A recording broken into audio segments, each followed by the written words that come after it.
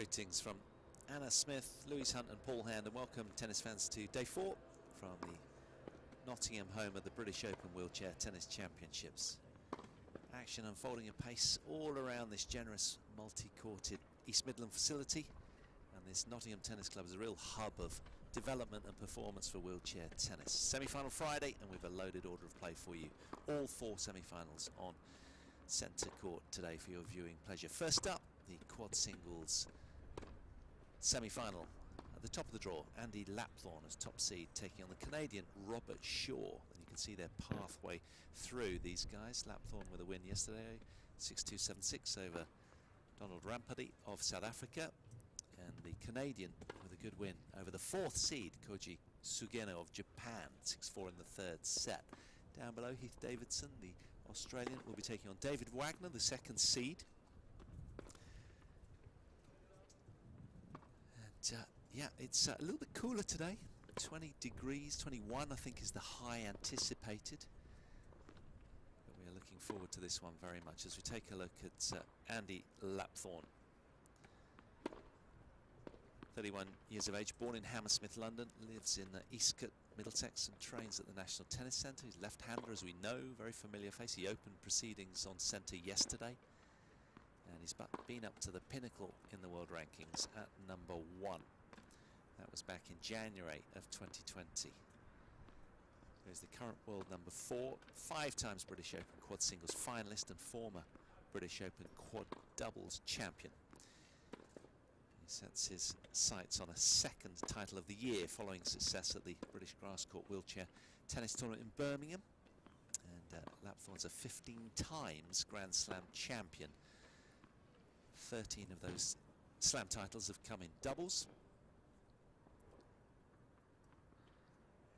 Contested his 3rd successive Wimbledon quad doubles final on Sunday on number 1 court, partnering the man that we mentioned before, the 2nd seed at the foot of the draw, Wagner. But they bowed out of the British Open quad doubles yesterday in a really tight encounter. More of that later. They lost tie-break 3rd set. So he's already experienced some bittersweet here, having won through to the semis of the singles, but losing out in the doubles yesterday. That was a big surprise there. And his opponent, 32-year-old Canadian, born in North Bay, Ontario, is Robert Shaw. World number 9, has been as high as 8 in the world in July 3 years ago. He's contesting his 3rd British Open, and his previous best here was a quarter-final berth in 2018, 4 years ago. He became Canada's first Parapan American Games gold medalist in 2019, where he beat David Wagner in the quad singles final in Lima, Peru. And he's a really bright, deep thinker. In June of this year, he graduated from the University of British Columbia as a doctor in philosophy. Testing. And these two, well, they've met 6 times in the past, and I can say that this man's been on the receiving end of all half a dozen encounters. He's lost every one to Andy Lapthorn. Is today the day where he really gets stuck in? That said, though, of those 6 losses, 2 of the 6 have gone the distance, 3-set affairs. And in this event, of course, Sam Schroeder is the defending champion. Left-hander from the Netherlands. So Paul Hand alongside Anna Smith. Anna, should be an interesting match. Yeah, it should be. It's going to be interesting to see how Robert Shaw comes out today. Obviously having that 6-0 head-to-head record against Andy. Got to find a way to turn it around, but Andy's going to come out here feeling confident, especially after putting a good performance in yesterday as well.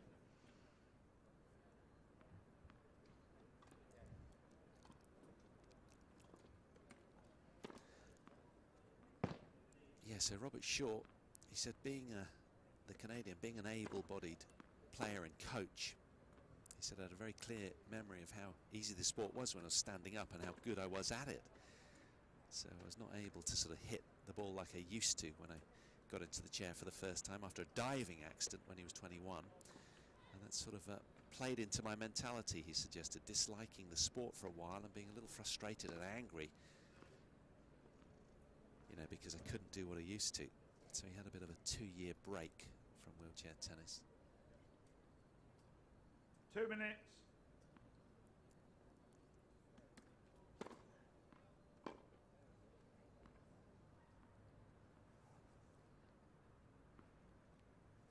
But he also was suggesting that, you know, due to the incredible demands that are asked of both able-bodied and disabled athletes, one cannot overstate the importance. This is him talking, having a very strong support system from start to finish.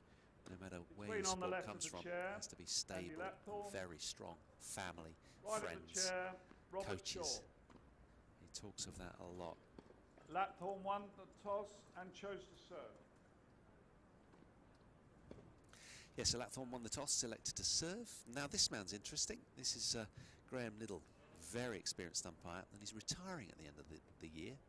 He's off on a cruise, he said, for about 40 days, starting in, was it Madeira? Madeira, he said, yeah. That's right, yeah. All right for some. 1 minute. So confirmation then of our first semi-final on Semi-Finals Friday. Andy Lapthorn takes on Robert Shaw in the quad singles semis. Lapthorn's had a good year. 11 wins offset by just 7 losses. And on a hard court, 8 wins, 4 losses. So 50% hit rate on a hard court. His opponent, Robert Shaw, 23 wins, really good going, only 6 losses. And on a hard court, 13 and 4. So 5 more wins on a hard court with the same number of losses than Lapthorn this year, but perhaps he's been playing slightly lower graded tournaments, one may argue. So a 31-year-old Londoner against a 32-year-old Canadian to get semi-finals Friday underway.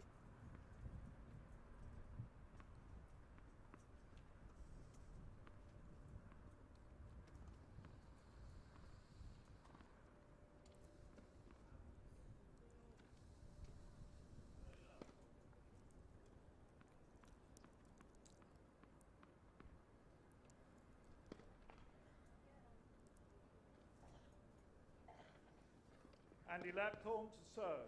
First set. Ready? Play.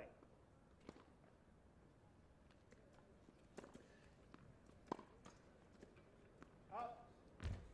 15 love. Good performance for the British #1 yesterday with the win over Rampadi. We spoke of that 6-2, 7-6. Took 4 of 7 break points and only succumbed on his serve twice. Very solid. Did well to get it done in straight sets.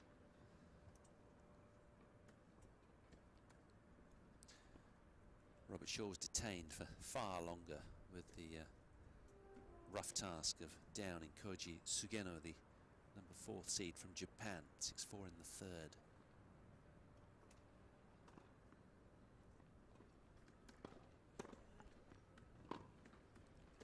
Up.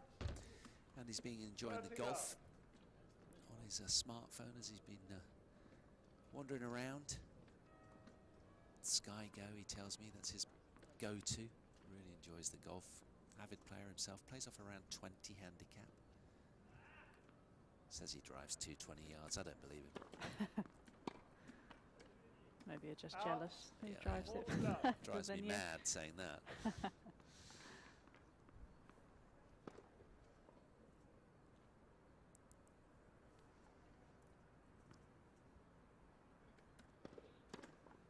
But he's a real talented ball striker.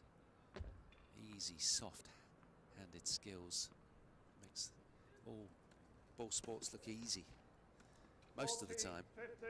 Hope I haven't jinxed him. It's going to be interesting today to see whether this Canadian can get any traction. Gunning for a first win in 7 attempts against the top seed Lapthorn.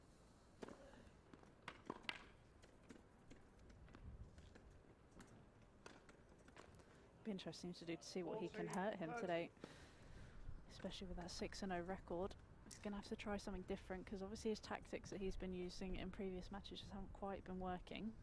Yeah, I was just reflecting on that myself, thinking maybe he just doesn't like left-handers. Quite possibly.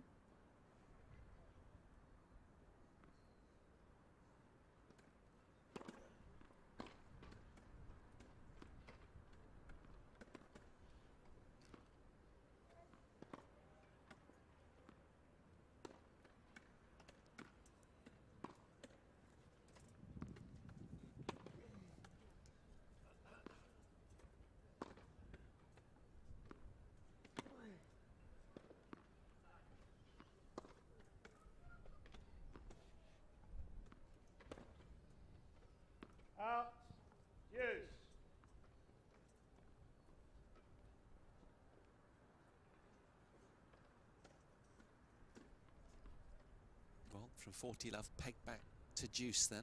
The Canadian finding a trio of solid points. It's going to be interesting tactically, as you said, Anna, what he goes with, because Lapthorn showed a great deal of variety and solidity within that variety yesterday, and that takes some doing.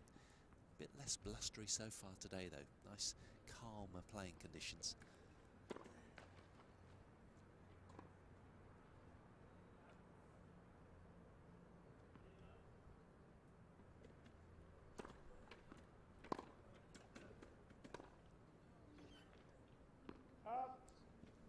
Big return, wasn't it?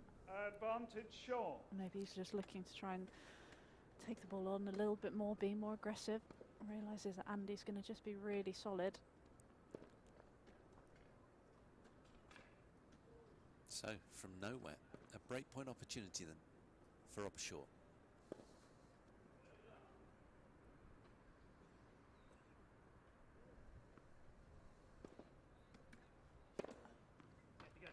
Yeah, that's a great response, spiking that one down the tee, just in the nick of time from Lapthorn.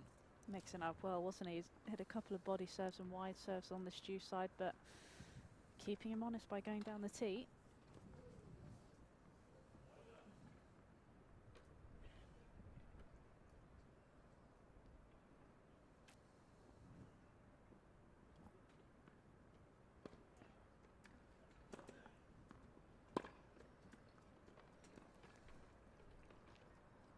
Advantage Shaw. Well, he normally does that so well.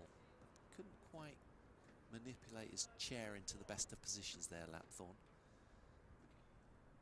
It's one of the shots that stood out yesterday from his performance, wasn't it? How well he hit the drop shot, especially in the blustery conditions with the wind against him.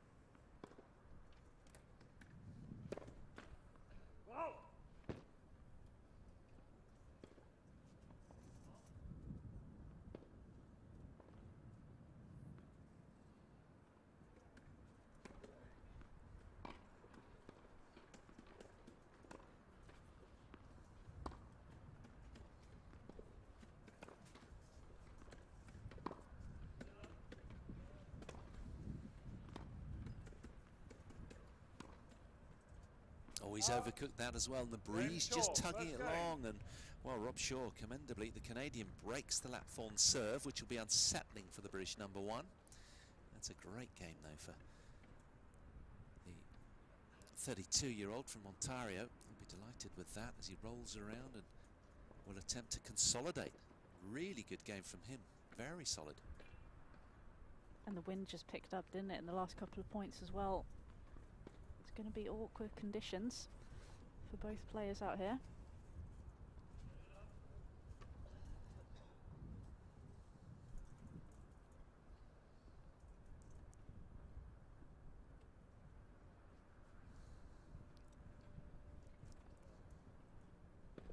Robert Shaw to serve.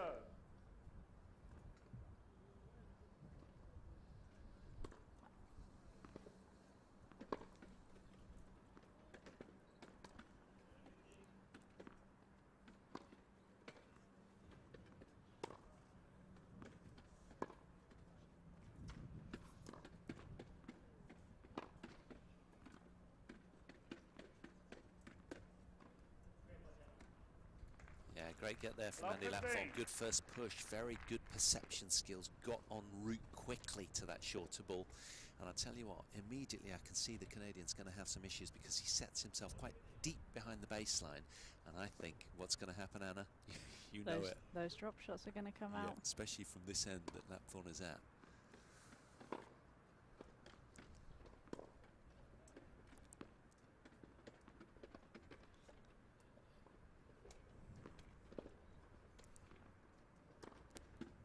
That's nice though.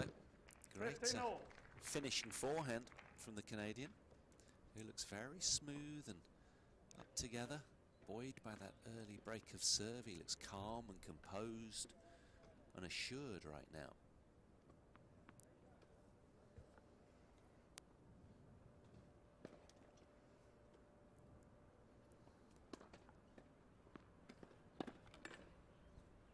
Out. 30-15. Unusual service position, isn't it? Look at where he's from. right back there, goes with the underarm.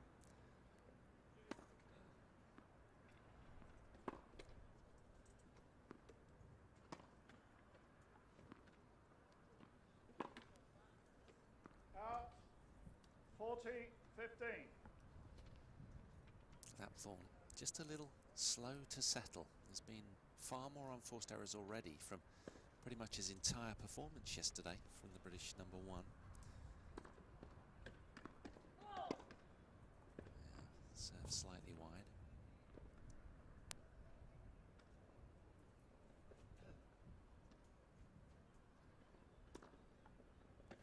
Ball. 40-30.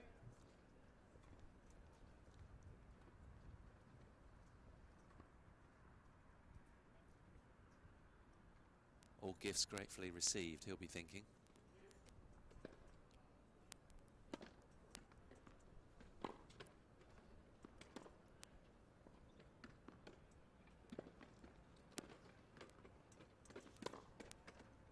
Oh, it's nice. Forehand passing shot from the top drawer from the Canadian, who's rolling on nicely now. There's a 2-love lead. 2 games to love. Looking very solid. Very high percentage game that he's got. Looks like it's quite repeatable. It is, and Andy's just, yeah, like you said, he's just come out here a little bit slow, just a little bit flatter, isn't it? Normally we expect to see a little bit of energy and the joking and the kind of feistiness from Andy, but it hasn't quite happened. That's better. But he is quite low-key, as you say, and understated at the moment, where normally he's quite vocal, but maybe feeling the pressure a little bit of expectancy, having beaten his opponent 6 times and never lost before. Comes that sort of unwritten, well, he always beats this guy, so he should do today kind of feel, and that's not nice as a player, especially when you go love 2 down.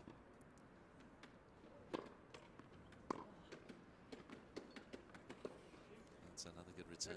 It is interesting though when you have a big head-to-head advantage over someone. You know, you think the pressure's on the person who hasn't won the match, but also there is that pressure on the player who has won every contest, isn't there?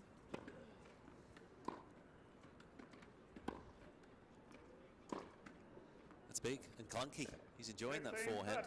He's sure. It's all over. Anything sort of slightly short or 3/4 length. Capitalising nicely. He looks like the top seed right now. You suddenly now get a taste of what happened to the 4 seed yesterday, Sugeno of Japan. He went down in 3 sets to the Canadian. That's nice back behind from Lapthorn. Very clear thinking. I feel like he's going to have to use that a little bit more.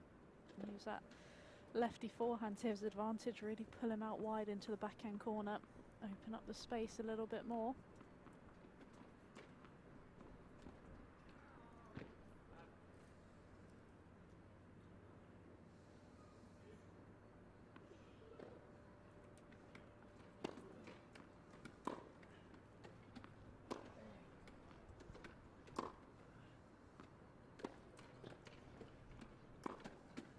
He's enjoying that one though, isn't he?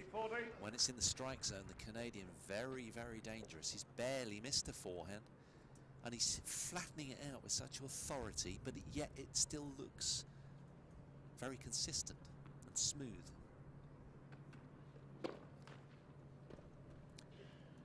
So another break point here. This point to break away for 3-love. That would make Lapthorn quite edgy, you'd imagine. Desperate to hold on here.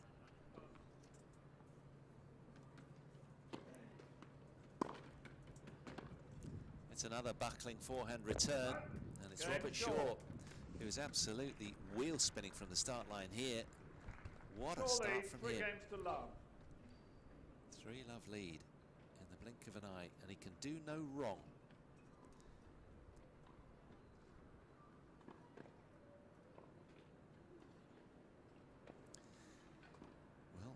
LTA hosting a series of one-day events across Great Britain this year to help open the sport up to more people and find the wheelchair tennis champions of the future.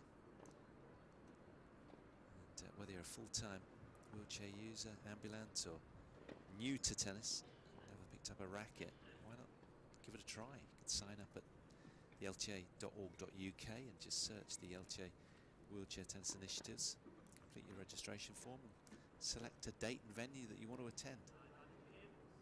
Next one's at the 6th of August in Eastern Tennis Centre in Norwich, then Saturday the 13th at Wrexham, Sunday the 14th Silksworth in Sunderland, for those of you up north, Exeter as well on Sunday the 27th of August. So there's just loads of opportunity to get into a chair, give it a go. Out. And that, of course, is how all these guys started. 15 love. And they're so supportive as well, these guys as well, about enriching opportunity and just saying hello, having a chat with new faces, just trying to boost the profile of their sport.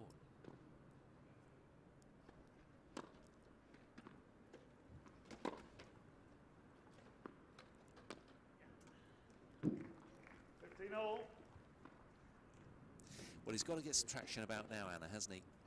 Andy, who is disturbingly quiet. We've not had a fist pump, a roar, nothing. He hasn't even got annoyed at himself either, No. which is unheard of. But yeah, like you said, he just needs to have something to fire him up, whether it's a point or just let a bit of emotion go, get some adrenaline going. Do you think, I mean, we're courtside under the sort of awnings, aren't we, the blue awnings. Do you think we should bait him a little bit about that drive that we don't believe he hits in golf 220 yards? Maybe that'll kickstart him. Quite possibly. Because he's that sort of character and he loves a bit of banter. You saw him chatting with his box yesterday. He's a bit like Kyrgios. He needs to not pick a fight. He's not that sort of mentality, but he just does like a little bit of drama.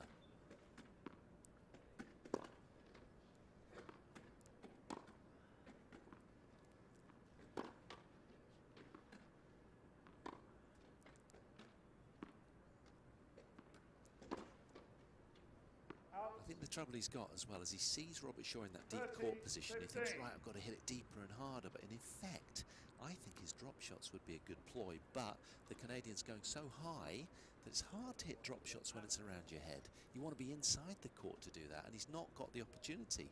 No, it's smart play from Shaw, isn't it? We did say, is he going to try and change anything? And this is sort of taking away the strengths that Andy Lapthorn brings to the court.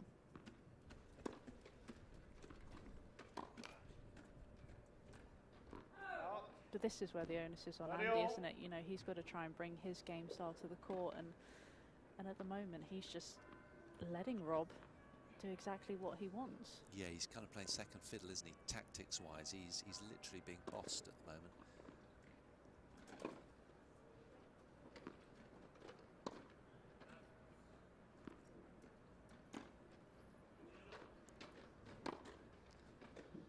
That's good. He teased out an error there. But of course, it's tough to open the tennis court, isn't it, when you're so far back and find angle. You need to be up to the baseline a little bit more, but that's easier said than done. Especially when the ball's bouncing so high as well from Shaw. That's why I was saying it's just smart play, isn't it? Taking away Andy's strengths. Wondering whether he might want to take that return of serve after the first bounce, because it's not doing that much. A nonchalant drive volley put away from Robert Shaw. That was really well taken. What a low-key guy, but how efficient he is so far.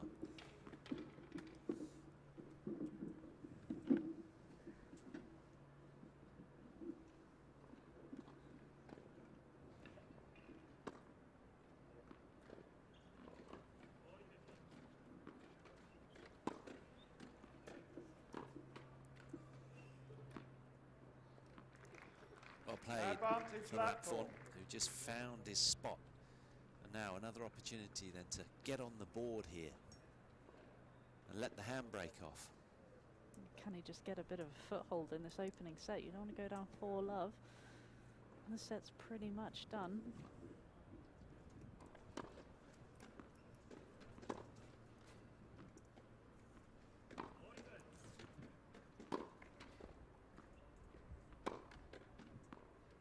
That's nice.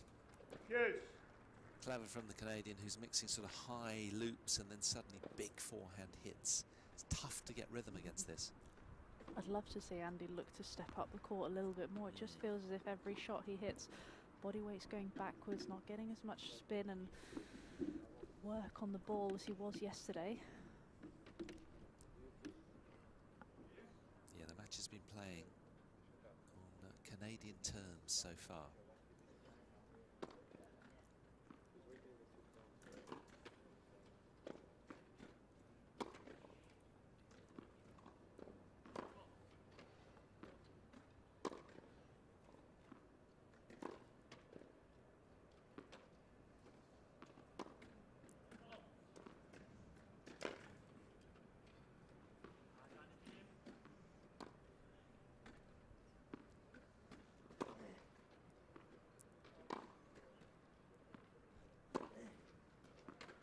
Ah, really good. Much better from Lapthorn there. Just waiting for the right ball and then giving it a bit more oomph.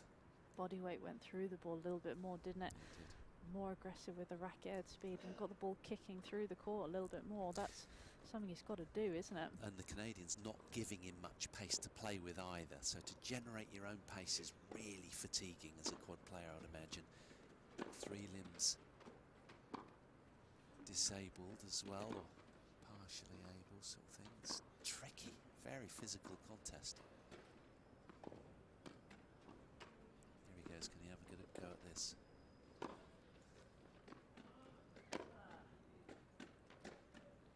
Game Lapthorn. Lapthorn eventually breaks serve and does indeed get a breadstick on the scoreboard. That'll feel relieving. And now he might be able to then just, as we say, let the handbrake off and find slightly more expensive parts of his game. He's off the mark.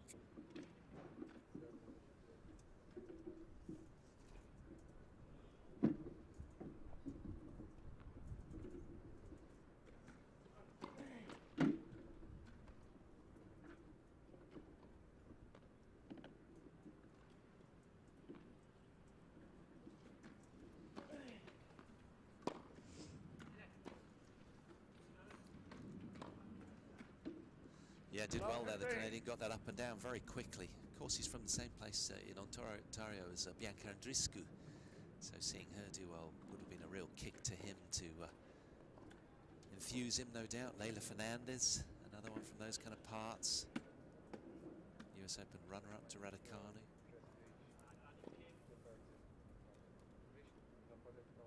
Just gives you that little thread of belief, doesn't it? Yeah, it really does.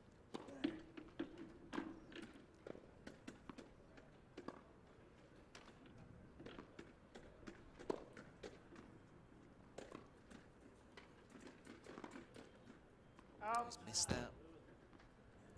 He's won 4 titles this year, the Canadian. 2 ITF 2 series. German Open and the Israeli Open.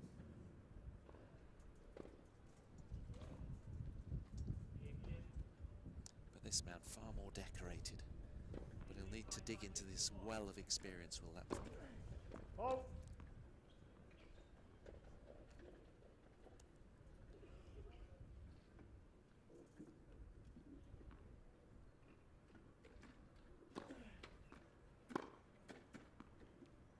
That's a keen backhand return spike down the line from Robert Shaw, who fascinates me the way he serves underarm. Maybe it's just a shoulder issue, perhaps he just doesn't have the strength up there to coordinate, or actually feels, well, you know what, given that, I'm actually just going to go with my underarm, because what's the advantage of just plopping in a weak serve, perhaps? Could be a smart tactical play, or like you say, just kind of doesn't really have a choice. But either way, it's a tricky serve to deal with, kicking up.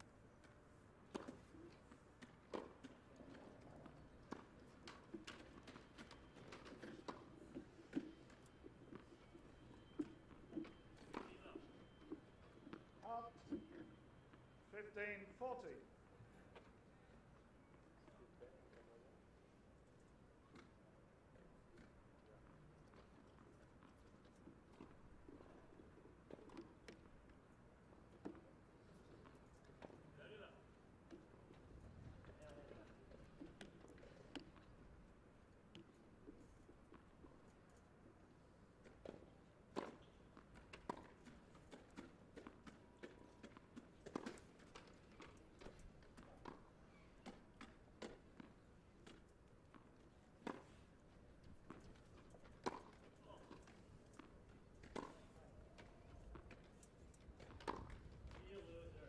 30-40. Good solidity there from Lapthorn, who's having to make a lot of balls out here. It's about percentage tennis, making the right choices, picking the right moment when you go big. It's going to be a hard opening set, this, for him, on the evidence of what we've already seen. It's an uphill battle.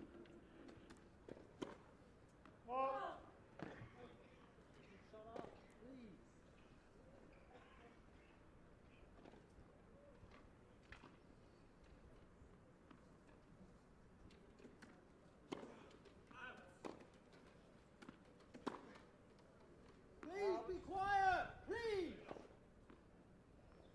Game Shaw. Shaw breaks Shaw leads serve 4 games to 1. again, and now leads 4 games to 1 in this opening set. Andy Lapthorn just getting a little irritated with some passers-by who he sensed were a little too vocal, just asking them to keep quiet, please, please. First sign of emotion, isn't it, today from Andy Lapthorn? Is that going to fire him up a little bit, get the adrenaline going? Well, interestingly, this is the man, the philosopher, the Canadian, as with the vast majority of wheelchair players on tour today, Shaw has been lucky enough to have the unconditional support of his family, who he admits has become a more cohesive and tighter knit unit than before his injury. I've had Mum on court drop feeding me balls early in my career and picking up balls when I was serving. I've had my brothers and sisters come out with me and help me train and go to the gym and strap my hand to the weights. I've had my brothers and Dad bring me out to the tennis court and hit with me when I really wasn't very good. They've all been there for me from the very first time, and that really has helped him. That support is what he talks a lot about, and we forget that, don't we? I know you're very privileged, all of us, really, to have that sort of support. And it's so key, isn't it? It just keeps you going, because tennis it's tough. There's so many undulation in terms of emotions, and you've got to ride that out, and you need to very often bounce back to your parents on tearful days where you had a scarring loss and you find a way through. Not easy. You really do. We've all been there. We've had really tough losses, tough days. But also, through hardship comes great times as well. I'm a big believer in that.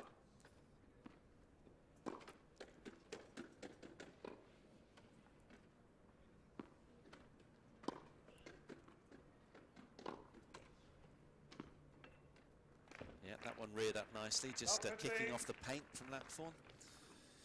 But he's not played too much first bounce tennis today, has he? He's been waiting for the second bounce a lot, and just, you sense perhaps being a little sort of defensive with his mindset. I think the annoying thing for him will be that when he has played on the front foot and taken the ball on the first bounce, he's pretty much won every single point, but getting himself to do it is a completely different story. There again, it was just in that in-between mindset, wasn't he? Wasn't sure whether to take it on, let it drop, and he sort of didn't do either of them, and that's where the error comes. It just looks a little bit indecisive there at the moment.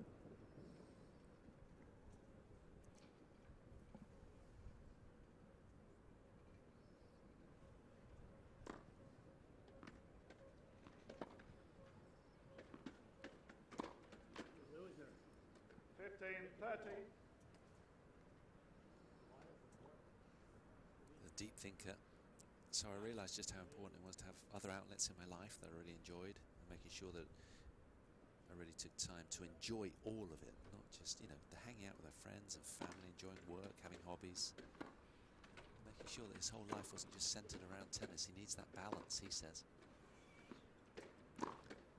Cool, plenty of balance and poise in that forehand down the line. That was rampant. Now that, Anna, I'm suggesting, is probably a consequence of being a 4-1 up. That was just so free.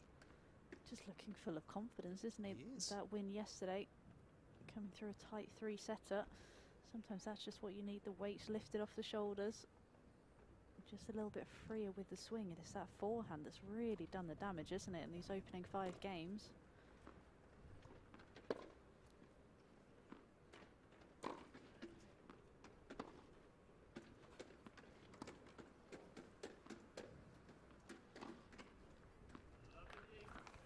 That's a nice angle from Lapthorn.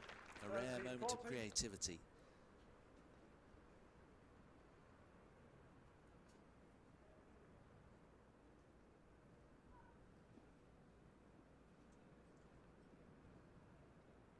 Really good.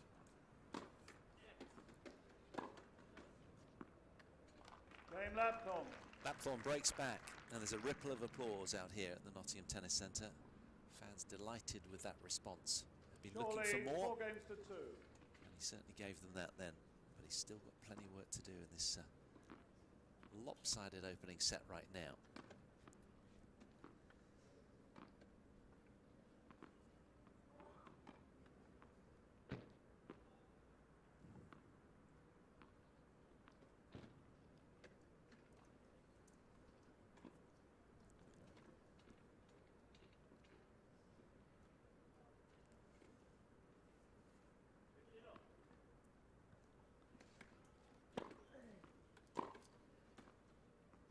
Love 15. It's interesting. I've been, reading a few articles in preparing for his matches, and he says that one big factor is just caring less when I'm on court and understanding that it's not the be-all and end-all if I win or lose a tennis match. And contrary to what most fans would expect from a pro tour, Shaw says the culture of wheelchair tennis tours is a lot better because everyone generally has a shared empathy for everyone's daily struggles. And there really is that palpable sense of warmth around the wheelchair community. Every time you rejoin it, it's just absolutely glorious, isn't it? They are so supportive and so sincere. It's lovely. They really are. It's always so nice to come to these kinds of tournaments and just see how everyone is together.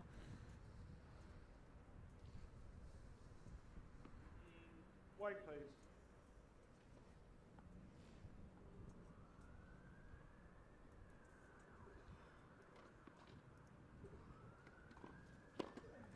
Up.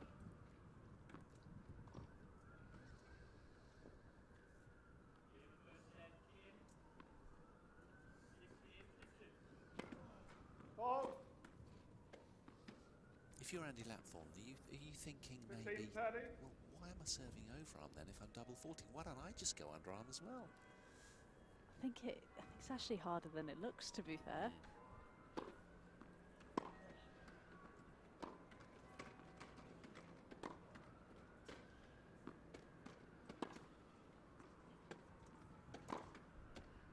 I've got a little 11-year-old and 15-year-old son, and I sort of coach them myself, and I was sort of saying to my 11-year-old, he was saying, "Daddy, should I step up to the line on serve like you do?" and I said, well, look, unless there's a massive advantage for you at your age, young Zaki, I wouldn't really bother. And that's what I'd say to Lapthorn, unless there's a huge advantage on serving big, 30, 40. why do it? Just roll it in. And he's got a nice blended, wonderful rhythmic serve anyway, hasn't he? But I kind of take a leaf out of the Robert Shaw book and think just simplicity is key, right? Unless it's going to get attacked. And I would have said to Lapthorn, why don't you step up and try and get this underarm serve after the first bounce? Yeah, I agree. I think he's got to try and do something just a little bit different out there, because especially on every service game, he's struggling. Shaw's always having a look on his serve. Just hasn't quite managed to find enough first serves at the moment, has he?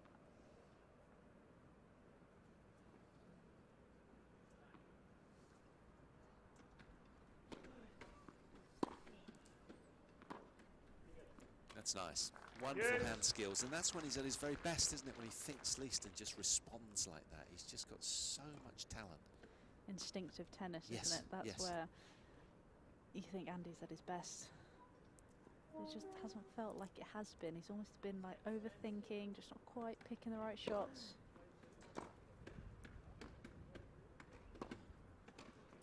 That's nice, really nice. Again, not a lot of time to play with, just knifes the slice down the line instinctively.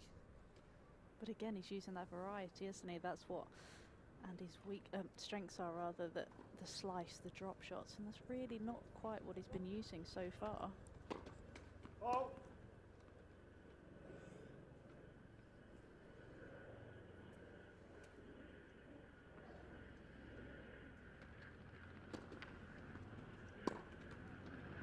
it's a keen strike. He really does enjoy the forehand, does Robert Shaw.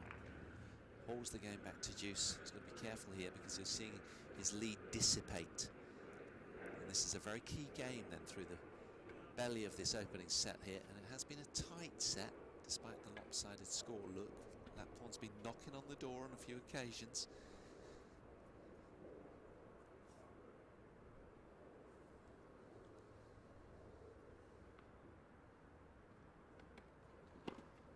Oh.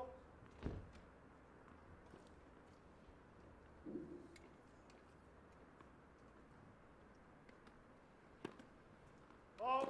It's just spilt long as well. He's just not Advantage finding Shaw. a consistent range in his serve.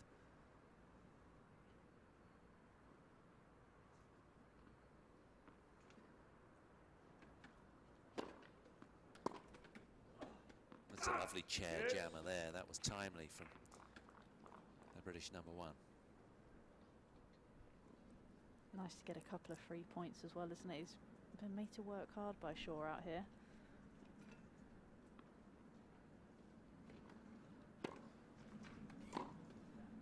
Wow, beautiful. Advantage Shaw. Good stretch on the forehand there from the Canadian. That was a sweet strike. He's enjoying that forehand. I wouldn't be serving there too much. It's another breakpoint opportunity then for what would be a heady 5-2 lead.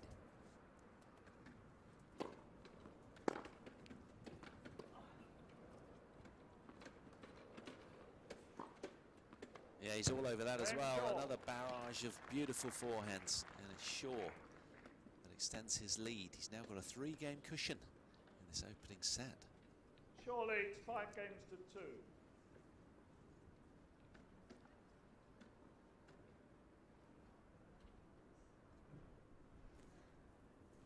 Well, on 2 occasions in the past, Andy Lapthorn has lost the opening set. In the Paribas World Team Cup on outdoor clay in 2018, he lost the first set 6-3, then came back 3-4 to win, and also in the same event a year later on an outdoor hard court in the second round, he lost the tie break but came back to win 2-2. So been there, done it, got the t-shirt, never lost to the guy. So I'm sure he's not pressing the panic button just yet, but perhaps the Canadian is much improved this year. Yeah, absolutely. I think the one thing you said that was really interesting was just sort of his mindset and how he looks at matches and how he's just a little bit calmer, realises that tennis isn't necessarily the be-all and end-all, and sometimes that can just have a really calming influence, can't it, on court, where you're able to look at the bigger picture, have a bit more perspective. So maybe it's just a little bit of a different mindset out here that's been the difference.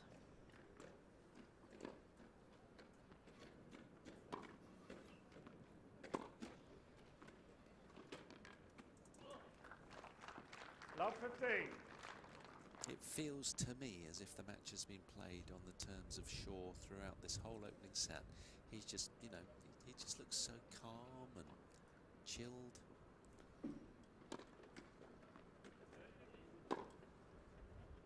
But for my money, that serve is really attackable.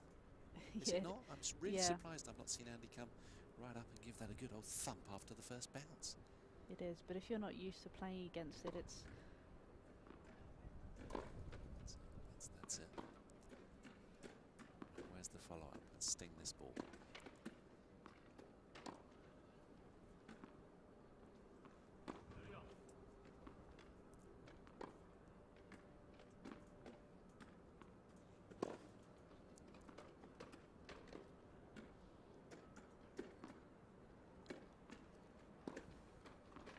Well done. One of the first rare signs that we've seen Andy Lapthorn really taking it on, rather than what you sense is kind of protecting that head-to-head lead of winning all 6 previous matches. There was a proactivity to that, even after the return of serve, which he took after the first bounce. He kept on the front foot throughout. Just feels as if Andy's just been playing safe tennis. Yes. It doesn't feel like he's really been going after it. Everything's just been safe. It's been nice, but it's not going to quite cut it at the moment.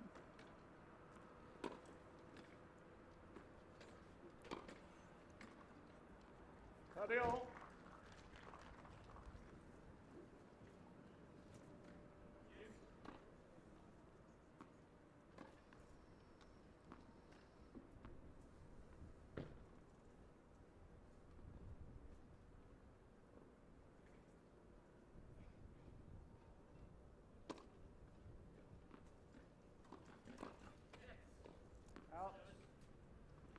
just doesn't know what to do with the return, does he?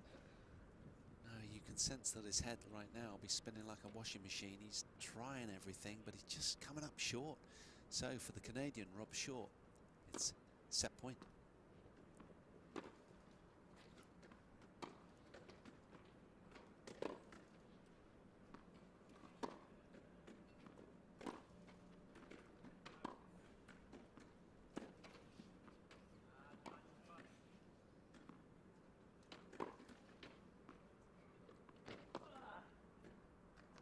Good work there from Andy Lapthorn, just opening the court nicely and finishing with a big bossy forehand on his terms.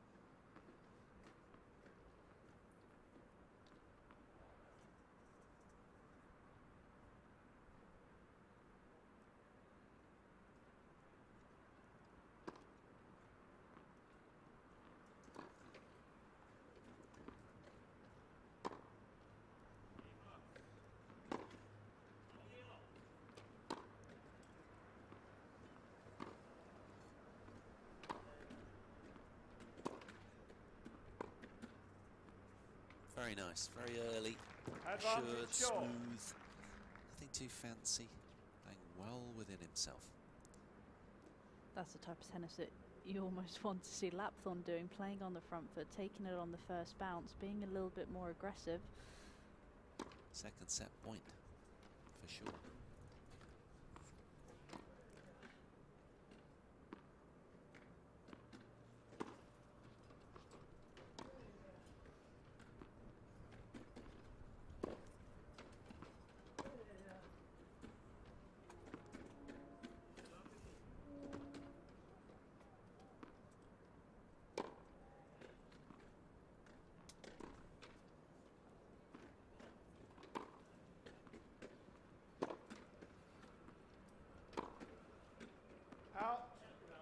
Yes. Good determination from the British number one, hanging in the point.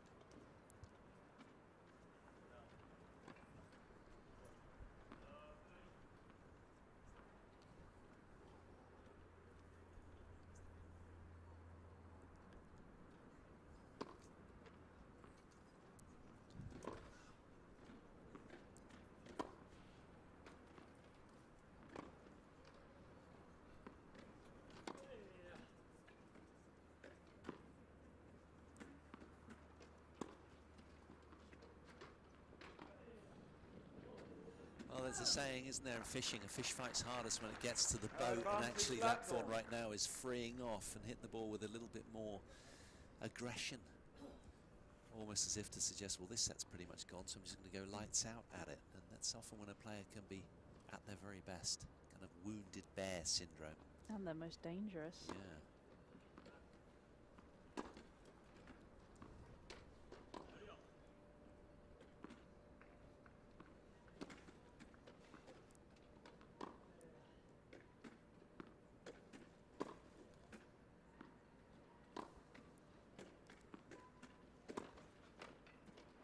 Yes.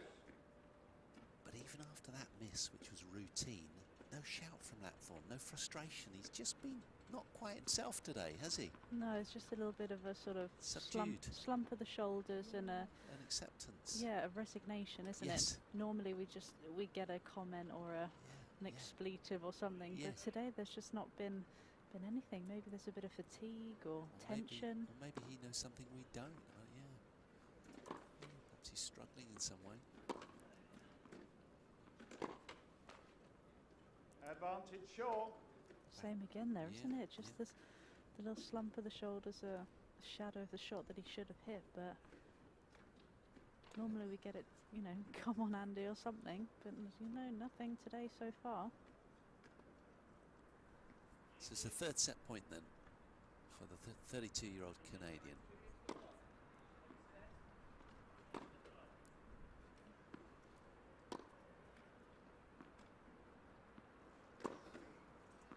That's more like it. Good acceleration there. Really positive strike.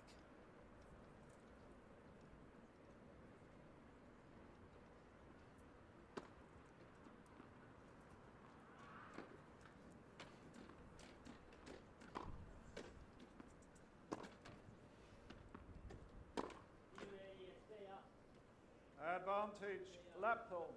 So, having saved 3 set points, the Lapthorn right now has got a second break back point.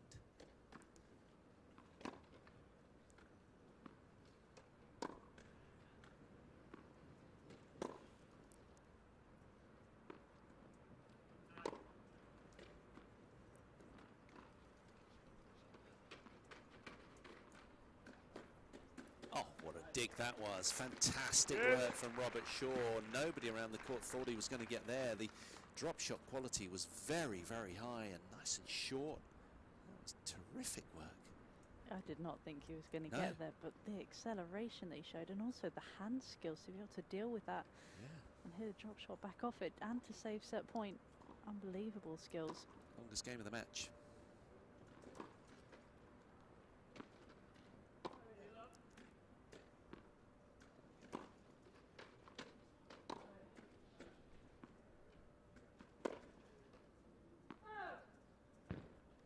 Advantage, Shaw.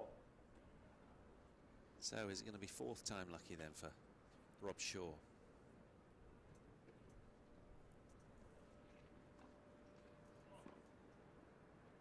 Looks unfazed by anything today. Totally in control, playing in his own terms.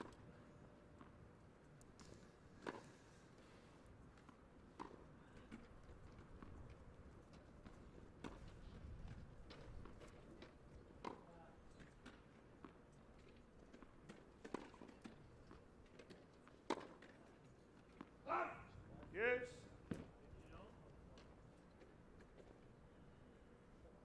Trouble is, the longer the set goes, for Shaw's perspective, the tougher it is to get across the finish line. Having squandered 4 set points now, and the top seed's still in it, that'll frustrate the Canadian, because then it becomes sort of so easy to over-press.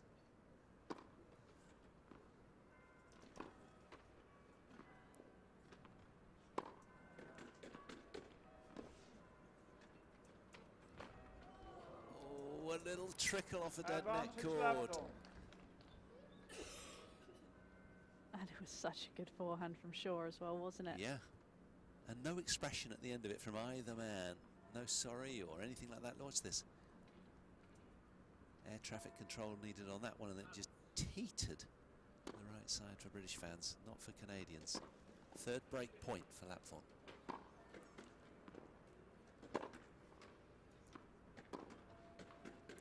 Game Lapthorn. Lapthorn breaks just in the nick of time. Finds a way to hang by a thread in this opening set. He's still in it, but leading 3-5 now with his serve to come.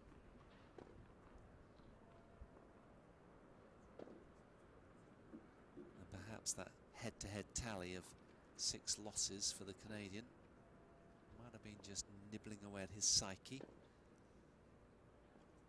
What next in this nervy, nail-biting opening set? 15 love.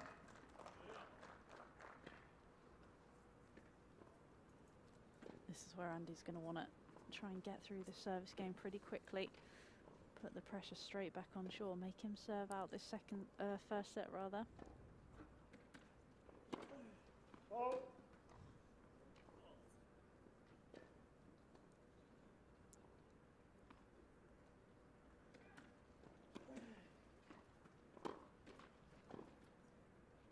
Love.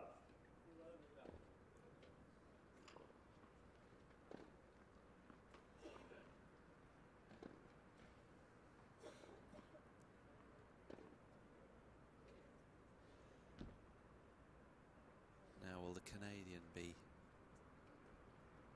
bogged down by the fact that he didn't put the set to bed with the 4 set points that he had? Can he flush that away, or will it contaminate the rest of his set for him? Let's have a look at his mental dynamics.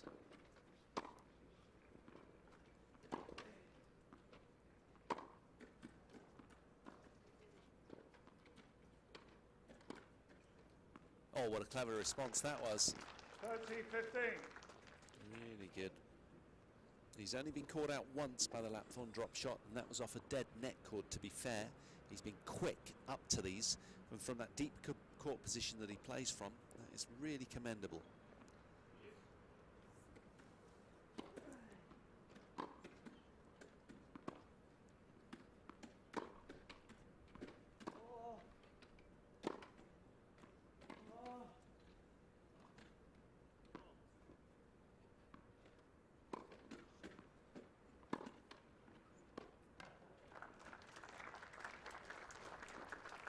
40-15.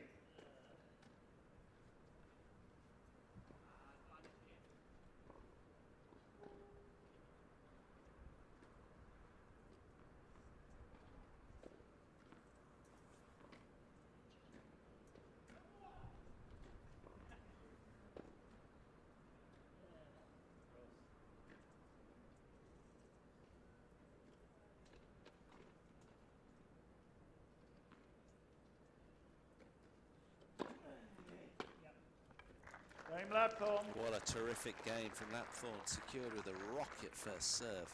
New balls, please.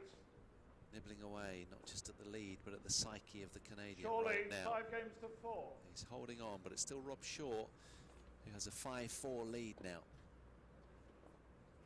See how Rob Shaw's able to bounce back in this next service game. Does he have those mental scars of having had 4 set points? Or is he able to put those aside?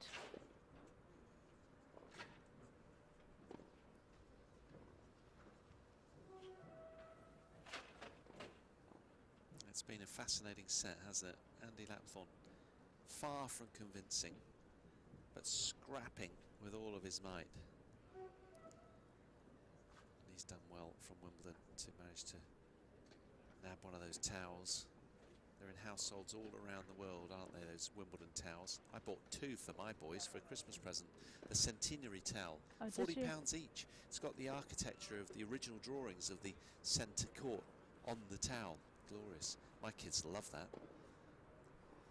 I've got a fair few Wimbledon towels myself at home. Sort of end up having a collection, don't you? Yeah, as former players, it's always lovely, always a collector's item.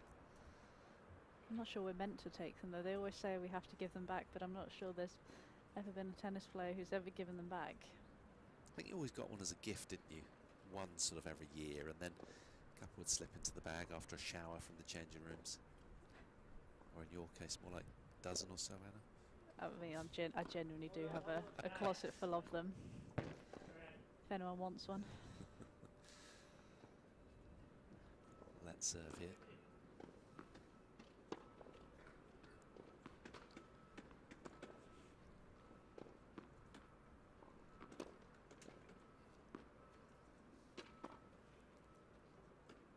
Out. Love 15.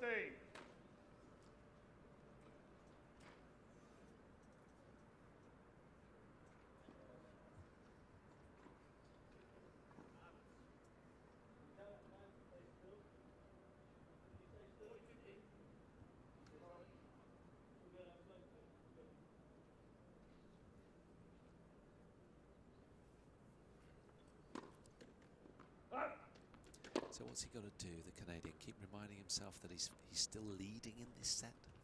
So important, isn't it?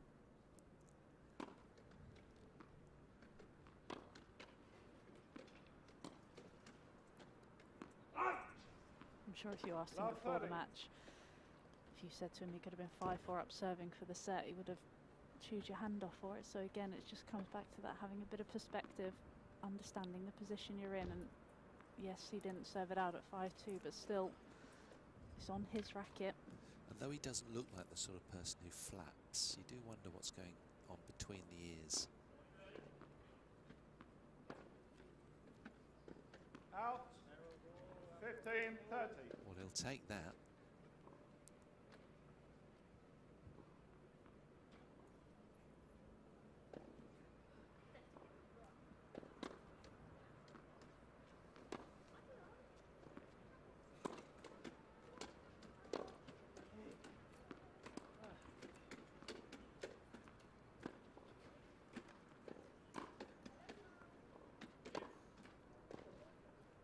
Deralail.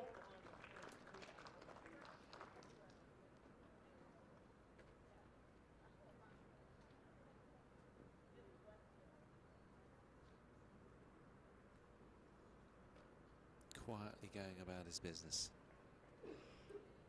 2 points from the set again. There's Robert Shaw.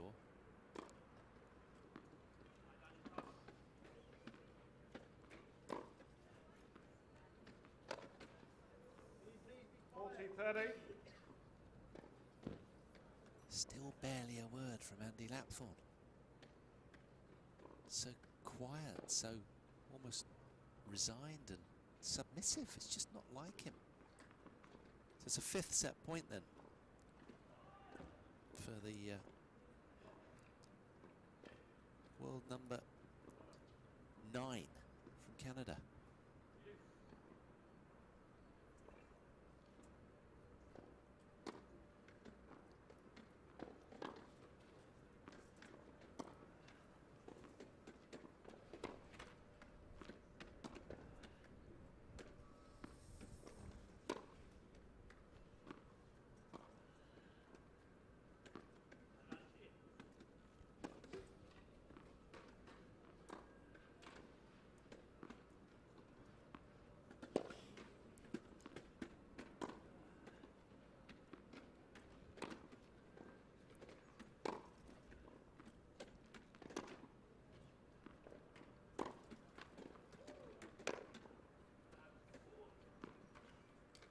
Yeah, that was really tricky, wasn't it?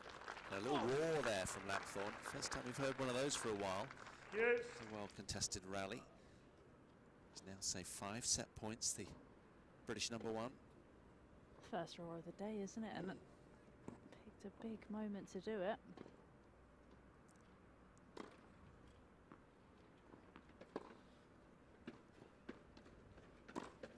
Yeah, just forcing play. It was a lovely wide serve. Saw the space on the court. And Rob Shaw just over-pressed at it. So easy to do. Hasn't missed many of those today, has he? He hasn't. That's been his strength, his kind of go-to. Maybe it's just a little sign of the tension creeping in. Indeed. So now, from set point to break back point for Lapthorn.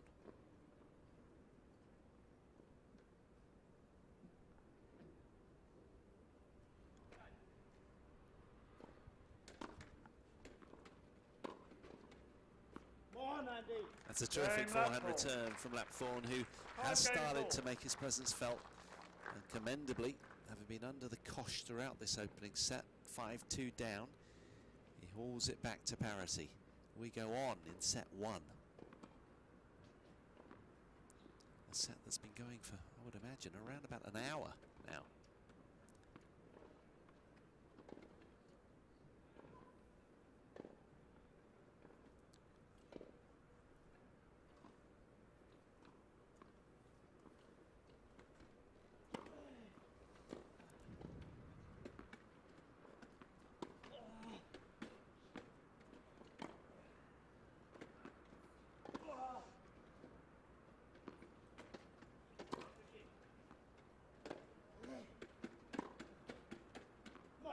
Just missed that as well. 15 love. It was a brave attempt from Robert Shaw. Got up the court nicely, but unable quite to find his mark. But what patience Lapthorn has shown today. Credit to him. 30 love.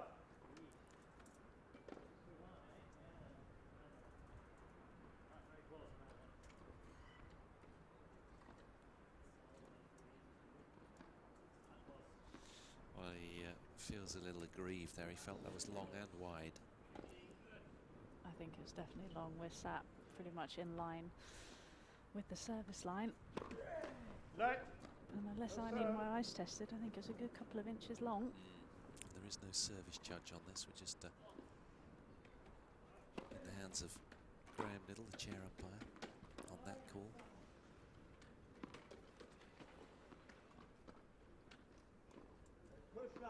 Come on. 40 love.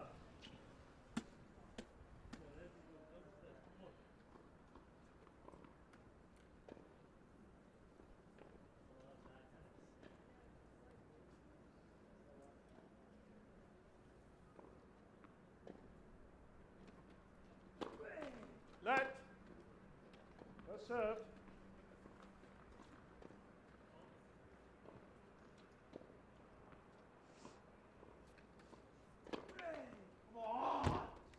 Lapthorn Lapthorn suddenly looks like the top seed.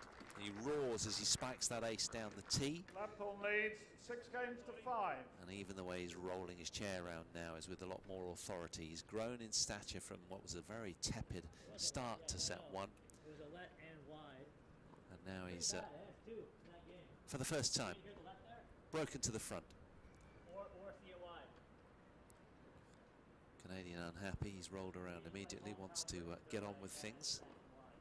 Just having a moan at the chair umpire, Graham Little, about the previous service call. He's carrying that, but he'll feel wounded, the Canadian, right now, as Lapthorn's ensured a tiebreak.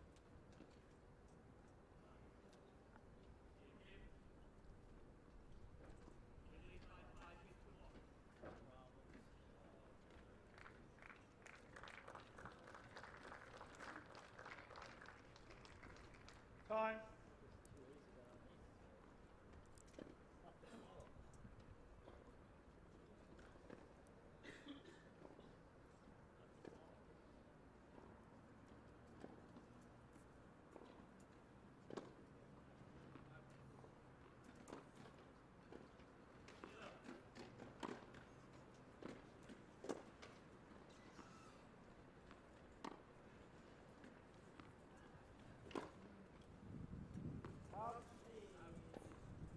Love.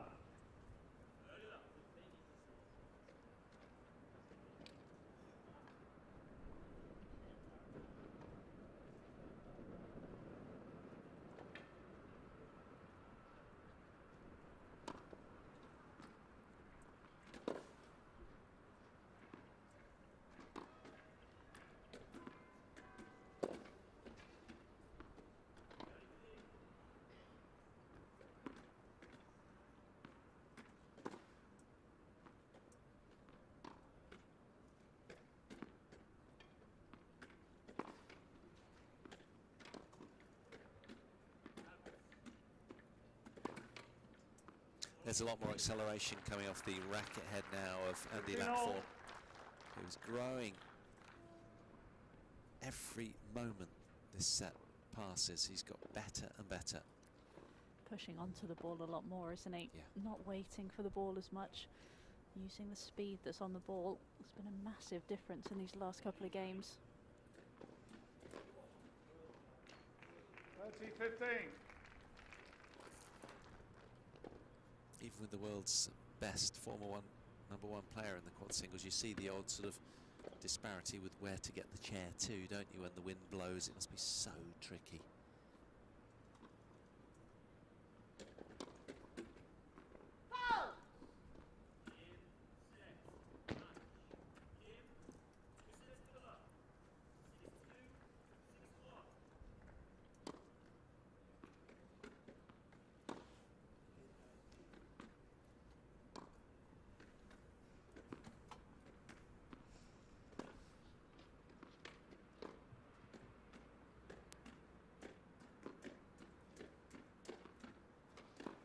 Well taken. Addressed that beautifully. Very all.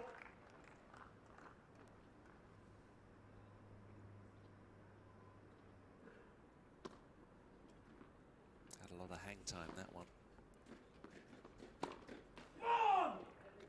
30-40. Well, it just missed a Canadian forehand into the net. And with that miss, suddenly, top seed on top. He's got a set point of his own now as Andy Lapthorn.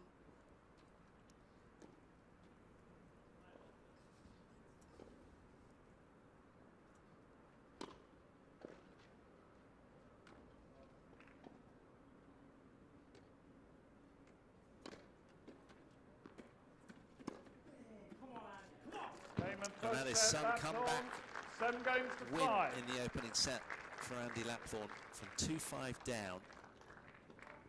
Don't quite know how he managed it, but he turned the set around and won it 7 games to 5.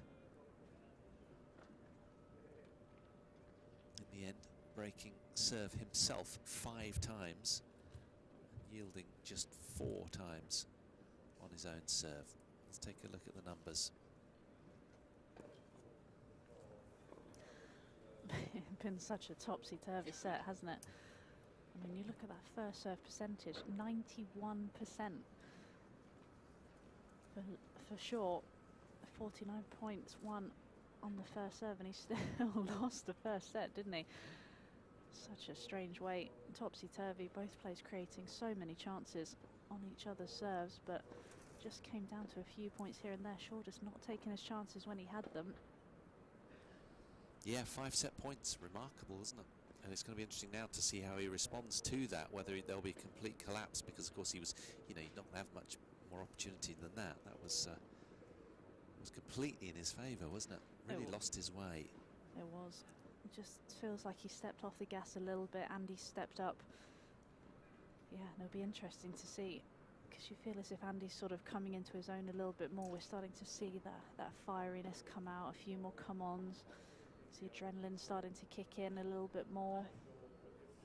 Yeah, and we'll take a real good look into the psyche of both right now, won't we, given that Shaw has lost the last 6 as well over the years to Andy Lapthorn. Will there be a complete collapse, or will he dig deep again and put up a lot of resistance as he did in that opener?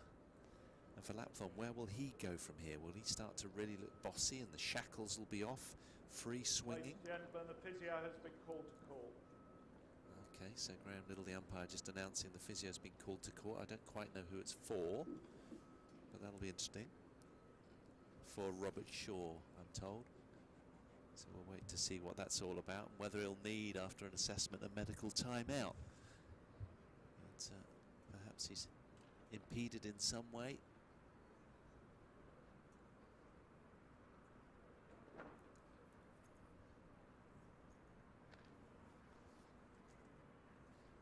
It's all pretty relaxed, isn't it? I don't see anybody running to court as they would do at SW19. Taking their time, aren't they? See Tom Kinlock coming over. Yeah, the referee's on his way with his walkie-talkie close to his mouth. You can just see the physio to the left of us as well, just making their way to the court. Yeah, they normally like to get a heads up, don't they, before they sort of take to court, so they've got the right equipment and tools.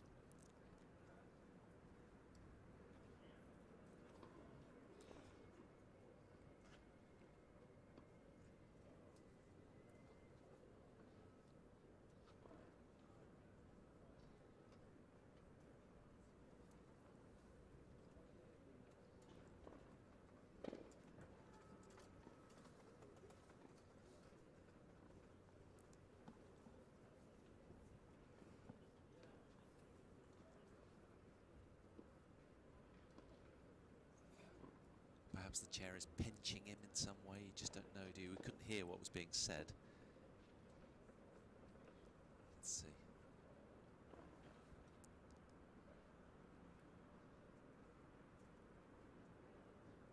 Maybe the hips, by the looks of it.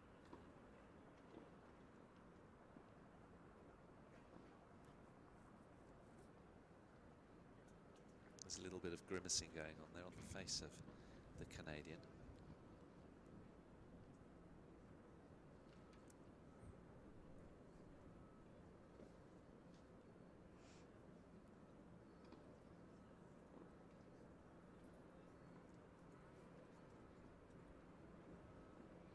He doesn't care, he's won the opening set. He's probably quite happy for a bit of a break, regroup. And I can tell you, courtesy of our man behind the scenes, Marshall Thomas. Man in the know.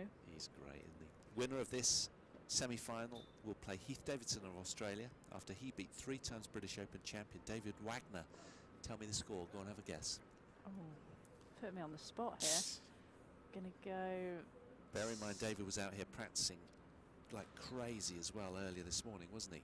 As he always does. Oh, I'm gonna go 6-3, 6-1. 1 and 2. Davidson beat Wagner. Wow. Another Aussie on fire, following the footsteps of Kyrgios. Not in the final, of course, but, but he's good player, isn't he, Heath? Very strong. He's got a bravado about him that I like. He seems fearless, like a lot of those Aussies. Yeah, 6-1, 6-2 against David Wagner. Who does that? So he'll lie in wait and probably come over and catch a glimpse of this one. That was a match that was won out on court 5 earlier today. Second seed is no more. Wagner, the experienced American, is gone from the tournament.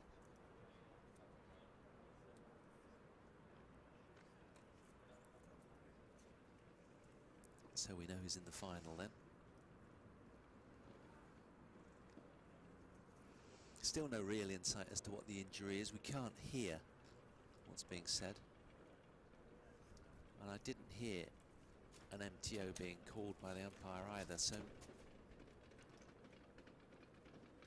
he's buckling up pretty tight again, so he's keen to resume.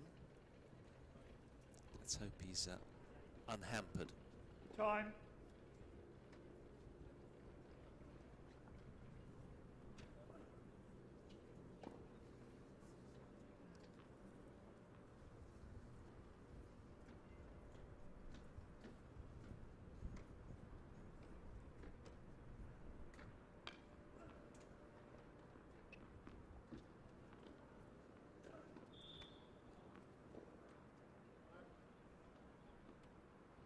Second set, Lapthorn to serve.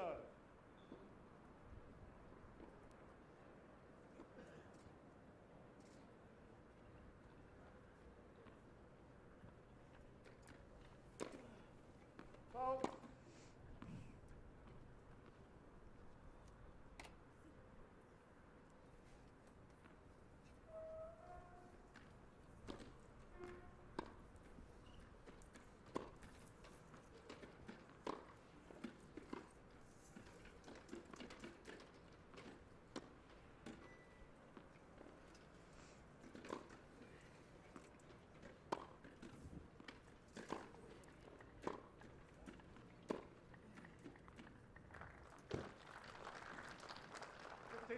Canadian showing us his all-court game, and Lapthorn responding well with a nice forehand pass.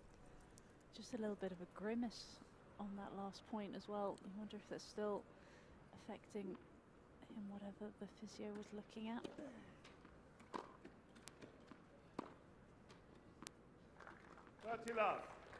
Lapthorn, interesting now, his complete change in complexion. He's right up to the baseline now, taking the ball on with more authority, not letting it drop as he was in the early stages of set 1.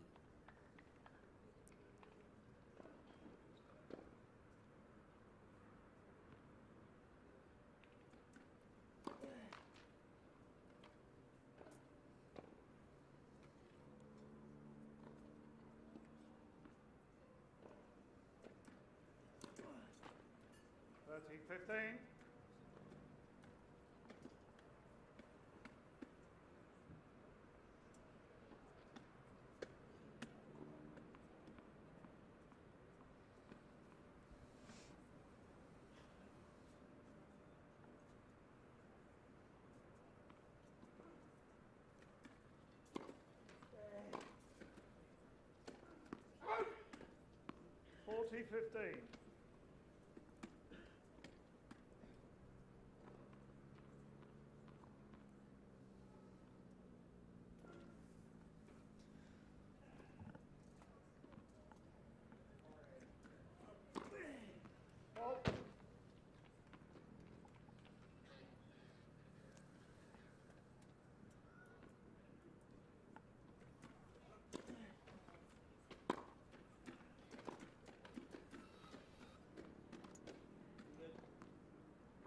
Nice response from Robert Shaw. 40-30. Smart choice of shot as well. Saw that Lapthorn was far behind the baseline.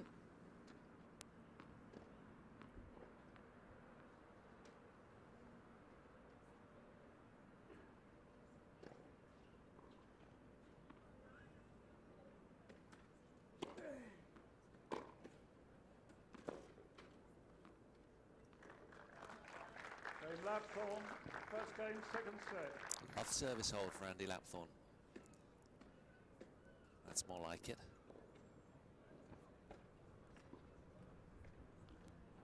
Did really well in that opening set to hang on.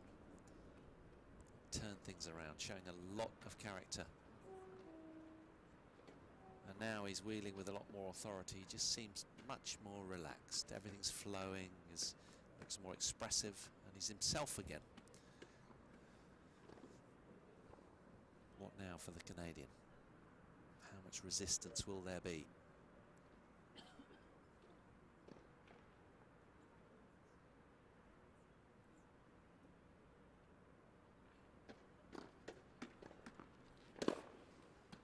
Out. 15 up.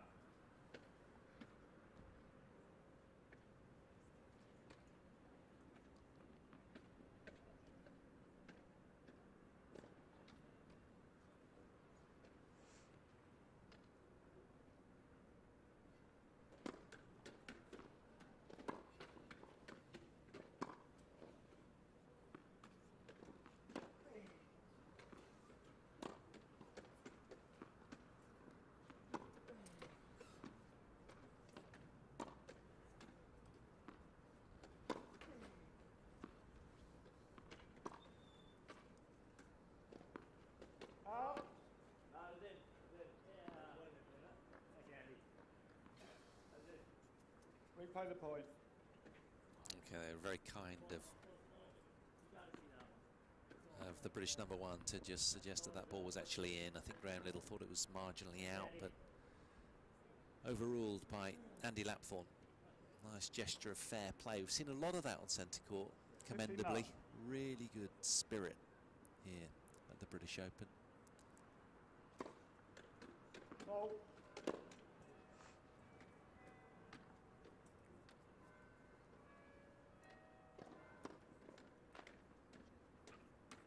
$15 all.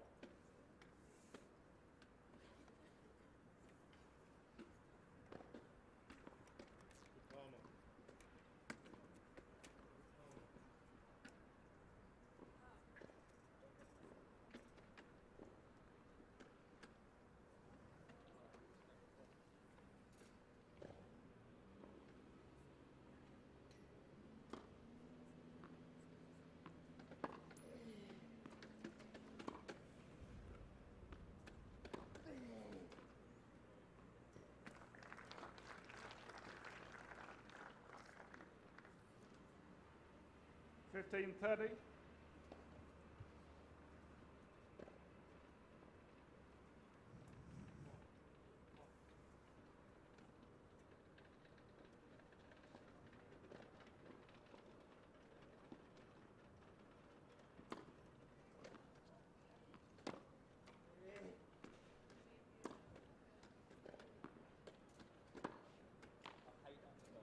$30 all.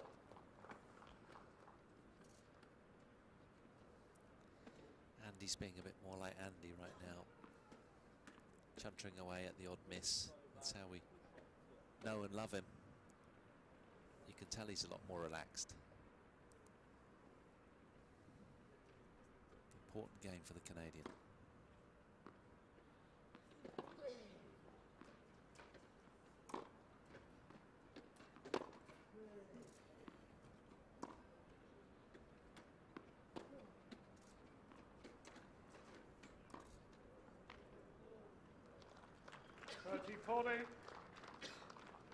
Wants to try and stop the rot, doesn't he? Lapthorn's on a bit of a run here. Needs to just try and get a game on the board.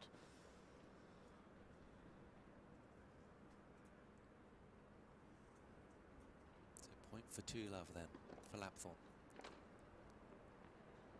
Something's bothering Robert Shaw, who looks deep in thought.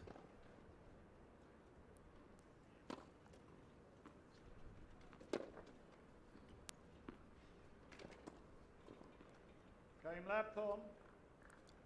Lapthorn breaks leads 2 games to love. for 2 love, but all eyes trained on the Canadian. Does look as though the injury is hampering him, whatever it might be. He looks like he's sort of considering, shall I carry on or am I going to hurt myself further kind of look. Very pensive at the back of the court at the other end. But for Lapthorn, he continues heading towards the sun. He doesn't care. Just wants to get to the W. Fault. He'll do the caring and the compassionate bit at the end of the match.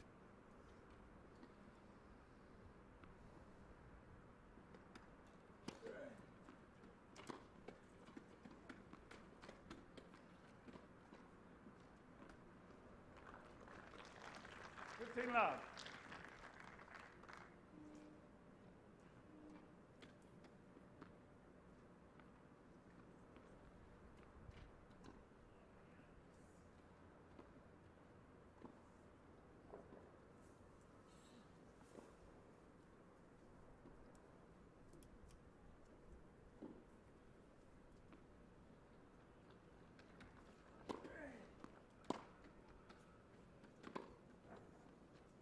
Out.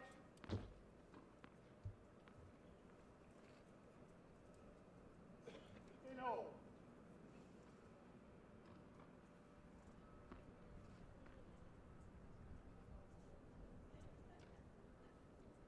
Yeah, he's just probing with that left hand into his sort of left hip, just sort of fingering his way in there and almost trying to sort of give himself a little bit remedial massage. There's something going on.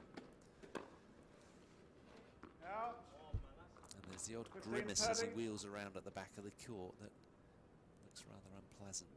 Something's pinching somewhere. He's not himself, nowhere near the level that he was at the start of the match. But he's still in this fight, and he's a warrior, and hopefully he'll keep on going.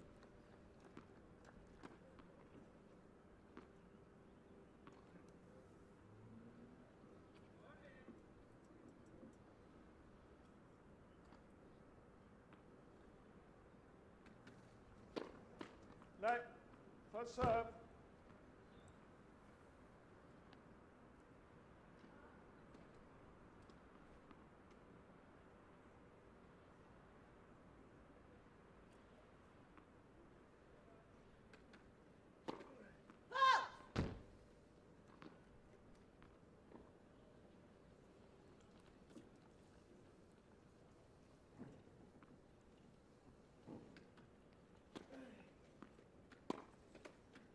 Out. 30 all.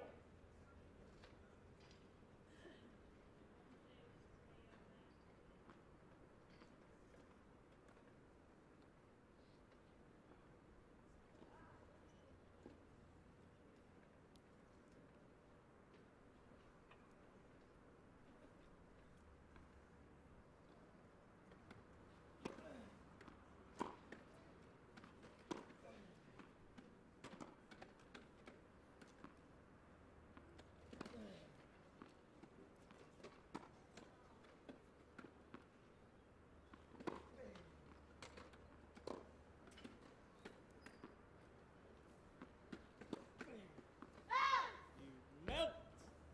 30-40.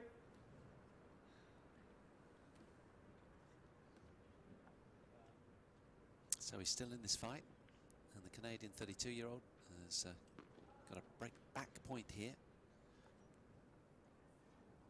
despite his woes.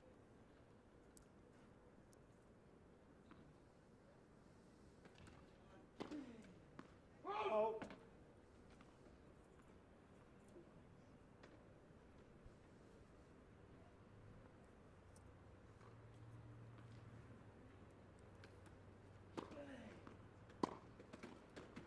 That's a brilliant forehand. We saw a lot of that in the Going opening short. set. There's a fine break of serve from Rob Shaw. Lapthorn leads. Really nice 2 games strike. to 1, second set, and by 1 set to love. So that'll lift his mood momentarily. And Andy Lapthorn quite complimentary of that. But he keeps sort of doubling over. And with that comes a wince normally.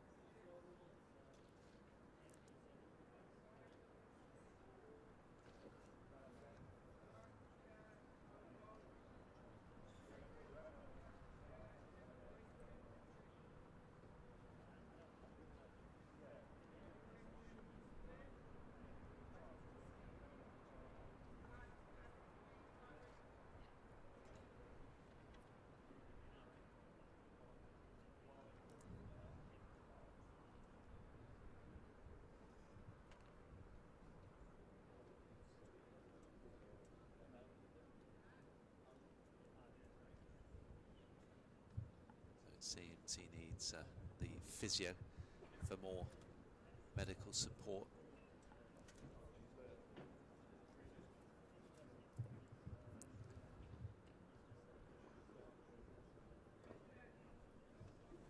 So he will be, it seems, getting a medical timeout this time.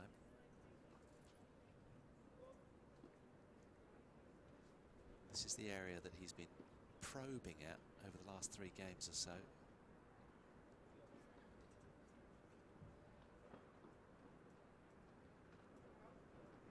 Looks like some sort of hip issue.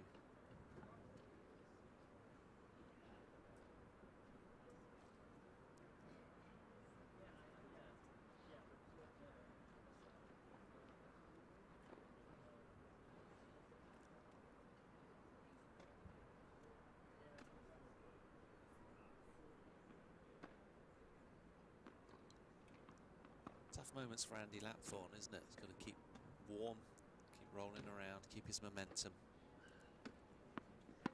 It is cooler conditions out there, isn't it, today as well? It's also hard to keep the concentration and keep the focus. He had that momentum going. And it's always tough play against an opponent that's injured. Having to keep your focus rather than looking down the end of the court as well.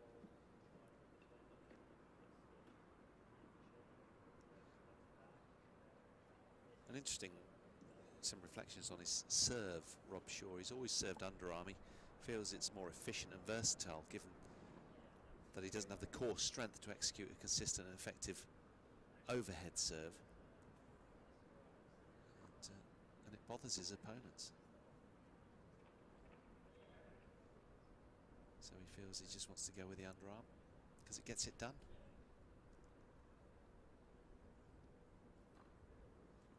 So perhaps the physio is just trying to manipulate something in his hip. And hopefully she can liberate the sort of area a little bit, because it's almost like it's been touching a nerve or something. He just looked very uncomfortable from time to time, and it makes him double over. Wonder whether maybe a muscle's gone into spasm or something that possibly, can. yeah. No, I've had that before, and that's pretty painful. So it's tough. Well, these guys throw themselves around, don't they? And their upper body is sort of contorted into all sorts of extremes. And with that comes obvious demands of elasticity. Sometimes things kind of get impeded. And for Andy Lapthorn, moments of reflection.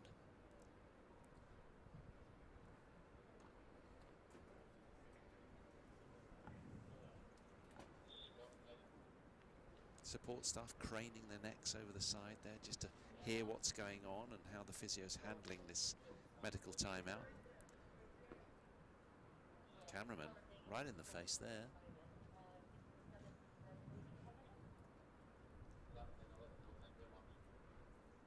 But of course Rob has a right hand that is significantly depleted in terms of muscular strength, so he can, you know, literally barely grip the racket as part of his 3 limbs disabled, and there's a mass of taping around his Ladies and gentlemen, racket hand grip. Mr. Shaw is receiving a medical timeout.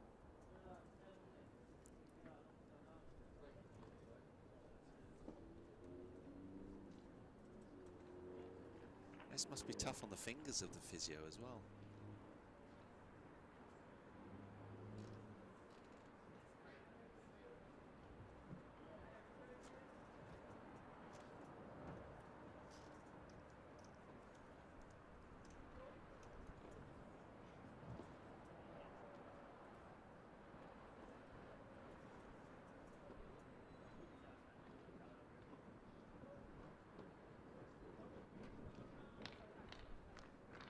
Time.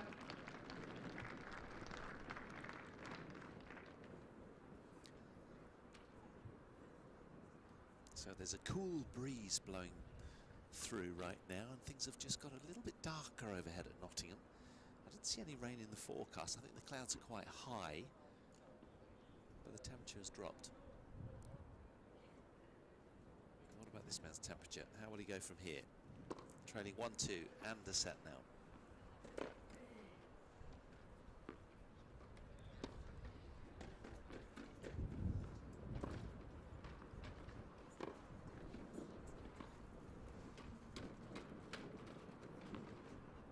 A teasing volley from Andy Lapthorn, just about wide enough. Hunched over again though, isn't he? As soon as he's moving, there's just something not quite right.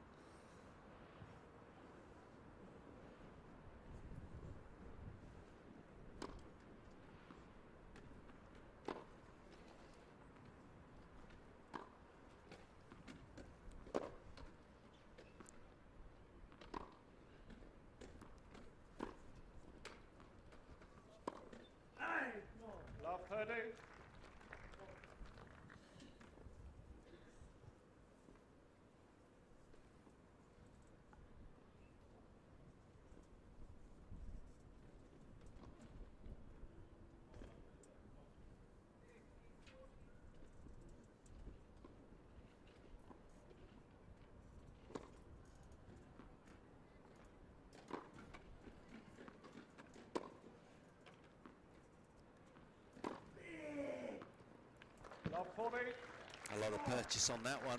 Nadal-esque forehand from Lapthorn. Cleared the grunt as well. He really just went after that a little bit more.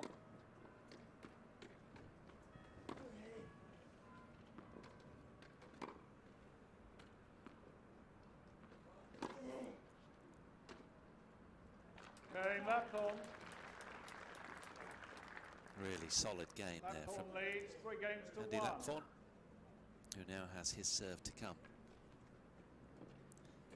Okay, so we've just had the resignation of Andy Shaw, who's hanging over the net. He can't take any more. Game set match, Lapthorn 7-5, 3-1 retired. So there we are, you heard it from the umpire, Graham Liddle, that Andy Lapthorn, the top seed, is through. Robert Shaw retires at 7-5, 3-1 down. So Lapthorn goes on through to the final, where he'll take on the Australian Heath Davidson, who earlier today downed David Wagner, the second seed, 6-1, 6-2. So that will be a very good tough out from Lapthorn, who was 5-2 down and survived 5 set points in that opening set. I'm sure we'll take a look at the numbers on what's become a dark morning here. Let's hear from Andy now. Andy, I will say congratulations on the win, but not necessarily the way that you wanted to do. What's your overall assessment of your semi-final appearance today? Yeah, tough one. Not feeling great again, and really slow start, and saving set points is never the way you want to play in the first set, and had some luck on my side in that first set, and obviously second set it's not the way you want to win, but I'll take what I can get and I'll move on. You talk about that first set, when you're 5-2 down, can I ask what was going through your mind? Because we were missing that Andy Lapthorn roar, and then it started to come through as you started to get back the points. I don't think I can say what was... Is it too rude? Yeah, I don't think I can say what was going through my mind, but just trying to stick in, make it as hard as possible for your opponent, and obviously you've seen with the way this match ended that coming back in that first set was big, because he was struggling with an injury that I didn't know about, and it's about putting yourself out here and trying your best even when you don't feel great, and I did that today. The tennis wasn't as good as yesterday, but another win, so really happy. One more match now, you're into the final. He'll be your 6th Koot's final. Excited, nervous, none of the above? Yeah, we won't mention the fact that I've lost 5 finals here. Surely you can't lose 6 finals in a row at the British Open, so yeah, I'll be back Sunday. I'll be trying my best. It's going to be a tough match, and yeah, let's hope it swings my way this time. Nice one, my friend. Centre court, please show your appreciation for your winner, Mr. Andy Lapthorn.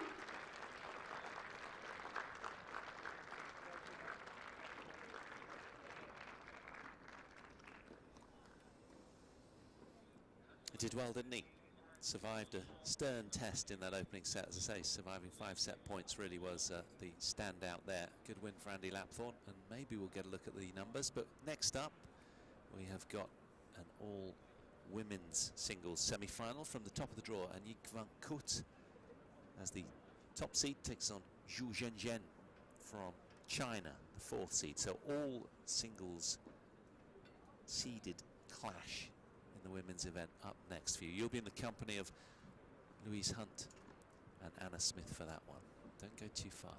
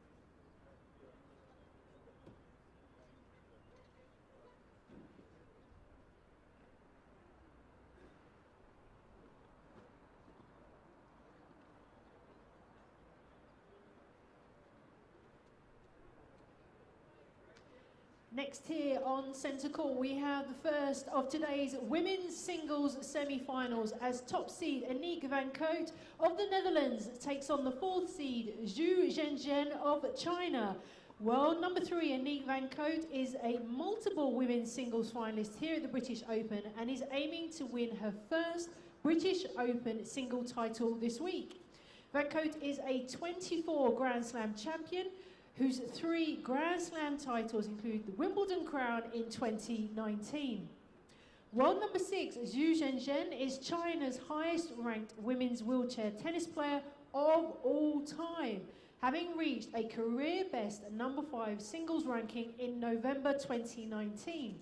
Zhu is a 24-time singles champion on the Uniqlo Wheelchair Tennis Tour, while she's also a key member of China's World Cup winning team in 2019. Please, everybody on centre court, please welcome your players, Aniek van Koot and Zhu Zhenzhen.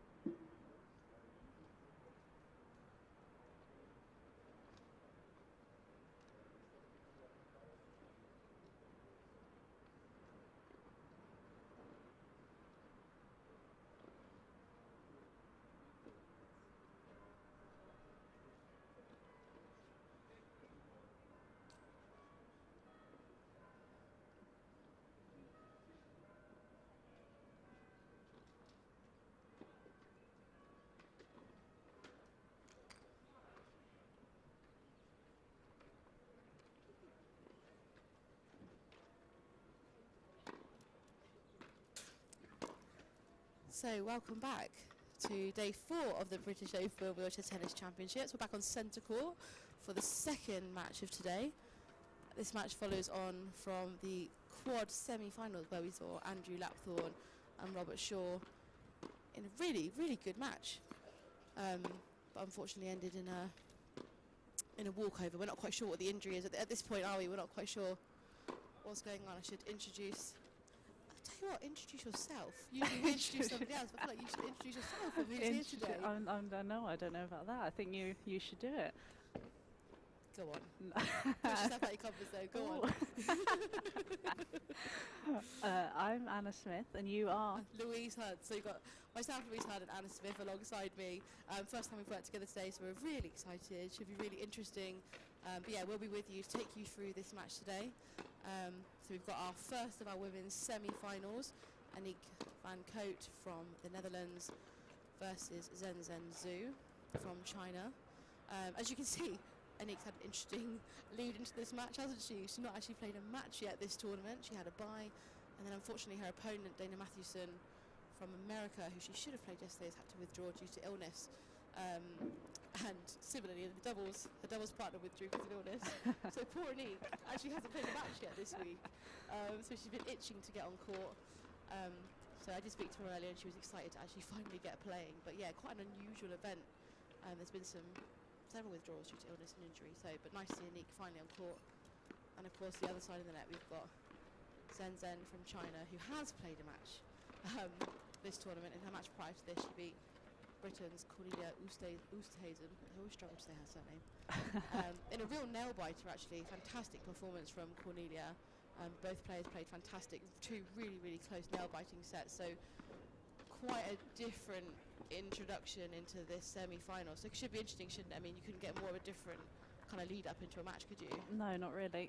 And as you said, both players have quite different contrasting game styles as well. We've got Zhu, who's a little bit more of a make a lot of balls back, and then Aniek, who is a bit of a powerhouse, isn't she, really? Yeah, so I think it'll be really, really interesting. This will be the 11th time these two players have actually met. Head-to-heads lie massively in favour of Aniek, 9-1 at this point. The only win Zhu managing to clinch was in the Cajun Classic back in 2018. She won in 2 sets, but other than that, every single match has gone in the favour of Aniek. All pretty comfortable, couple of 3-setters in there, but the last one being at the Georgia Open back at the start of this year, and Aniek winning comfortably in 2 sets. So, but all been decent matches. Both got 2 really good players here. As you just mentioned, quite different playing styles, so it could be interesting. Aniek, again, is a bit of a legend of the sport, is what I would call her. Multiple women's singles finalist here at the British Open, but actually is yet to win a title.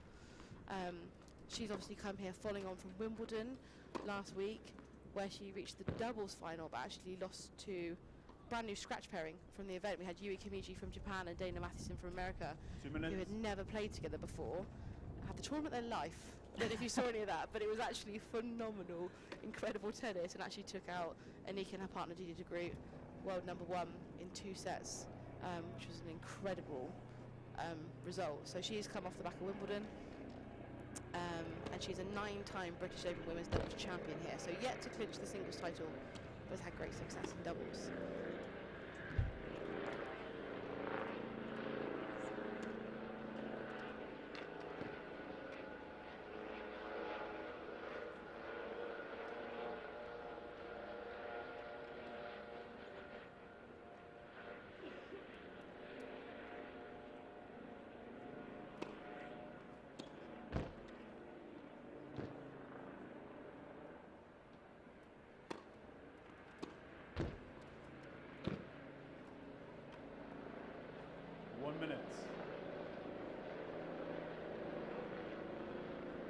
Gentlemen, the semi-final match will be the best of 3 tie-break sets.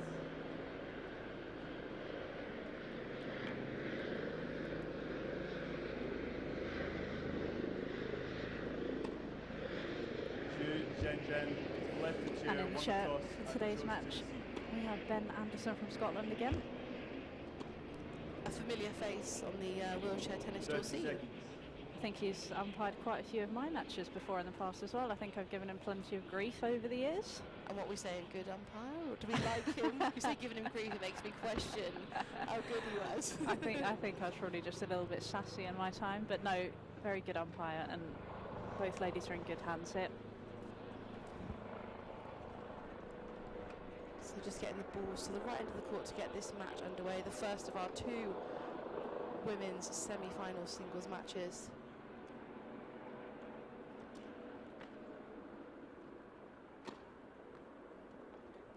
End of warm-up.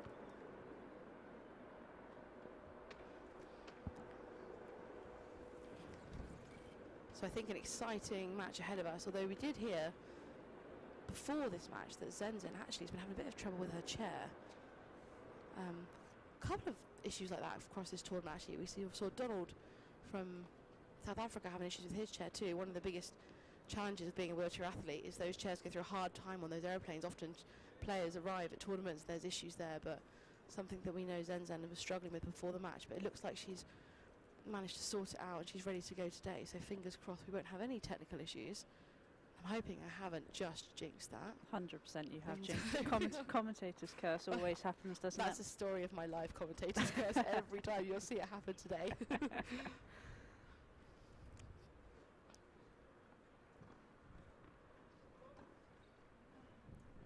So Zenzen to serve to get this match underway. Oh, sorry, Aniek van Koot to serve, apologies, to get this match underway.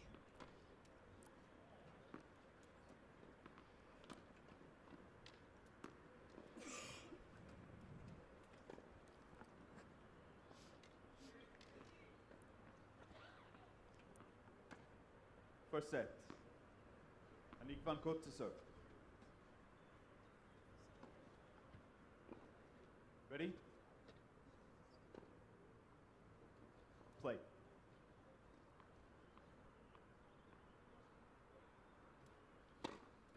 Pot.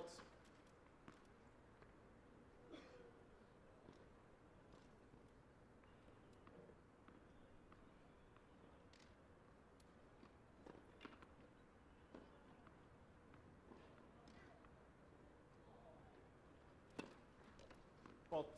Love 15.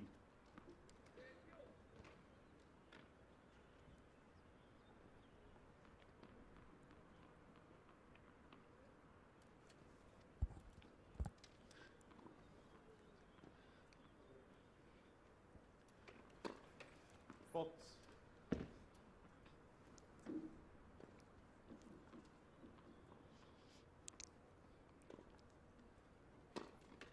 Pot. Van Love Koot just 30. struggling with her serve to get this match underway. We saw this last week at Wimbledon in that doubles final. She was really struggling with her serve. Not managing to quite find a rhythm. Is this where maybe you start off just trying to make a high percentage of first serves rather than looking to go big? That's certainly what I would personally be trying to do, just to build that bit of confidence and get into the point.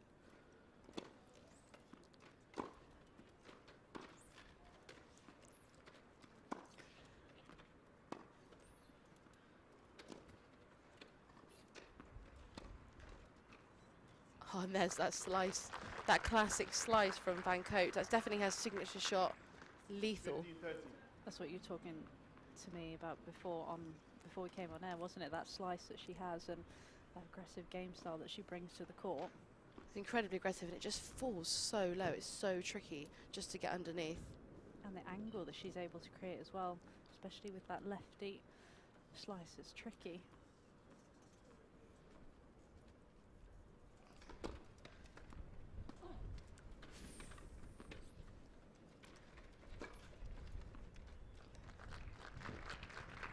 Nicely done, nice and simple, plenty of opportunity, plenty of space.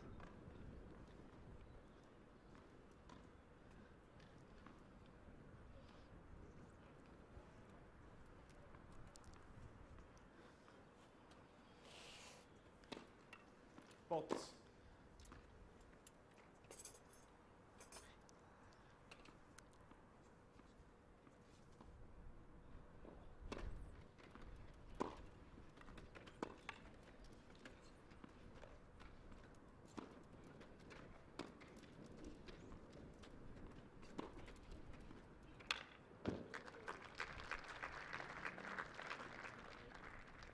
.40.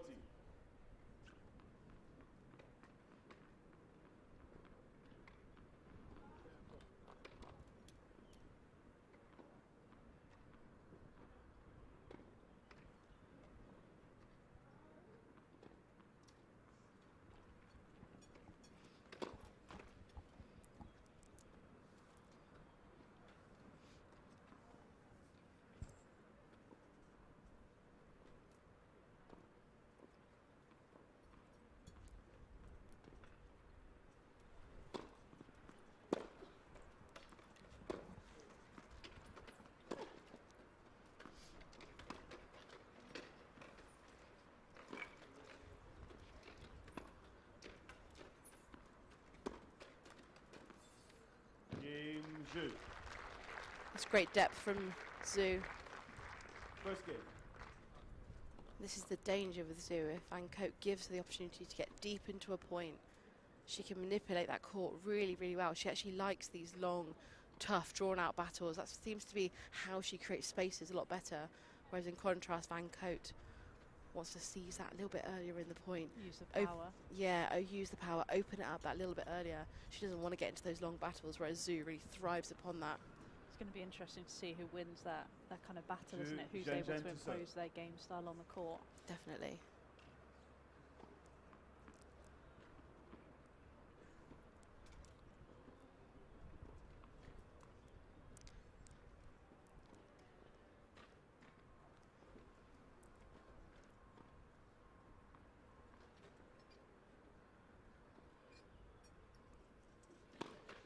Fault.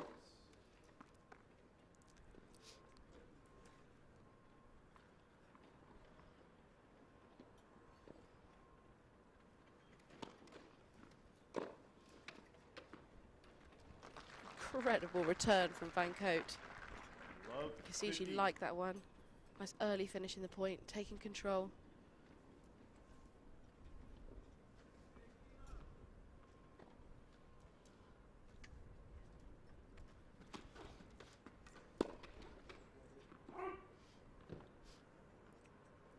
You know.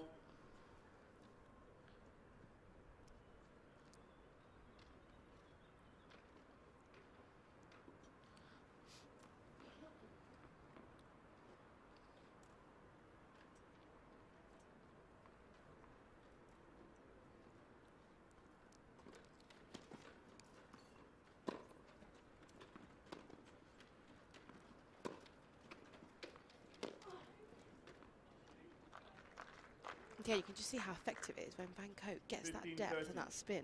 It's just so hard to take control of. She's got it really kicking up as well, doesn't she? She really does. She's got a really well-rounded, balanced game. She can really put those deep, high kicky balls in, but as we've already mentioned, she's got that aggressive, low slice, so she's got the whole package there. When she can utilise it, it's really effective.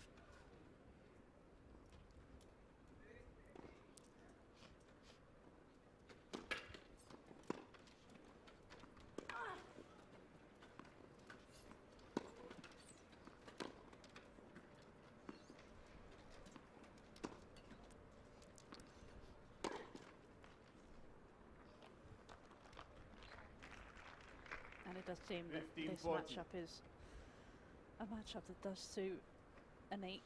Obviously being 9-1 head to head. Is the emphasis on Zhu to try and find something different? What is her plan of action out here? I think definitely the pressure is probably more on Zhu here because she's going to want to have some kind of impact. It's a tough head to head, isn't it, in terms of from her side? But you would assume that Van Koot would take some confidence from those head to heads.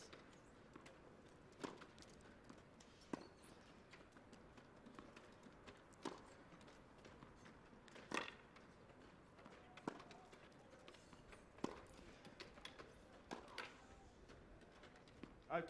Game. But it's Van Koot. interesting. I think if I was, we've mentioned it. If I was Zhu, I'd be One minute trying more. to ride out those points a little bit longer because we know that's not what Van Koot wants to do. Actually, does seem to be what she is trying to do, doesn't it? She does seem to be sort of holding those points out for longer, but at the moment, it's not actually affecting Anik too much, is it? She seems quite happy to be in those rallies and is showing a lot of patience. Yeah, exactly. That's literally the word that I was going to say. She seems to be okay with being patient out there, constructing the point, having good shot selection, not going for anything too early.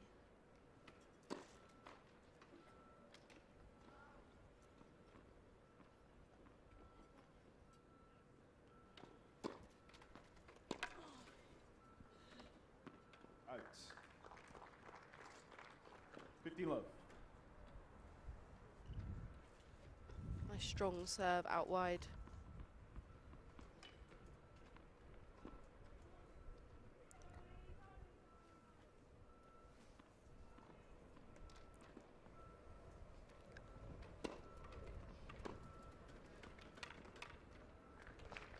Little taste of her own medicine there, wasn't it? That low slice, 15 all. opening up the court. I think she thought anything you can do, I can do better. It's a good song. Like that song a lot. What song? Anything you could do. Oh, that one. That's good to remember. I forgot about that one. I won't start singing, don't worry. I'm sure there'll be plenty of viewers who want you to carry on.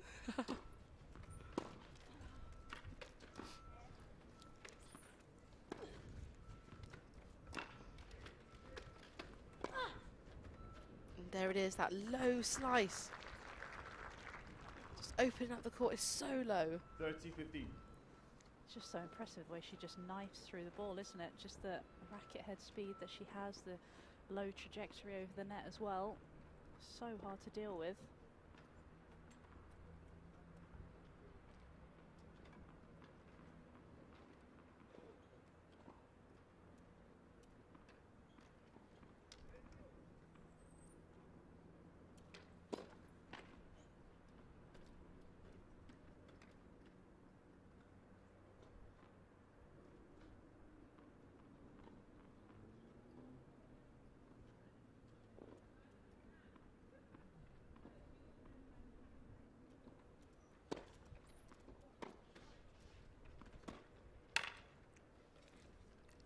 Really 30 effective all. return of serve.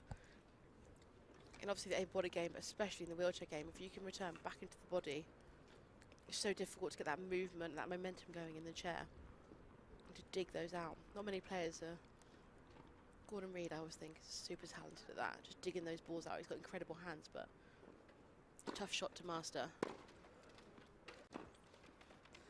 He showed that yesterday against Dermot Bailey, didn't he? 30-40. I think he almost won about 8 games in a row, but that was something that was just on show, his hand skills, the deft touch that he has, and like you said, he's one of those few players that just seems to be able to deal with every single shot.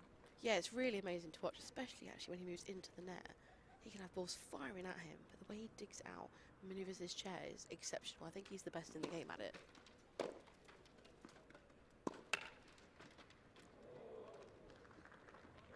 It's exactly what you want at break point down, isn't it? A bit of a dead net cord. Always feel good when it's your side, but painful when it's against you, right? I know, she just, Anik just looked our way and just gave us a little wry smile.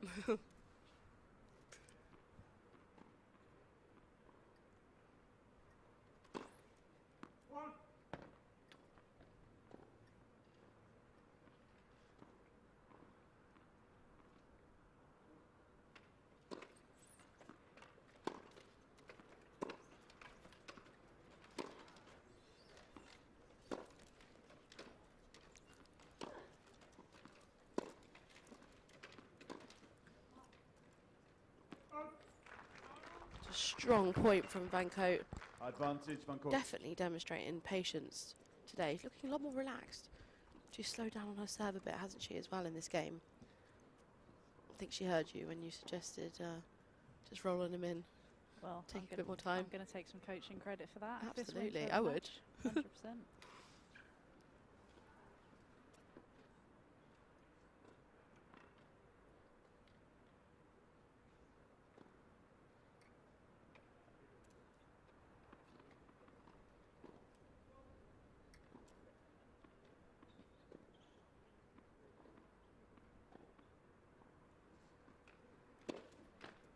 Let's first service.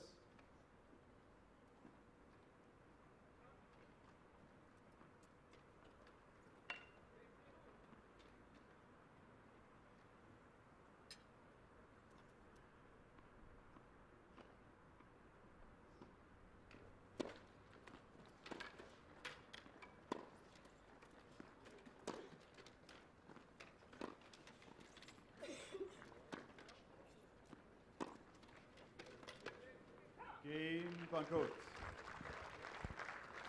Van Koot leads by 2 games to 1. This is a nice strong start for the #1 seed. I think she'll be pretty happy with that. It was a tight first game, but she seems to have really settled, doesn't she, in these last couple of games. It's a bit of a sticky start. Just took her a little bit of time to find her rhythm, but she definitely seems to have settled. I'm going to say it again, patience is on top form at the moment.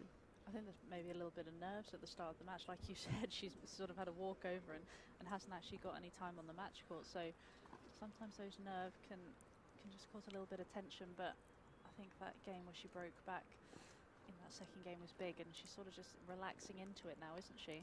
Yeah, she definitely is. And as you mentioned, it's a really tough thing to happen. I think a lot of people, maybe if you're not a player or don't have that experience, would look at that draw and go, well, that's lucky. That's lucky. Walk over here, walk over there.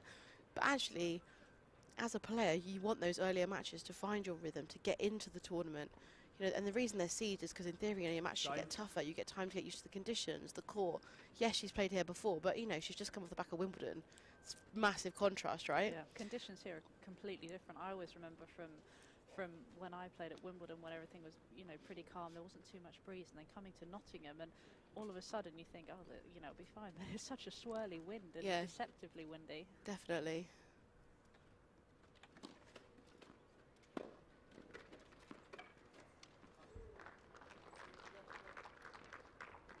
Love 15.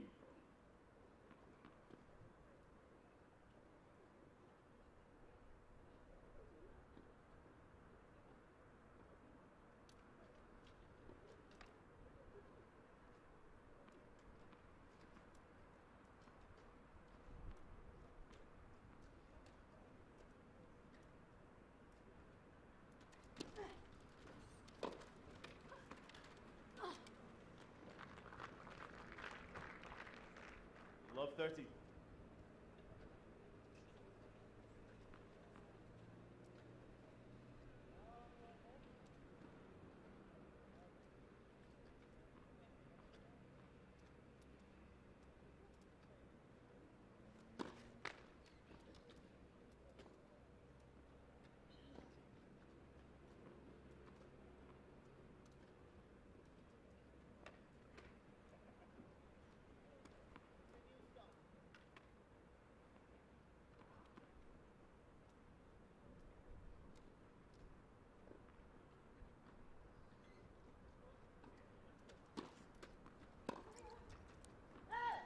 It's a strong body serve from Zhu. Really tricky to dig out. 30.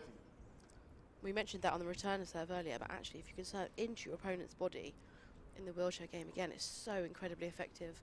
Because as a wheelchair player, you lose that opportunity to sidestep out the way. There's such a long distance you need to travel to make room for the ball. Faults.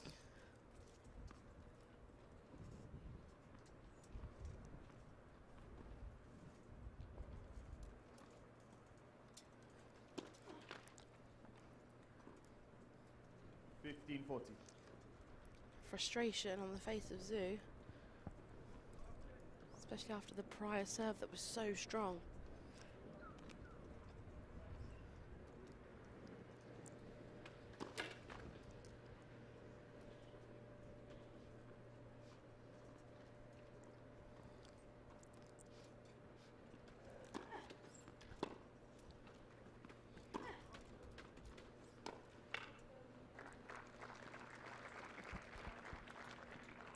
$30-40. It's good aggression from Zhu. And again, if she can start the point with that strong serve, it really does open up her opportunities. But we've seen as soon as there's a shorter serve, not quite got the right placement, Van Koot can put that ball wherever she wants.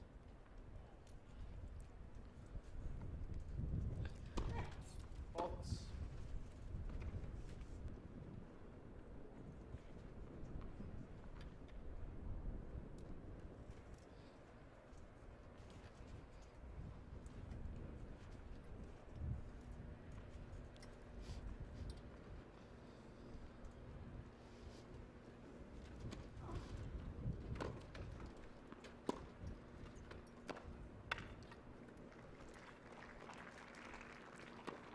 I can't help but wonder perhaps that is a tactic for Zhen Zhu in this match. We're seeing her repeatedly try and jam up Van Koot, whether that be on a serve, return, in a rally. She's doing a really good job at just pepper in the middle of that court.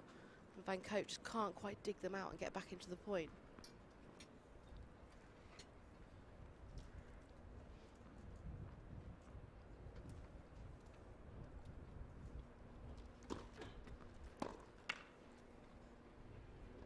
Advantage, Zhu. Big opportunity here.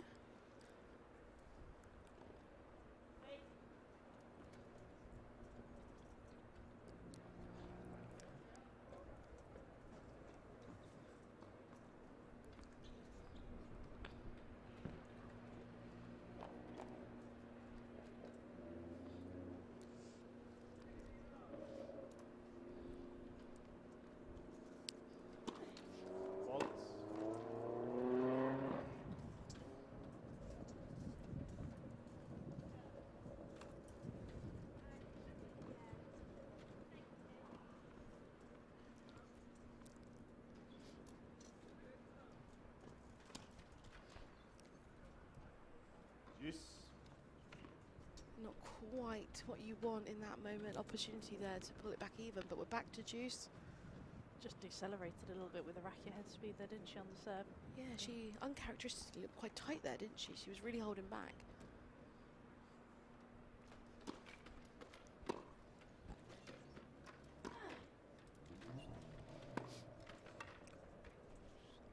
Advantage Zhu. Much more aggressive on that serve, wasn't she? Really let that racket head go after the ball.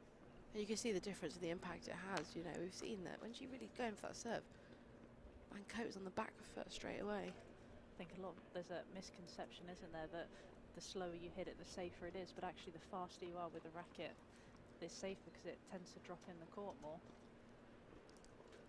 It's funny you say that. You know, it makes total sense. You train that way, right? So when players come out, and I'm a hypocrite here, this was me, I'd slow down and get tight. But it's like, actually, we never trained to hit the ball that way, right? We trained to hit the ball fast, rip through it. And that's what players know. Yeah, it is. Again, and you see a prime example there when she's aggressive and goes after the ball. It makes such a big difference. But forcing yourself when your arm's feeling tight and those nerves are there, it's one of the hardest things to do, as you'll know from experience. Yeah, no, absolutely. But that was an impressive hold from Zhu there. She really held on to that game well. I can imagine Van Koot's feeling a little bit frustrated there. Opportunities to go up 3-1, but we're back head to head now, aren't we? 2-all.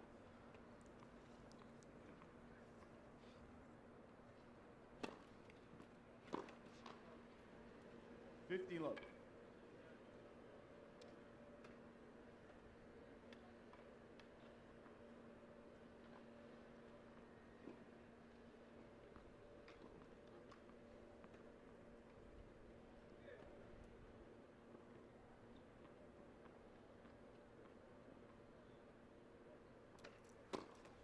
Fault.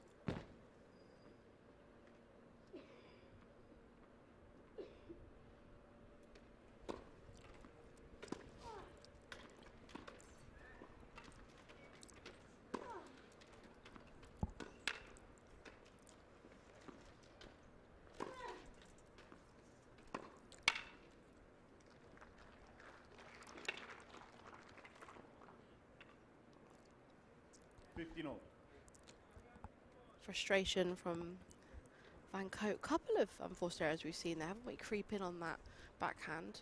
Perhaps a reflection of feeling a little bit tight after losing that last game. Just looks like maybe she's trying to go for a little bit too much as well, not giving herself those margins. And like you said, if you're feeling a little bit nervous, got to give yourself a big target. Don't be going for the lines or just over that net tape. There's often no need to as well, you know, if the quality of ball is good enough, you don't need to be on the line. If a couple of feet in, if it's quality, those bigger margins are enough, right? But then it comes back to the patience as well, isn't it? Yeah. The mindset of Anik out there.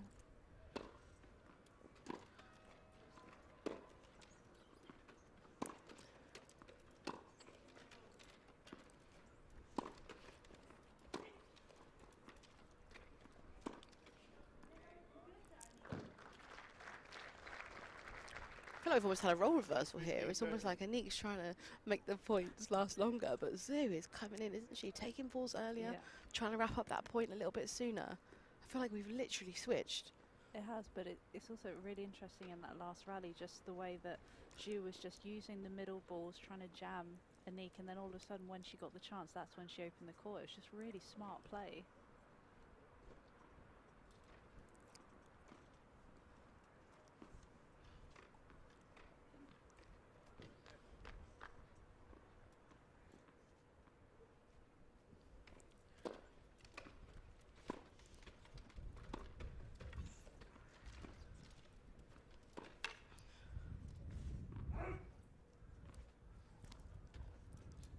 $15.40.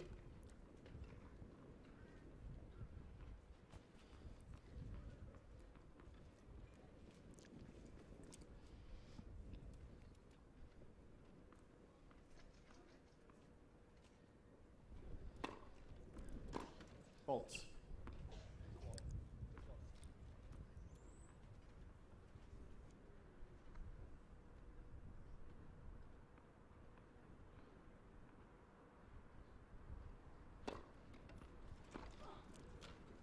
At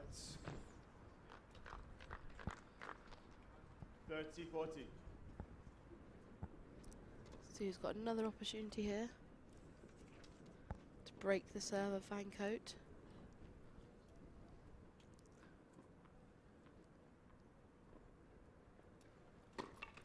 Fault.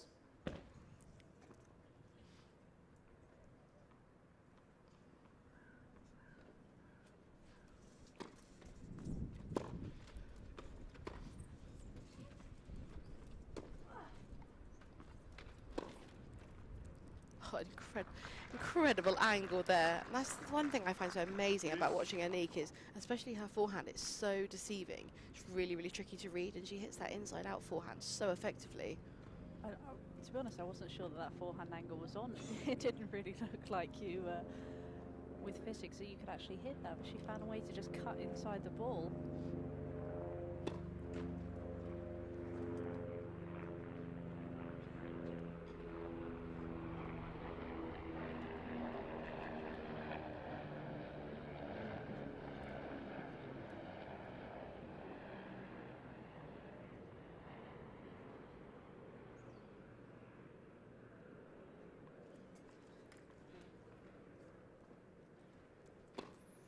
Fault.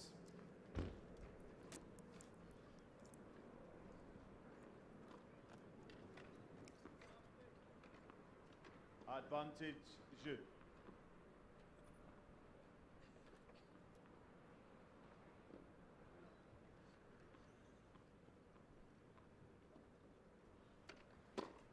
Fault.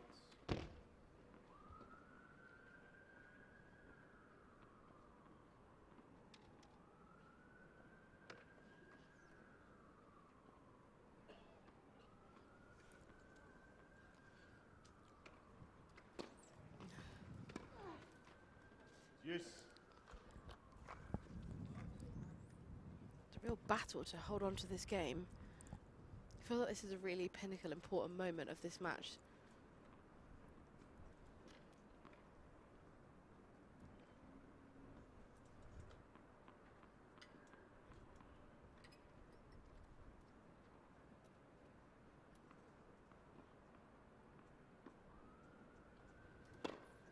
Fault.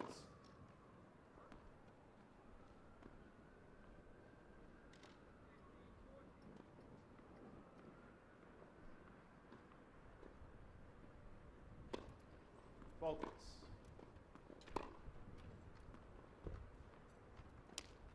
Advantage, jeu. Another double fault creeping in from Van Koot. We seem to have lost that kind of relaxed persona that we had earlier on in the match. You can see she's a bit tight, not quite following through with her swing.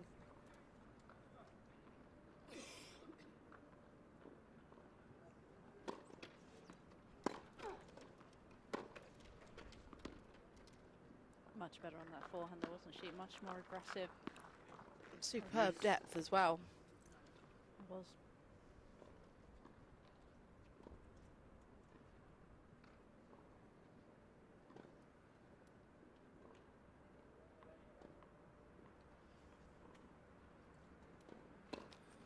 Fault.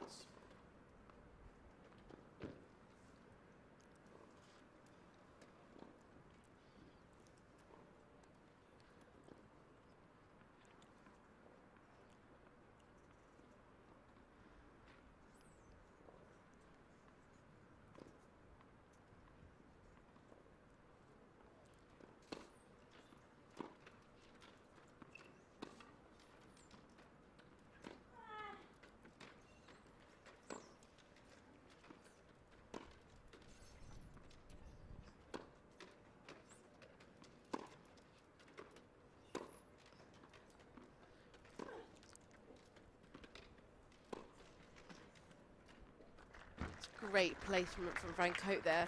I started to feel most concerned for her throughout that rally. I felt like we'd lost a bit of racket speed. She felt a little bit pushy, but she just opened it up at the end and gave the perfect example, actually, is if you can get your placement right, you don't necessarily need those big shots. You just need to create the angles effectively. That's the thing. She holds it well as well, doesn't she? She's got that disguise on the forehand.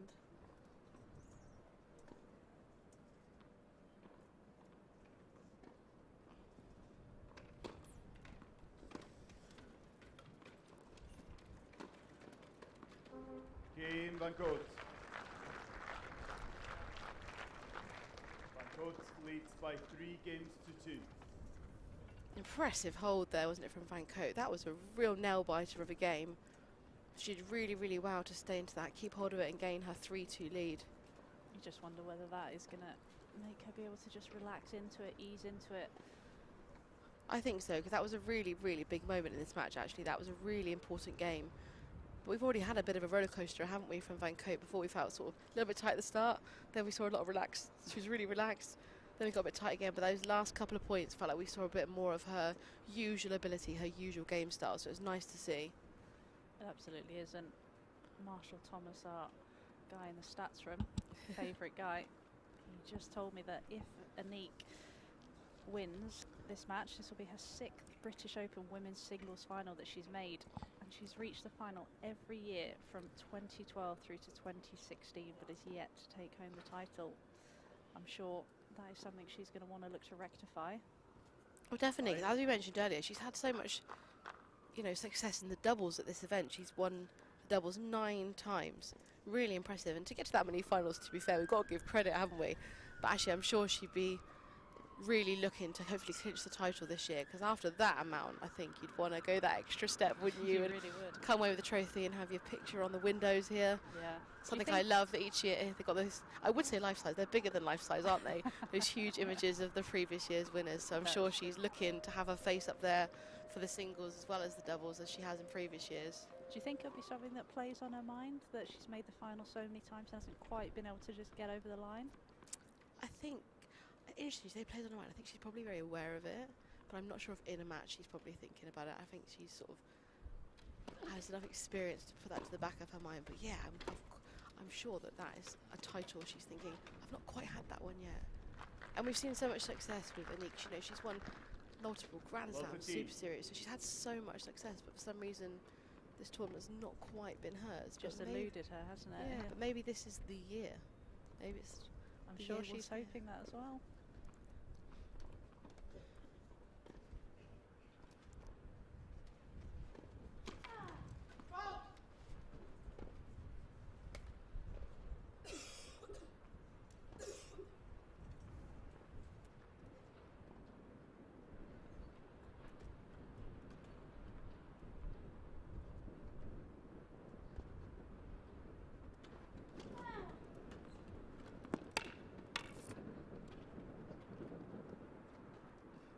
You know,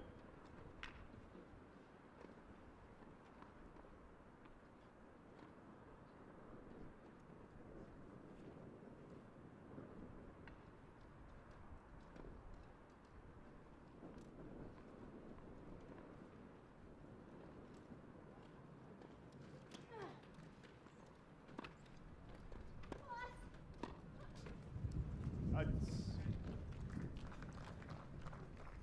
30-15.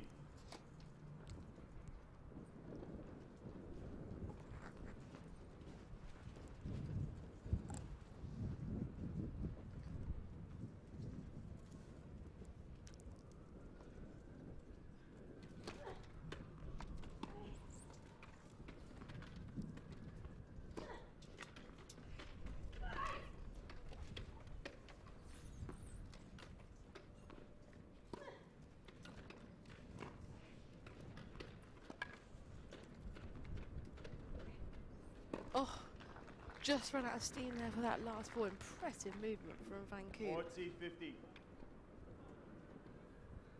Really impressive. There was a couple of gets there that were outstanding, weren't they? I just didn't think she was there, and she was. And that last one just a little bit too short.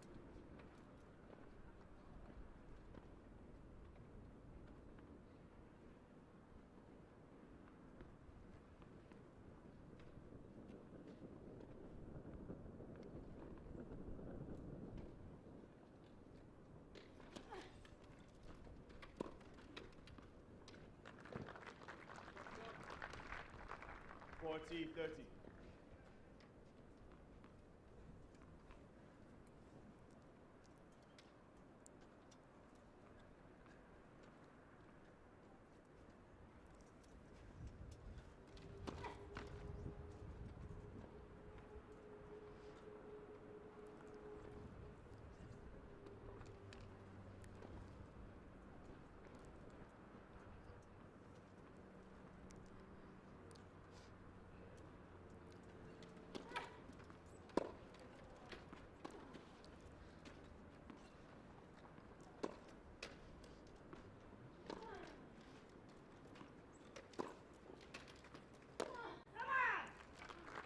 There's that patience that we saw earlier in this set, isn't it?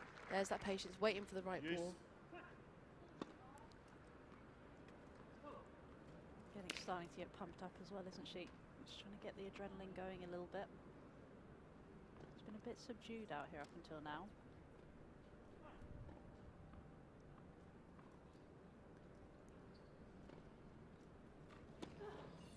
Fault.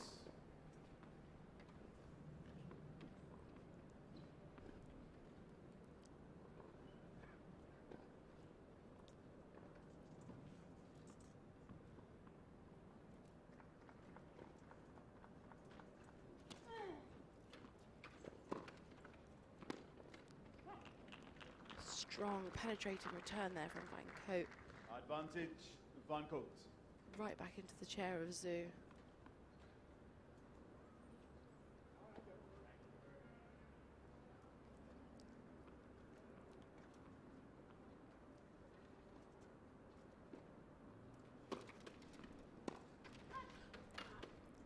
Game, Van Koot. Van Koot leads by 4 games to 2. Now, we've mentioned Anika a lot during this match so far. There's got to be a lot of credit said for her opponent, Zhen Zhu. Who's actually China's highest ranked women's wheelchair tennis player of all time, having reached a career best of world number 5 in the women's singles ranking back in November 2019. But really a phenomenal player who's exceeded all countries' expectations. She flew up the rankings really quickly, has played in Grand Slams, so really, really successful player.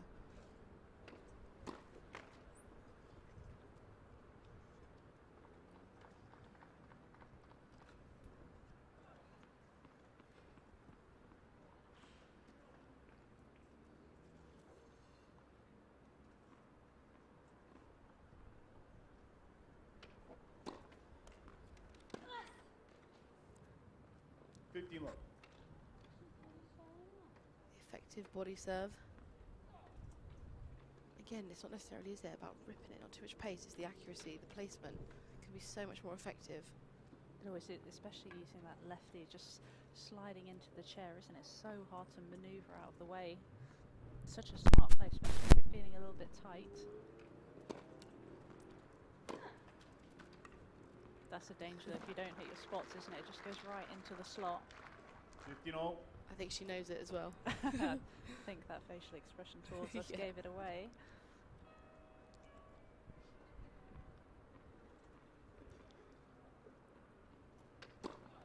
Faults.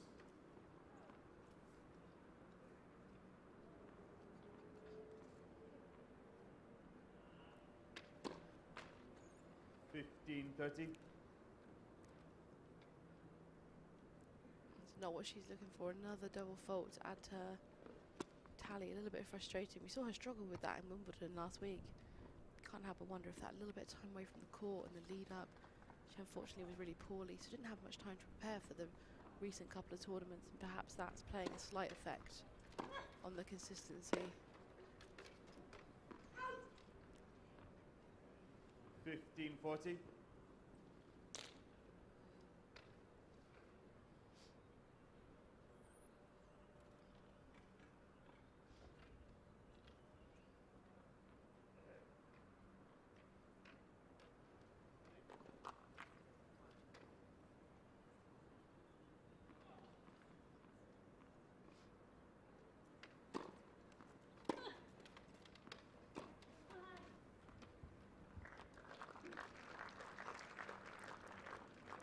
$30-40.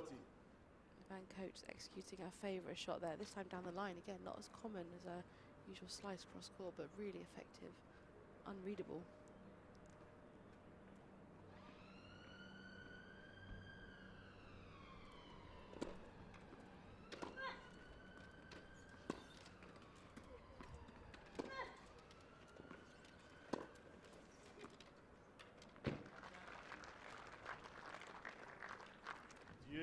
Really good play, wasn't it? You thought Shu was in a strong position at the start of the rally after the return, but this shot here was the one that was smart, just gave her time, got her back in.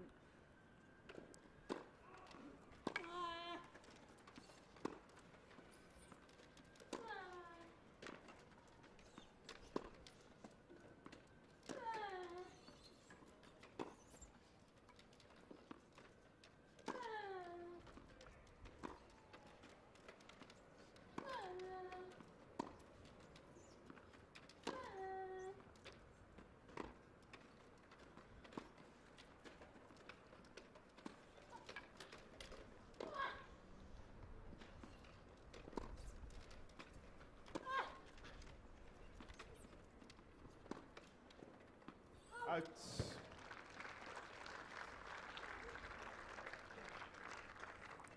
Advantage, Zhu. Both players hanging in that point really well. Both playing quite a sensible game now. I was just thinking about the patience from both sides was excellent. And Koot, incredible movement. Just not making that last ball so frustrating, isn't it? I know, that was one thing that you did speak to me about before this match started, just how quick Zhu is around the court. And again, there were a couple of balls you thought there's no way she's getting to those. Fault. I think a lot of it is she's got good court speed, but she actually reads the game so incredibly well. So often you see her move before she's even kind of had a gauge on where her opponent's going to hit it. So she's got quite a good all-round package in terms of court awareness and understanding and reading the game.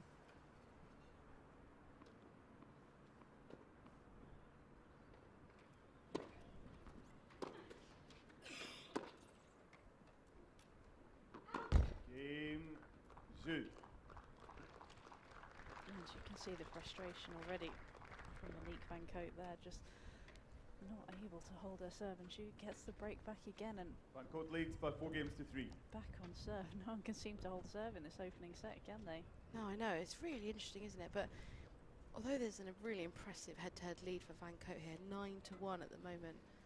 Zhu only taking their only win back in 2018. Credit to Zhu in terms of her impressive record. So she's the only player to have. She's got the record against Dida de Groot from the Netherlands. So if anyone isn't sure who Dida de Groot is, I hope they do, as she really is the legend of the sport at the moment. World #1, very impressive young lady. But Zhu has the record of wins against her, so winning their first 3 meets back in 2017 in the World Team Cup. She also beat her, which is a really, really big event, high pressure. And she managed to clinch that win, where China joined Australia and USA as the only players at that time to have beaten the Dutch team in that event. And as a player who is often in the teams against these guys, the Dutch women's record at the World Team Cup is phenomenal, absolutely phenomenal. So for Zhu to have beaten Dida at that event and to clinch that title is very, very impressive. But you can see why as well, with the kind of the tennis that she's bringing and the competitiveness that she has, the court coverage that she has. You can understand why she makes it tricky for Dida, don't you? And I think I think it's that, and I think she has another layer of patience, understanding. And I often find when I see Zhu against a group, she doesn't look intimidated.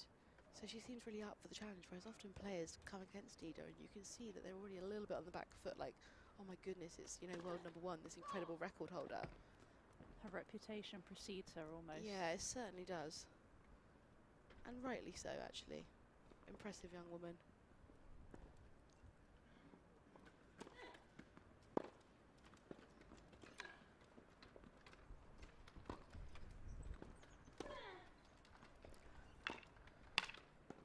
There doesn't seem to really be anything that phases you, though. It doesn't matter what the score is, what the situation is. There's nothing that changes her demeanour. It's just very level, very calm. And as you see, Anique is a little bit more of a emotional roller coaster when she's out there. Definitely more expressionate, I think, for sure. Absolutely. You can definitely see what she's feeling on her face.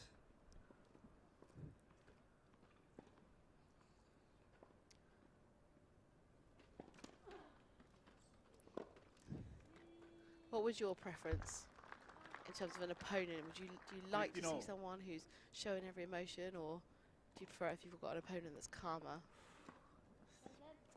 It's a good question. I think it can be. I think sometimes when you have an opponent who's quite emotional, it can be misleading because you think you've kind of got the edge on them, and then all of a sudden they show that positivity, and you don't quite have the edge that you thought you did. But then if you play someone who's a bit more sort of emotionally stable, then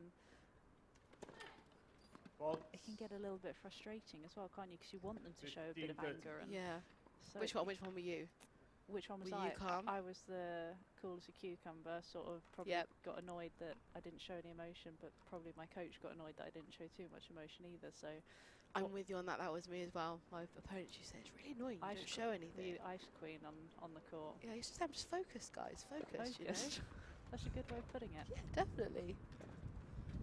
I like to show a bit of passion and positivity, but I wasn't one to show frustration or anger. I actually quite like to keep a level head. I like to feel level. Yeah. I try to avoid those highs and lows. No, They've had too much of an effect on my actual tennis.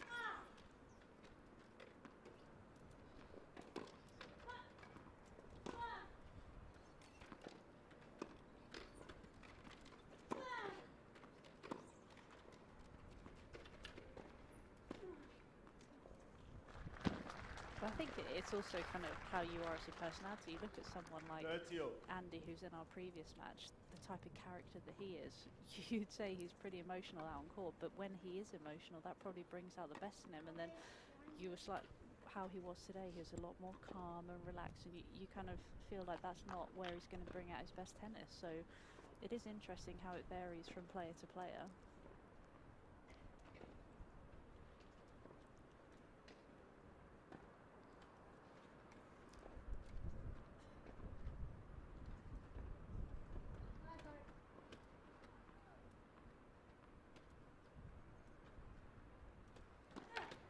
Fault.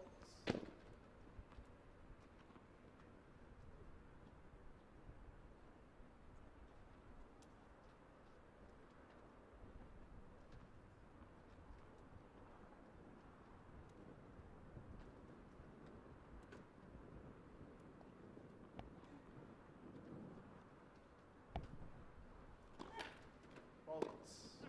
30-40.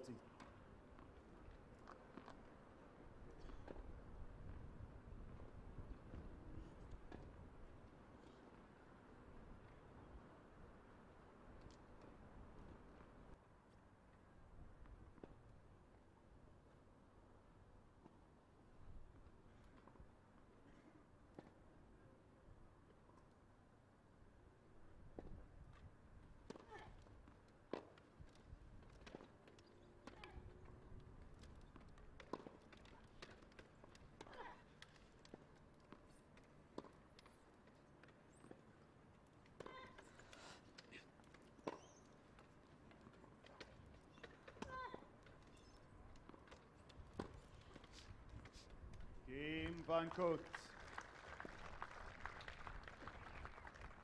Van Koot leads by 5 games to 3.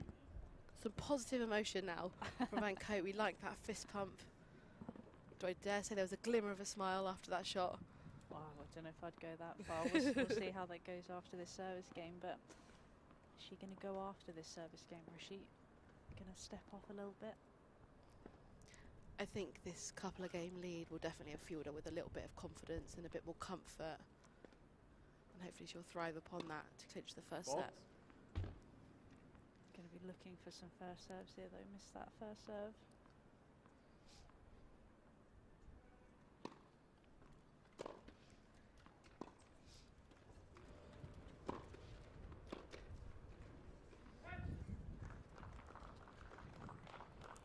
Love 15. Shu's not going to let her have this game though, is she? Aggressive point to open this game up.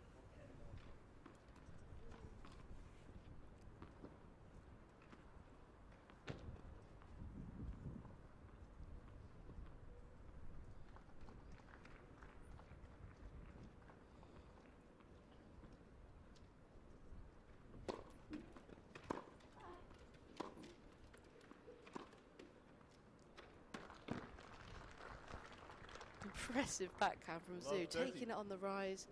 Again, it was unreadable, wasn't it? It's a bit like the Van Koot forehand. Unreadable. It's not where you expect it's going to go. And just, I was so impressed with how early she took it and how far inside the court she was. She's just come out all guns blazing. Love 40. And there it is again. And again, she's wanted to prove you right. They go, look, I can do this again. She was just like, I can just hit another one even closer to the line. Brings up another 3 break points.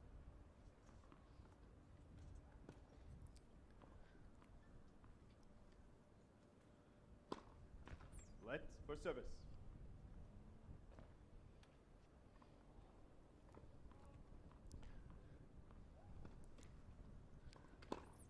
Fault.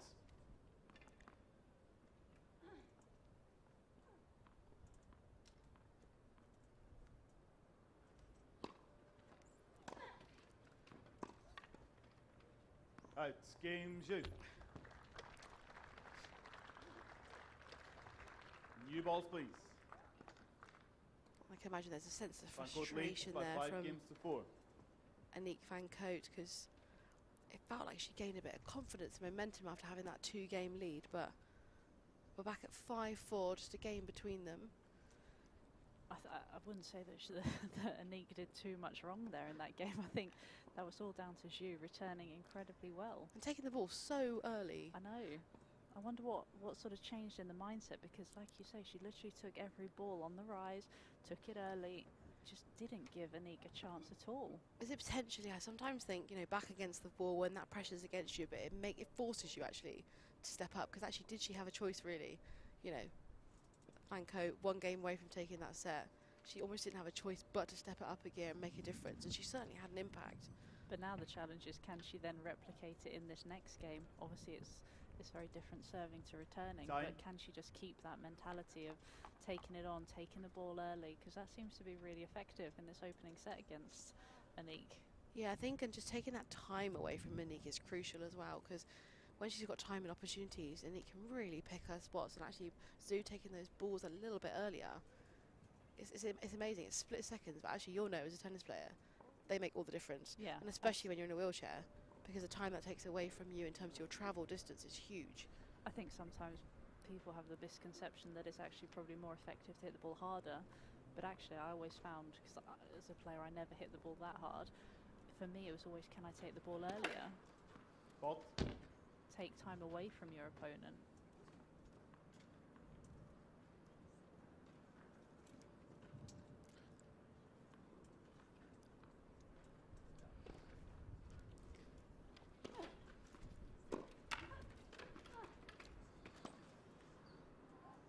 Out. Love 15. We talked about the movement of the chairs on court. There's a study done a little while ago which I found fascinating. And the average distance travelled for a wheelchair player in a match is 10 kilometres. I found that so... I mean, as a player, I can't believe that's the distance I was travelling. It feels like crazy to me. But it just shows how much effort and work goes into that chair movement, and just the distance covered, that's a long way. If they go for a 10 kilometre push, they'd look at me like I was mad. It's like, well, you just did that. I know.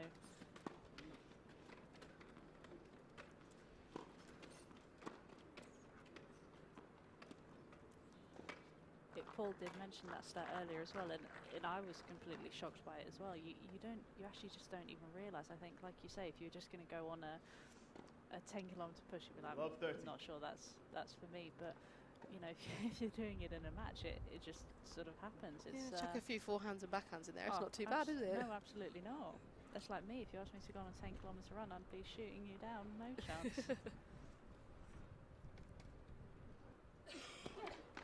Let for service.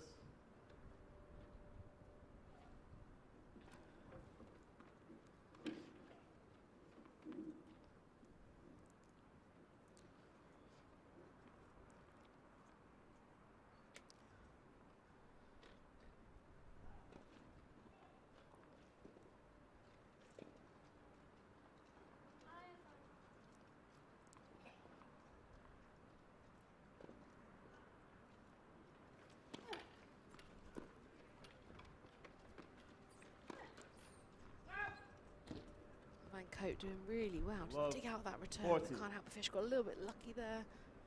A very unusual and rare unforced error from Zhu. Maybe too many options. Sometimes when there's too many options, too much time to think, they're the hardest ones to execute. That was certainly me. Take my time away. I was a great tennis player. Give me time to think. That's when we had problems.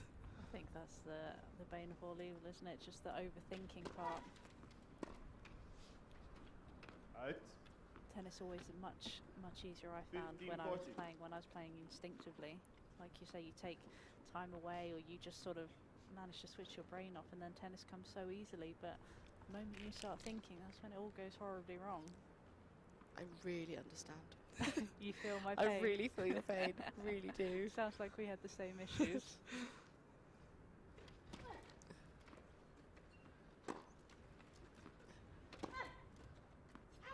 Game and first set.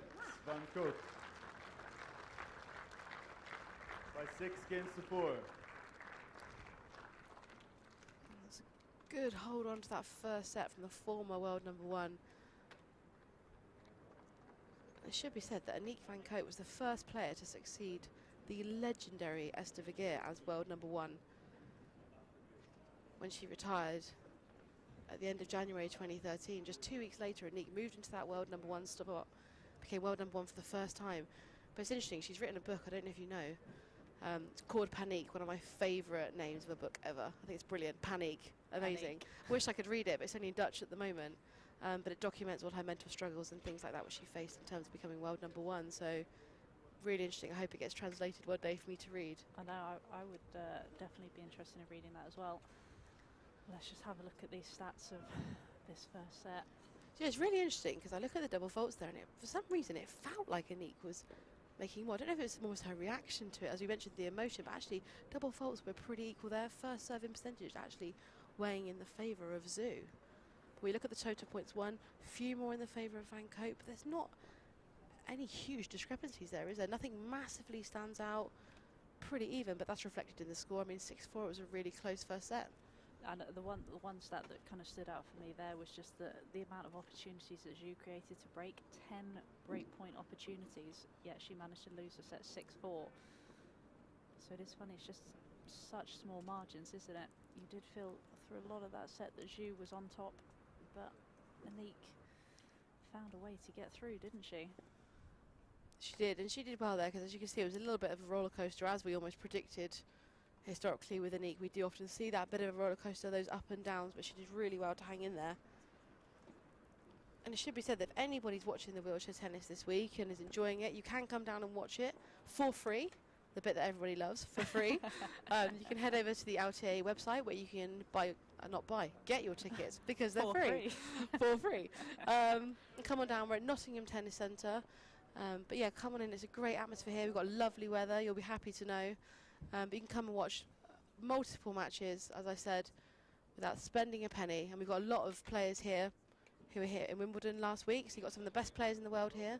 There's also a couple of other events going alongside this, the British Open ITF1 event. We've got Futures, we've got the Junior Draw, and tomorrow we've got a come and try session, part of the LTA initiative scheme. So it's absolutely fantastic. So the LTA have come up with multiple initiative days. There's several throughout the year, all in different locations, all over the country, where you can come along and try wheelchair tennis. So don't worry if you haven't played before, if you don't have a tennis wheelchair, doesn't matter. There'll be chairs there for you to try, rackets, balls, everything's provided. But come and have a go and see, maybe it'll be the sport for you. I have actually tried. Have you? I actually have, yeah. I used Tell me all. A friend of mine, Lauren Jones, you know. Ah, yes. Yep.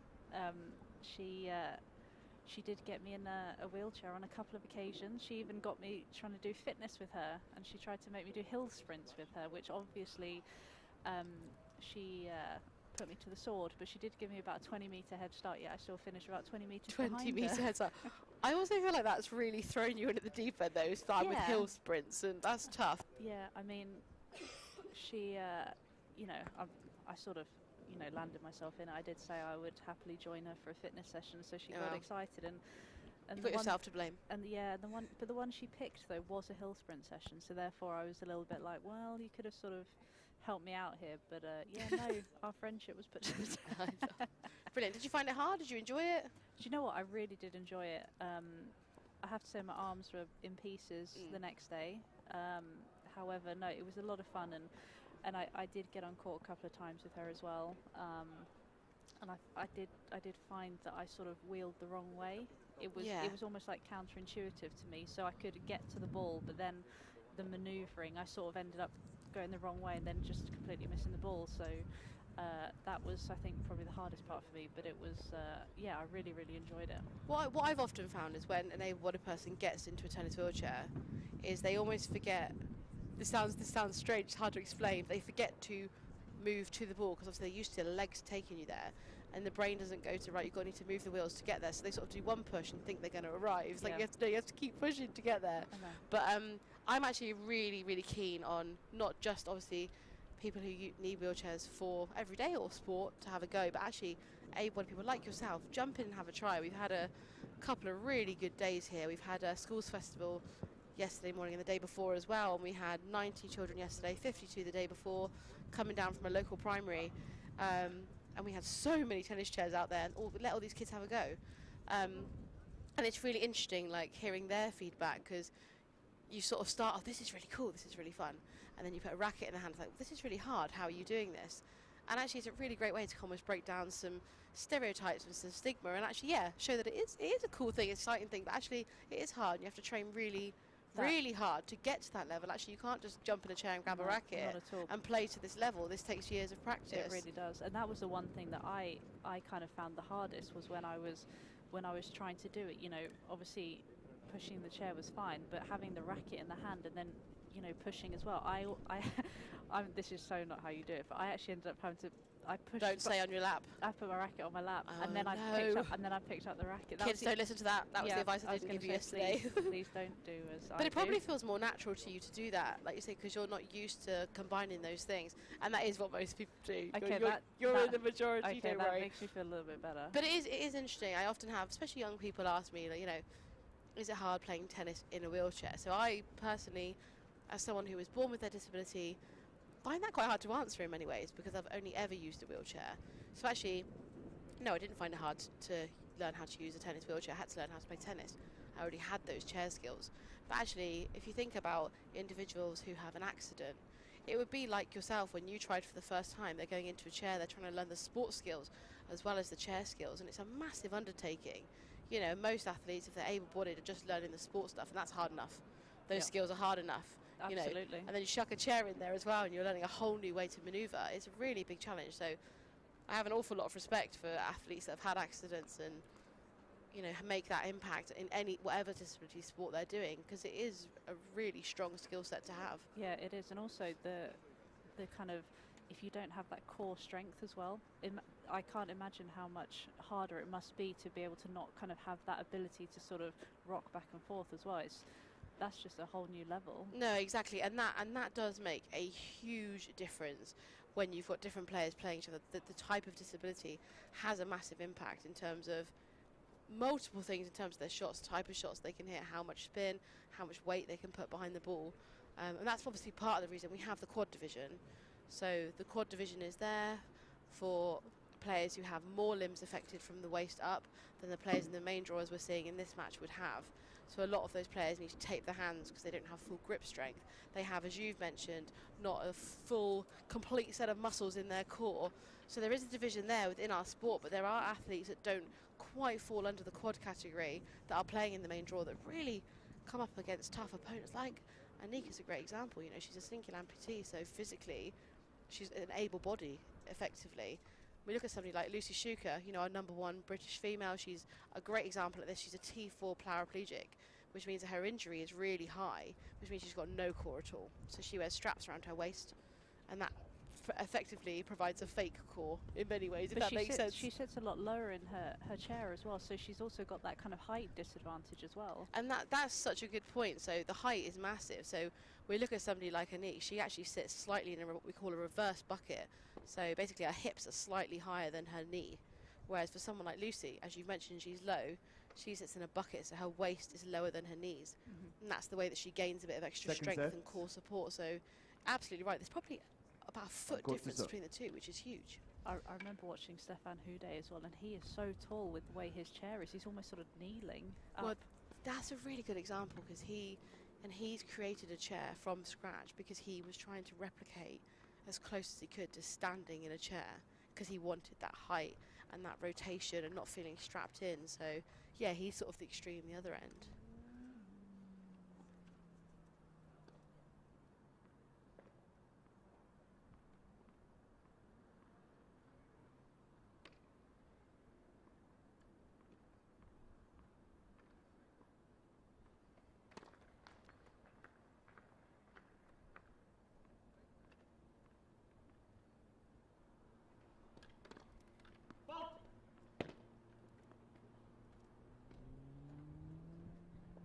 Love 15.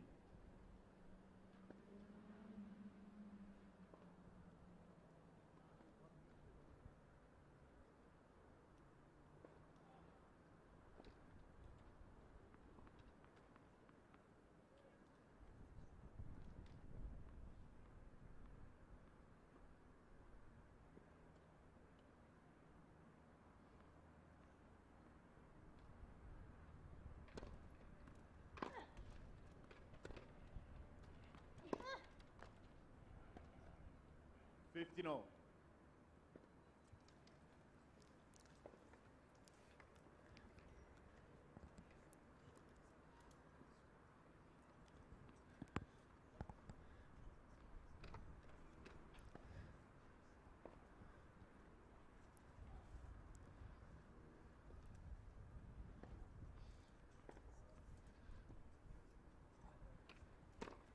Fault.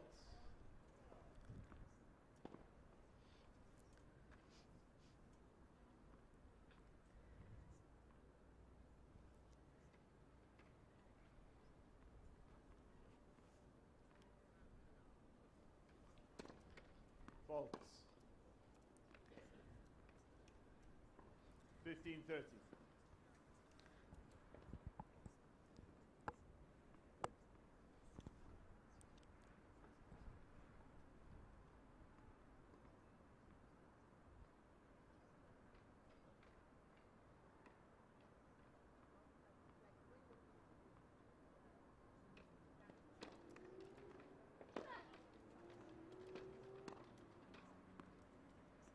Impressive line from Van Koot. Must have been right, potentially on the outside line. Beautifully placed, unretrievable.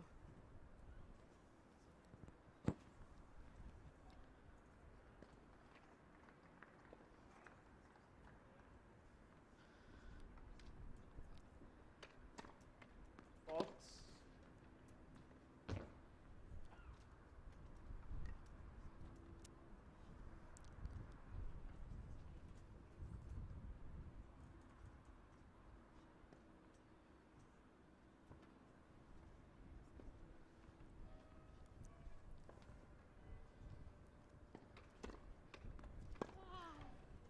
Wow. 40-30. Strong, well-placed serve from Van Koot.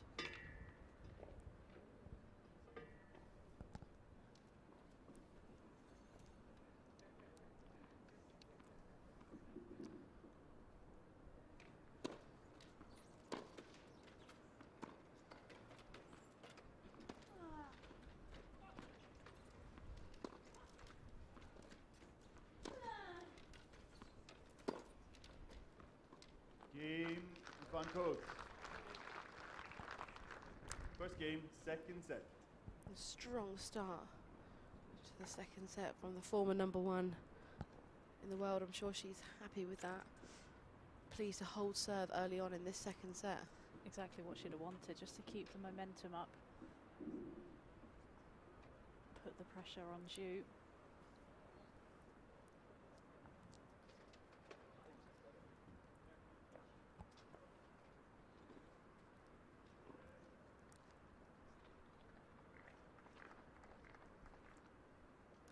Interesting with Zhu, you couldn't tell if she'd won or lost first set, could you? Nothing changes in her demeanour, nothing changes in her facial expressions. I always feel like as well, she never even looks like she works up a sweat either, right? Like she'll be in these long marathon rallies, yet she's still not out of breath, no, just calm. I know, incredibly fit athlete, isn't she? And you wouldn't know that she's currently got broken push rims on her chair. No, you wouldn't.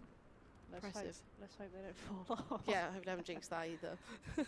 So far you haven't jinxed anything just yet, but yeah, there's still time. There's still time here. So there's potentially another 2 more sets.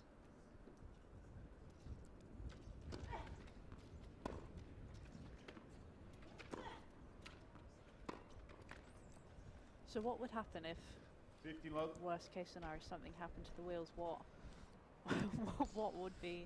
what would happen?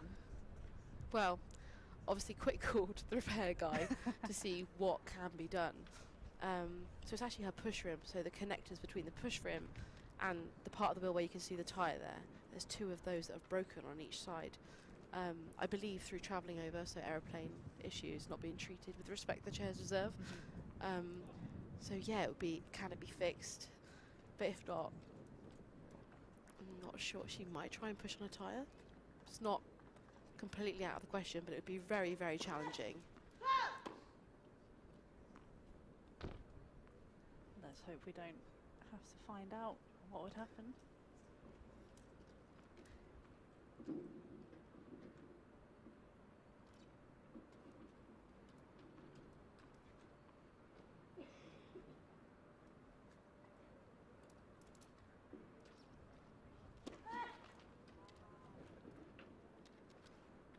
15-0.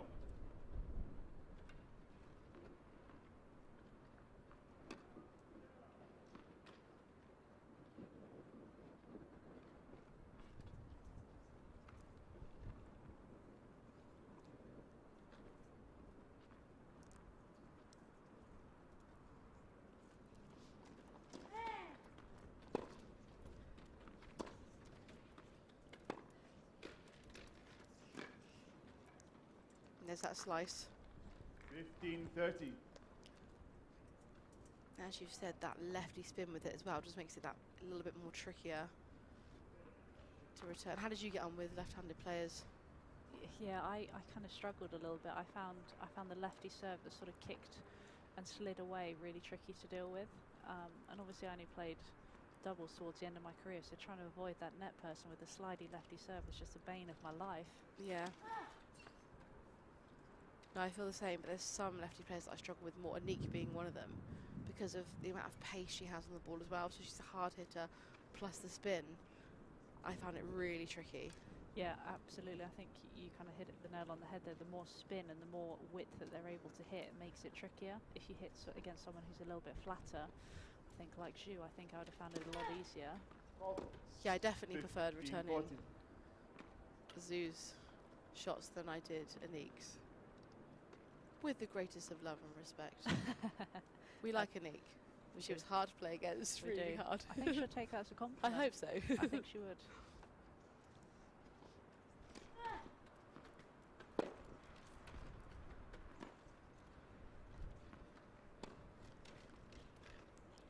Game Van Koot. Did you have a winning record against Anique, or Van Koot leads by I 2 games I to shall love. we don't just think I scoot ever past want that? to see my heads-to-heads against So Anique. should we scoot past We'll that scoot question? past it. I think when I was a junior, I may have had one or two wins we back in the can- day, we can but that was a absolutely- little while ago. So we'll scooch past that. We can live off that. Yeah. Former glories.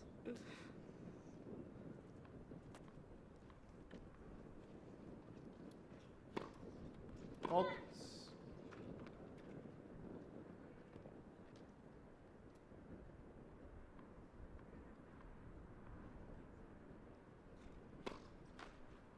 Love 50.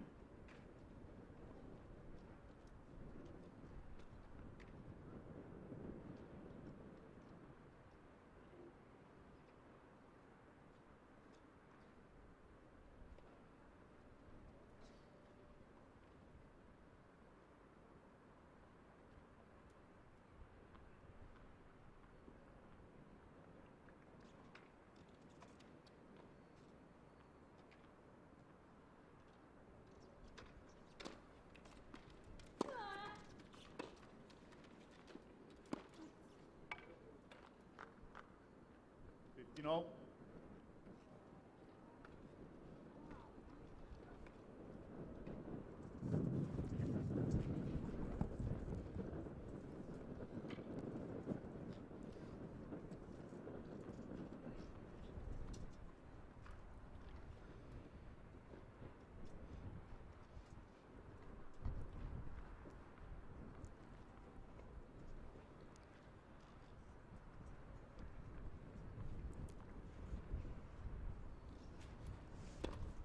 Faults.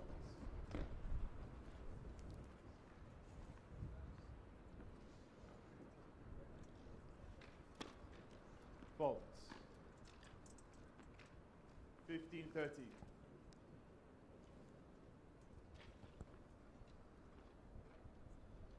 Anique's still struggling to find that rhythm on the serve. We saw in the middle of the first set her sort of find a way.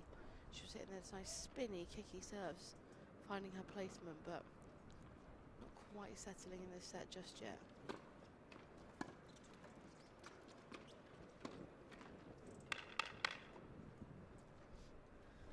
Holding back a little bit on that slice.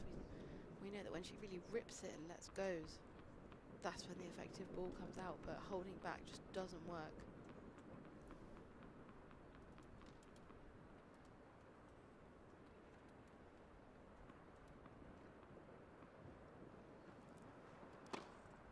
Faults.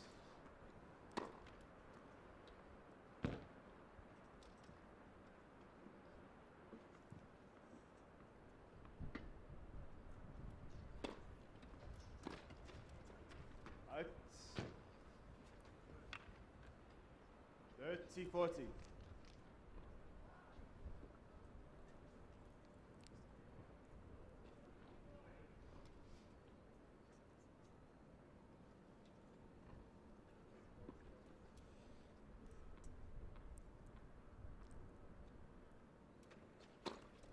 Vault.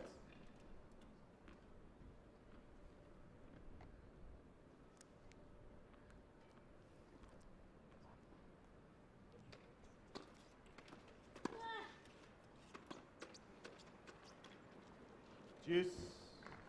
Well placed backhand there from Van Koot. Good way to come back in this game. Stringing points together, I'm sure she's happy with that. Could she use that confidence and that momentum to clinch this game, to get a strong lead in this second set? Can she stay aggressive? That's the most important thing I think we've seen in this set and a couple of games, that when she's at her most aggressive, she's at her most effective.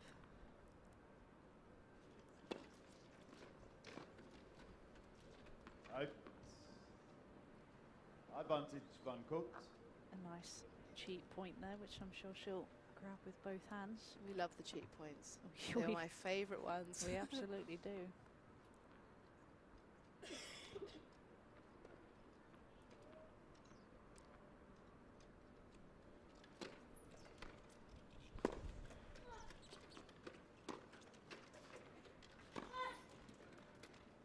Juice.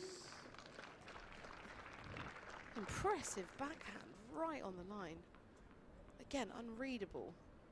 A little bit of emotion there as well from Zhu, first time in the match, so a bit of a fist pump.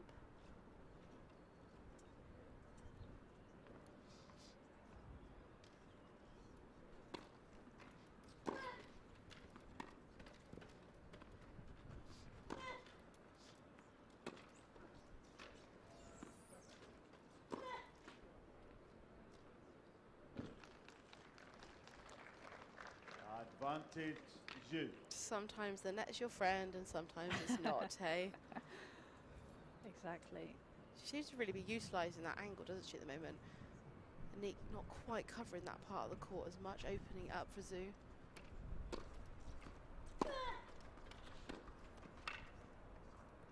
Game Juice. Frustrating game there for Anique, wasn't it? Van She Koot thought leads she by really 2 had games to 1. match in the palm of her hands and just let it slip, but on credit to Zhu, she came out, especially with those backhand returns as well, and a couple of backhands down the line.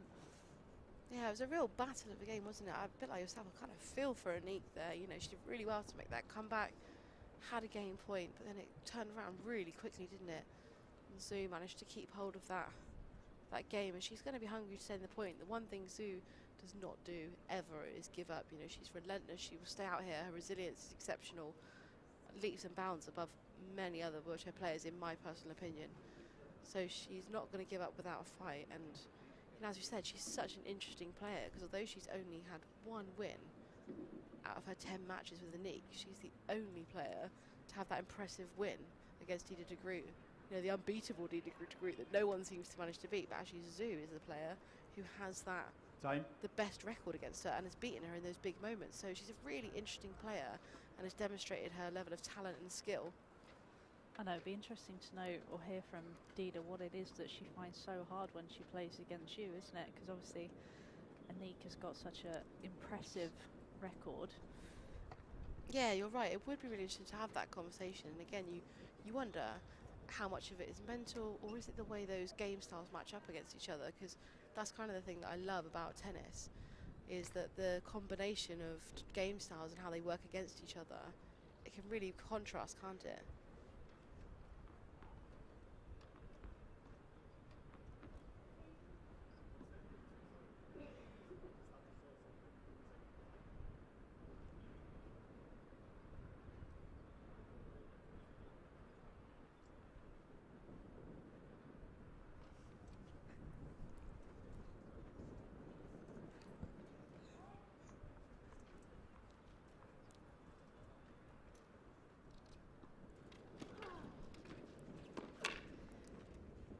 I just received another interesting message from our guy in the know, Marshall Thomas. He actually told me what Louise's record is against Anique in senior competition.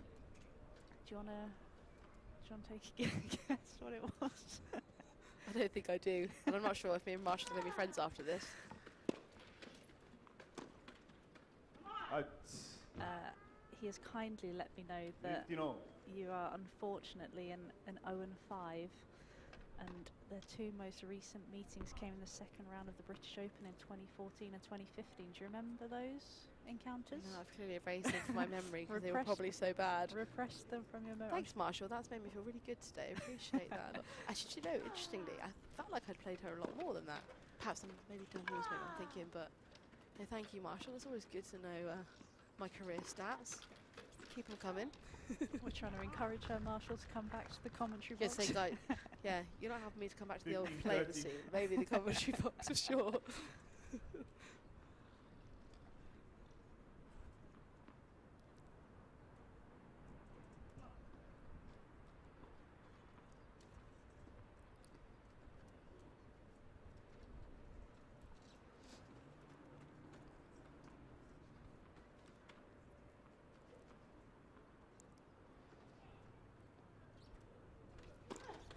Fault.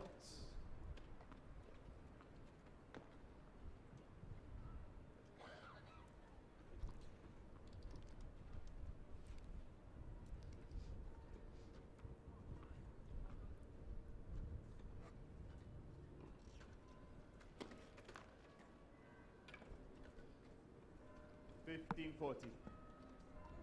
Another sign of emotion there from Zoo. Feels like she's almost breaking down a little bit, showing us a bit more expression. Starting to gauge how she's feeling. Not surprised though, you know, she worked so hard in that game at 2 loves to get the break back, and you feel as if she's sort of handing it back to Van Koot.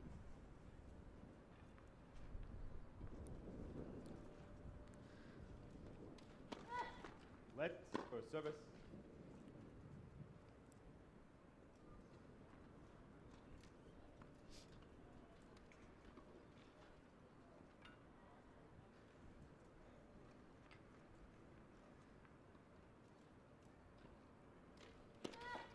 Let for service.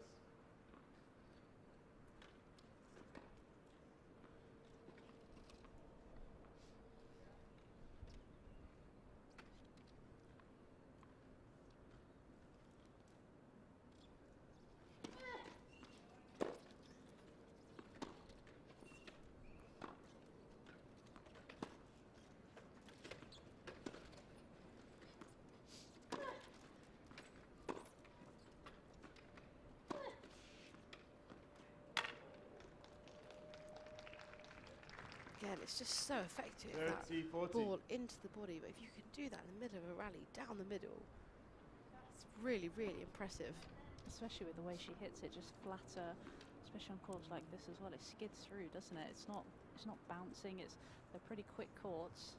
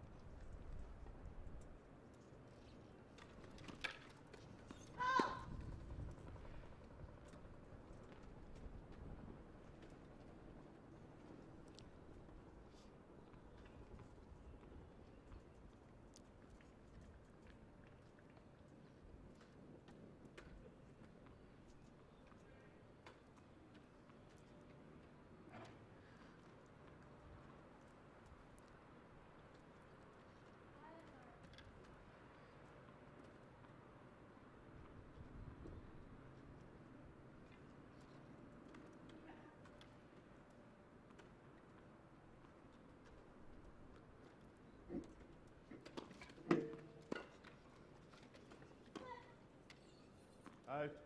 Game Van Koot. Van Koot leads by 3 games to 1. Good strong lead. Now here in this second set for Van Koot. You can almost see her body language change in the second that game was over. Kind of lead I think she's wanting to get through this second set nice and comfortably. Can't help but feel Zoo's sort of pace and energy sort of decreased a little bit. Felt like I went down a gear, didn't she, almost? You could see she was nervous on her serve. Just seems like that's kind of been the way on a couple of her service games. Just like you say, the energy has dropped a little bit.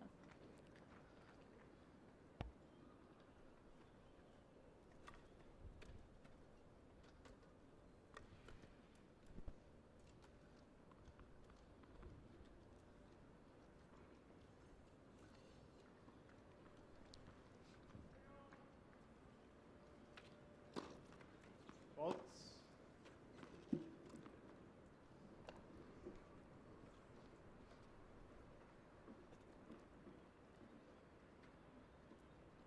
Love 15.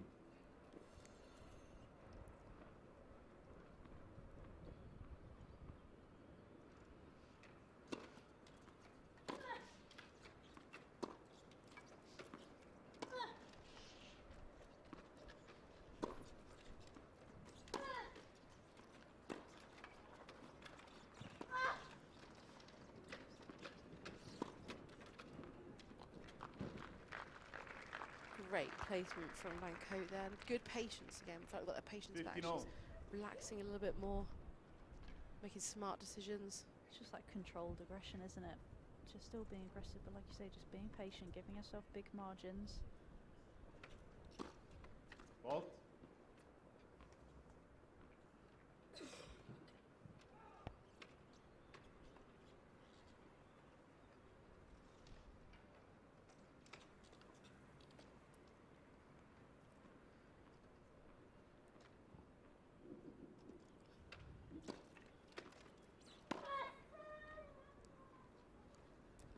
Thought we were going to go into a little tune there. 30, 15. It's like the most nicest way I think I've heard someone express their frustration. I Yeah, know. tuneful. If only we all sounded like that when we got a little bit annoyed and missed a ball. I certainly didn't sound like that when I got annoyed. What happened when you got annoyed? I think more of a frustrated shout. A frustrated Quick burst shout. of energy, quick burst of sound, get out, done. Any- Like I said, I wasn't massively expressionate. I was quite a quiet player. But now and again, I did just have to release that. I wasn't a racket breaker or anything like that. No expletive language. or- Definitely not. Wouldn't dream I'm of it. English, don't you know? Always polite, pleasant and correct. Wouldn't expect anything else.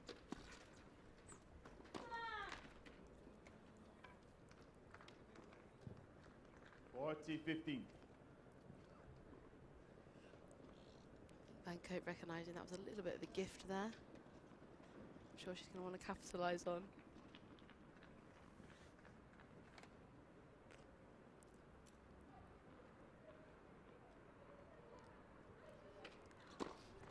Let for service.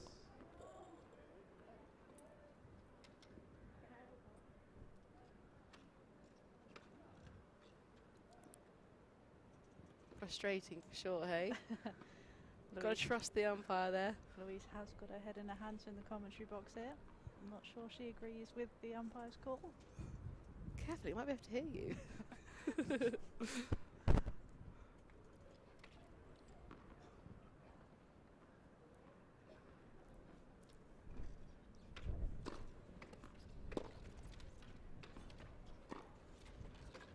Game Van Koot.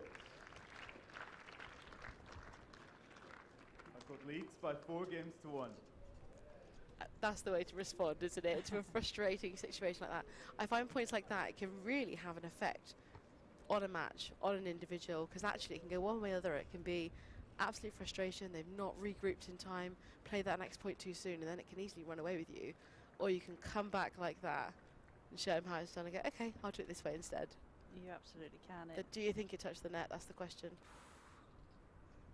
He's not listening, don't worry. You're not going to grasp me up, are you? I have to say, it looked like I did see a little bit of a gap between the two. So Yeah. I personally didn't see a let, but obviously you've got to go with the Go with the pros. pros. Yeah, as Yeah. you say, don't want to ever get in an argument with an umpire, do you? Can't imagine you ever doing that. I'm very quiet on that one. No comment. No, do you know, I had quite a nice comment made to me yesterday, which made my day. So we've got Ray and Kath Lovell here. So Ray is the tournament referee. Kath is actually his wife, but she's a umpire, lines judge. I know. They've umpired many a match Yes, of mine. I bet. And we were having a really good chat, and they said, Yeah, Louise, you were one of those players that even when you're annoyed at us, you were polite. Well, I mean, that's I a thought I'm going to compliment. take that as a compliment because, of course, like, there's moments where you disagree or get frustrated, Of but course. I guess in my world there was never any excuse for rudeness or anything. But yeah, No. of course I got frustrated. Mhm. I did when I was a junior get a John McEnroe award Oh, really? for shouting "You cannot be serious," and I didn't even realise John McEnroe's history at that point. I was too young. I see. I had to have the award explained to me, Oh, right. and from that point onwards, that's I never was good. very Well, careful. Yeah. That's actually a good way to be. To be fair, I never actually... I haven't actually asked Ray and Kath about what they thought about me. I think I might refrain. I'm not sure I want to know the answer. I'll get some feedback later and bring it to the match we're on later on. Please don't.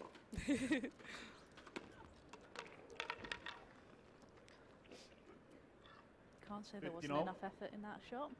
No, definitely not. And you know, the slight apology there shows it really was just all-out effort, trying their very best. Sometimes that happens, you know. It does. I've definitely done that a couple of times where you're just sort of out on the stretch giving everything you've got and grip gets a little bit slippy and just slips out of the hand.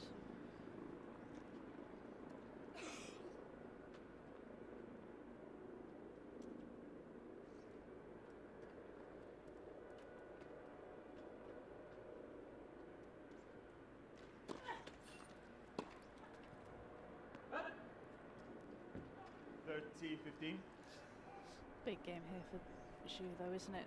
She's got to try and find a way to get through this. Doesn't want to go 5-1 down because you really think the match is probably done by then. Can she just hold on, make Anique work for this?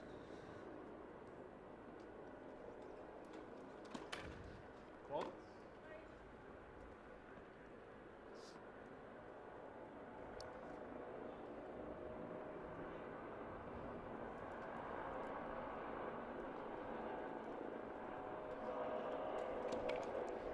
Fault. 30. As you said, it's a really, really crucial game. I don't know about you, but I really felt a big difference between 4-1 and 5-1. It may just be a game, but as you said, as soon as you get to that 5 with that big gap, it's a really, really big ask to make a comeback. Not to say it's impossible, but it's a really big ask.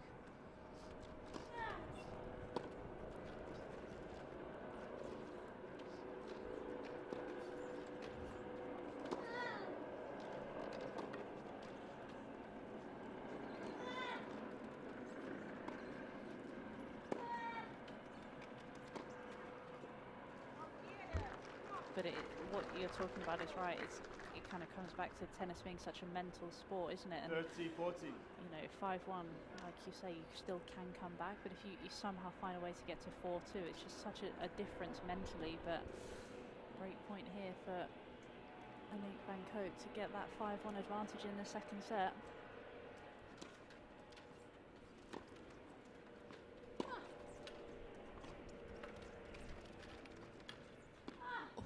Excellent hands from Van Koot. Anique there. Just felt that one out. It was really, really tricky. Van Koot leads by 5 games to 1. You thought that Zhu was in control, didn't you? She managed to get such depth, and Anique was having to manoeuvre the chair out the way. She almost wasn't facing the ball when she hit it. But such great hand skills, and she does get the double break.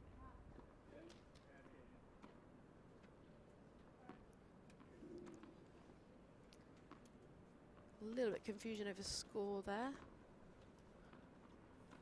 Van Koot leads 5 games to 1 in this second set.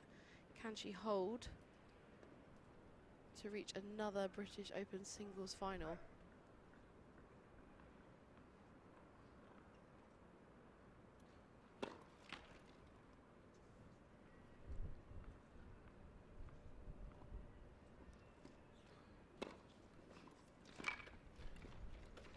Out.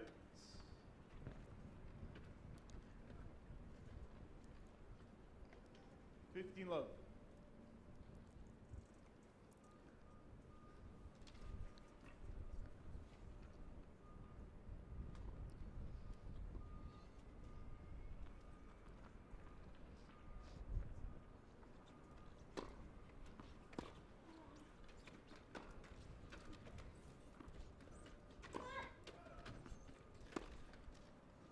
Out. tricky point there. It looked a little bit like Anique lost a bit of momentum. I think she thought that second ball from Zoo was going wide. She's almost slowed down, didn't she? And then she sort of lost momentum to stay in the point. It's the importance of playing every single ball.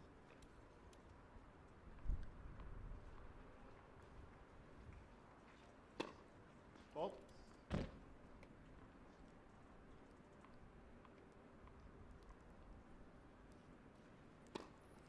Ball. 15-30.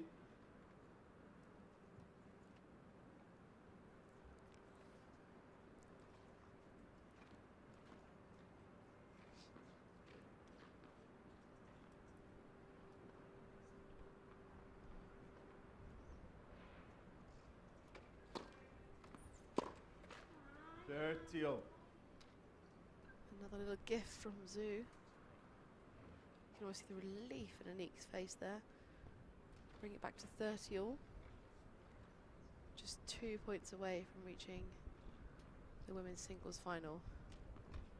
I'm sure she'll want to clinch her first ever one here to add to her impressive 9 doubles wins at the championships.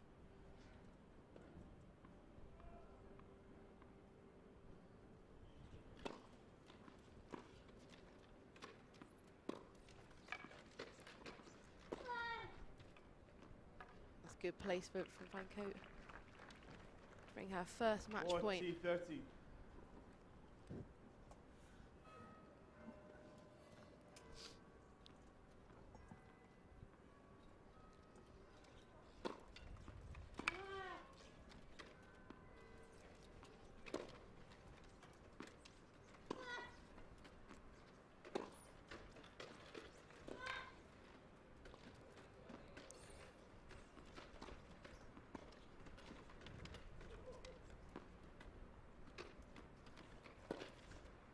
Game, set, match. Van Koot. What a way to finish that match. 6-1. Impressive performance, wasn't it?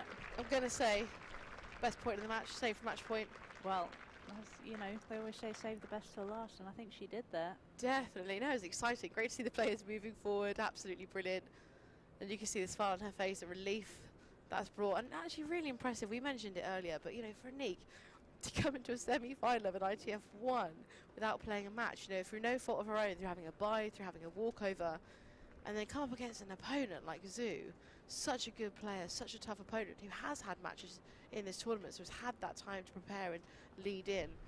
But to have won in that comfortable way, I think she should be really proud of that performance. That was absolutely exceptional. Yeah, I totally agree. We have a quick look at the match summary here. Double fault started to outweigh a little bit more towards Van Koot, but again, she seems to manage to stay into that match and did really, really well. But I bet she'd be really, really pleased with that. And now let's hear from her. Let's hear from the winner. Anique, many, many, many congratulations. From the sidelines, when I was watching the match, the first set you won it by 6-4. It felt like every point between you and Zoo was a real battle. How would you describe it? I think you're right. We always have a battle on court. She has a very tricky game, and I'm always reminded that playing a left-handed player is really annoying, and because normally I don't play against them. So yeah, it's been a good match though. I'm glad you raised the point about being left-handed, because she's left-handed, you're left-handed. Her backhand caused you a few problems, particularly in that first set. How did you overcome that? I tried to stay calm, which is tricky because her backhand is very difficult, and it's a good one. But I think I managed to stick to the plan, and I'm happy that it worked. Indeed, you did stick to the plan, very much so. You're into the finals now. You've been a finalist. You haven't lifted the trophy. Will the tennis gods look favourably on you this weekend? Fingers crossed. We will see. I'll keep my fingers crossed, and I'll keep on training today. I think it's not a matter of hoping, but you need to work for it as well. So we're going to train again today, tomorrow, and let's make the best of the final. Indeed, lovely words. Congratulations to Anique Van Koot. She's through to the final. Big round of applause for your winner, please.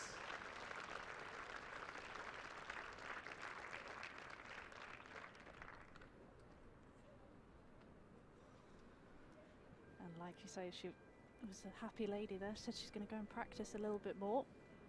Very professional of her ahead of Sunday. But Anique van Koot has made the final, and next up, as you can see here, is going to be Britain's Lucy Shuker against France's Pauline Deralail, and Louise Hunt and Paul Hand are going to take you through that, so join us in a few minutes.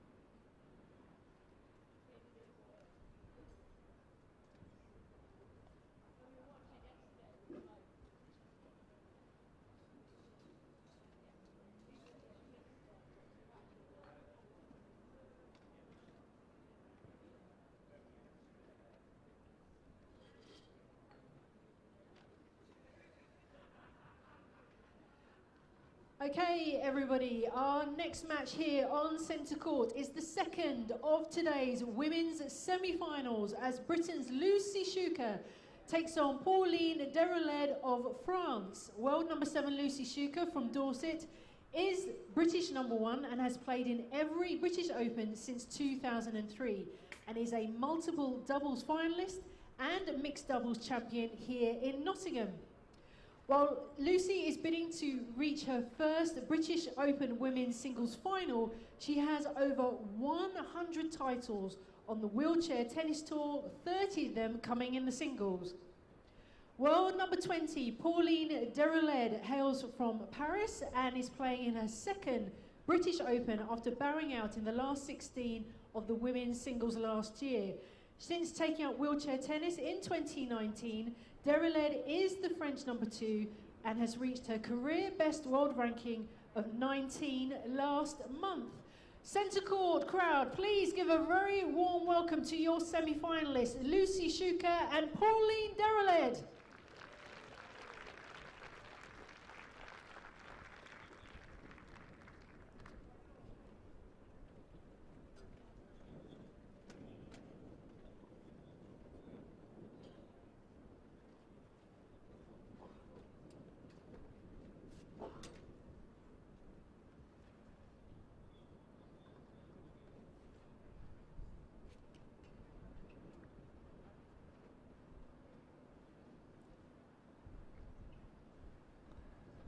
So who will join Anique van Koot in tomorrow's women's showpiece? A third meeting this season in the Anglo-French women's singles semi-final. From the bottom half of the draw now, world number 7 Lucy Shuker of Great Britain takes on the world number 20th player Pauline Deralail of France. So Paul Hand back in the chair with Louise Hunt, and well, it should be a really interesting watch, this, Louise. Yeah, definitely. I'm quite excited to see how this match unfolds. You know, Pauline, we've seen her really grow in the sport quite quickly. You know, from starting out to now, she's really flown through the rankings. Has had some really impressive wins. She's taken Lucy to some close matches. So I think we're in for a bit of a treat today. Yeah, definitely. So our players are just changing from their day chairs into the sports chairs as they do. And then we'll get underway with what is our third match of the day out here on Semi-Finals Friday from the East Midlands. Beautiful setting. And the weather is compliant, which is always nice. Perfect tennis weather, isn't it? Yes, it is. It's not cold, not too much of a breeze. Yeah, it's lovely. A little bit cooler than Wimbledon last week. Yes, quite. And temperatures due to be spiking up to, what, 30 plus come Sunday.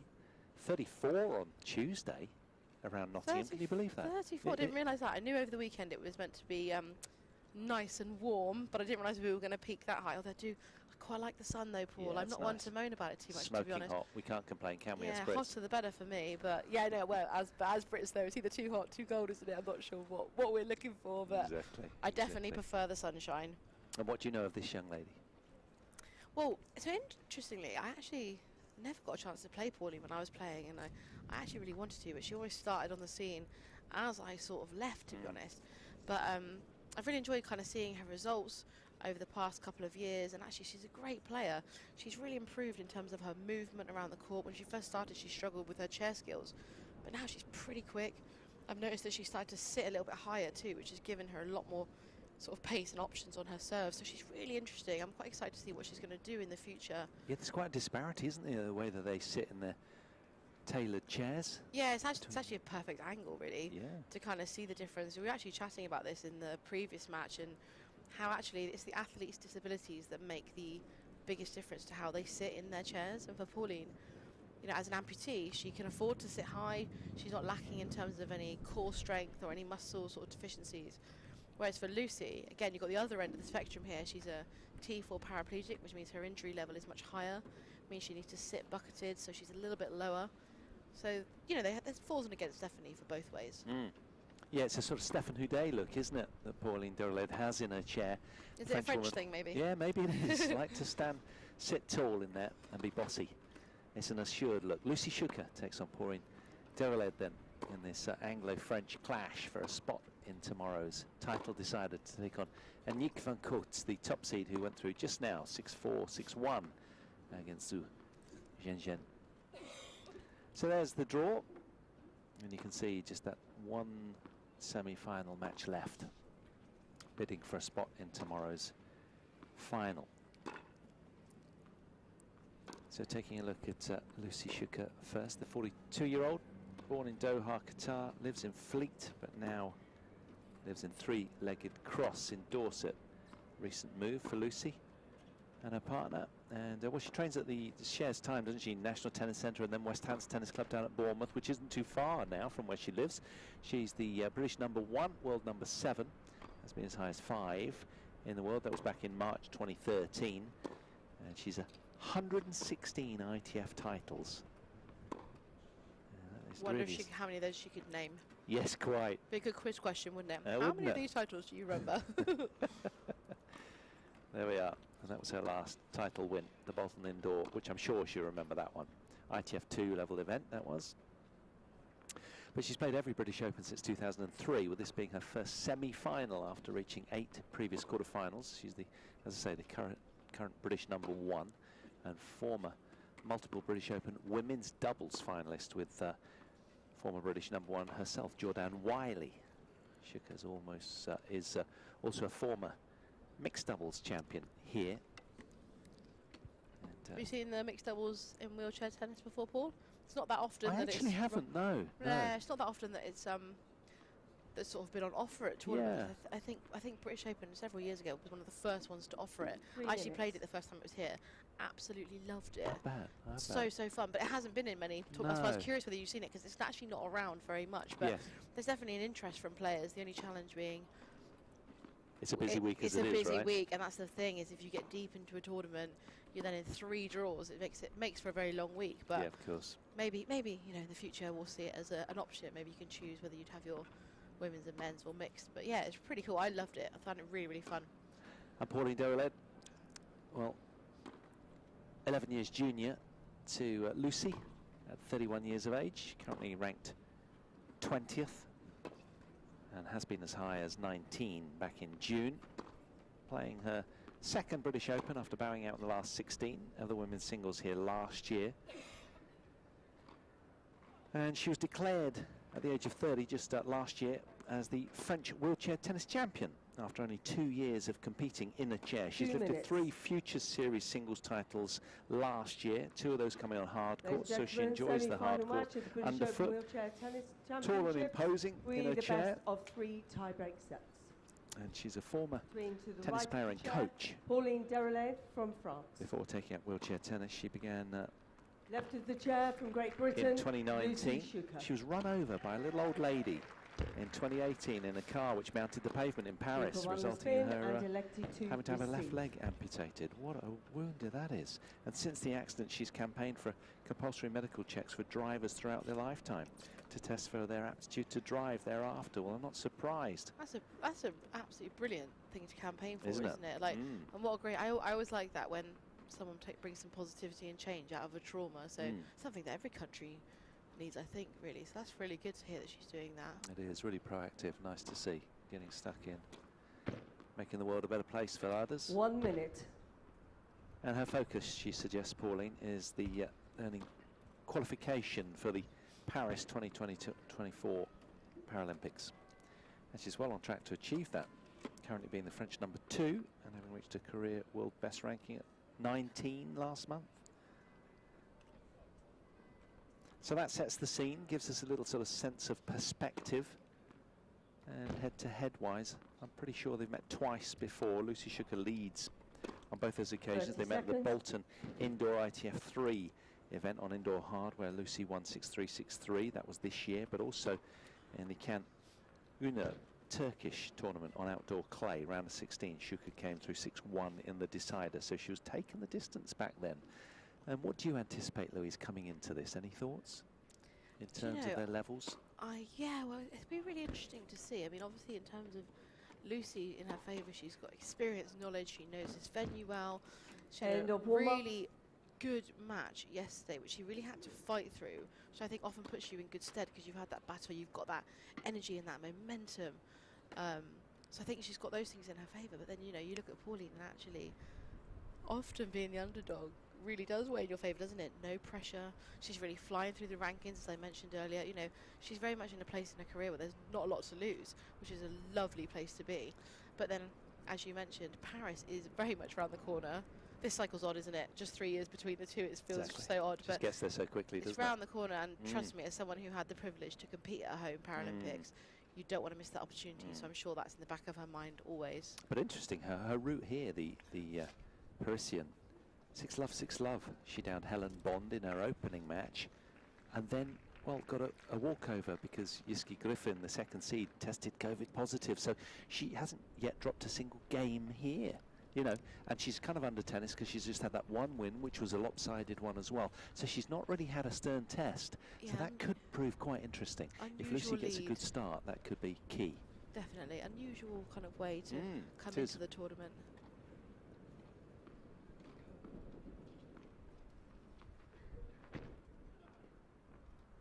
Pauline Deralail to serve. First set.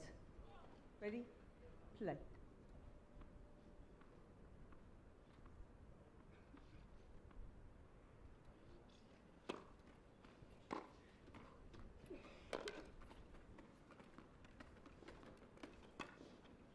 Oh. 15-love.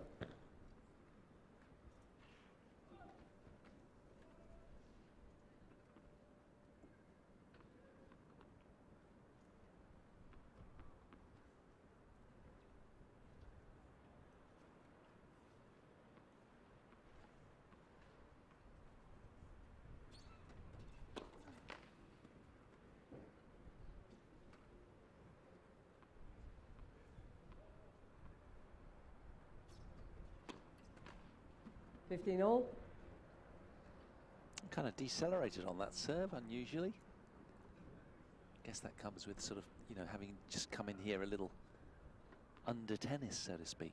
But she's sporting a super tan, is the server right now. She's been out in it The a important lot. things. Yeah, Paul, absolutely. definitely. Works with the mint top nicely, doesn't it? I must admit, I do miss my tennis tan. One of the many bonuses. Being a full-time lines tennis around player. the top of the arms. Yeah, and some around the dodgy neck. tan lines, but the overall tan was nice. Vitamin D top up, that's what we all need.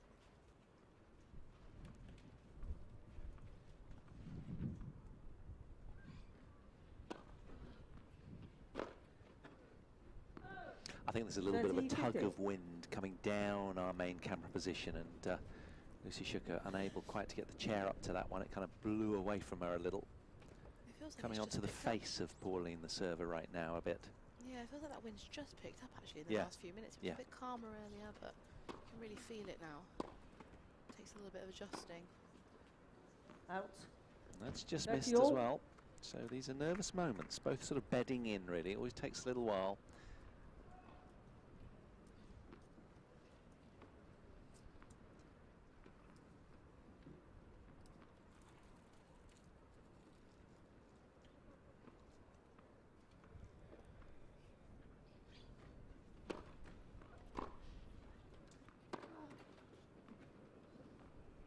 Nice servant sting from Pauline Deralail.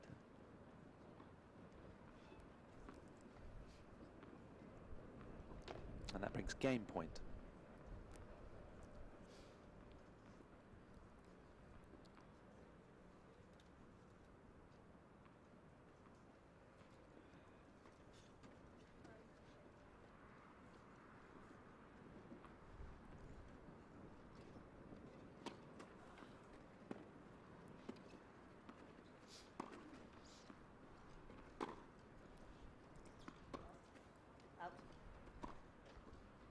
Yeah. Game, Deralail.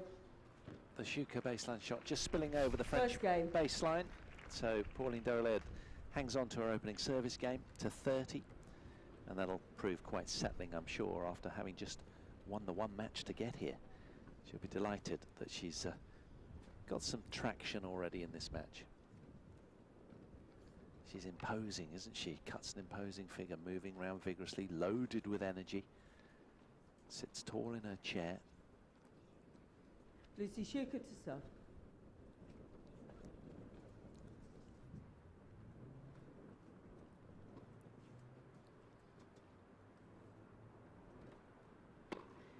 Oh.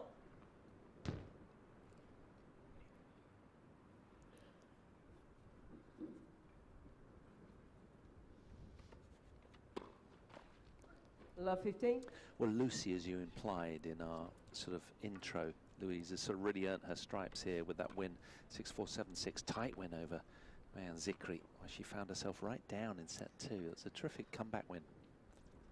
Yeah, it was a really impressive display actually. It's really tough to come back, and the first time she actually played against her, so there was a lot to learn throughout the match, but she did really well to dig in and make a comeback.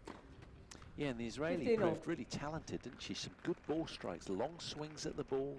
Really talented, and I think the thing is, when you haven't played someone before and you don't know what to expect, it can become quite. She was very deceptive, wasn't she? She was. She often didn't look like she was there. She had a really different pushing technique. But yeah, really talented player. I think a big future ahead of her potentially.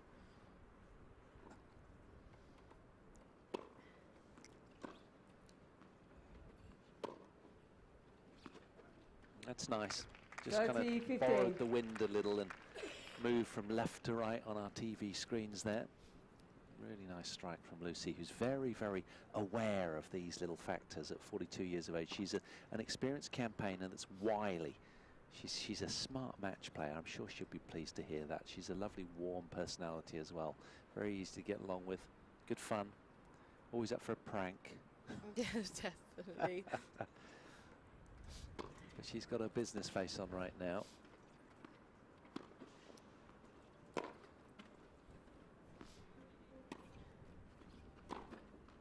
(40-15).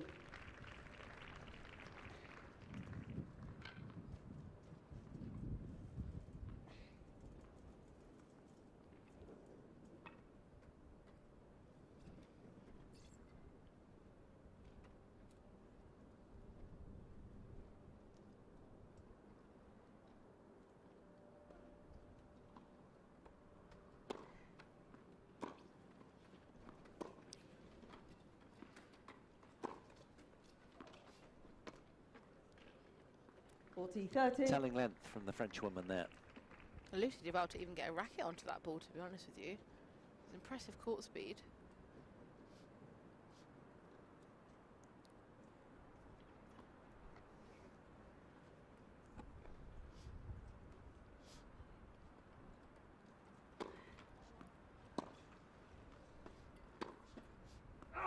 Deuce. I'll peg back to deuce then. Is Lucy Shuker on her opening serve here. Always so settling if you can just notch that first game quickly. But she's been detained.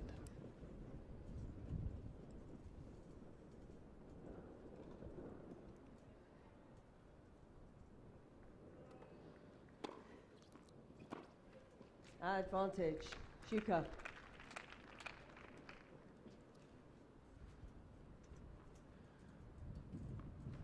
Smile says 1,000 words, isn't it? I think you can see the frustration, but nice to see that she's always laughing it off. Good positive reaction. I sense she's that way throughout life generally. She sort of heads towards the sun. Good positive, happy demeanour.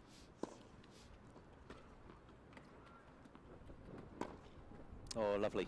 Power angle off the forehand for Lucy Shuker, as she does indeed secure her opening service hold.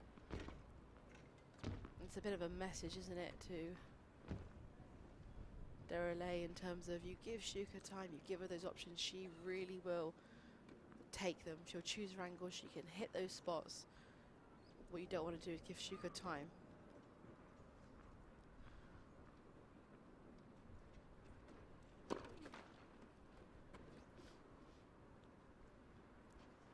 Yep, just electing to move that ball.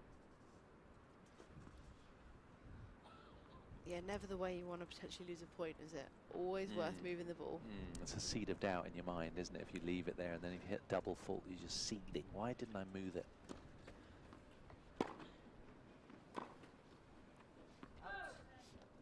Solid return from Shuker.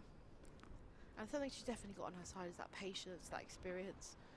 Something that Pauline's going to develop over time, but she's, you know, not had as much time on the tour. She's still learning, getting to know the players. And in terms of their disabilities, is there quite a disparity with the physicality here between the two? Is that something we ought to talk about or not? No, I think it's definitely of Is great that a relevance. delicacy? No, it's definitely of relevance, especially if someone's, you know, listening or watching today. You know, it's actually quite a nice display in showing the variety of disabilities of people who can play wheelchair tennis. But here you've got almost each end of the spectrum when we're thinking about the men's and women's division. At the kind of more able end of the spectrum, we've got someone like Pauline, amputee, you know, who's got full use of her body. It doesn't really affect her muscles and her balance and core strength. And then if we look at Lucy, who's a higher level of injury, paraplegic, you know, was in a motorcycle accident, who has no feeling of movement sort of from her chest down, has a massive difference in terms of their playing ability.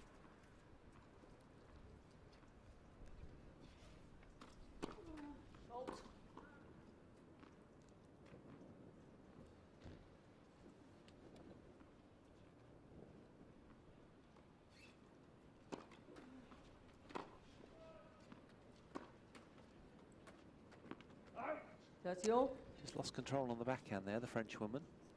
Elected to send it up high, I get that. But just spilling long. Well, and those high, deep, spinny balls, actually, we just mentioned about how these players sit differently in the heights and things, but for someone like Lucy, who's sitting a lot lower, those high, spinny balls are really tough. Yeah, and it's just not just the height she sat at, but the lack of core stability she's got. They're really difficult to control or even return when they're that much higher. 30-40. So tactically, it's quite a smart type of play and something actually that Lucy executes really well.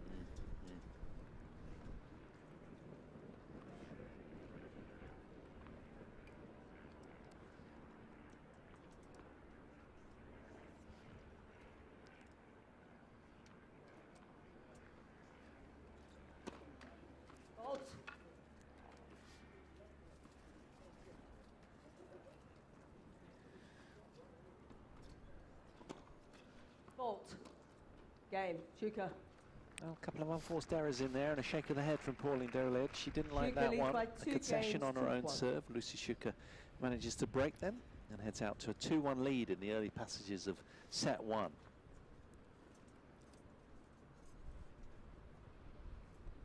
Now she really sort of tends to just chill down here. Look at this ritual. It's really nice. It's really kind of soothing and relaxing the way that Lucy does this. I feel like we should all be meditating. Yeah, with her. that's right. Let's find our chakras together. Yeah, I'll get some music for the next change of ends. Nice little twinkle in the background. Yes, that's right. I'll bring the incense. Oh, sounds great to me. Yeah, she's very much got her routine at change of ends. I totally agree, actually. She is really calm, sticks to her routine. And is pretty good at actually making sure she doesn't come back out onto the court until she's ready. She's done what she needs to do. Well, she's armed with a break of serve. Pauline won't be happy. She'll be wanting to make amends. She's keenly out, already in position at her end, ready to roar, shadow swinging, getting the chair momentum as well. Running a few visual loops, no doubt.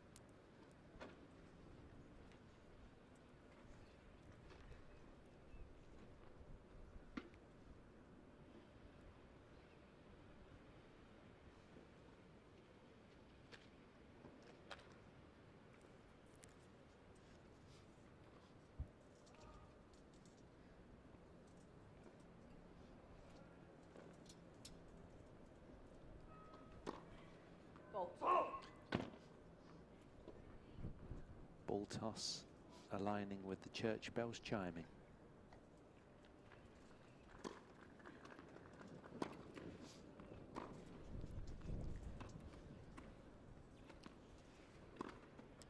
Oh yeah, very solid with the forehand.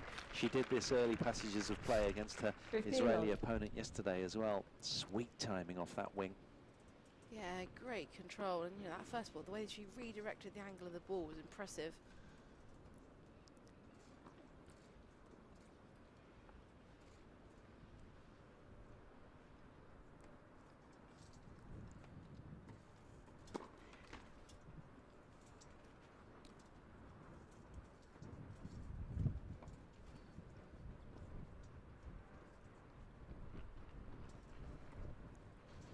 Yeah, it's really picked up. You can probably hear it on our on-court effects mic, the wind just throwing the ball toss around a little.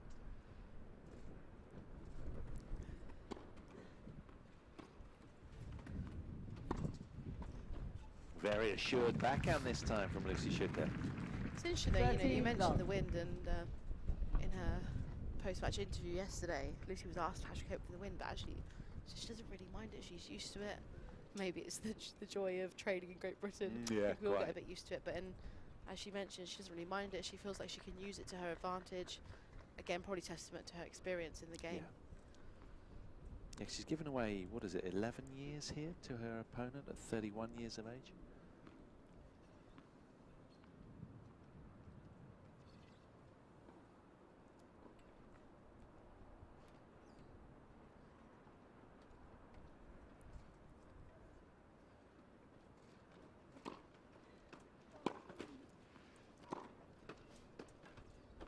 Well done. Nice wide serve and then smashing it to the space again from the British athlete. Super hitting.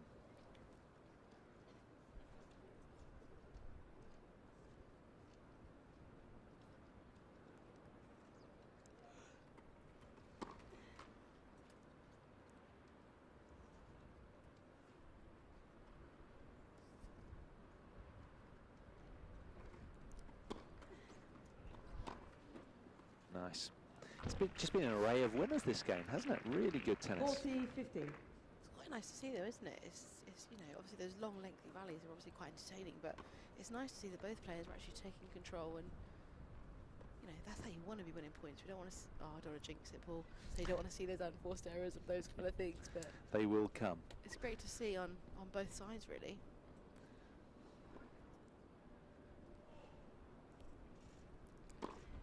Bolt.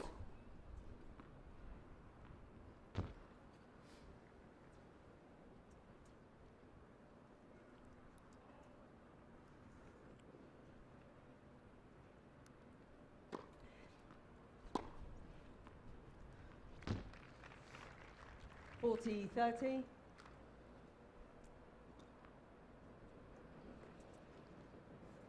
Tall and imposing, very menacing look that she has. Long levers. She times the ball sweetly. It just rifles through the British court. Lucy, so tactically aware, so experienced, and a really smart operator. She wants that ball moved. She's gone herring after it.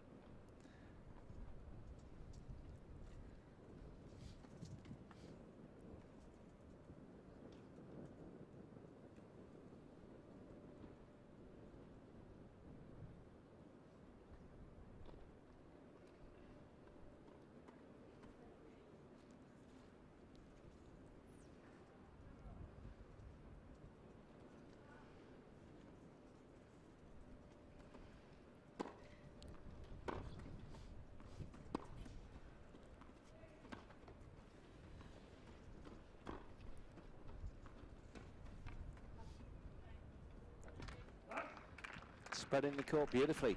Lucy Shuker. Shuker. She holds on. Shuker leads by 3 games to 1. And extends her lead with a 2-game cushion. And interestingly, Pauline Deralail was an able-bodied player and coach, as was Robert Shaw. And I'm sure not the first time we've come across that.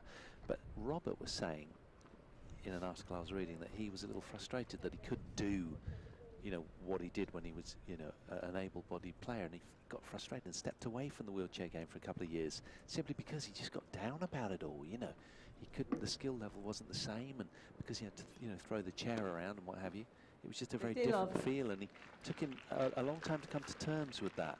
I wonder if Pauline had a similar kind of issue. It's certainly not unusual when players have come from the able-bodied game to the wheelchair game to be frustrated. And it's mainly down to the movement. You know, you lose that ability to sidestep out of the way and find that repeated, constant sweet spot. And that's the main thing I find with wheelchair players is we become very skilled at hitting good balls in all sorts of weird and wonderful positions because we have to. Yes. Because we don't have our feet to move out of the way. And I say that's the biggest difference. But it makes sense to me that that would be a frustration. 15 all. It's completely different. I often used to feel like, I wonder what it's like to just step out of the way and get that contact point rather than having to learn, you know, all these inside-out forehands. You know, we would train, and I mean, my coach used to actually launch balls at me at my chair, and I'd have to learn how to dig them out. Just you have to. Whereas if you're on your feet, jump out the way. Yeah, absolutely. Well, we're taught to, you know, trying to repeat the contact point in front of your body at all times. But you guys must be dealing with different strike zones all the time, particularly above your head and shoulders.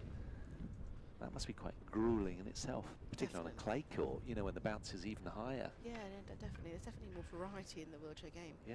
And that obviously changes the way you train as well.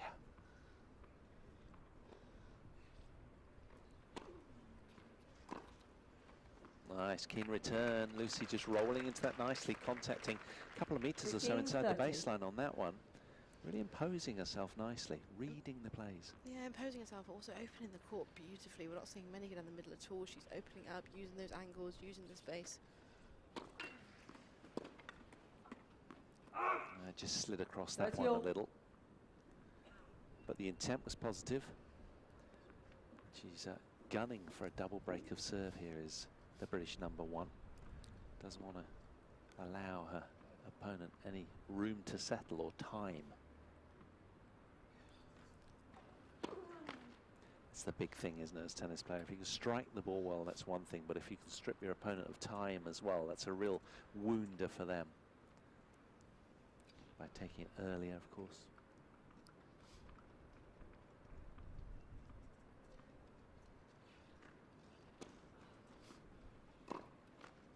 (40-30).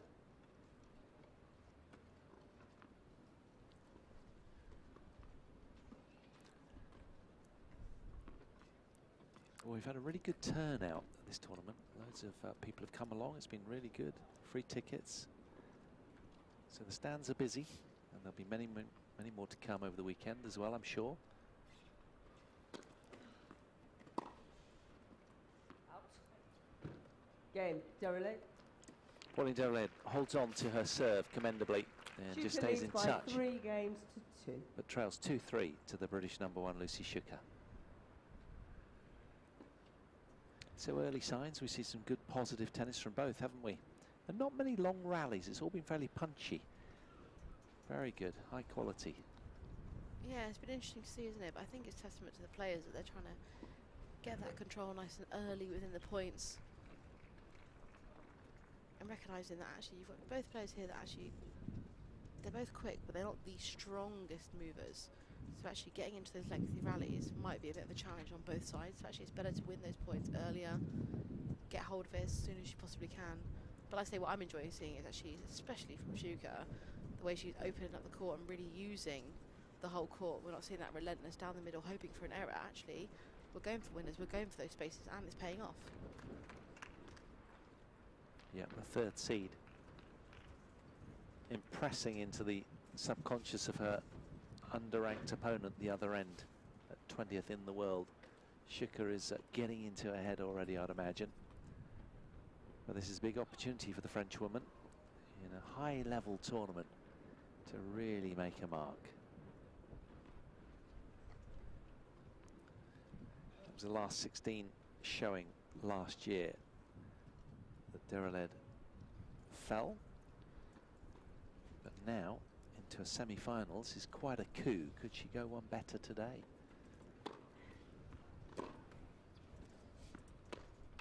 Yeah, it's a good return. Got up really high on Lucy Shuker.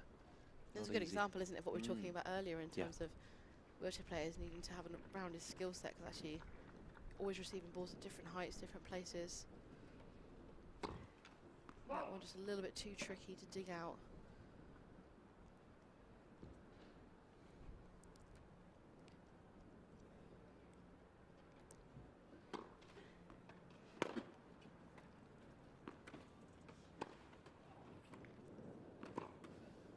Out.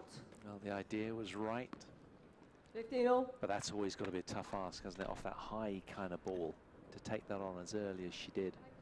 Tough ask, but good to see her moving up the court, taking that ball early, having the confidence to, you know, take a driven ball like that, just off the first bounce on the rise.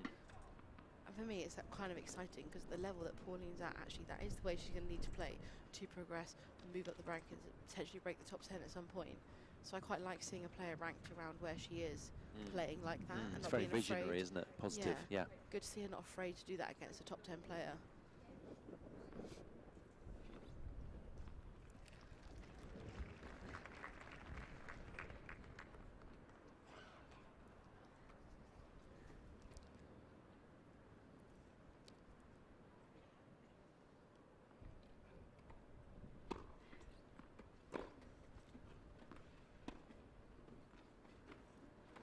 Yeah, that's a brilliant little sort of semi-drop shot there from the experienced campaigner.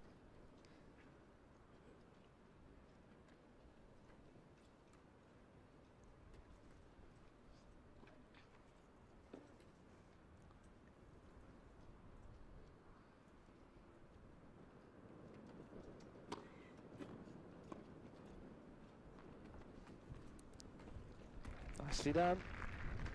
Back-to-back drop shots. Seeing it all. A smorgasbord of shots. Lots of variety out here on display on centre in Nottingham.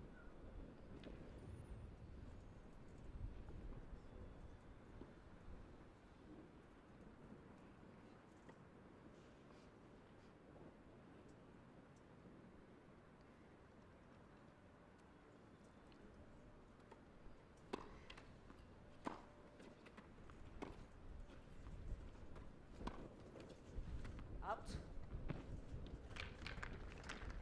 40-30.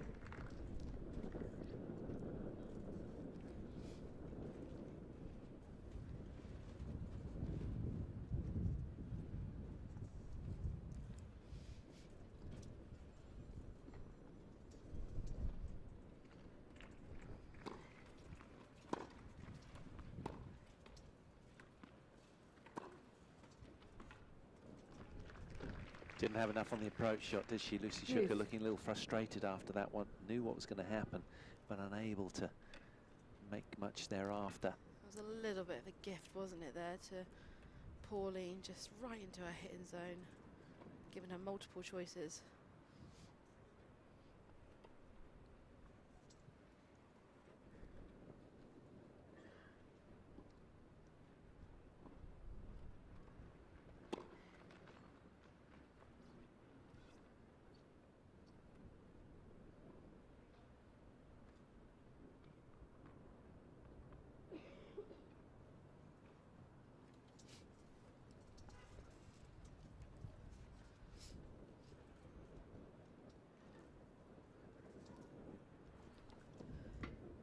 Well, cleverly, Lucy just taking her time. It's blowing quite hard momentarily. She's just wanting to wait for the wind to blow itself out a little bit. I get that. That makes sense. This is a big game.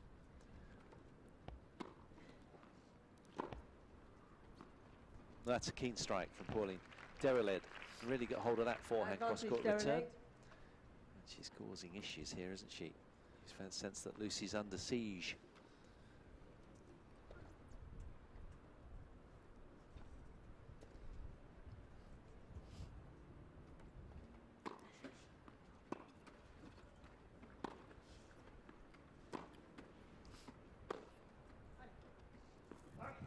Yep, using her forehand well, the French woman. She breaks serve 3 games all commendably and hauls the set back to parity at 3 games all, hitting some heavy, accurate forehands repeatedly.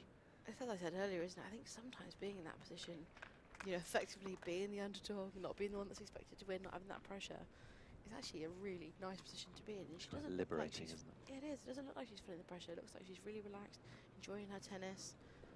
And she's swinging well. She's not holding back. It's exciting to see in these up-and-coming players.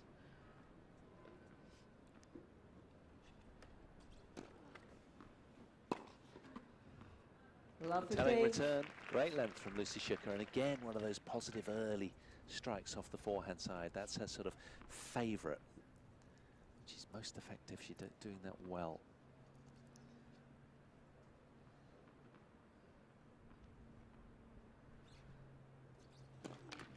With all of her experience, the British #1 so good at picking the direction from the chair and the ball toss about where the serve is going to, and she's on it like a flash.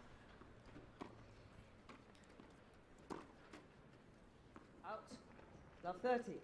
And this is the issue, isn't it? From this end, where Pauline is, the wind's on her back a little, and that forehand, as well as she strikes it, it can carry long. Needs a hint of spin. Yeah, she definitely does seem to be struggling from this end that little bit more. Again, is it a bit of experience perhaps? Not quite fully understanding how to use the wind to your full advantage, like Lucy said yesterday. She's actually okay with it. She's used to working out, okay, the wind can help me in this way. But yeah, definitely struggling more this end is Pauline. Fault.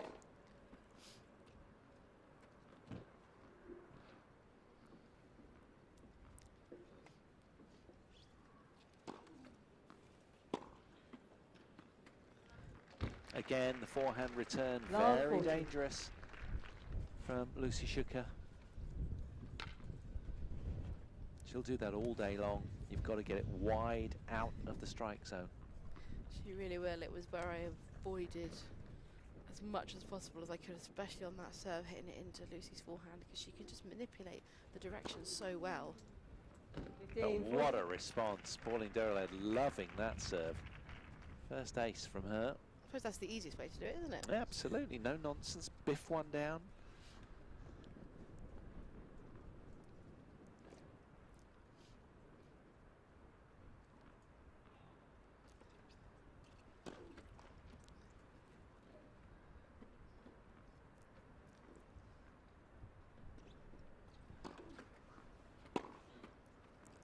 Game, Shuker. Again, the forehand return doing the damage. Lucy Shuker breaks serve again. Shuker leads by 4 games to 3. You can't quite work out, is it that, you know, Pauline Deralail has not noticed that pattern, or is it perhaps not having the confidence or ability to redirect the serve?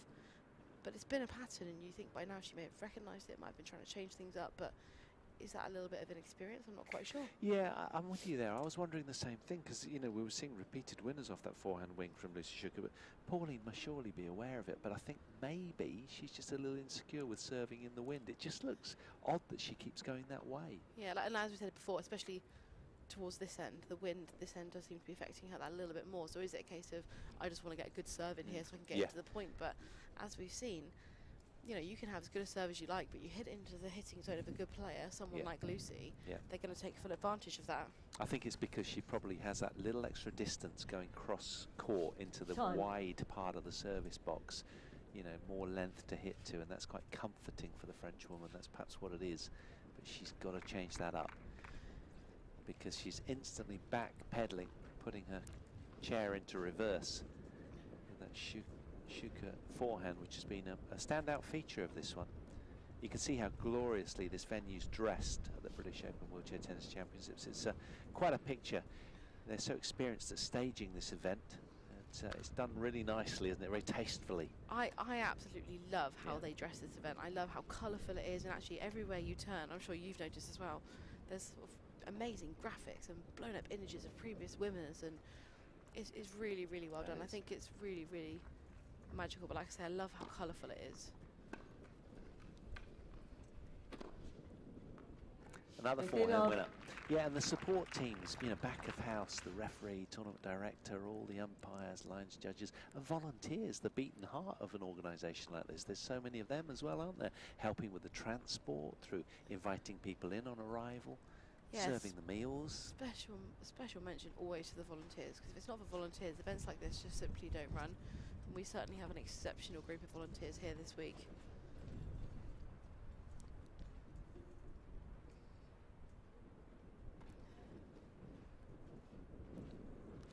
Just wanted to stabilise her chair, Lucy Shuker, pre-serve.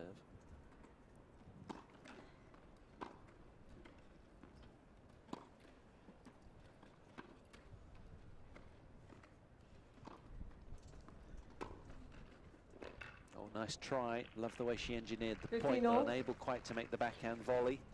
Perhaps a little gust of wind caught the ball and dropped it quickly.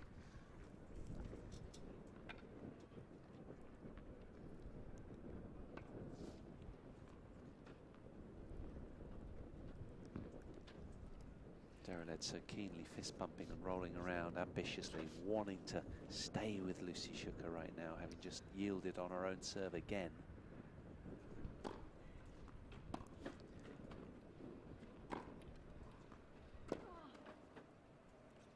Oh.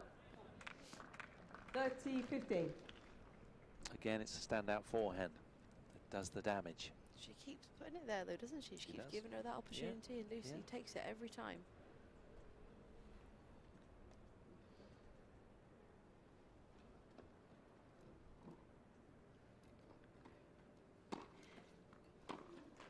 $40-15.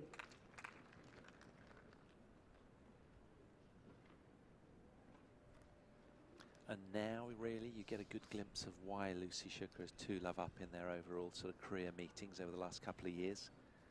It's just a player today who kind of fits hand in glove through what we've seen already in this set for Lucy. She's quite comfortable. She's getting a lot of forehands, a lot of balls sort of coming that way on her court.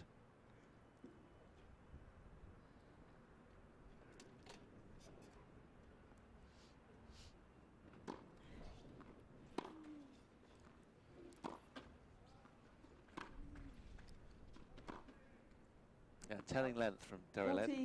Really good. If you go to the forehand of the British #1, you've got to go with quality and length, and that was certainly evident there.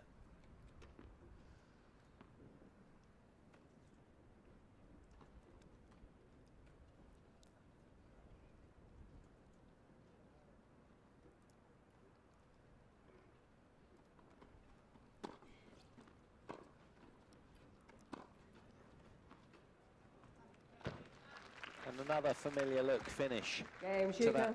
Shuker leads by 5 games to 3. And, well, the world #7 looking really good right now. Just a game away from getting halfway home to what would be another final here at the British Open. And potentially first singles final, which is really exciting, isn't it? Something that I'm sure she really would like to reach.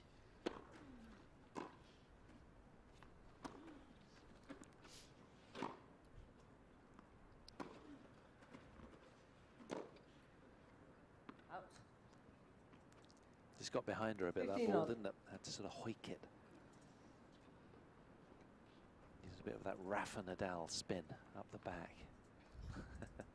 We all need a bit of that spin in our game, don't we? Just thinking the same. Do.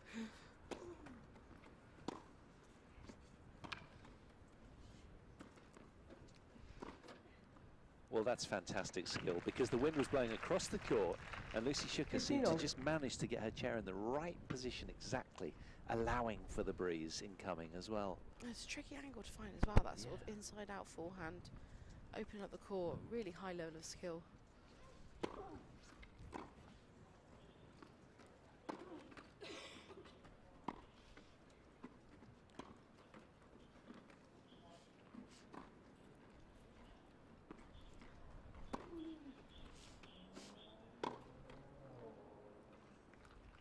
$30-15.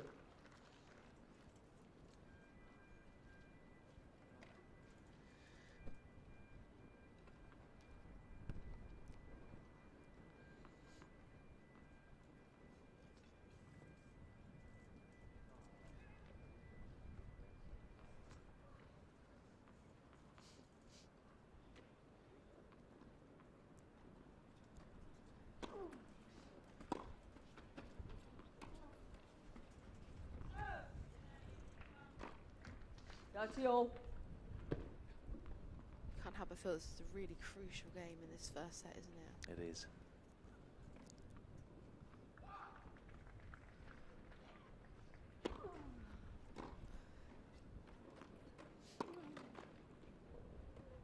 $30-40. Yeah, massive game. A real tonic for the winner of it, and a wounder to the loser.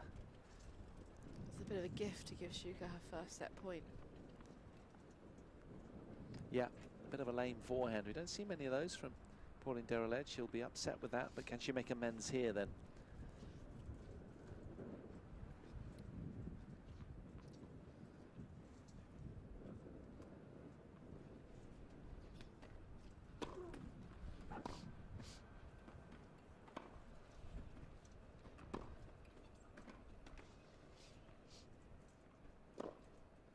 That's a fine response. A lovely forehand cross-court pass from Lucy Shuker. And the British number 1 and world number 7 is off to a flyer here. Really keen start from Ball her. change, please. A opening set advantage then for Lucy Shuker, who had managed to engineer 3 breaks and only succumbed once on her own serve.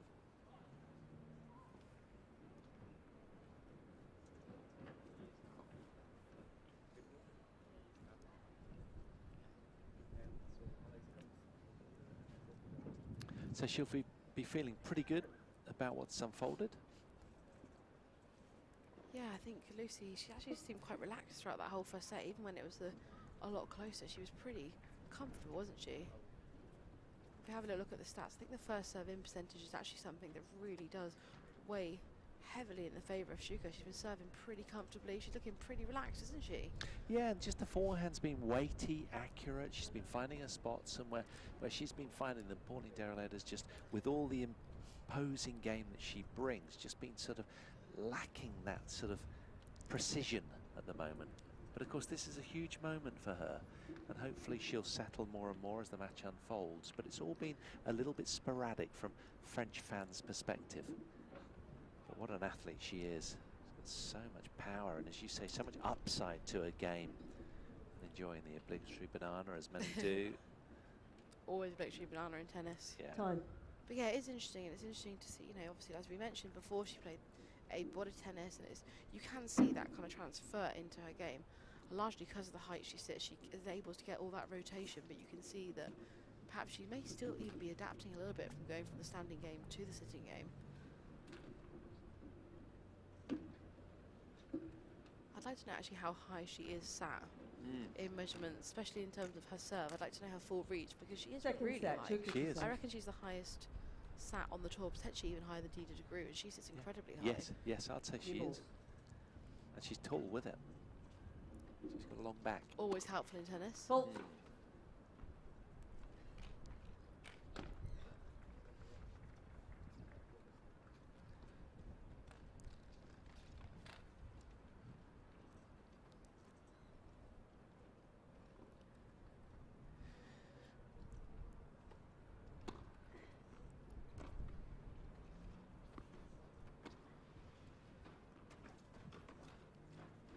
How high skill level was that? Lucy holding a hand of apology. I was just, you know, singing her praises there, but that was really tricky, wasn't it? Full extension up high, She just drops it over like that. I love that she apologised, but I felt like she should have owned that, because that Yeah. was actually incredible. Just dig that out and then do something so effective with it. It's just impressive. Own it next time, I say.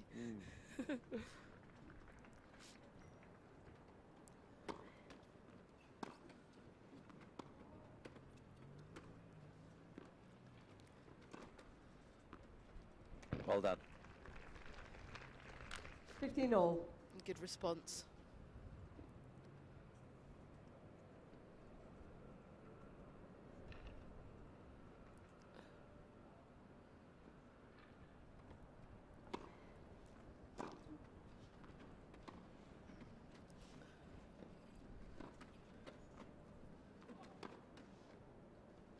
Oh, that's a perfectly weighted lob.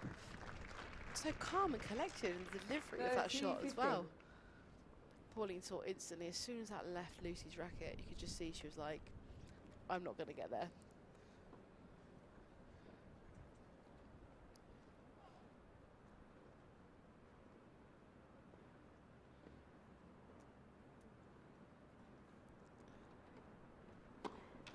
Fault.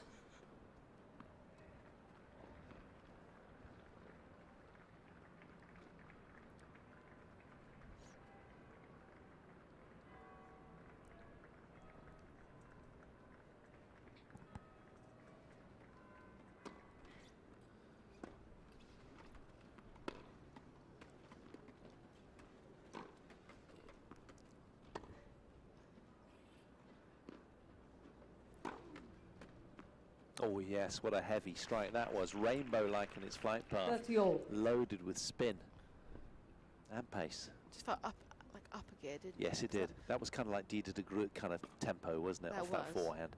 And you do feel that with her statuesque sort of, you know, poise in the chair and all that she brings, she could end up hitting a ball regularly like that. She'll be a real tough opponent.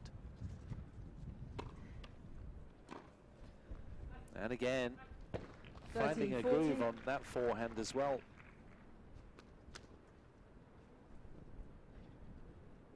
Shuker's just going to have to make some tweaks here. She's just letting her in a little bit. It just shows that if you do let Pauline in, you do give her those opportunities, she will take them.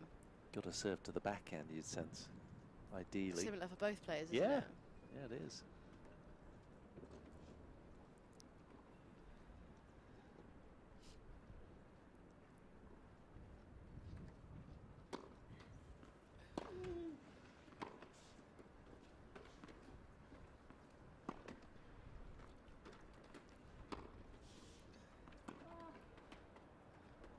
There was a buckling length from Lucy Shuker there, just inside the baseline.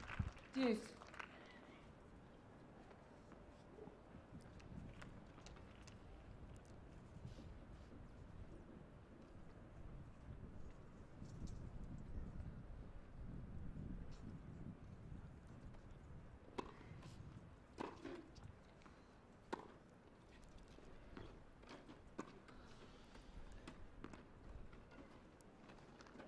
Brilliant hands, really good improvising from Britain's And finest. advantage, Shuker. It's nice to see Shuker doing that, moving up the court, taking balls earlier, because one of her biggest strengths is her incredible sense of touch and feel, which was what makes her an exceptional doubles player, actually. But it's nice to see her bringing that into the singles moving forward. I'd like to see a little bit more of that. Game, Shuker. That's a wonderful serve as well, right through the service line, just to Third secure game, second set. the opening game of set 2 and keep the pressure on her French opponent. She'll be delighted with that. Kind of feel that she might have just gained a bit of momentum here as well. You can kind of feel the game sort of weighing in towards her favour.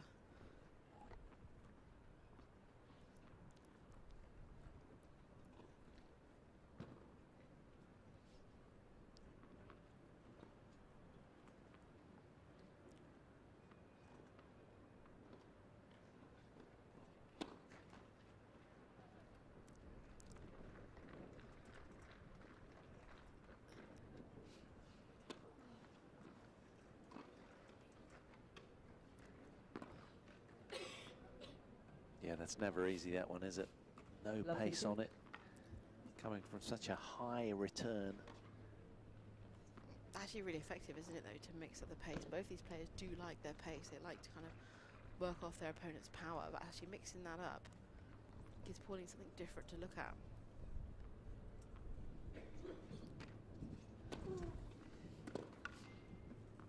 $15 all. Well, the intent was good again, wheeling in, taking it early, but just slid across the contact a little, unable to get a tip of a racket through. Easy from here, though. Difficult out there. Fault.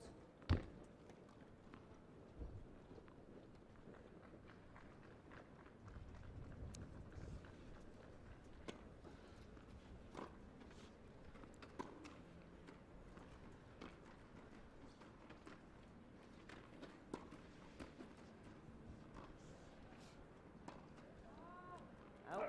Knew as soon as she hit the volley, she's done all the 15, hard work, 30. Deralail.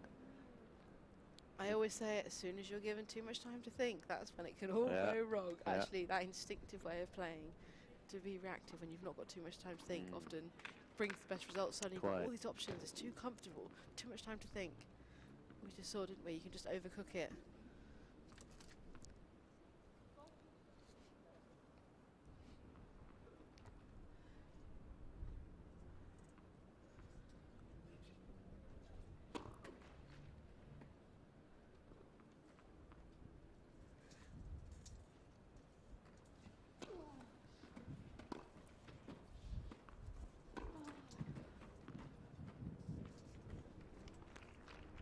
$30 all. Good, solid backhand cross court from Deralail. And this a very important game for the French woman.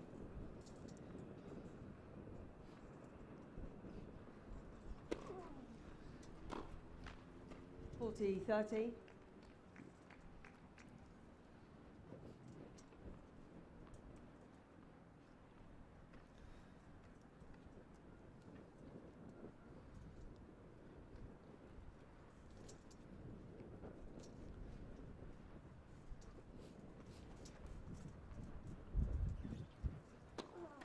Fault.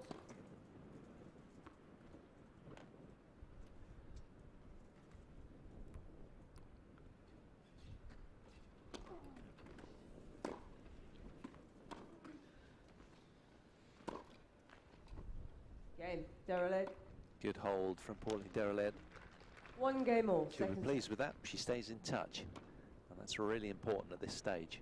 Having lost the opener, she's still in this fight. She definitely prefers that end, though, doesn't she? I think with all of the power that she has, she can often overhit from the end that Lucy's at right now. But she managed that game beautifully. And we've got parity again in set 2.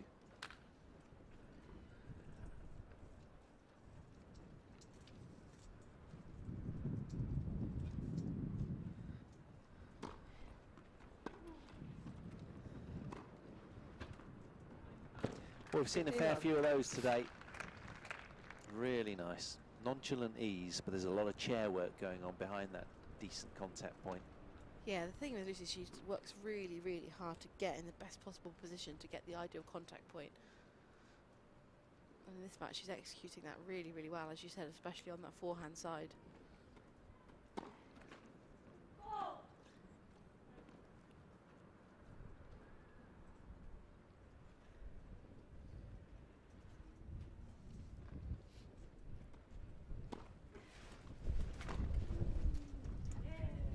$15 all.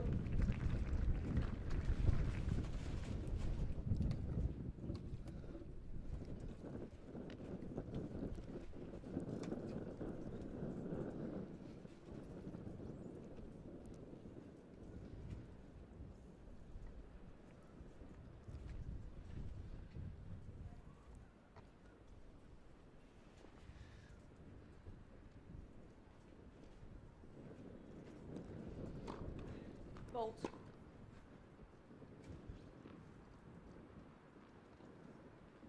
But we're going through one of those really windy phases right now where ball tosses have to be realigned and thrown into the wind a little bit more to make that adjustment. It's really changing direction as well. It felt like it was really going through the court earlier, but we can see from the flags around the court it's really gusty. Yeah, it's kind of blowing across the court more now as well, isn't it? Which makes it much more challenging. I always found as a player I actually didn't mind it too much. If it's going in one direction, I know the direction it's in, I was pretty comfortable with that. But as you say, we're kind of going for a bit of a phase where it's sort of whirling around. Makes it really challenging, especially as you mentioned on that ball toss.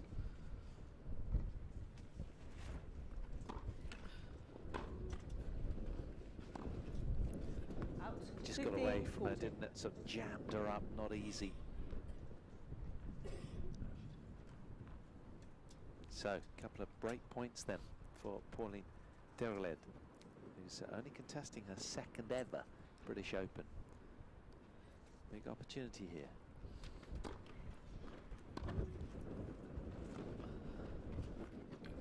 Oh, what a response. 30-40. Great hands there from Lucy Shuker, just steering that forehand slice down the line. She was a little jammed up, had little time to work with, but again, great improvising.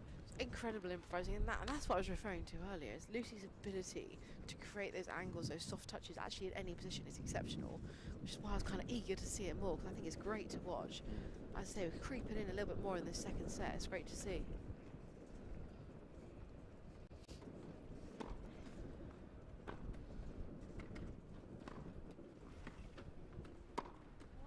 That's clever.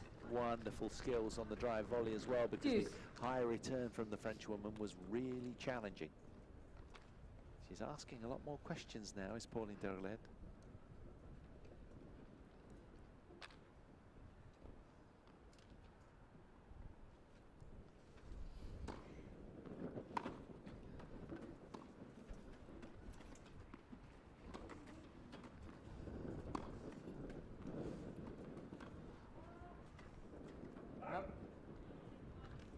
Advantage, Shuker.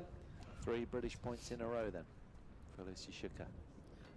She's dealt with the big moments very, very well in this match so far.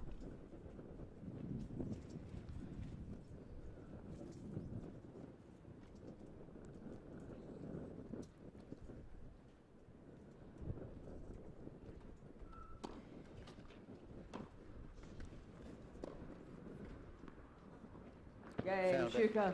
That's terrific. She bailed out of jail really well there. Shuker leads by 2 games to 1. 15-40 down. Second. She won 4 straight points to Lucy Shuker, and that is brilliant from her. French fans won't agree, I'm sure, but there we are. Game to be proud of for sure, and you can't help but sort of hope and wonder if she takes confidence from that comeback in that game, because that was a tough spot to be in. You know, you're early in the second set, but actually it feels very different being 2-1 up or 2-1 down, especially when you've taken that first set. So Shuker doing really, really well to pull that back, and she really did. She took control of that. That was very much down to her and the hard work she put in. And there's so much great improvising, wasn't there? The forehand slice where she was jammed in the chair, then the drive volley off the forehand wing as well. So there you go, all those sort of 11 years of extra experience in terms of age, if nothing else, really serving her productively. And puts Pauline Deralail back in playing catch up. Time. Yeah, I was really enjoying seeing that bit more variety, and it's definitely the direction the wheelchair game is going in. It was only a few years ago that you'd see no players, you know, moving. In particular in singles, you wouldn't see them move up the court very much. It was very much a, you know, baseline to baseline rally slog. Who's going to make the error first? Who's going to hang in there the longest? But I love seeing the development of the game and that more diversity.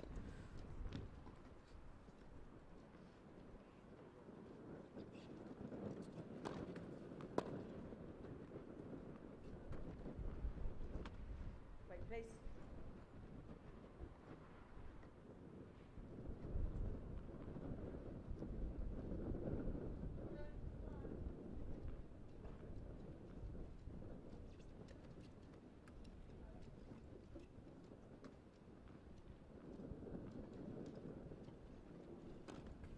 Fault. Love 15.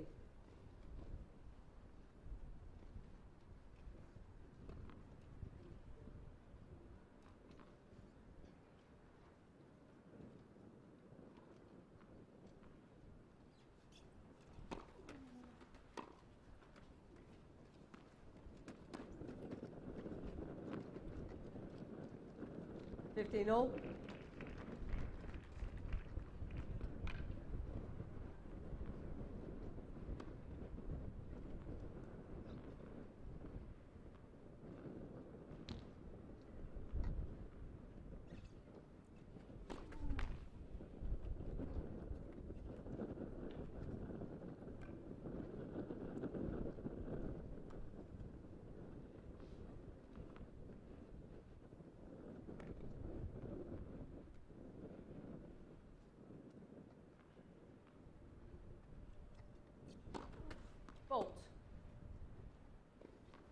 15-30.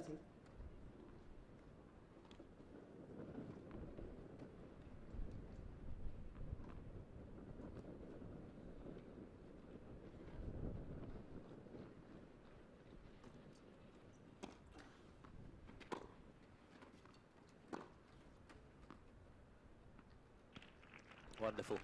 Opening the court 30 all. nicely. The serve down to the backhand, just what we were sort of asking, and then the forehand to the space. That's really smart tennis from the French 31-year-old.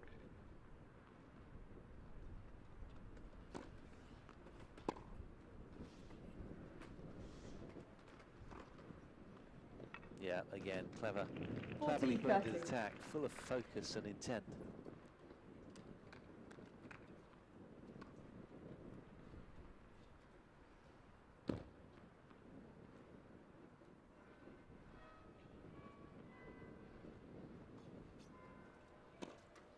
Fault.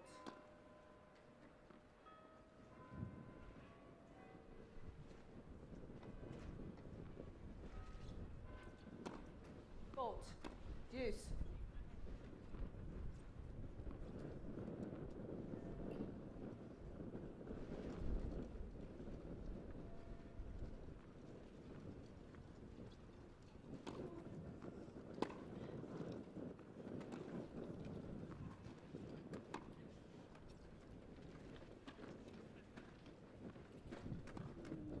Well taken, really nicely blended, and with the wind picking up here, that is a Deralail. well-managed point from Pauline Deralail. Just not overhitting there with the wind on her back, got to be careful. Gets around this nicely for the dispatch.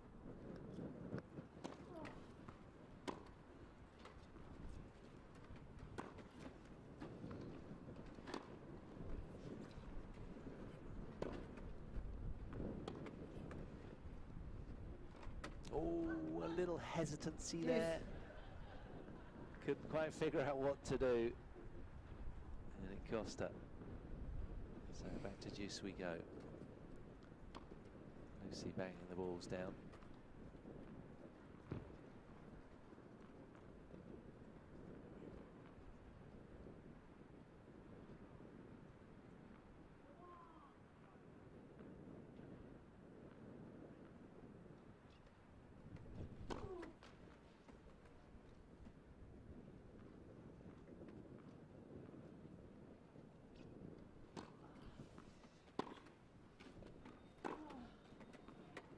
Yeah, good serve first strike, really commendable given the last Advantage, point was a little Deralail. hesitant. That was anything but.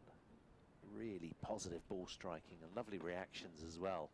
Nodding, acknowledging what a good point that was. I always like that when you see that in a player, you know, that positive reinforcement's always a good thing. Because nobody else is going to help you when you're out there. It's quite solitary. Got to be your own champion.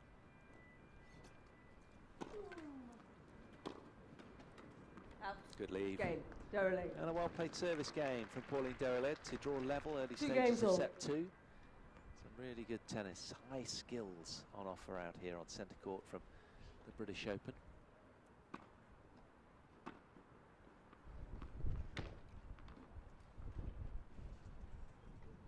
Still got another match after this as well. We've got Britain's Gordon Reid, the top seed in the men's singles semi-final, takes on Martin de la Puente of Spain, the 4th seed. That'll be up next.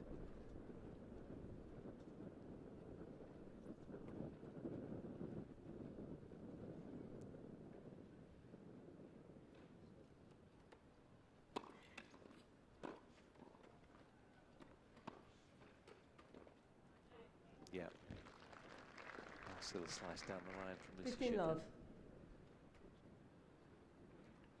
And what's really good here is these points are being won, not just sort of people making balls. It's all very proactive, hunting the win.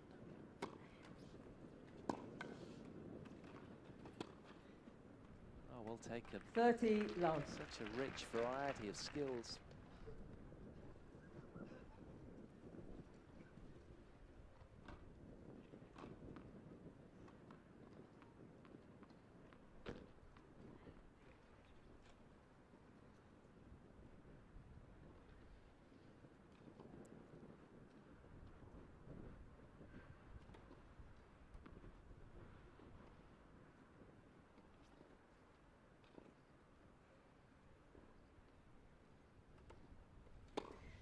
Fault.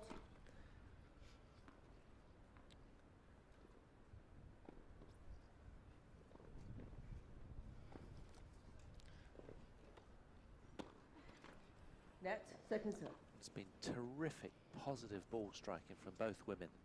Going through a really rich and generous passage of play right now. Both taking the ball on commendably in what's been a tricky, swirly breeze, which has momentarily blown itself out. There you are, another winner. 30-15. Several of those. I was literally about to say the wind has definitely settled down, but as I'm saying Yeah. those words, I feel like I'm about to get blown It's one away. of those days, isn't it? It really is. And again, it's harder when it comes and goes, isn't it? Actually, if it's consistent, you have a chance to get used to it. When it's like this, it's particularly challenging.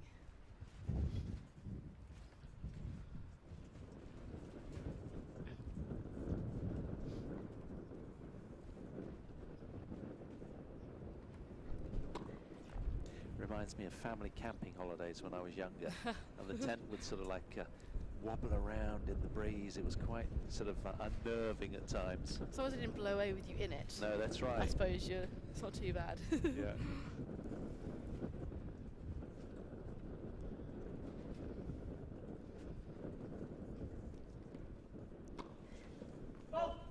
I was always young. I'd look at mum and dad, say, "Are we going to be okay?" And they'd look at each other, go, "Yeah, we'll be fine." And then I'd look at them again a moment later, and they'll be just like eye rolling, as if to say, "Golly, are we really?" Uncertain themselves. Down in Cornwall and Devon. Yeah, maybe believe the look on their face rather than what they say. Exactly. We've all done it as parents. It's like when you're in an aeroplane and there's turbulence and you say to the students, "Are you okay?" "Yeah." Oh, you can see they look nervous. You think, "Hang on a minute." Yeah. That's not the response I was Yes, after. quite. As your tea goes leaping out of its cup. I've absolutely been there. Flying to many tournaments. Wearing it, that's it.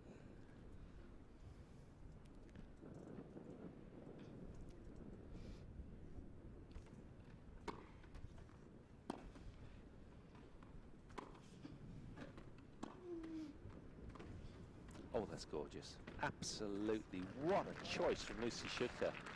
And the ball just fell away. Such high skill level. We love to see that, don't we? And it's really interesting when you watch Lucy's opponents, because often when she comes into the net like that and they're right back behind the baseline, they almost stop because they just know that Lucy, the manipulation she can have, the way she can cut those balls short. It's a big ask to even get the racket on it. Net, first service.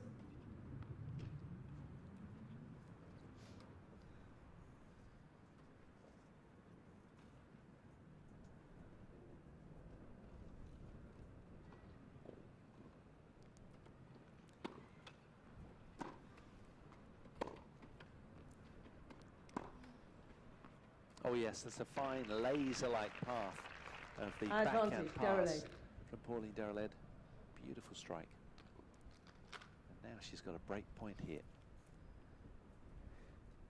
Can she make use of it?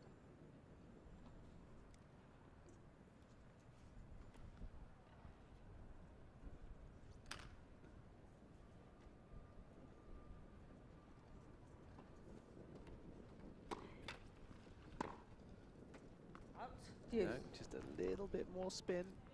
I think that's the way you see the big difference between a player like Lucy with a lot of experience, is that consistency. You know, you look at this match alone, Lucy's managing to string points together a little bit more comfortably, a bit more consistent.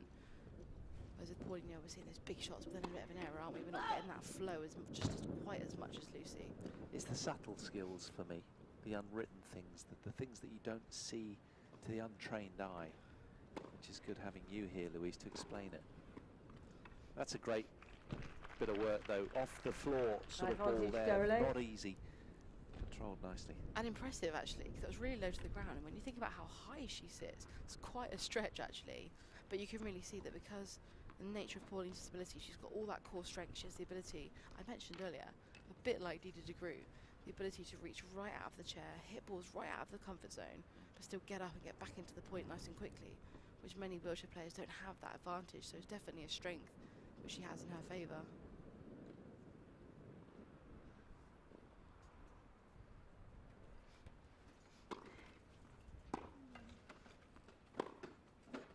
Oh, look at that though. Deuce. Brilliant. Really nice serve and first strike off the forehand.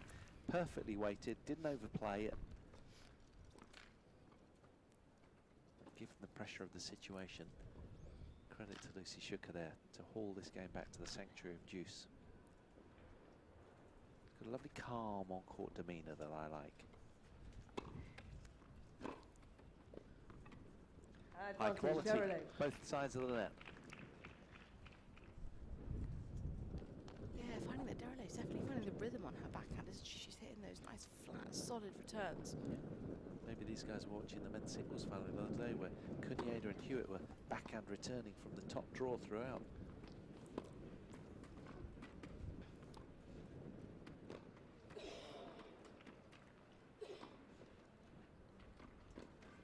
Oh, no. Quite clear the net, having done so well with a high backhand volley to claw it out. That's a shame. Deuce. So frustrating. Excellent play from both ends there. Good movement. Some incredible gets both ends. But it's back to what I said to you, Paul. You get given time. Too many options. Yeah, So they're the hardest ones. I'm with you, aren't they? I think I smell. Yeah. Said it all.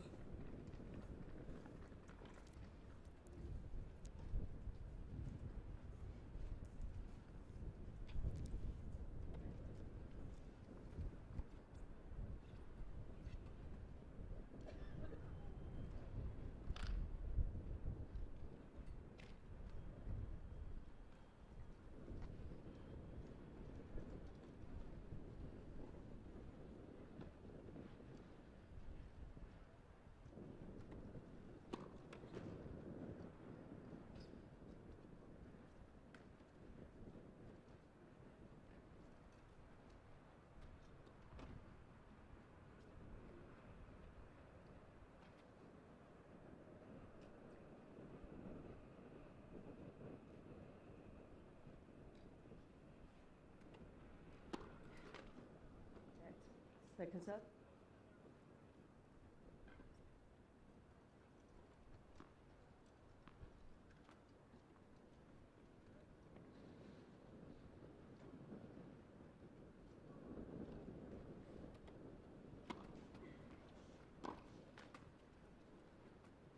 Advantage, Shuker.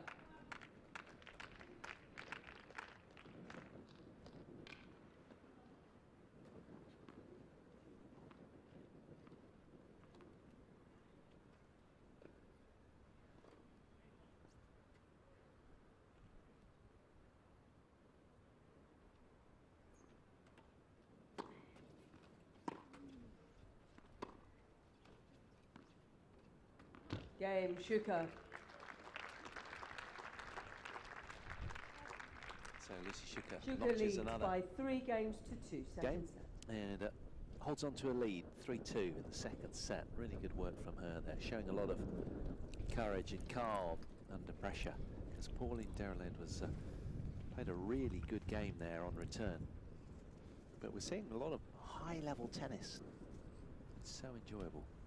Yeah, we are. It's really nice, isn't it? It's nice to have a match that's not, you know, surrounded by unforced errors and people handing things to each other. It's very much both these women taking control when they have the opportunity. But I think Lucy will be over the moon with that last game. It's a crucial game, isn't it? 2-0 again. It's, I said to you, it feels so different at this stage in any set actually. But to be 3-2 up when you've already got the advantage of the first set, you know, she had a couple of game points against her there, Lucy, but she did really, really well just to keep hold of it and maintain her lead. She did, showed a lot of character, because this young lady brings an awful lot of presence, firepower.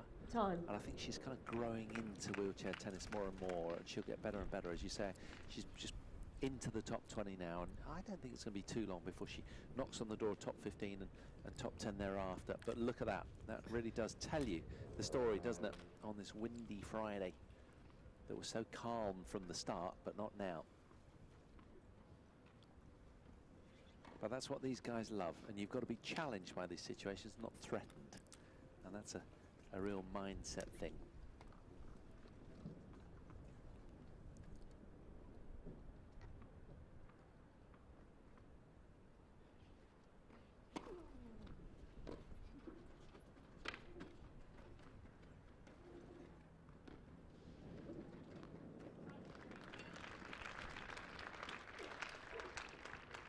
Love 15.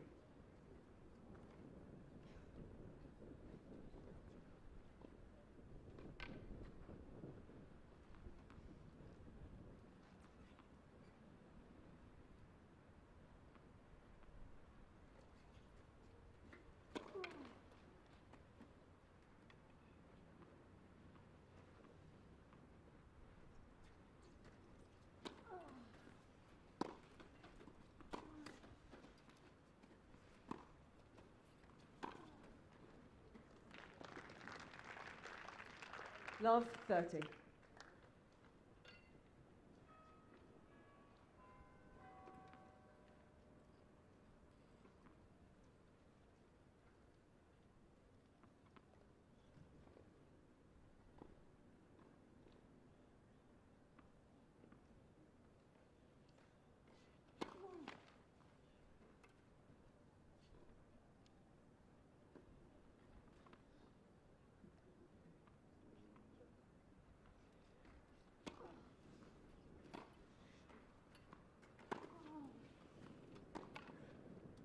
Oh! 15, 30.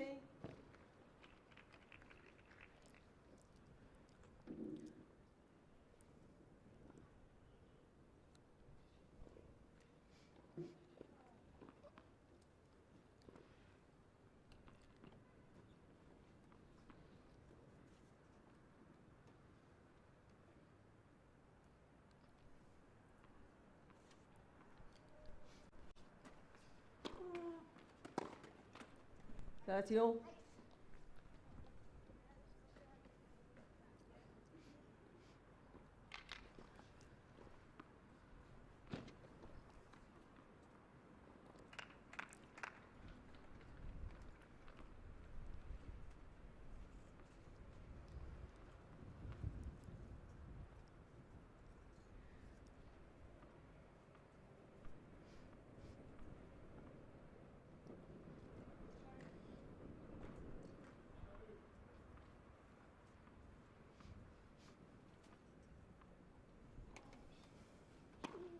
Bolt.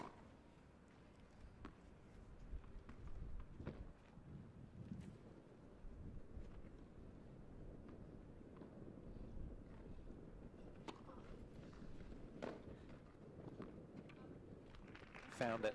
Beautiful return. Just got 30, the 40. line. It's a wonderful hit right out in front. It's where any tennis player is strong. It's sweet timing. So with that, Lucy Shuker has a timely break point to really start to accelerate away in this one.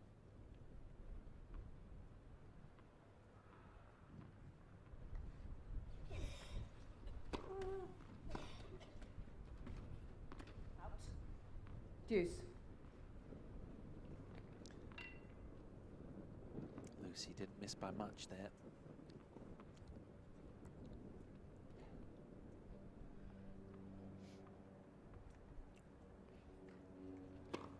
Bolt.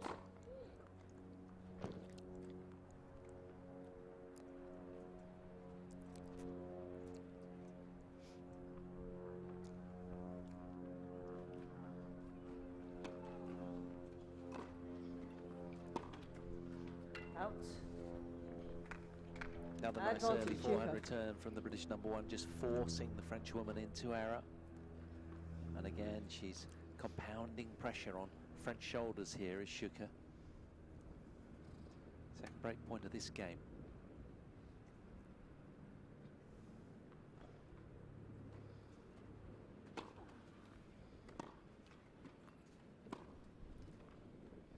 Yeah, didn't quite do enough with the backhand return, and that was easy pickings for Deralail.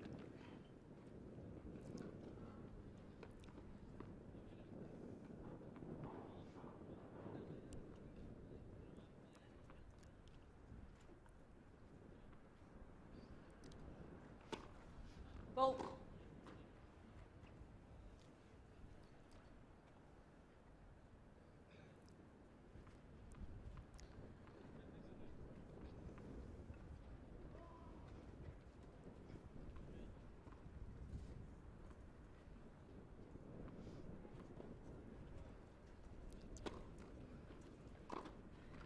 Yep, just feeding advantage, that Shuker. short forehand return. Is Deralail got to stay away from that if she can, but obviously perhaps just doesn't feel comfortable going for the backhand return, and perhaps the wind blowing it out, that serve from the far end. Yeah, I just wonder, as I mentioned previously, is it a little bit of experience? Is it the confidence to change direction? But I think if she watches this match back, it's definitely something that she could aim to improve on and gain a bit more confidence with that direction of her serve. Well, that was the perfect 1-2 right there, wasn't it? Serve to the backhand and then the nice sweet follow-up. So she can do it. It's just on this deuce side.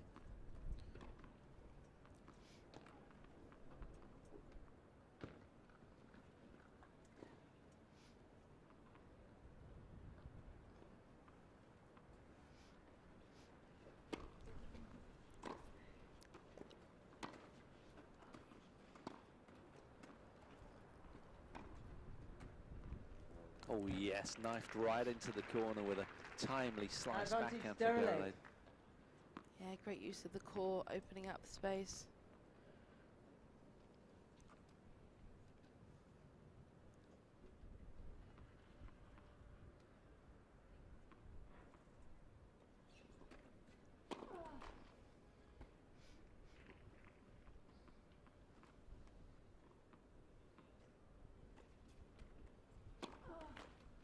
Deuce.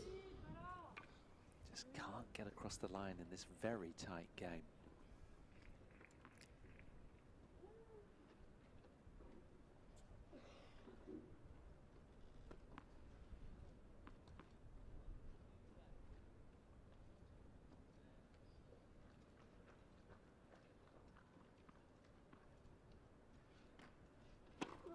Net.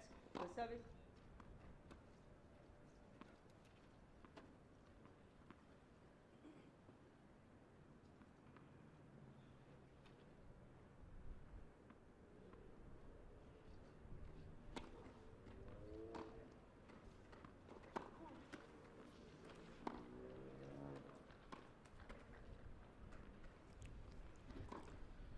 Oh, what a wonderful angle.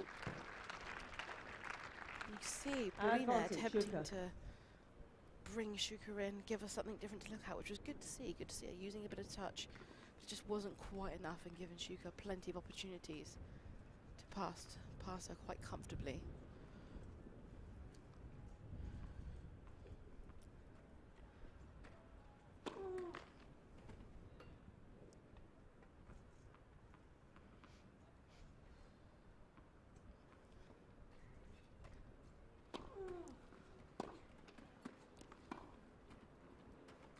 And again, she responds in this really lengthy service game. Living perilously close to the edge. Both just really struggling to string a couple of points together. It's all it takes, but it was just going back and forth, one after the other. Feels like a really pivotal moment in the second set.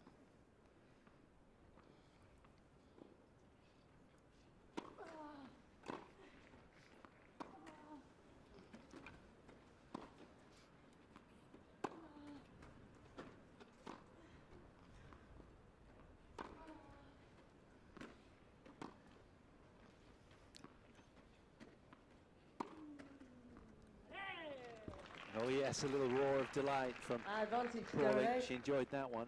It's just keeping Shuker on the back foot throughout that whole point. She's almost just a retriever, just trying to get every ball back in, but she couldn't clinch control. And Deralail demonstrating excellent patience, waiting for the right ball.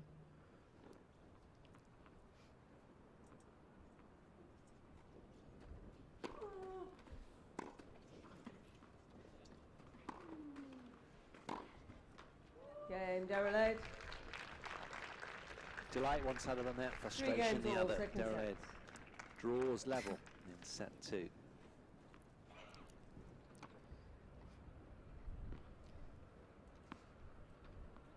Certainly think she'll be able to take some confidence from hanging on in there in that game. You know, we've seen her struggle with her service games up until now, but that was really impressive staying power she demonstrated. Giving Shuker a little bit more variety, breaking down her rhythm.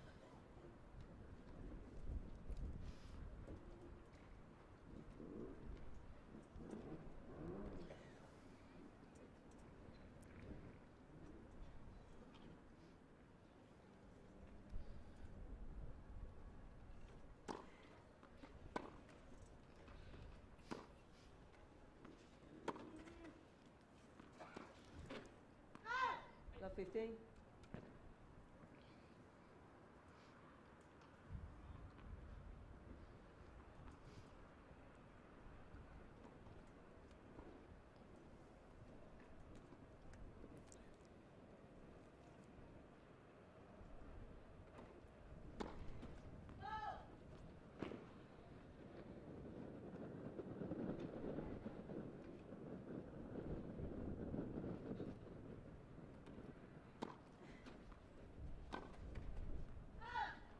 All.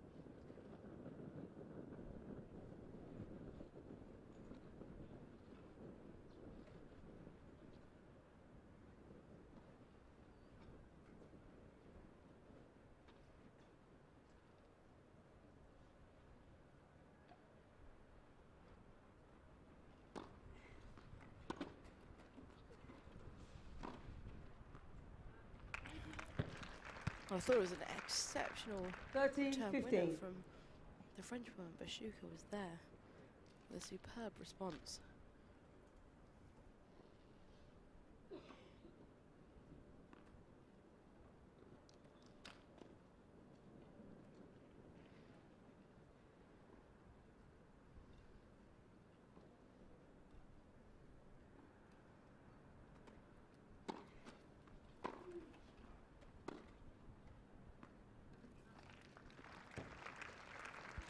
$40-50. Crafty little slice from Shuker. Superb depth, clinching the line.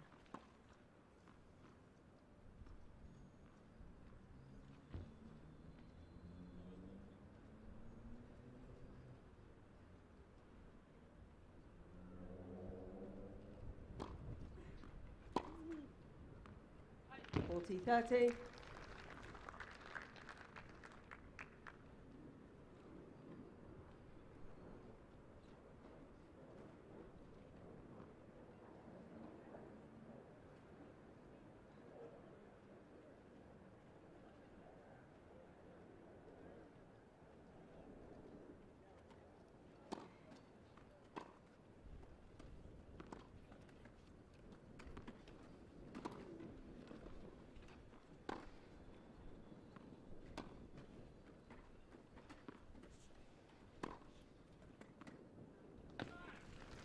Game, Shuker. A strong Shuker game leads from by Lisa 4 Shuker. games to 3, second set. Important point in this second set. She'll be pleased to gain that advantage back, be back in the lead.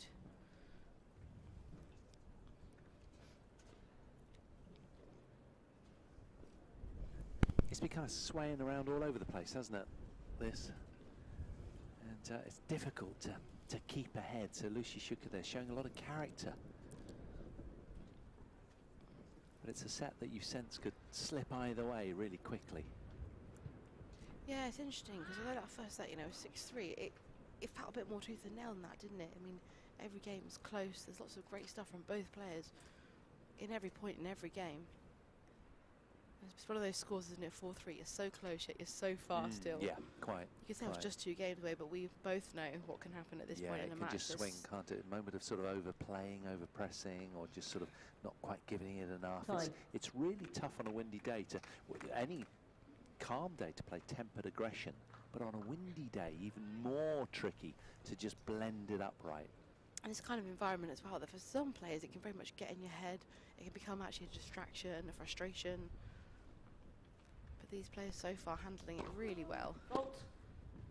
Mentally, I don't think it's affecting them. I think just Pauline's struggling slightly more when she's this end of the court.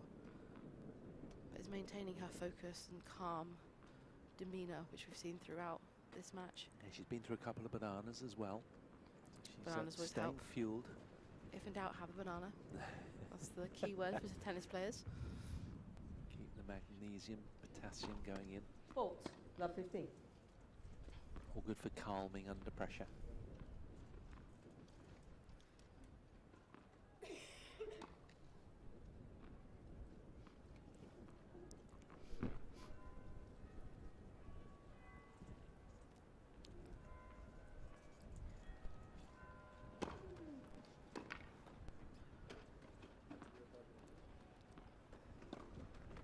Yeah, she's blending that so much better now, where in the first set she was overcooking with a little bit too much contact and not enough spin.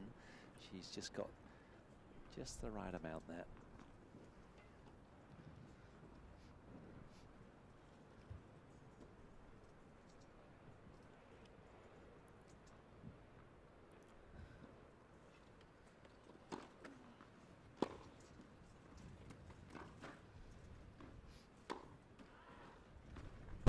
Oh, that's nice.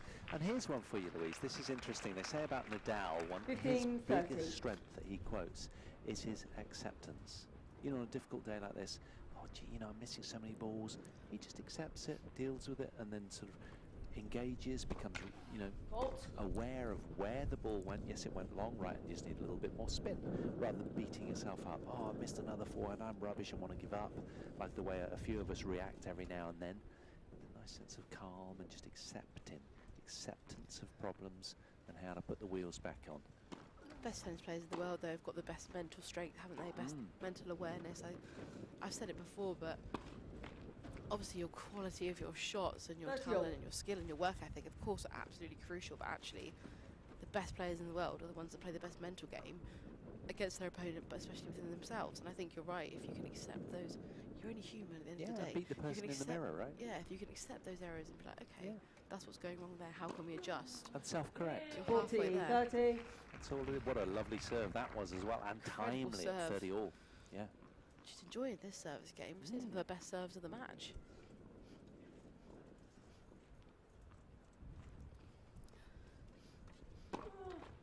First service.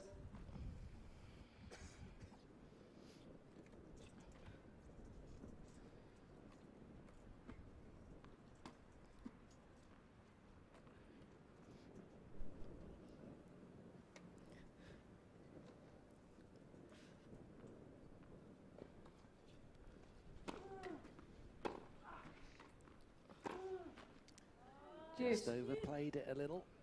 Went too big. But Lucy Shuker still in this return game as a consequence. Frustrating moment for Deralail, though. That was a really big point, wasn't it? It could have been a real game changer in this set. But just allowed Shuker back into this set now.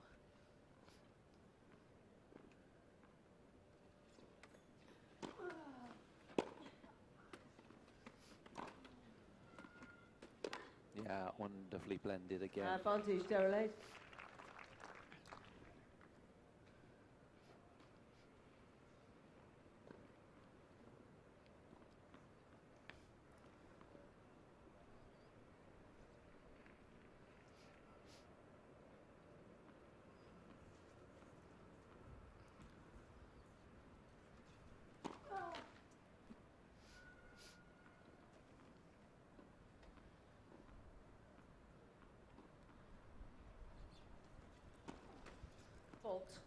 Deuce. It goes back to what I mentioned earlier, isn't it? Stringing those points together. I think that's something that definitely comes with experience. You find, you know, players who are a lot more highly ranked, play more often, played for longer, seem to gain that ability a little bit more naturally. We can see today Deralail really struggling to string those points together. It's been a little intermittent. Quite hot and cold. Net. First service.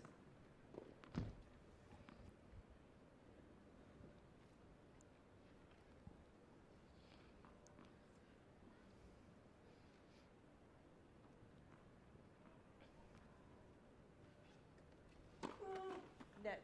First service.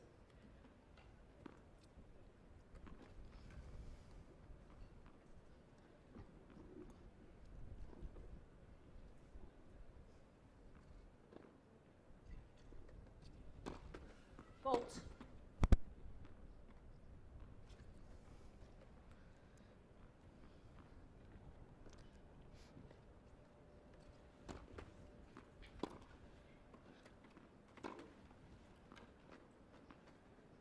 Yeah, just an unbelievable forehand angle there. That was quite something. Advantage, Deralail.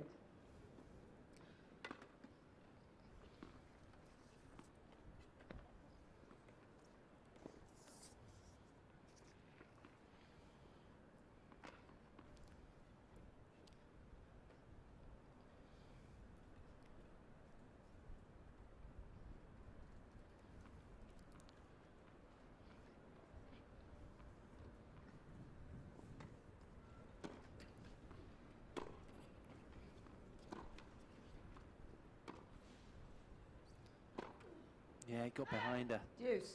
That's the thing on the smash.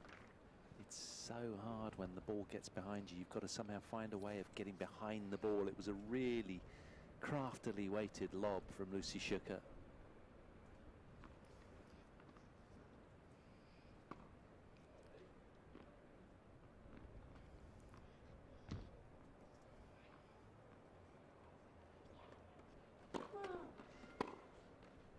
Advantage, Deralail. And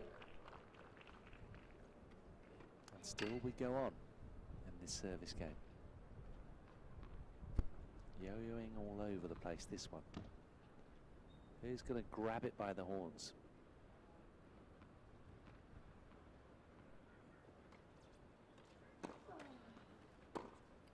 Game, Deralail. And in a game that's swayed here, there and everywhere, it's Pauline 4 games Deralail all, that steps second up and says, I'll take it. 4-all, second set. So tough to pick a winner of it. I really had no idea which way that game was going to go. It was tooth and nail right to the last point. Frustrating for Lucy Shuker, but for Pauline Deralail, you can only help but feel that that's going to give her a confidence boost, help her turn this match around into her favour. She's just got to grips with the wind this end of the court, doesn't she now? Like Yeah. Maybe that settled her, makes her a bit more comfortable when she comes this end of the court.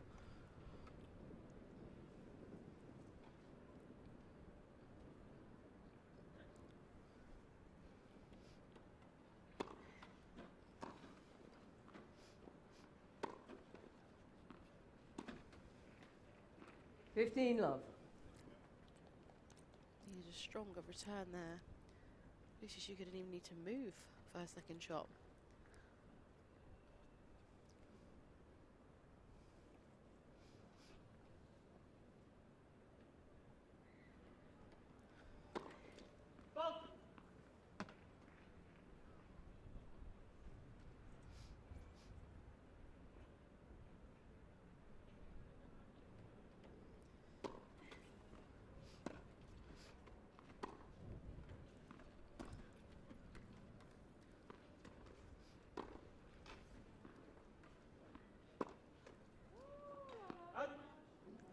An all-la moment Love.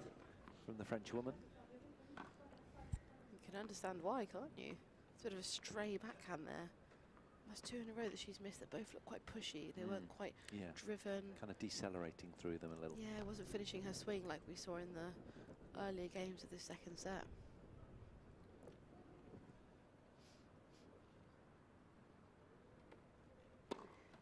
Fault.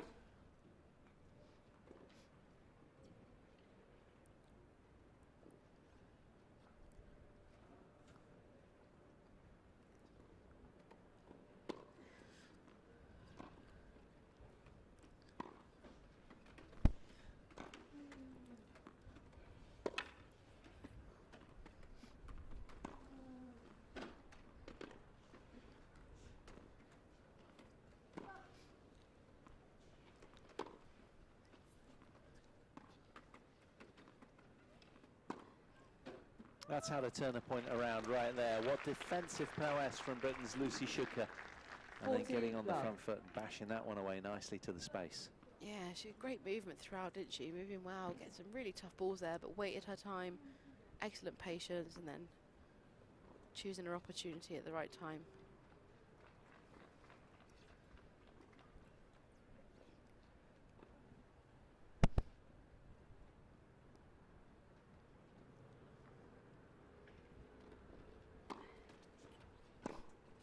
Game, Shuker. Really good hold from Lucy Shuker. Shuker leads by 5 games to 4. Now puts herself just a game away from her first ever singles final, possibly, at the British Open. Yeah, I'm sure she's sort of hungry for that. As we mentioned previously, she had some really good success here in the doubles, but not yet in the singles. Interestingly, similarly to our first confirmed finalist, Anique van Koot, who won her semi-final prior to this match earlier, who'd won multiple doubles titles here, but never won the singles. So she's sort of hunting for her first one too. So we could have two players that have played here so many times before, but not quite got there in a final over the next couple of days. Yeah, that'd be great. Can't wait for it. Hopefully be less windy. Yes. For that one. Well, it's certainly going to be a lot warmer, we know that. Don't know about the wind. Yeah, a bit of a change of picture. You can Time. in the crowd, I can see people bringing out blankets and things today, whereas the last couple of weeks of tennis that we've been treated to, everyone's had their sort of fans and umbrellas, but today that wind is just picking up a little bit. Yeah. Fans trying to keep warm. Yes, quite.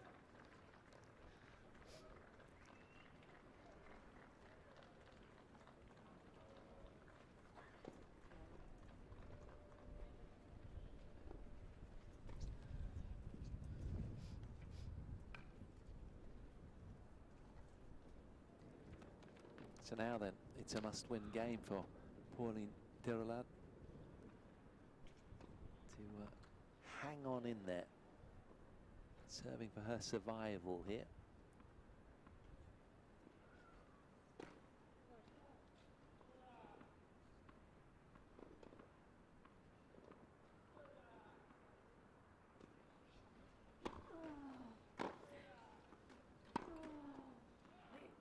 Love. Nice play, serve and back behind, always a good ploy.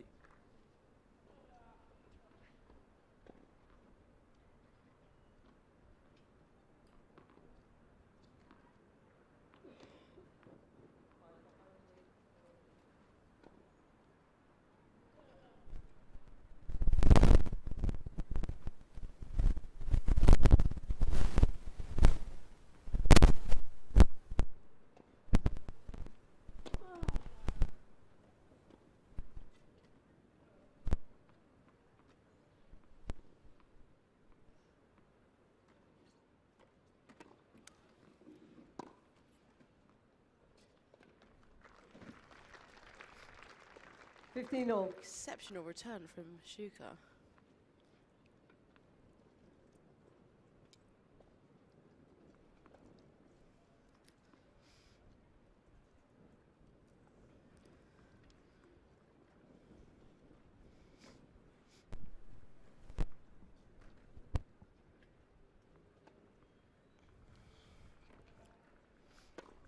Fault.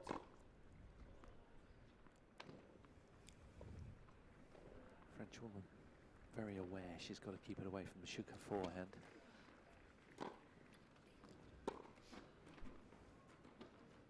Yeah, that's a nice response though, with the back behind.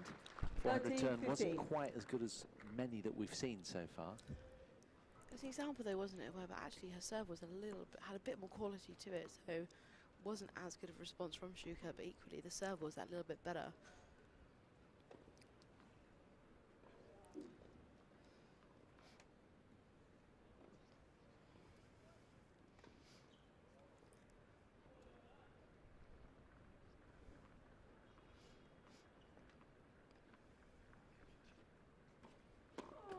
Fault.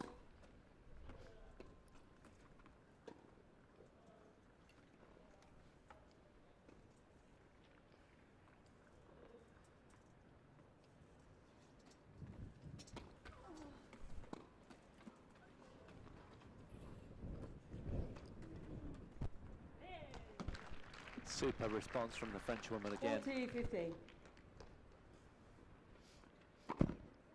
She's got it all going on, and she knows that if she can just hang in here and sort of get herself into a tie break, things could really switch her way.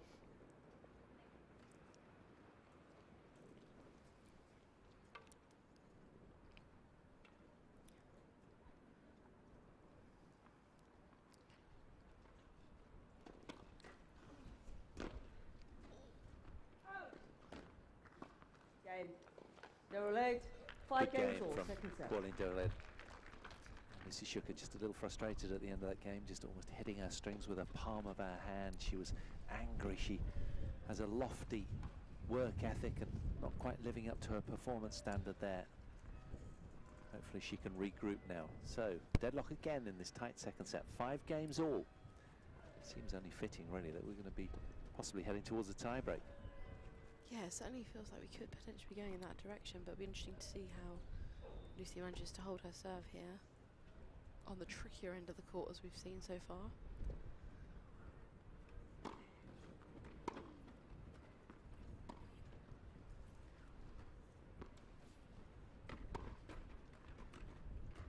And what's interesting right now is that Pauline Deralail is really starting to look like she's coming to terms with all of the skills that she possesses. She's being quite bossy on a regular basis.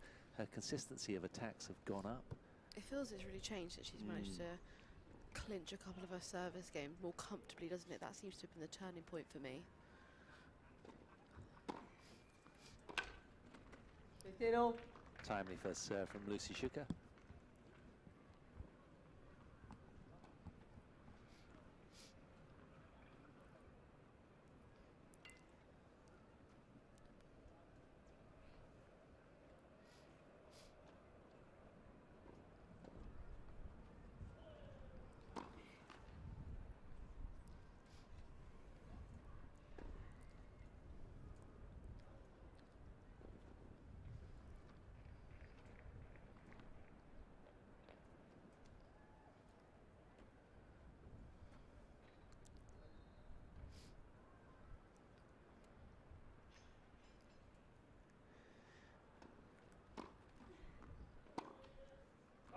Thirty, 50.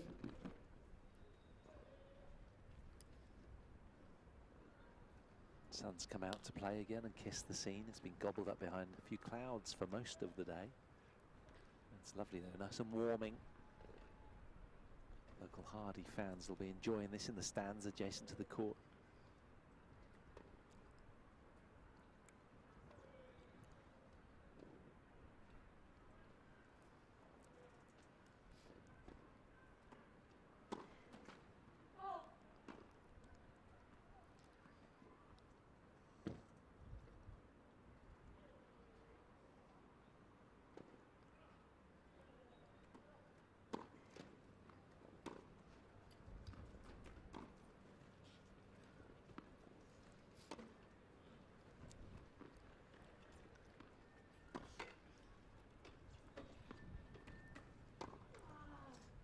Oh, that's a beautiful length from Pauline Deralail.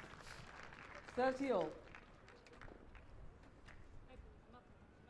She's looking far more competitive right now, the French woman.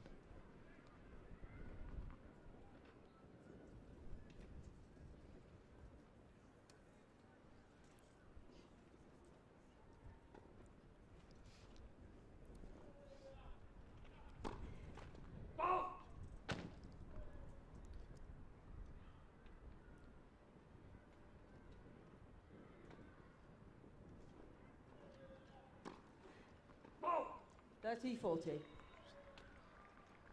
Well, we haven't seen one of them for quite a while from Lucy. A double fault. She looked a little bit nervous, didn't she, on that serve there? It felt a little bit more pushy than what Yes, we've it seen did. before. Can she bail out of danger here, facing a break point?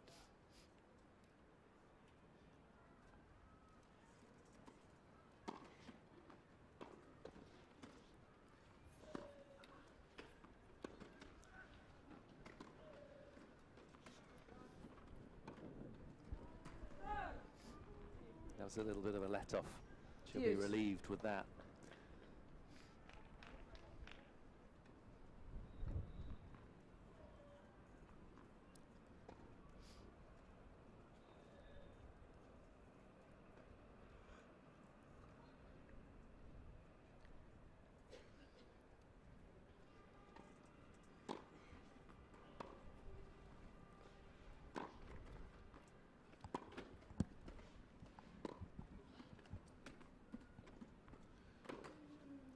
Oh yes, fine acceleration right up the back of the ball there from Pauline Deralail. Deralail. She like that? And with it, she's brought herself a second breakpoint opportunity here, the French woman.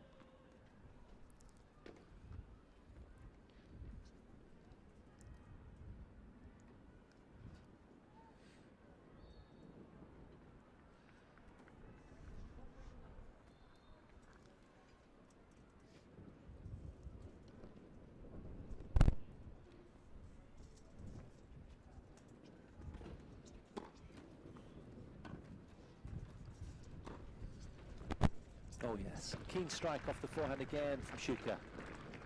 Deuce.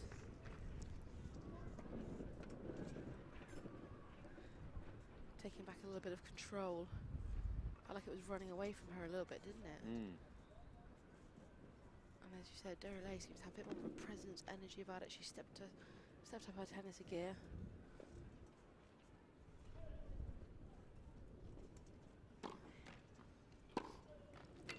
Advantage, Shuker. But Deralail generally has been a lot more consistently good through this set. We've seen a lot of good tennis from them both, asking tougher questions of Lucy Shuker, who now, having fended off a couple of break points, has a game point opportunity herself to again advance to the lead in set 2.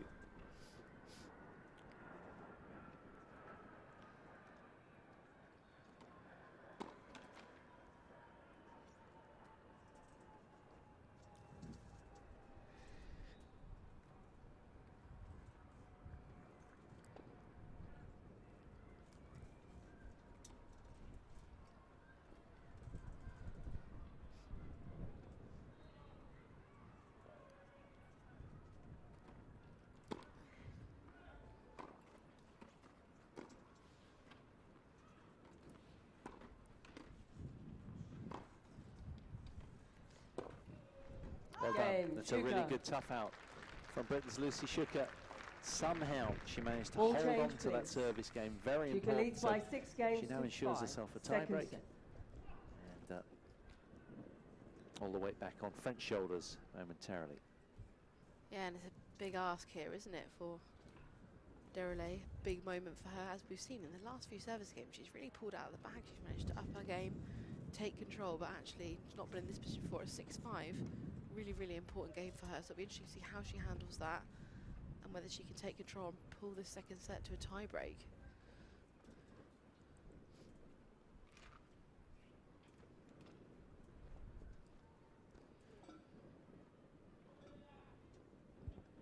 Just finds a happy place momentarily, a nice sort of still place, does Lucy.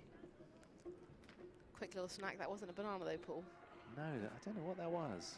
My guess is Jelly Baby. Ah. When I played doubles with Lucy, she's often sort of snuck me a little Jelly Baby when I played doubles with her, so that'll be my guess. What a treat after that well-earned hold. It's good. It's a good, quick energy release, isn't it? So it's kind of perfect for tennis. I thought it might be the Novak Djokovic expensive Medjool dates. New balls.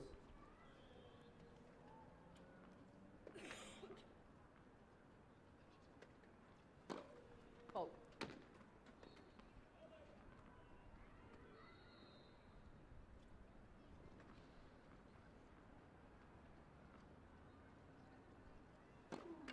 Fault. Love 15.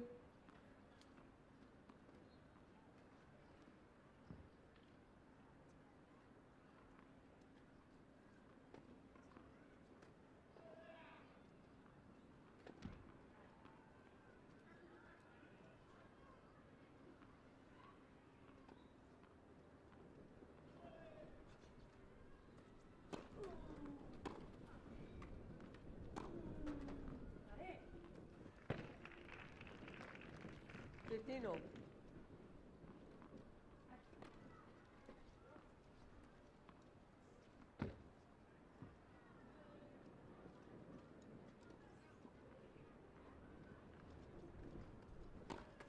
Gold.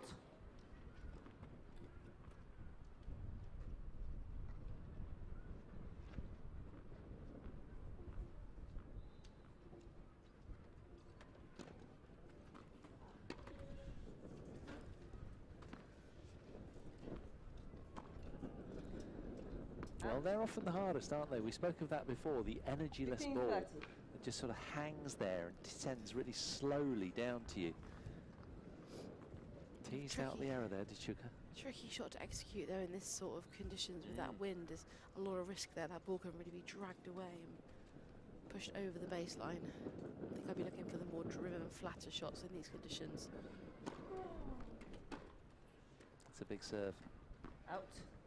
And a timely one as well from 15-30. 30-all. She's got better and better as this match has unfolded.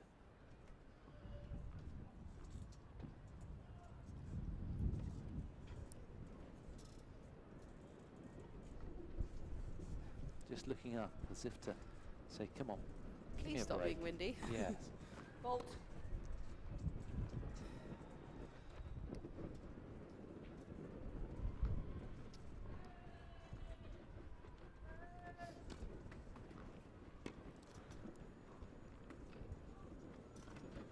That's a beautiful response. Did really well. She was looking for a call there as well. 40-30.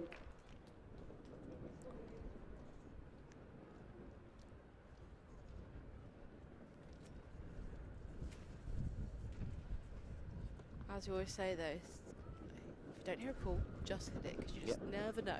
If in doubt, play it. She had a superb response, didn't she?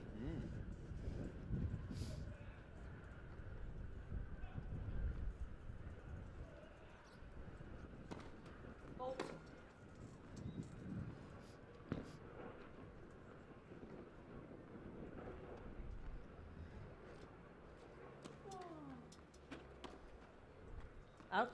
That's a really good hold on a difficult, Game. blustery Deralail. scene. Pauline 6 games all, Deralail second holds on set, then, tiebreak. and it is, as we suggested, a tie-break second set. A tie-break that you sense could be anybody's coming in.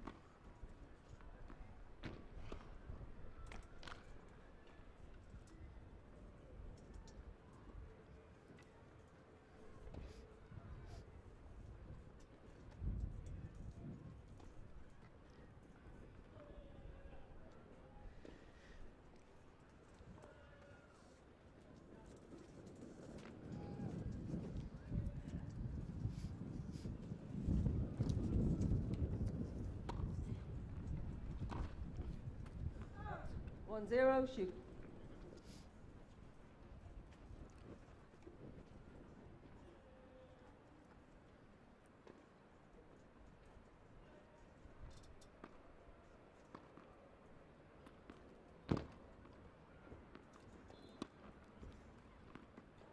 You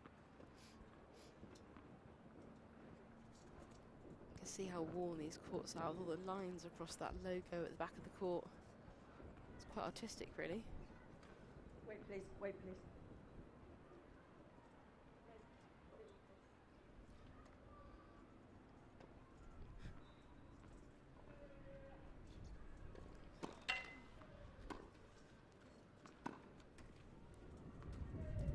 One all.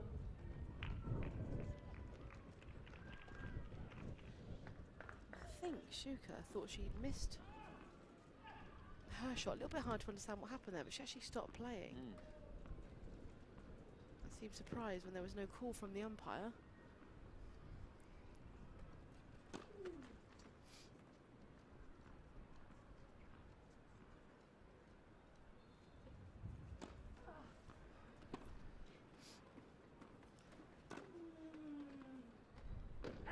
Yeah, good penetrating play, good use of the wind as well on her back. Just steered that down the line and it whizzed away to its mark.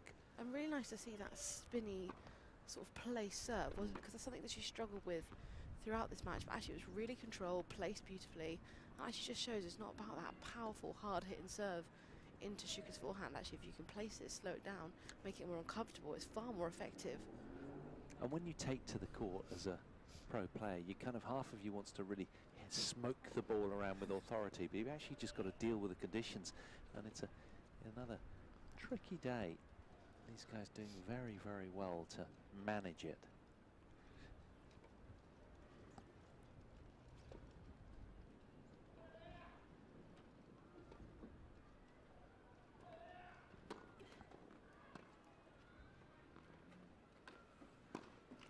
Three, one, Deralail. Little lapse in concentration there from Lucy Shuker. Deralail fist pumping. A very frustrating miss that. She did all the hard work she got there. Just not quite enough height on that ball. As you said, perhaps a little lapse in concentration.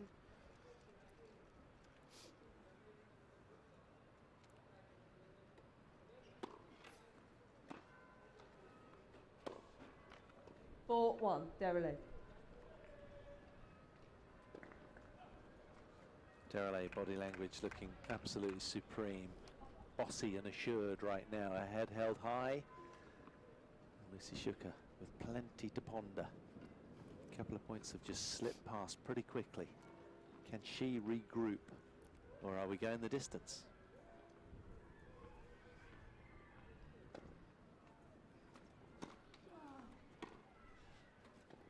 Out. Yeah, just 5, like 1, Deralail. suddenly, it's taken a lopsided look, this second set tiebreak, favouring the French woman.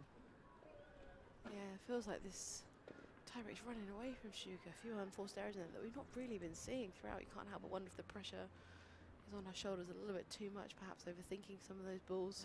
Knowing that she's never lost to this opponent before, and sort of 2-0 head-to-head, maybe feeling a little bit of it here.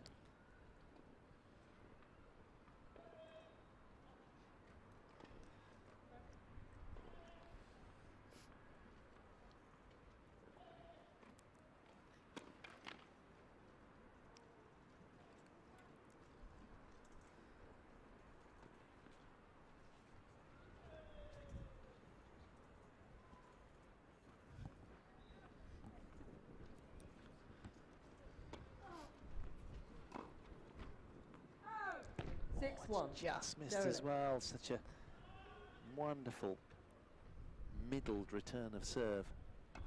One in which we've seen land in on several occasions, but not that time. So it's Deralail with an array of second set points here.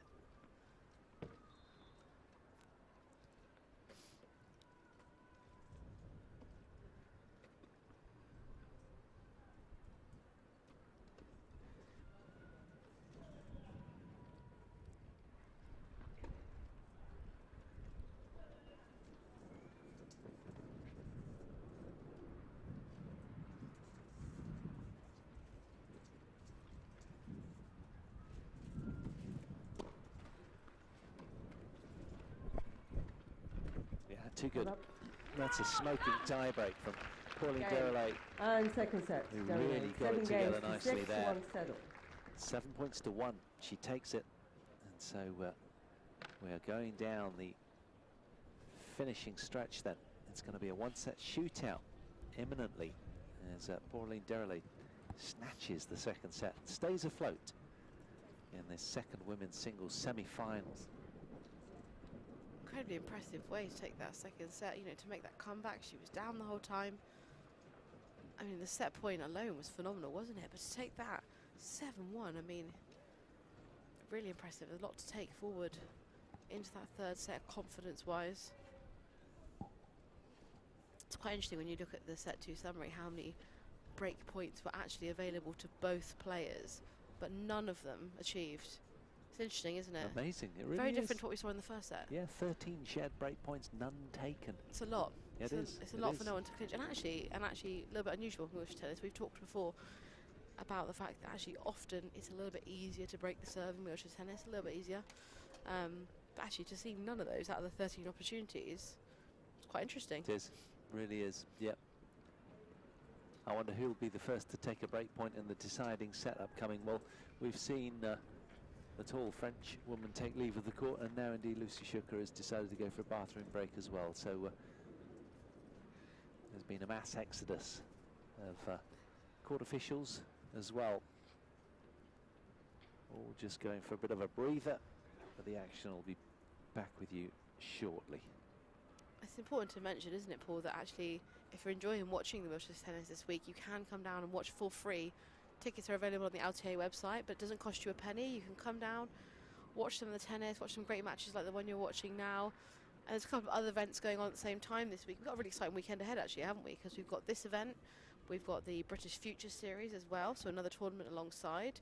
We're going to have the junior tournament, And then tomorrow, the first LTA initiative day, where you can come and try wheelchair tennis. If you've never tried it before, you're welcome to come along. There'll be chairs here provided, rackets, balls. You just need yourself. You just need to come along, and you can come and give that a try. But if you can't make it tomorrow, there's plenty more throughout the year.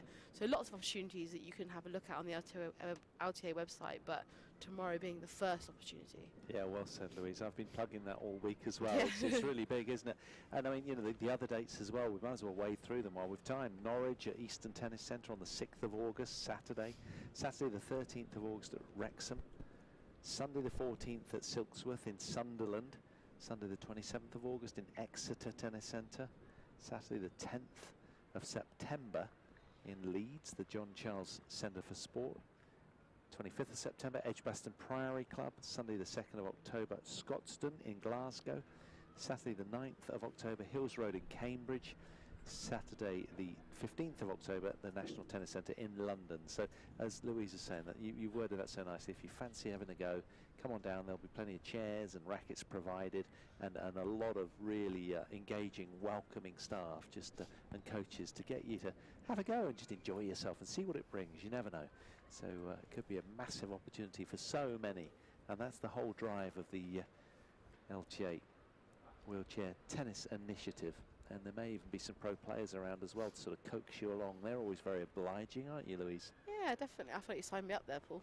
I'll go straight in. No, but yeah, no, you're absolutely right. I mean, there's not many players I don't know that aren't willing to give back. We love getting involved, and the thing is, at the end of the day, it's days like that where we first started. You know, we had to pick up a racket for the first time somewhere, try it for the first time. For me, it was here. It was actually here when I was 5 years old, the first time I saw a wheelchair tennis tournament. And I remember seeing the players, it sounds so odd to me now that we're in the position I'm in now, almost going, wow, that's who I want to be, I want to do that. So you have to start somewhere, and that's why I love the initiative days. But what's cool about them too, you know, if you're going to come along and you've got disability, have a go. If you don't want to come on your own, that's fine. Bring a friend with you. Whether they're able-bodied or not, everyone's welcome to have a go. And I'm actually really keen on people who can walk to have a go, just to gain a bit of perspective, a bit of an idea, and understand it that little bit better. So don't feel like you've got to come on your own. Bring someone with you if you want, and we'll get them in a chair as well, which can be quite entertaining, as you know. Yeah, really good fun, you know. And I bet it's really tough to sustain any sort of rally when you start. I can't remember. Just tell me you hadn't tried it before. I hadn't tried it. Right, this is the week, Paul. I should. You're not leaving here until you've been in a chair. No, I really ought. I had an able-bodied hit yesterday with Anna, the other co-commentator as well. That was great. We were indoors, thrashing the ball around, winding back the clock. That was good fun. We thought we'd be feeling really sore today, but we were anything but. But no, wheelchair tennis, wow. Incredible. And my sort of perception would be like Judy Murray would always said, you know, years ago, it's like riding a bike and playing chess at the same time. I guess it's kind of sensory overload your first time in a chair, right? Yeah, it definitely is. We were actually speaking about this earlier, myself and Anna, in the other women's semi-final match, is that it's actually combining all these things together, because it's one thing to learn the chair skills and it's one thing to learn tennis, but putting those together, I like what Judy Murray said. I'm going to remember that, because that's a really, really good way to describe it. I think as a wheelchair player, you become the ultimate multitasker, actually. Yes. Because there's so many elements to it, so many things that you need to juggle. Good for the brain, though, right? And developing both sides of the brain at the same time. Yeah, do you definitely. Know what I mean? I think that's why we're also tired all the time, actually. Yeah. But yeah, no, but exactly. But it is true, and there's so many elements, you know. And you know, we're just talking about the physical aspects there, but we haven't even thrown it into the equation. Then there's the mental side of the game. So there's so many different elements to becoming an elite wheelchair tennis player, or actually any disabled athlete, to be honest. It's the same thing across any disability sport, isn't it, really? You've got to learn those chair skills, or whether you use a prosthetic, whatever it may be, and then the sports skills alongside.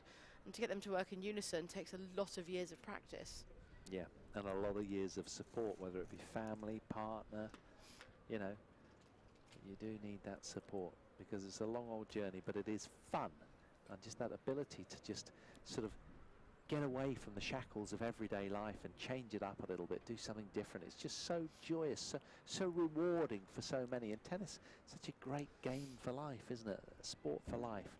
Yeah, it definitely is. It's interesting, like, as someone who only retired last year from the sport, it's interesting how, obviously in terms of my life, even starting when I was young, I always had that aim. I wanted to be a professional, I wanted that to be my career. And I didn't quite know what that would feel like once I'd left that part of my life, and it being my career, how it would fit in with me. But you're so right, it is for life, because here I am sat here now talking about it, commentating about it. You know, I still want to train because I love it so much. Do you enjoy hitting the ball like I do? That sensation of hitting the tennis ball. Absolutely love it. And you know, it is the only thing I miss is the regular training. I absolutely loved training, and I never ever lost my love for training. I managed to hit sort of fairly regularly now, but obviously a lot of things, life things take over. When I do get the opportunity, I don't want to leave. I just love it. It's like an hour's not enough. It's like I want to stay for longer. I want to train. Lovely, but it's just for me, it's total escapism. I don't think about anything else. I just focus on that yellow fluffy thing, and that's all I need. That's lovely. Yeah. But we're going to get you in a chair. Yes, you I'm have to. determined. There's an initiative day tomorrow, Paul. I don't know if you know. You can come along and try. We'll see how many matches are on our schedule to commentate. How about that? Definitely. If it's quiet, I think we should. I'm keen to give it a go and humiliate myself beyond all recognition, but who cares? We'll get it on video. Yeah. So we've got one of our players back, and she's keeping nice and warm, bombing around, keeping busy. It's the best thing you can do. I think sometimes these long breaks, especially between sets, can be really disorientating and can make quite a big difference actually to how a match pans out. I think there's nothing worse actually, you know, when your opponent goes for a break, you don't. You sit there and actually you can cool off so much, lose so much momentum, physically and mentally actually. So actually what she's doing is really, really smart. Yeah, bit of shadow swinging as well. What I spent the whole of my lockdown doing. Was it? 100 shadow swings a day per shot. That's good. Yeah, really it was good for everyone else, not for me, and same for everyone else. It was funny, the first few days when my coach told me to do that, because I did the classic, I hit against the wall and things like that. Yes, likewise. He was like, you've got to shadow swing, like it's so important. First couple of days I didn't mind it so much. I'll tell you what, you get to that, even the first week, it was like, I miss like a proper tennis court so much. But that is literally what got me through my lockdown, was a whole load of those. Yeah, and I bet there's been a lot of tennis players under instruction to do exactly the same. I remember watching Roger Federer in an advert just having a hit across the rooftops in Italy, I think it was, with a young Italian girl from a distance, sort of volleying across flat to flat, you know, across, you know, apartment buildings. It was really cleverly done. And just when we thought COVID was sort of waning a little, now they're saying that in this country it's about 1 in every 25 people has it. It's quite scary, isn't it? It's certainly feeling that way. I think it's just something that we're just going to have to learn to live with at this point. We're just very fortunate, aren't we, that we've had a phenomenal vaccination programme. So the vast majority are protected as best as they possibly can be. I don't think there's much more we can do, really. Exactly. I think keep ourselves safe. Many of us will all need an update soon, though, won't we? That's what they're suggesting. That's why, you know, the cases are on the up a little bit, because the vaccines that we had earlier in the year are starting to sort of, you know, weaken in terms of effect. And of course the strand changes, we're told. Who knows? I'll just be the recipient of any of those sort of things. I think it's great. I just look forward to the day when I can go, do you remember when we used to deal with COVID all the time? Remember we used to have lockdowns? I can't wait for it to be a thing of the past. Yes, quite. It excites me. Or my kids study it at school one day and I'll be like, I lived through that. Yes, that's right. Well, that didn't happen. Yeah, it did. Yeah, we see, you know, some players. We had a couple of players this week who unfortunately caught it and were unable to play. They actually have to do a really, really good job at, you know, protecting players, making sure their welfare is paramount. So yes. Players are always protected and make sure they're taken care of as best as possible. Yes.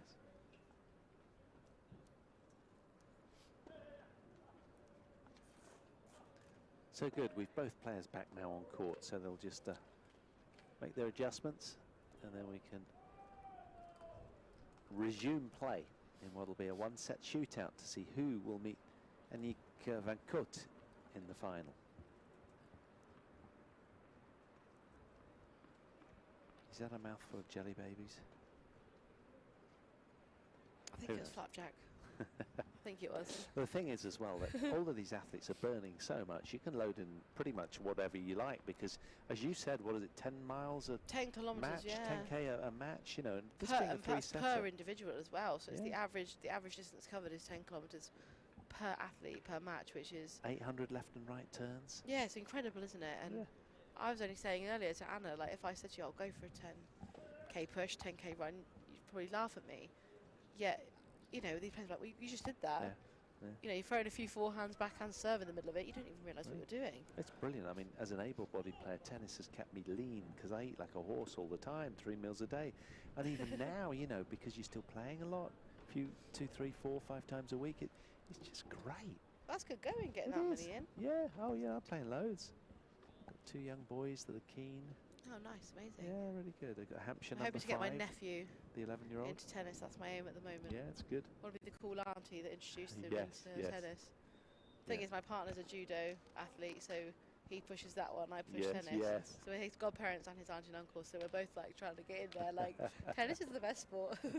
But 18 months, we've got time. We've got time. We're just trying to start him young, you know. Nice, yeah, absolutely. You have to.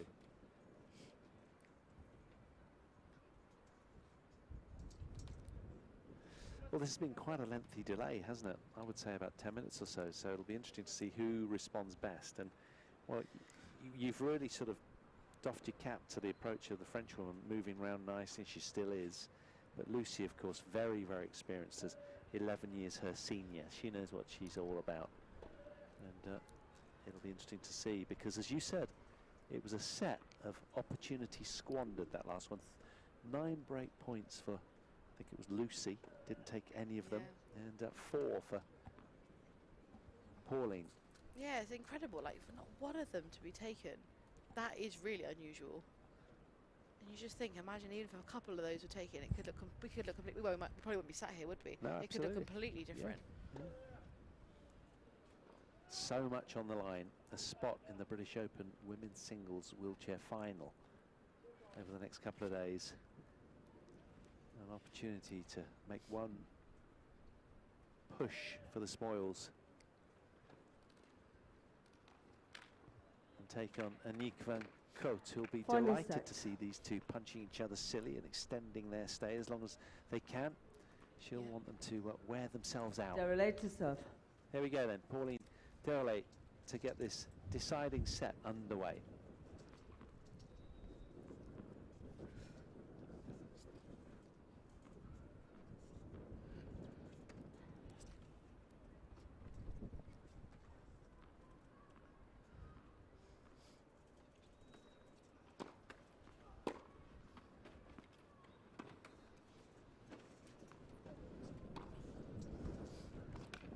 Love 15.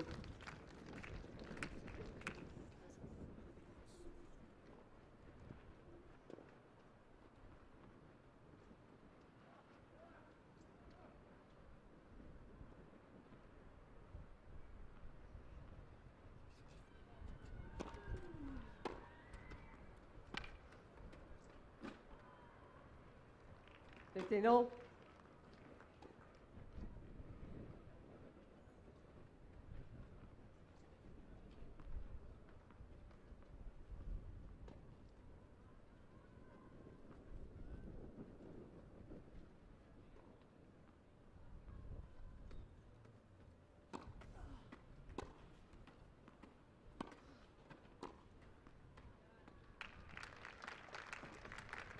$15, $30.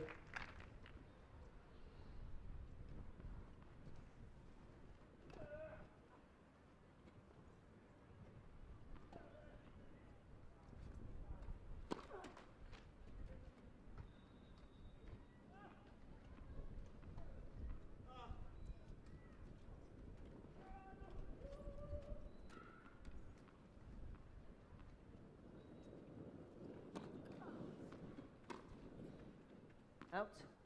That's you.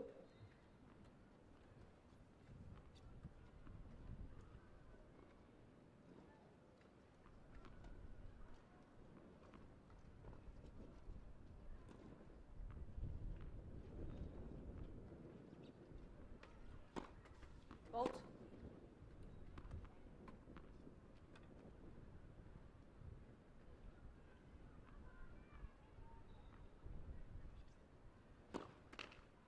$30, $40.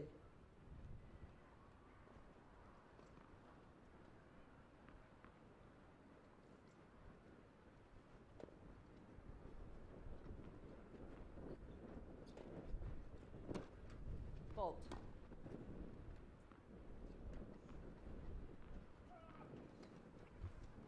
Wait, please, wait.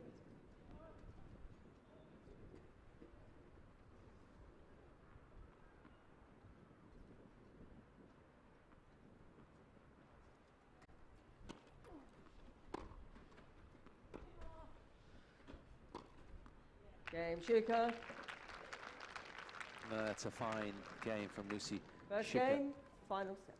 He holds on to 30 in her opening service game and makes amends immediately. She'll be pleased with that start.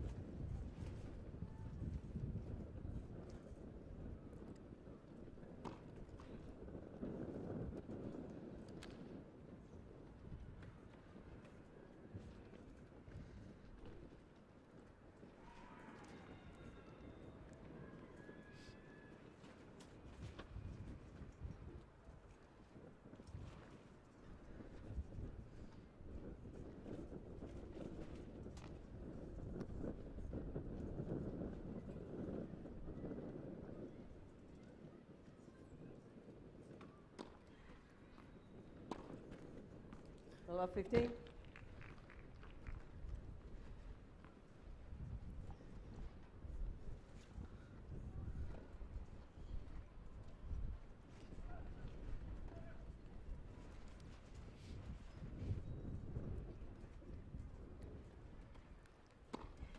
Fault.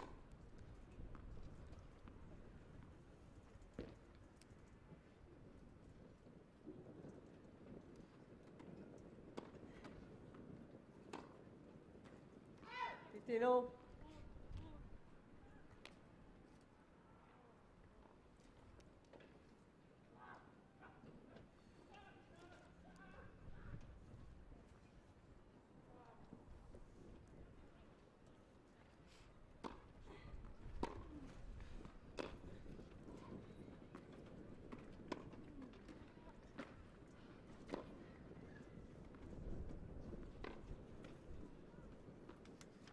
Thirty, 15.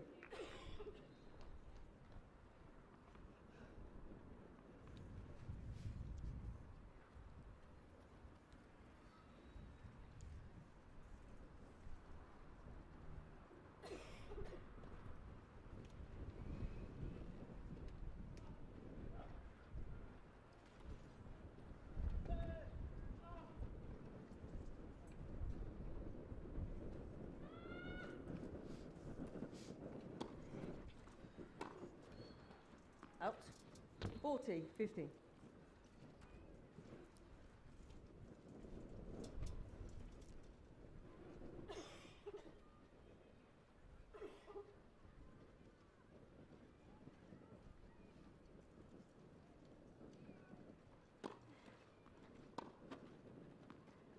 Forty, 30.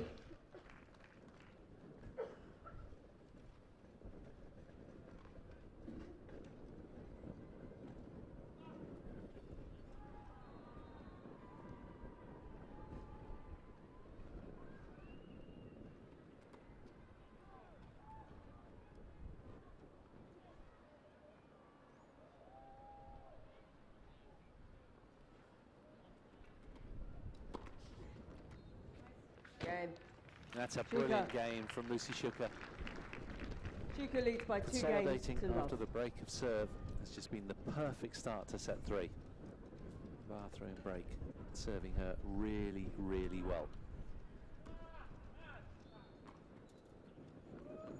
Consistent and positive. A fine start. Now, how will Pauline Deralail respond? Fault.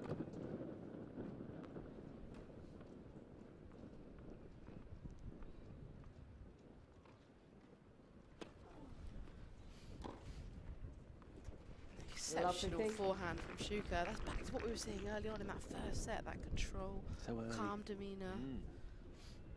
2-love up, and she won't want to let Deralail come up for air, really. She'll want to keep her arm's length throughout. That'll be the intent of Lucy Shuker right now. Yeah, certainly not after a repeat of the second set. Yeah, she'll be angry with herself. She came back very stern-faced, didn't she? Just those jelly babies kicking in.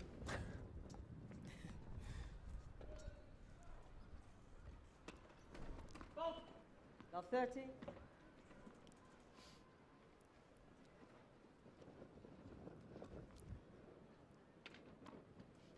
She's gained some momentum here, hasn't she, that she was longing for at the end of that second set, but she's definitely found it here. A big ask for Deralail to get back into this set.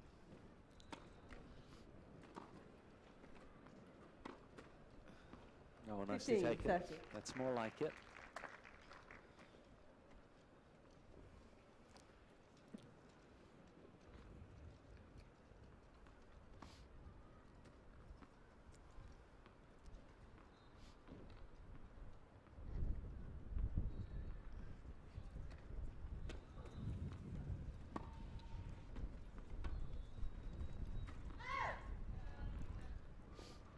$15.40. It's amazing what a break can do, isn't it? It really is. Happened to Djokovic at Wimbledon, didn't it? Lost the first 2 sets to Sinner. Yep. And turned it round. Splashed some water on his face. Different man. Had a stern telling, talking to himself in the mirror. And Lucy Shuker here, tearing out to a heavy 3-love lead in the blink of an eye in set 3. She's a different woman now. This is a completely different complexion on this third and deciding set. She's grabbed it by the horns and said, I am having this.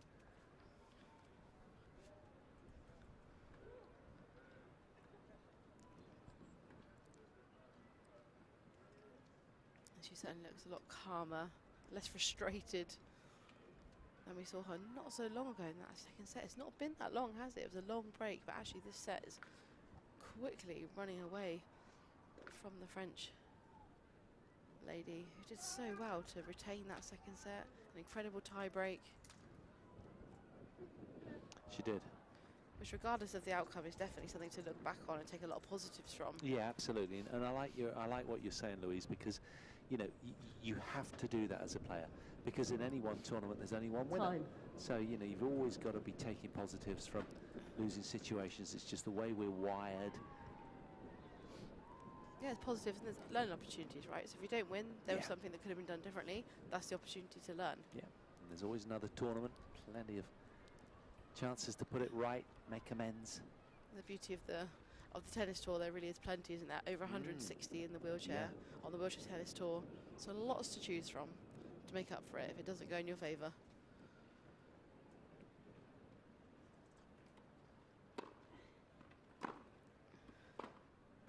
Chair jammer, just got in between the spokes, that one. LBW.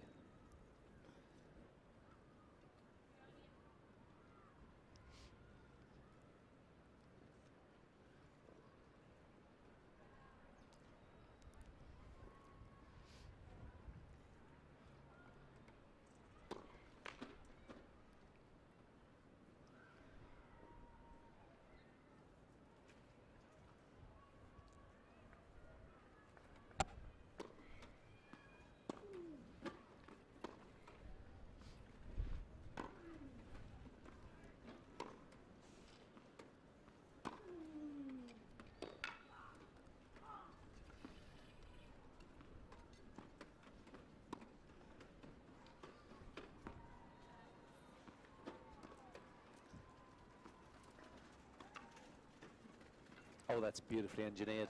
Really clever defence from Lucy Shuker. Such determination in that point. 15-all. Yeah, really clever tennis there. She had excellent defence, but did really well at moving Deralail up the court, back to the court, and then sneaking in that cheeky drop shot that we see her do oh so often.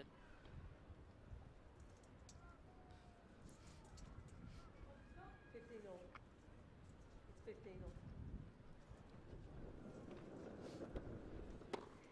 Vault.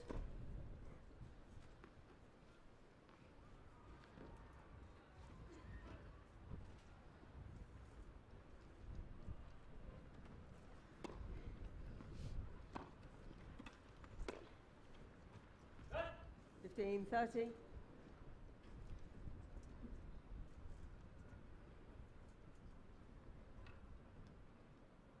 A half chance here then for Pauline Deralail to get some traction in set 3. Something she's been really grappling with so far since the lengthy break end of set.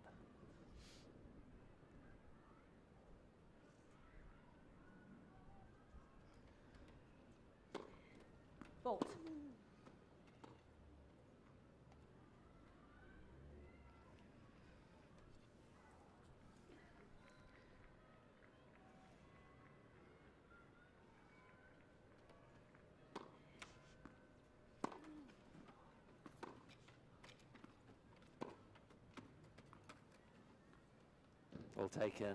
Fist pumping again. 15, Deralail. 40. She liked that one. And 2 more break points on offer, on the table for the French.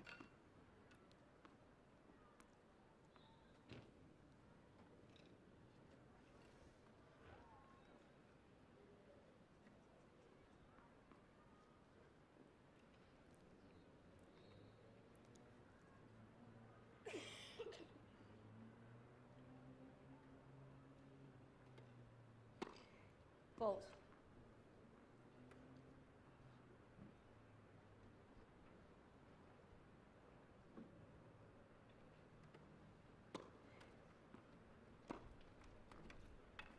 Oh, smoothly Game, taken. Deralail. Lovely backhand, off backhand winner on the return from Shuker Deralail. leads by 3 games to 1. She finally gets her teeth into set 3. Can she build from here?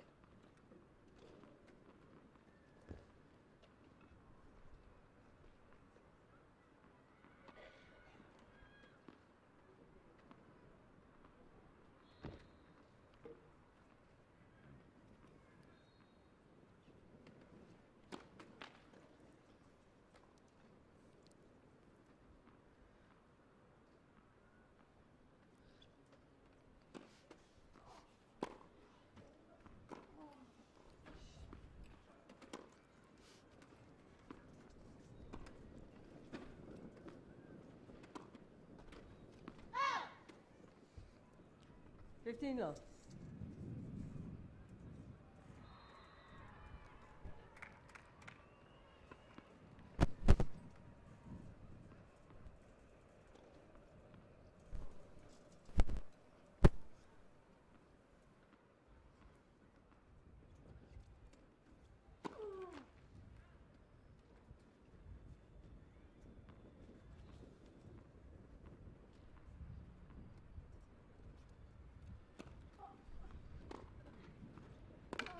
Oh yes, telling return again from the forehand from Shuker. 15 all. That one zipped through the court.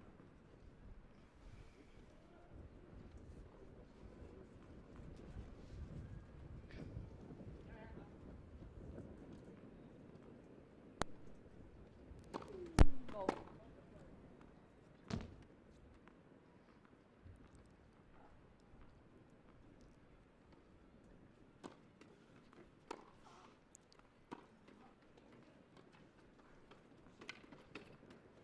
That's a really high skill level shot again from Shuker, who is just going from 15-30. strength to strength in this 3rd set.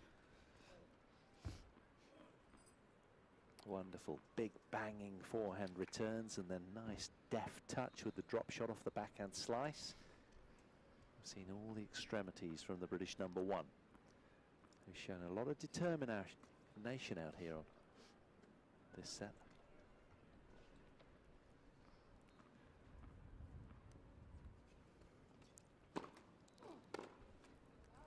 Out. Good serve.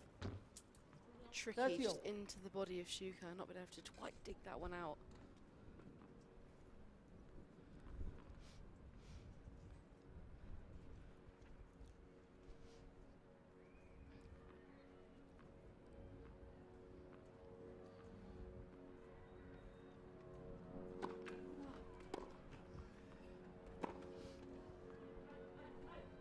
Forty, 30. Not enough on the return from Shuker.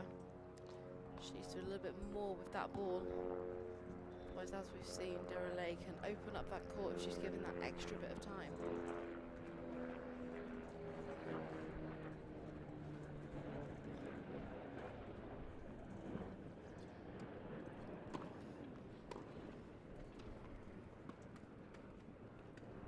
Deuce. Good intention.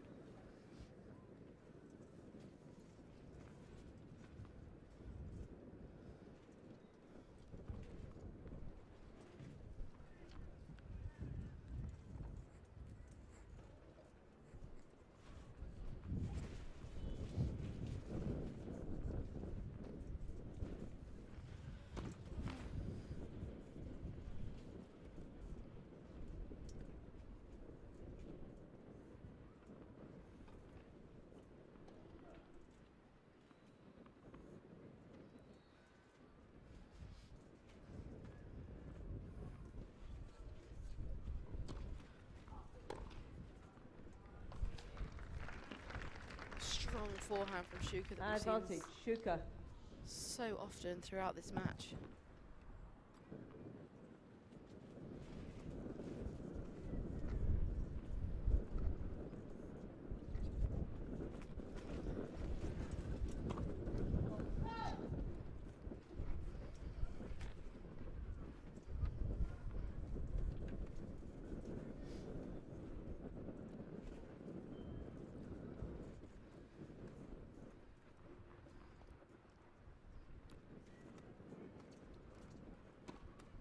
Fault. Okay, Shuker leads by 4 games to 1. Final set. Frustrating end to that game for Deralail. It's interesting, there's a really strong serves at the beginning of that service game, just towards the end it sort of came off the rails a little bit, became a bit pushy, and obviously ending with a double fault. Less than ideal, but that 4-1 lead, strong lead for Shuker. I'm sure she's feeling a bit more comfortable now. She certainly looks a lot more settled. She can probably feel how close that final is. Yeah, it's within touching distance now, isn't it? That was a really good effort from her. She's engineered through discipline and focus and sheer determination, a nice generous 3-game cushion, and that'll feel really good, but still a long way to go. Oh, hang on, somebody fallen over and in the stands. There was a little yelp then. People tending somebody. Let's hope she's okay and not hit her head. Oh, okay, he's okay. He's okay. He's up. Yeah, he's up. Still standing. And he's moving, and he's okay. He's just rubbing his ailing knee a little bit, but he's all right. Smiling, that's a good sign. Time.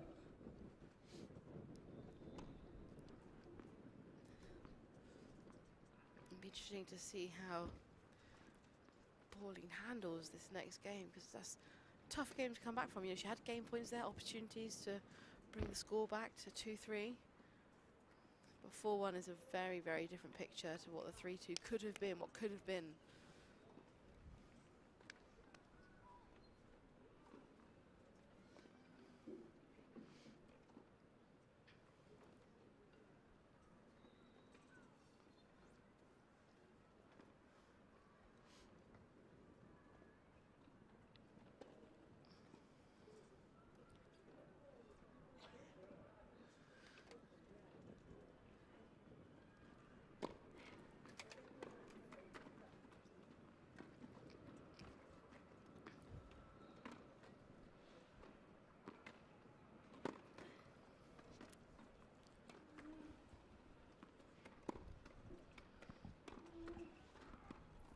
Oh, super touch. Oh. Really perfect improvisation. Such focus and precision. 15 love. I love that energy, taking the ball earlier, moving up the court. So much more effective than just staying back behind that baseline. She set the point up beautifully. Just crept in there, using the space.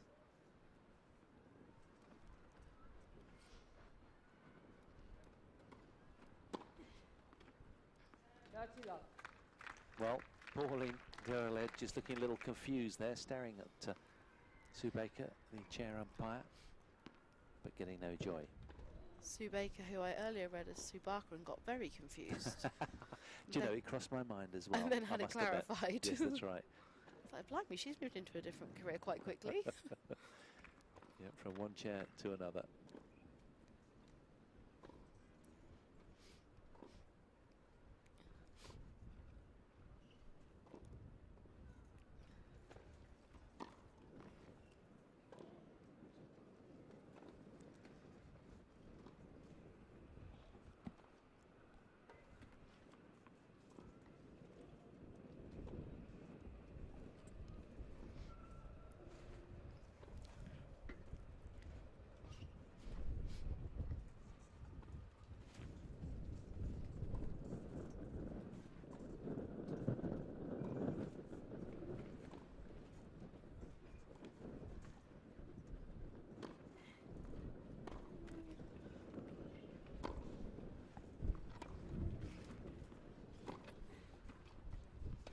Super play, really well done. 40 love. suspended her attacks nicely, hasn't she? Got up the court just in at the right time. The focus has been very, very high. Making amends for all those great points missed in that second set, 9 of them.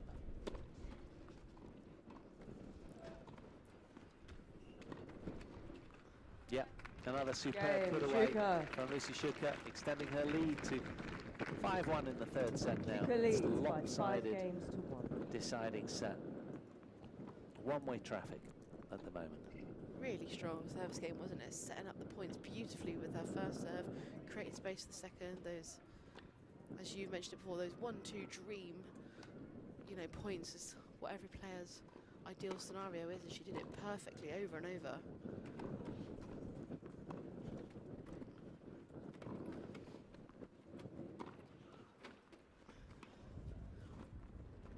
Yeah, that's just too good in response. 15 love.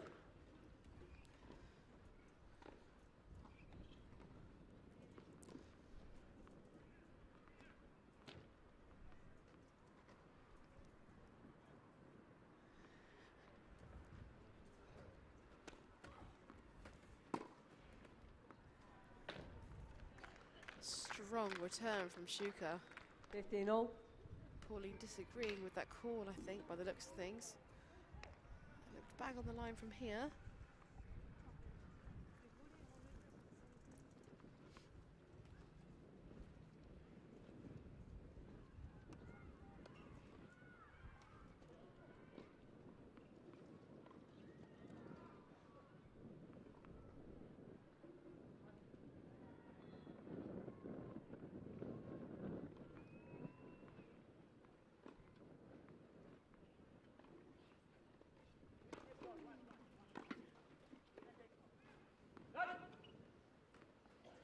That's 15.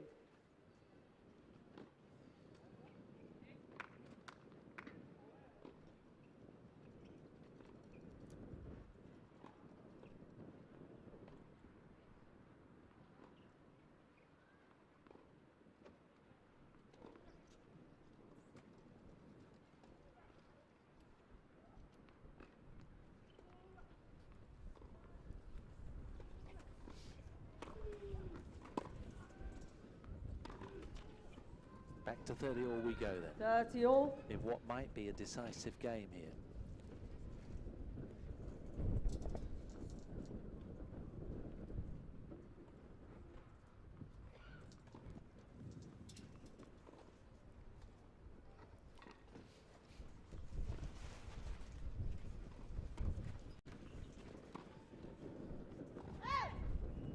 $40-30. A little bit pushy from Lucy Shuker there, not something we've seen in this set.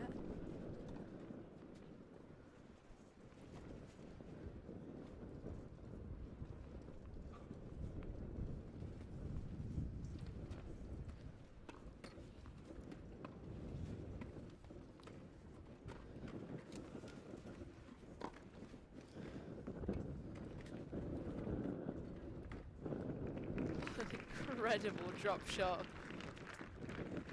Again, Deralail.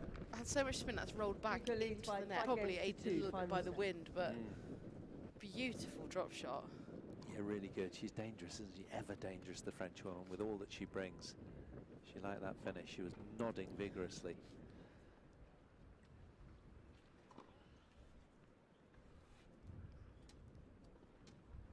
Must be something to come to terms with when you've got the camera in your face and you're not used to that sort of thing. Yeah, and it's always a little bit daunting, like when you say you've got the cameras on court, because they are very close. They very much are in your face. But yeah, you're right. Actually, some players are obviously a lot more used to that than others.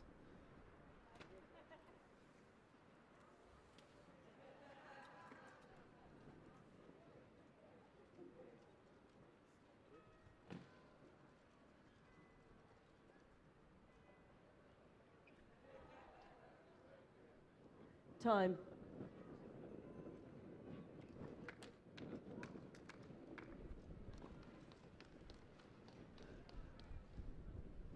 So, will Lucy Shuker serve it out now then? Camp support camp looking on? Can she get across the line? Small camp looking a little bit more relaxed than they were probably about half an hour ago. But she's in a nice comfortable position here, so let's see if she can keep hold of her serve to take her to the final.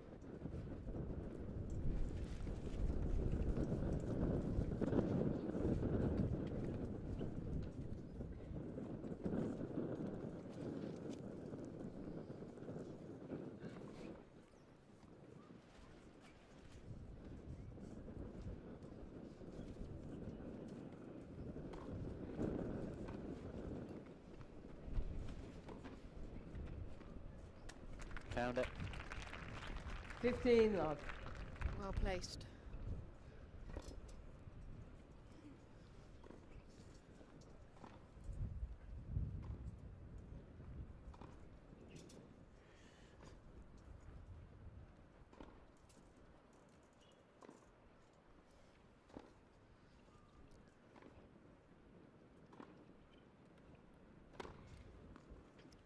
That's it love.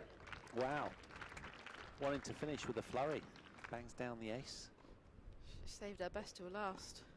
She's done a great job in this deciding set, Lucy Shuker. She really has come out with such intent and focus, watching the ball so closely, making really good decisions all the way through.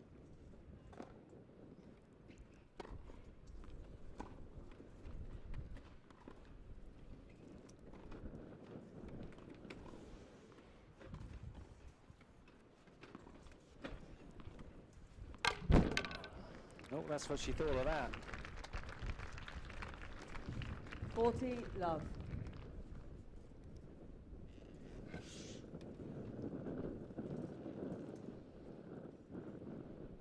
3 match points then for the British number 1.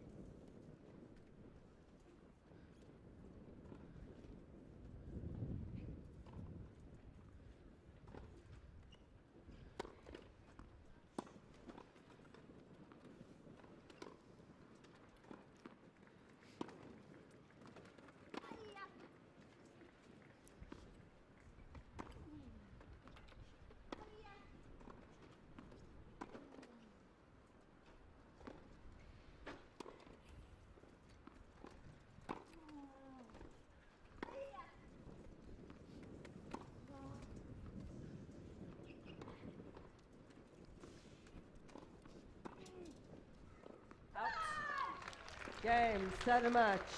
Third seed Shuker, from 2 Great sets to Britain 1, 6-3, 6-7, forces herself into 6-2. the weekend's final. Having played 8 quarter-final showings before in women's singles, this is a first maiden final for Lucy Shuker. She'll be absolutely delighted with that, and showed a lot of character in that third set to come through. 6-3, 6-7, 6-2, where she'll take on Aniek van Koot from the Netherlands in that showpiece. Yeah, exciting. We're going to definitely guaranteed a new champion, which is always fun, I think, always exciting. So I'm sure she'll be looking forward to that. She did incredibly well to come back in that third set after that really tough second set. What a marathon this was. Total points won, 114 on Shuker's side, 100 for Deralail. Just how long this match was, what a fight it was, what a battle it was. Yeah, it took 6 of 11 break points as well, didn't she? Only dropped serve twice, Lucy, in the end. Felt like more than that. Yeah, it is. It's interesting. I think just due to the length of the match, we've seen such a variety, haven't we, from both players. It felt like there was more of so many things in it, but actually, Shuker came through really, really well in the end there. She got the job done. Yes, she did, after what was an uncomfortable watch in the second set, where her opponent just got better and better, and Lucy kind of let her in. She'll come off sort of self-deprivating. That's the way she is. She can say that I should have put it away in 2 sets. We all know that, and she does as well. But anyhow, she regrouped efficiently and came out and really got a stranglehold early on that decider. So she'll be pleased with that. An efficient display in the end over a lengthy match. And all credit to her French opponent. We'll see a lot more of her to come. She's ranked 20th in the world at the moment, but she'll be breaking the top 15 shortly, I'm sure. She's got a real presence and a big game that she brings on this blustery day here. We've still got another match for you on centre. That'll be between Gordon Reid and Martine de la Puente. But let's hear from our British winner.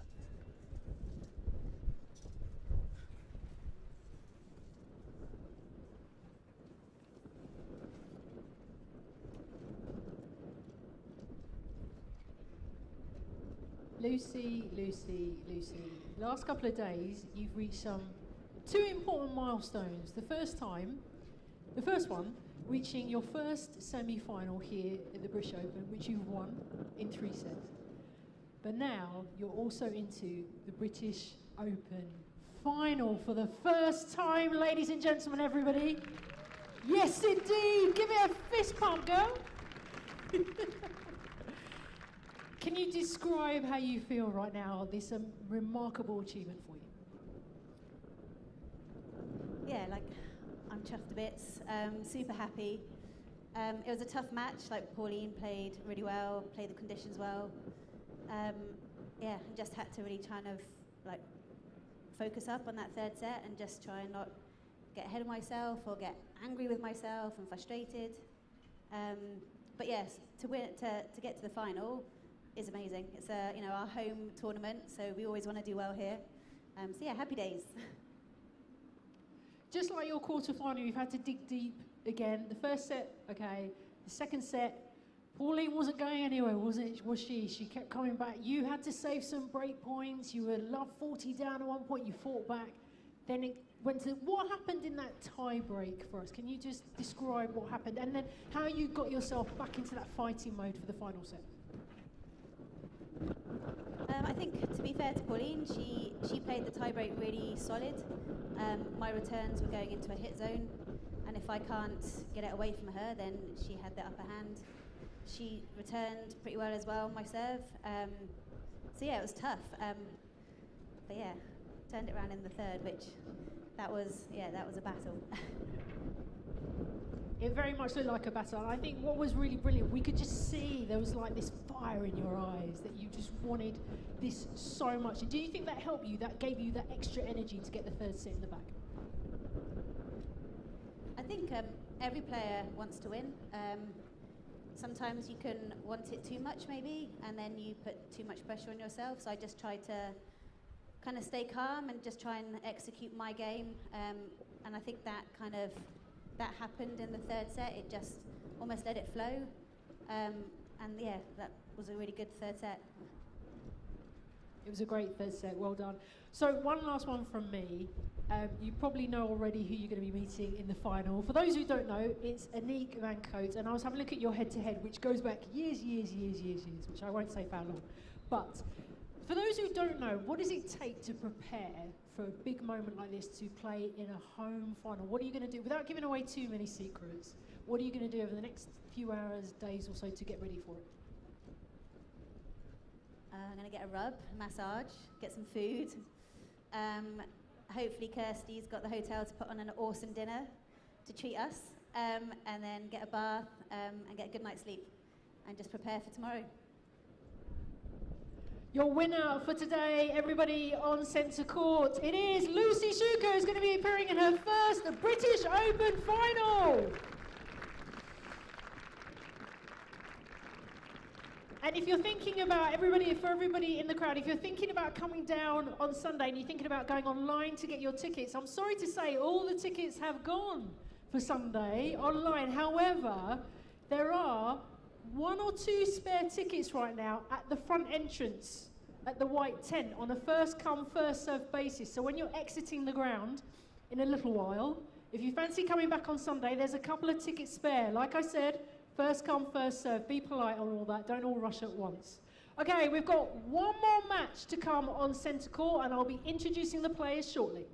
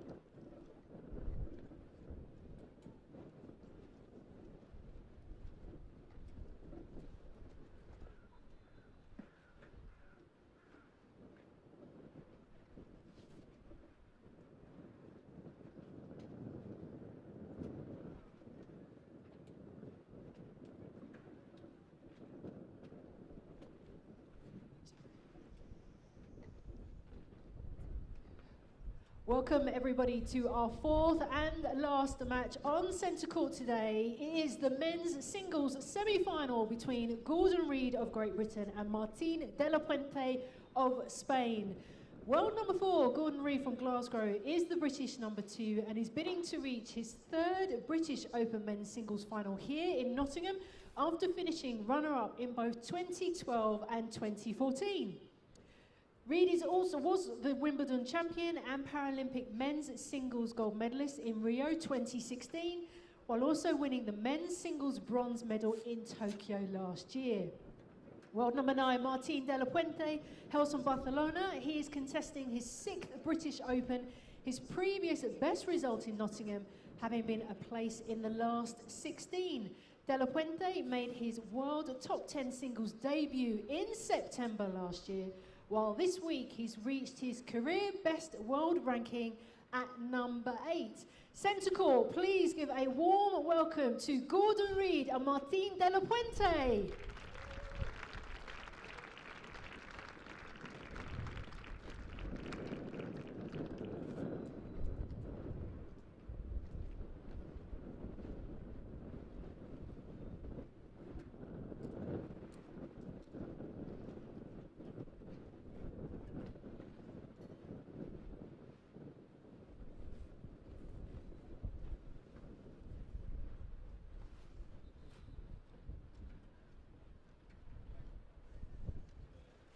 So match 4 then, a British-Spanish men's singles semi-final clash, a 5th tour meeting between top seed and former world number 1 Gordon Reid and former junior world number 1, 23-year-old Spaniard, world number 8, Martin de la Puente.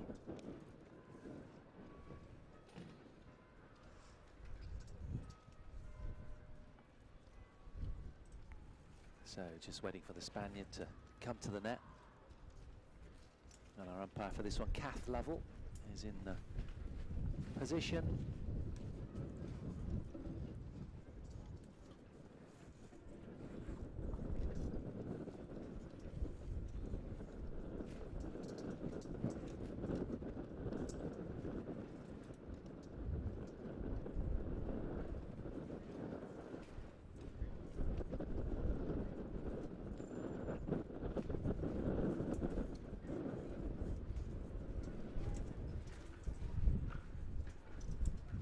So Gordon Reid won the toss and elected to receive.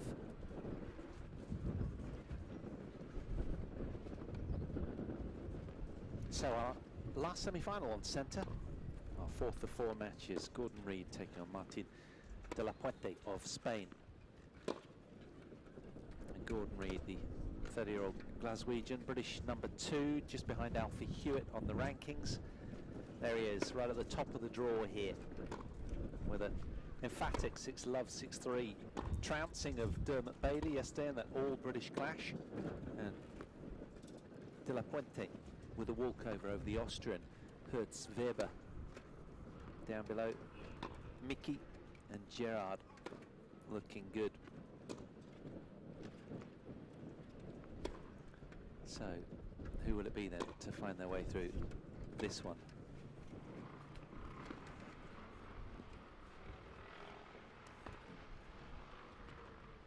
He's a twice former British Open men's singles finalist, is Gordon Reid, 2012 and 2014, and twice a men's doubles champion with Alfie Hewitt in 15 and 21.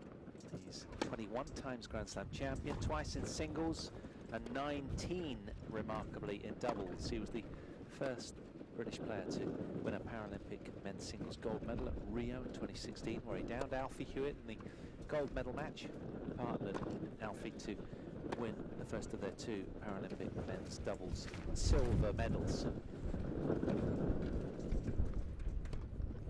Well, it makes you wonder how he's going to get on in this breeze, because it really has picked up in this lefty-righty clash. You can see how experienced he is. He's won so many matches. We spoke of that yesterday, and he'll feel grateful to have contested that match yesterday and got such a fine win in straight sets. He took 5 of 8 breakpoint opportunities against Dermot Bailey and was unblemished throughout on his own serve. It's Gordon Reid in that 6-love, 6-3 win. Now for the Spaniard, remarkably, he actually hasn't won a match yet. He had a bye as the 4th seed in his opening match, then against Hertzweber, the Austrian.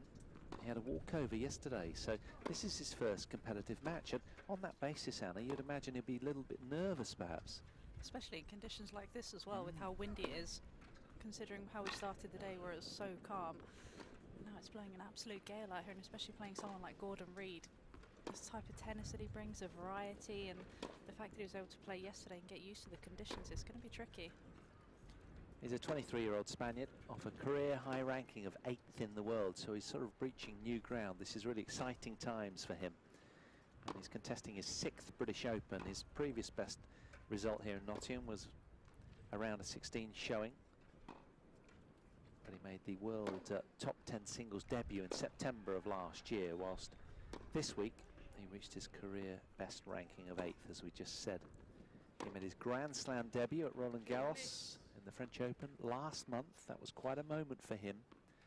And of course, he wanted to emulate all that Rafa had done as his massive idol, Rafael Nadal.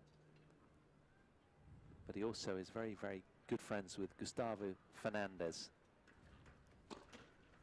But he's yet to play a match here as the 4th seed, as I said, and that'll be a really unusual feeling for him to be in a semi-final without hitting a ball.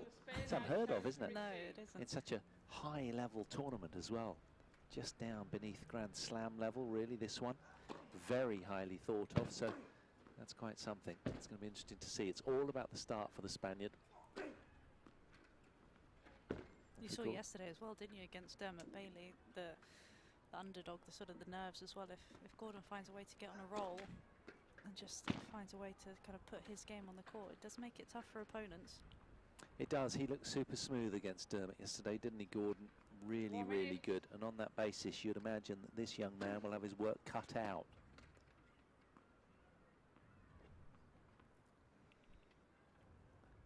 So coming to an end of the warm-up. Hardy fans are that side staring right into the dazzler, aren't they? The sun's sort of dropping down to the right of where Gordon is right now and proving a little bit problematic from spectator viewpoint from that side, but they want the sun on their face rather than the other stand with the sun on the backs. But it's been a nice afternoon, actually, a lot more pleasant than the morning where it was really quite cool. The wind has picked up, but the sun is out.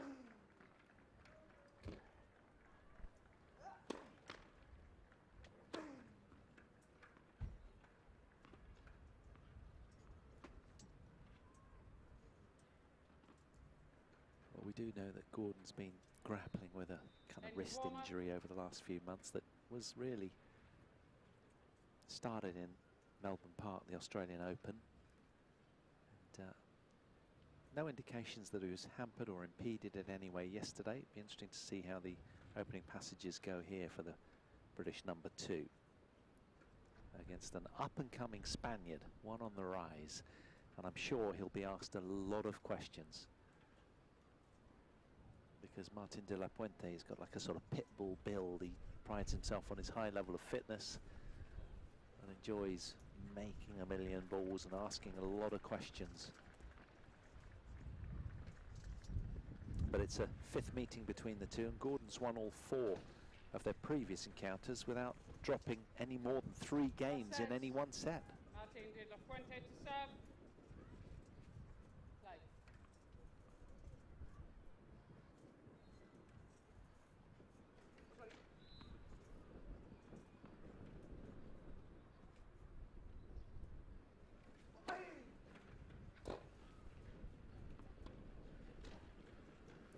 Love 15.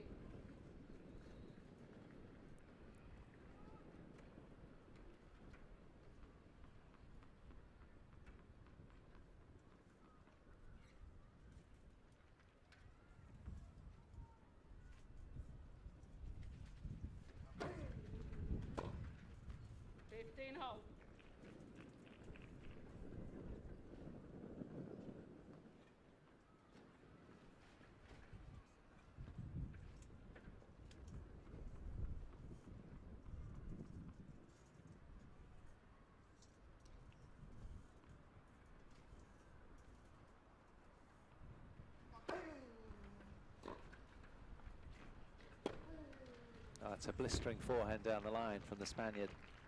Really getting onto that quickly. 30-15.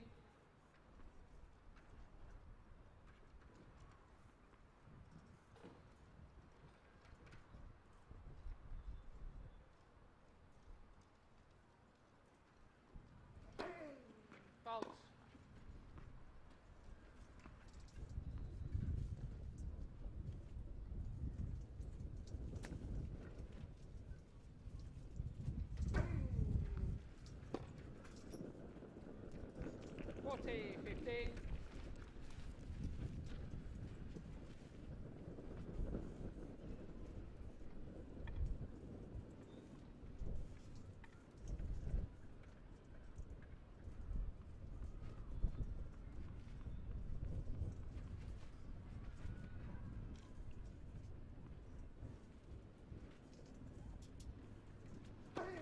Fault.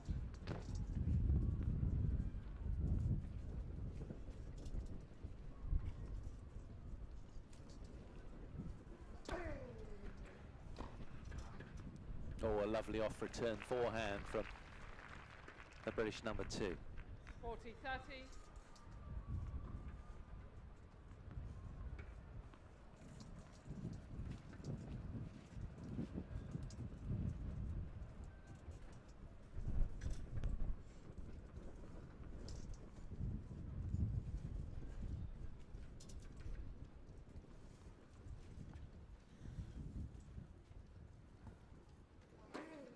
Fault.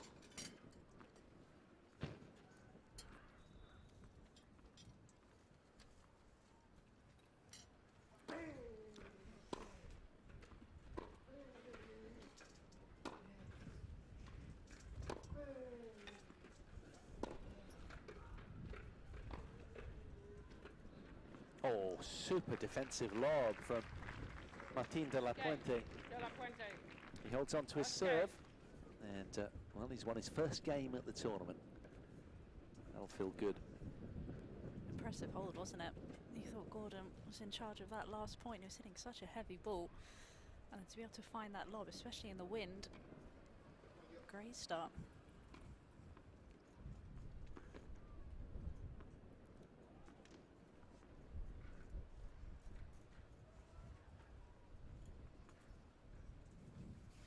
Gordon Reid will be looking to go one better than his 2 previous final showings here. Long time ago now, back in 2012 and 14. Gordon Reid to serve. Will today be the day that he makes his 3rd British Open men's singles final? Out. 15 love.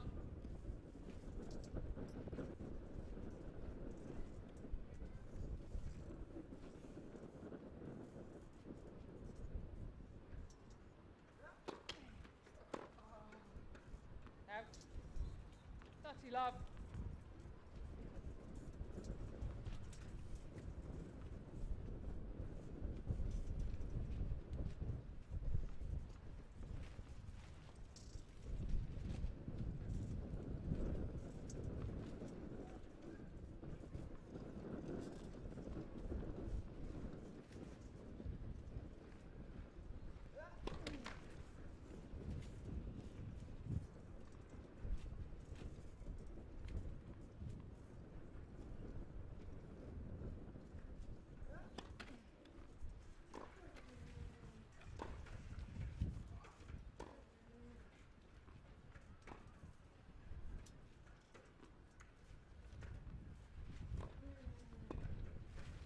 He took that well, didn't he? Because the wind was blowing it up the court, and he adjusted his chair really quickly there, the Spaniard.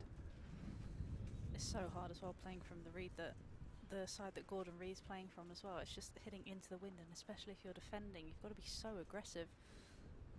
And then against with the wind as well, you've got to be willing to move up the court, because the ball's just going to sit there. It's not going to bounce through. Yeah, it's a real contrast of ends, isn't it? One end where the Spaniard is, you've got to put loads of spin on, and Gordon's got to really crunch through the ball. You can see there as well, couldn't you? The way that it was just blowing, you thought he was in position for, and then all of a sudden has to try and manoeuvre his chair out the way and just gets jammed up. Yeah, and you think you've got it under control, and then suddenly it blows across the court rather than down the court. It's a really troubling, difficult situation for the players. Just have to accept that you're not in control of any of it, and be okay with that. Yeah. That's a good serve. Fine length from Gordon Reid. He holds on to that game fairly comfortably. One game Draws off. level.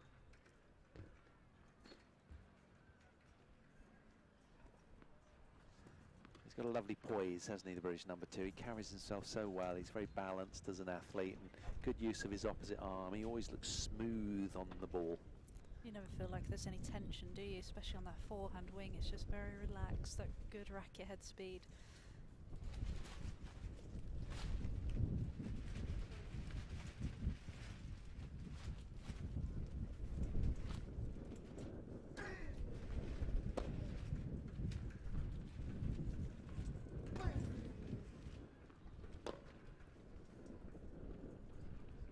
Love.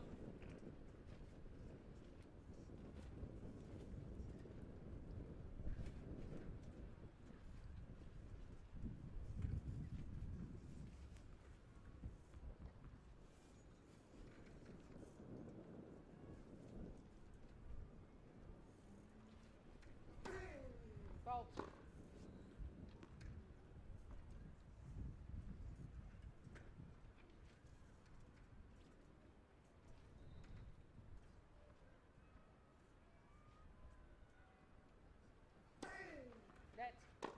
Second serve.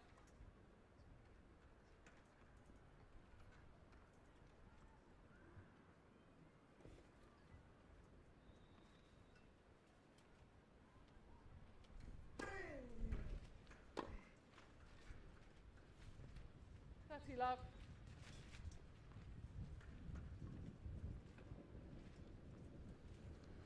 Well, I can tell you that the winner of this one takes on Joachim Gerard of Belgium, who was the non-defending champion at Wimbledon this year. He's come through against Miki Tayuka of Japan, 7-5, 6-3. So the big burly Belgian lies in wait in the weekend's final, the men's singles. He'll probably catch a glimpse of this, you would imagine. He's very familiar with playing Gordon, though. He is. I don't think there'll be too many secrets between the pairs. It's just going to be about who can play their best tennis and execute on the day. Obviously, that's if Gordon does come through this match.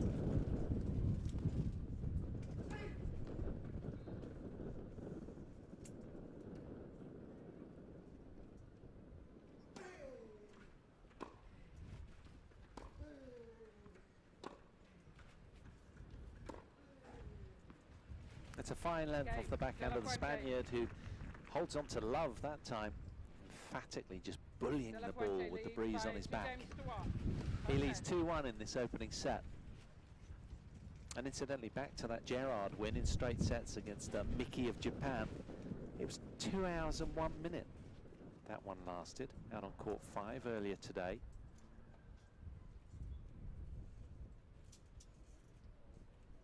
It's a long old battle, isn't it, for a straight sets affair.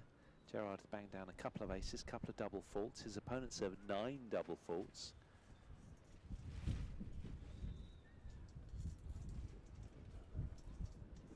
And he earned himself 6 breaks of serve, did Gerard, in that one. But conceded on his serve 3 times. So it wasn't, well, it was anything but a straight forward affair. But the Belgian comes through anyway, so he's into the final.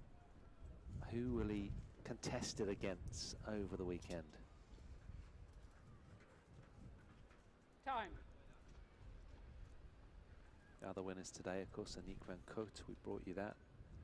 Lucy Shuker just now, and Andy Lapthorn. So a good day for the Brits so far. Will Gordon become the 3rd British winner?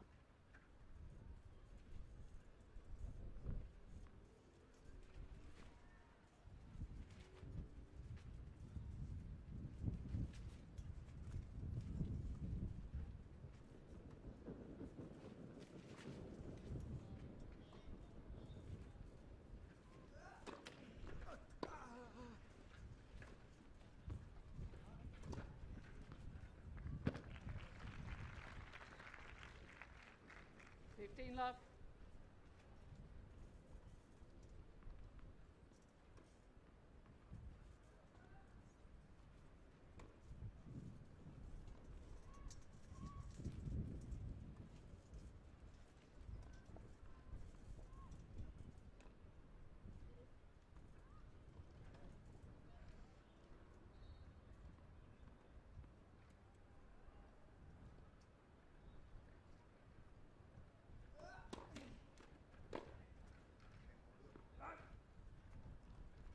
Love.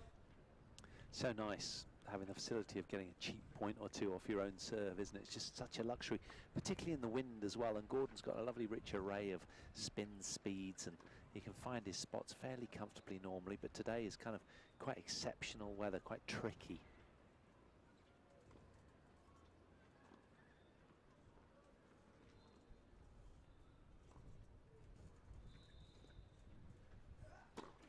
Fault.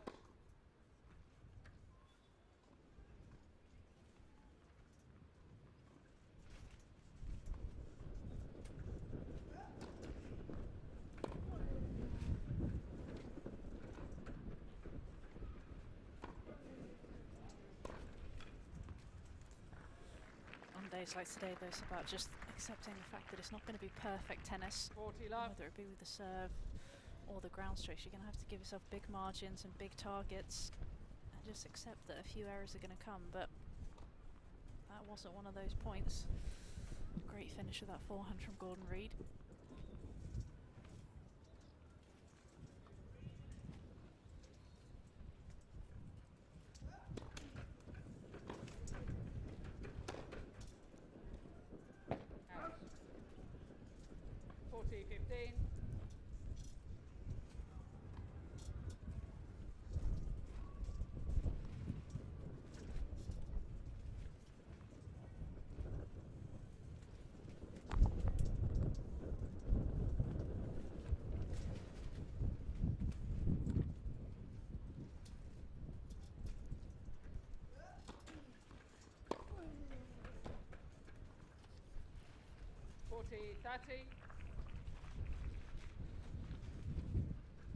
And it's so hard, isn't it? You get up in a game, as we've seen with Gordon here, and then suddenly you can just lose your way with a couple of mistimed balls, and it can all just speed away from you so quickly, can't it? The momentum on a windy day like this. It's a great leveller. It really is, but it's also a test of who's able to deal with their emotions better.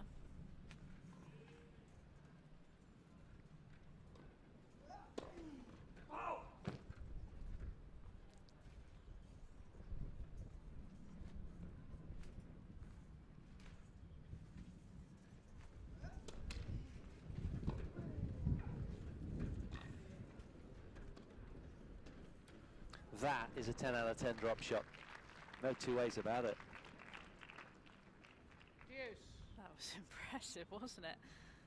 That rule you spoke about yesterday, 3 bounces before the service line. I mean, that pretty much stopped within 2 feet of the service line. And it wasn't even a bad slice by Gordon Reid. He kept it so low, but the amount of work that he was able to get on the ball.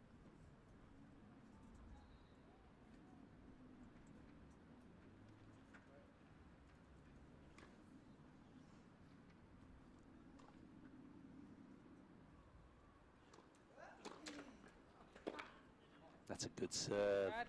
Lovely. Straight down the tee, moving away from the Spaniard. Negating all of the momentum that the 23-year-old had engineered in that return game. Now can Gordon put it to bed here?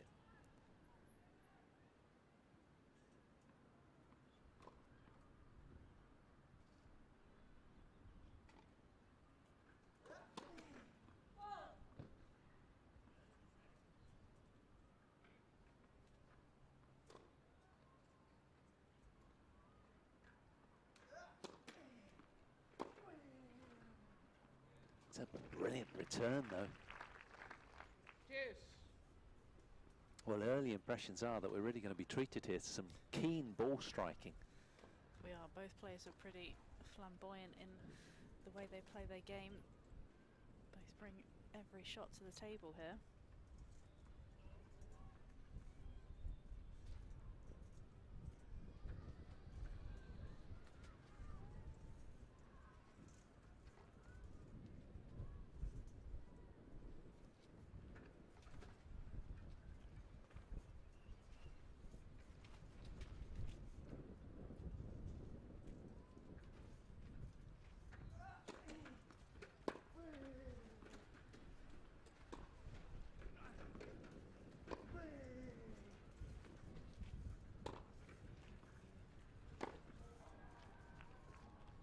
Advantage Reed.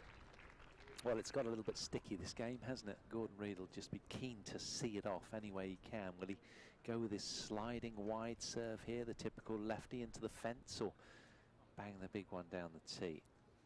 You'd think he'd go percentage play in these conditions, but depends how brave and how confident he's feeling on this first serve. And that's the thing, isn't it? It sort of takes out lines, really, players having to rein it in with their targets.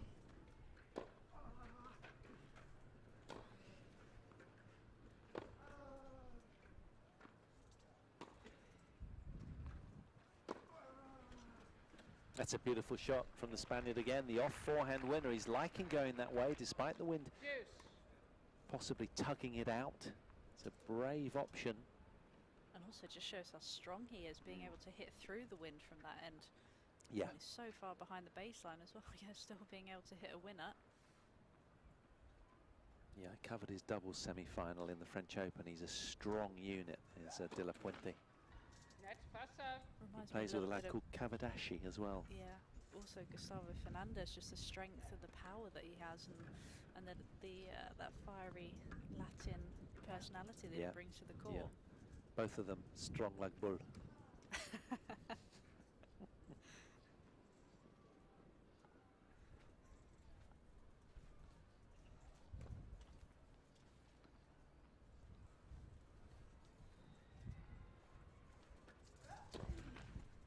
Net. First serve. You speak to anyone in the Spanish Federation and he's so well thought of, is Martin.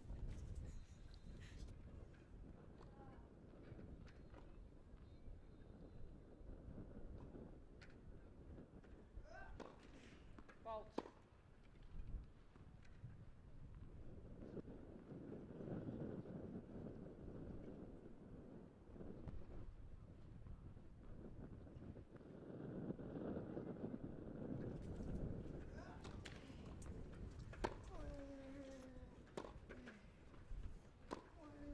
That's gone. Out. This really has turned into a tight service game for Gordon Reed, but he's managing it so far.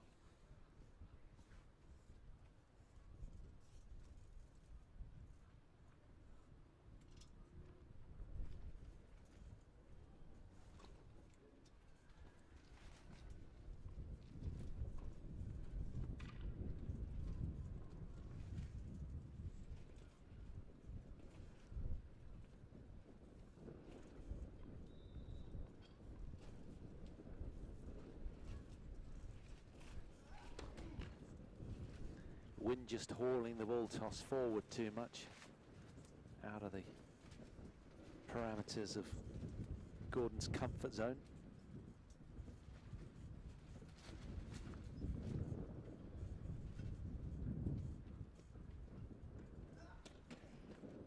Net. Second serve. And of course, once the ball toss kind of raises above the back fence, then the wind really gets hold of it. Yeah, it's tricky. And once, if you've got a particularly high ball toss, not suggesting that Gordon has, his is pretty idyllic, really. That you know, it becomes even more tricky.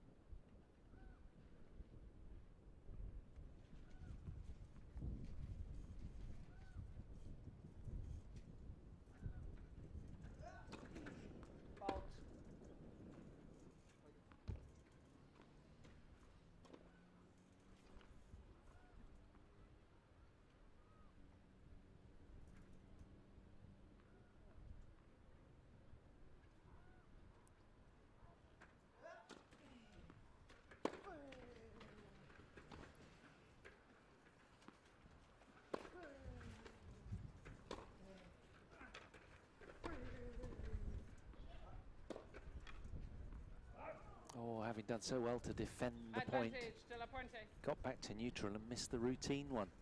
Just a momentary laps from Gordon Reid, but De La Puente still asking questions in this return game, still with an opportunity to break.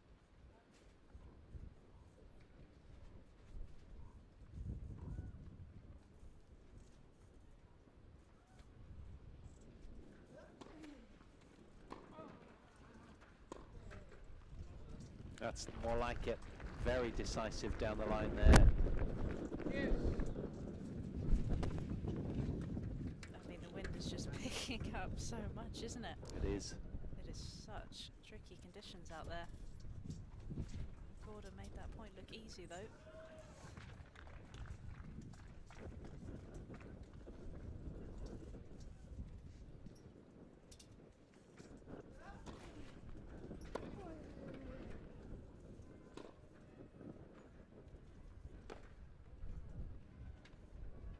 Advantage Reid.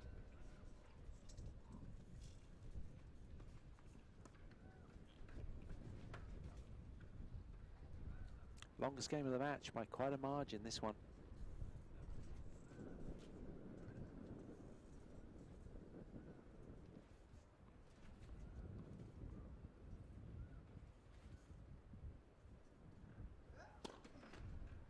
Net first serve.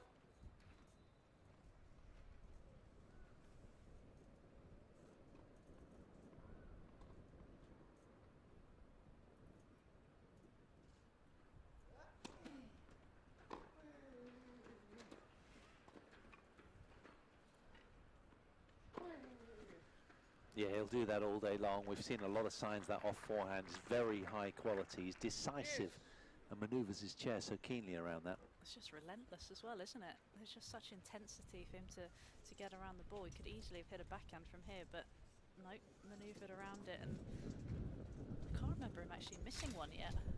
Suddenly get good insight as to why he's playing off that career high ranking of 8th in the world.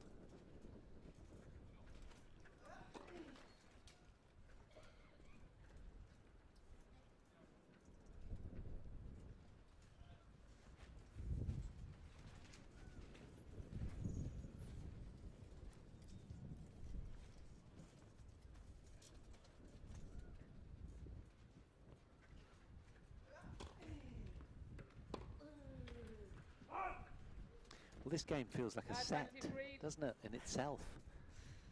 It does. You feel like it's going to be quite important in the context of this opening set. If Gordon can find a way to get through this game, he can build a little bit of momentum.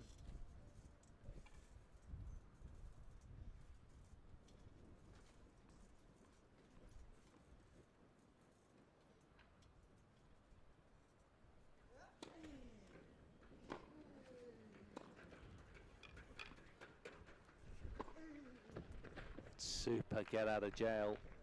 Forehand strike was high level. Yes. Spaniard enjoys a target at the net like, well, which Spaniard don't you know that doesn't like a passing shot?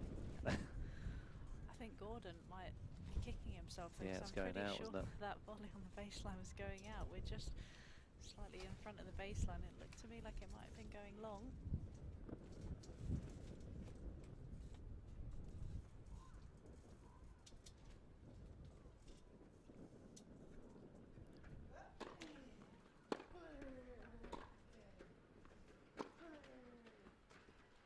He's found that one as well, you know. Beautiful strike. The forehand is deadly from De La Puente. You've got to think though that Gordon is just going to have to try and maybe think about mixing it up a little bit, rip it maybe high to the backhand side. He really can't afford to let him hit any more forehands like that.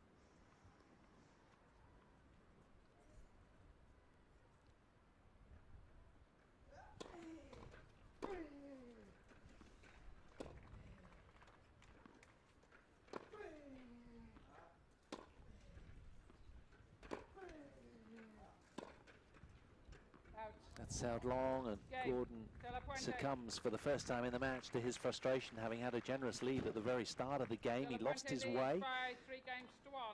And the 23-year-old Spaniard, Martín de la Puente, leads in set 1, 3 games to 1. Top seed under threat here. Can he make amends and dig deep? And how much did that game take out of him? was a lengthy one, but psychologically, not physically, I'm talking about. Because those De La Puente forehands, when you see several of them whizzing by, it's a little bit disconcerting.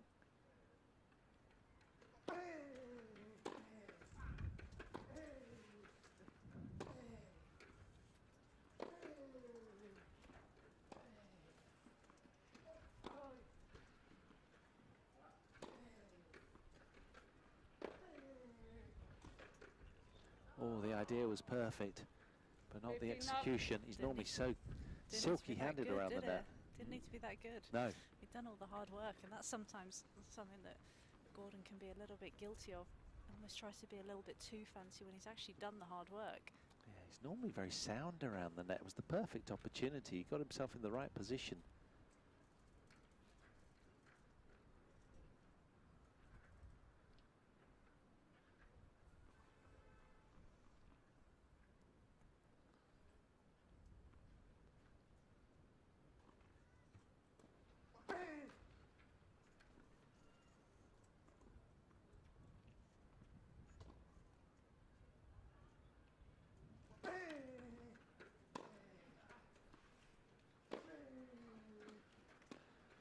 Tell you what though, this is a Spaniard who's coming of age. He's so much improved.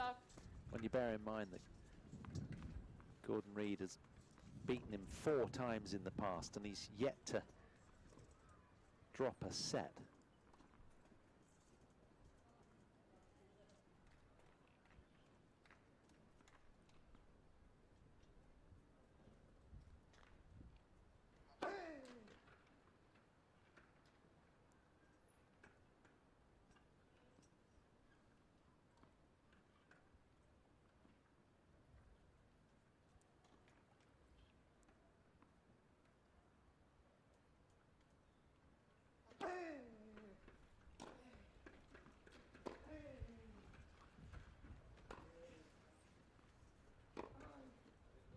Yeah, the slice just knifing through the court so quickly there. The Spaniard was late on that contact point.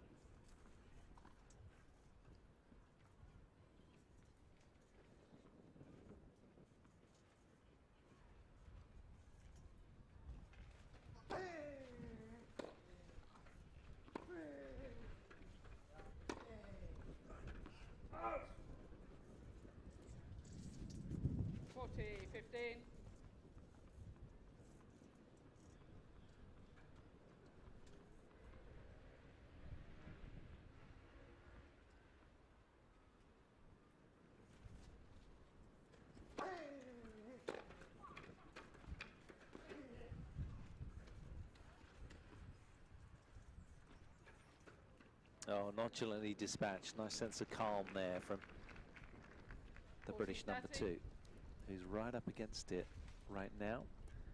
And Spaniard with another point for a 4-1 lead. I think the thing that's impressed me so much about De La Puente, the way he's just come out and the intensity that he's brought to the court. Yeah. I read an article when he was going to play his first French Open, and he was just so intense. Having said, I worked so hard, I deserve this more than anyone. Extraordinary levels of fitness and perseverance and determination. Oh, that's absolutely stunning again, isn't it? A spellbinding drop shot. We've seen 2 of them now, and that was just exquisite. De La Puente leads by 4 games to 1. That's set. Scoreboard justifying all of his good work right now. He's right on top of this opening set. It's been standout from him, hasn't it? It really has. You kind of want to say that Gordon hasn't really done that much wrong. Maybe, you know, a few too many unforced errors, but you have to say that De La Puente's really been the one to put his foot down and put his foot on the accelerator, and that forehand has been standout, and the variety between the drop shots and just how quick he is and aggressive he is around the court. Yeah, that's it. The intensity is really in your face, isn't it? Even when he's defending points, he's scrapping with all of his might, and you kind of sense that when you're playing against opponents like this. It's horrible from the British perspective, because you it's just so easy to overpress, and you feel uncomfortable knowing that you're up against a terrier-like mentality that's just never going to give in. And especially with the conditions where they are as well. Yeah. It's not as if it's calm and not windy out there. It's so blustery, so it's hard to find your rhythm when you've got an opponent who's coming out being so aggressive. You know, it's that mixture of everything, isn't it? It's just so hard. Very tough.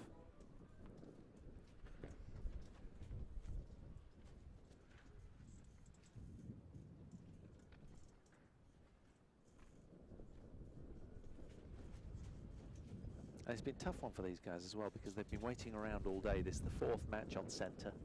Been a long day. Started at sort of, what, 5:15 local time here in Nottingham.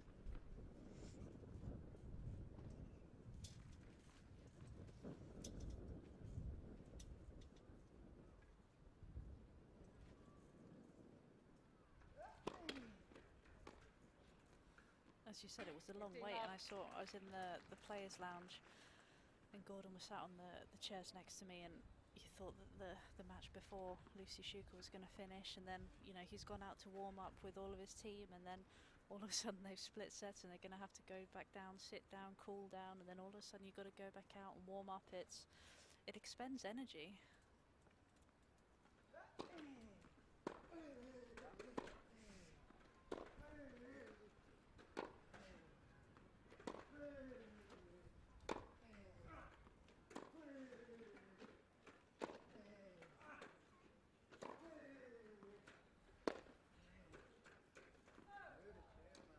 Another physically bullying point from Martin de la Puente, who throws his chair around as it spins off the floor.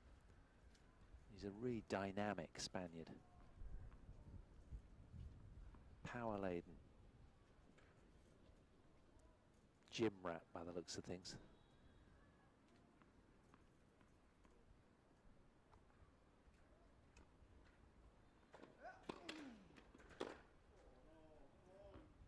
Good serve from Gordon there, just changing the pace. 15. I think he thought it might have been long. Yeah. I think he might have had a case. Yeah, there's been a few of them.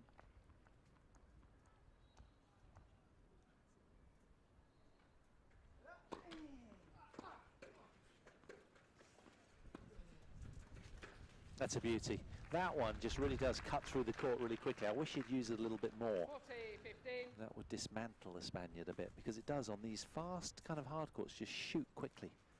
And especially just how low he keeps it and just the angle that he gets as well. You can just see here the racket head speed is much better. Even getting it clapped from his opponent as well.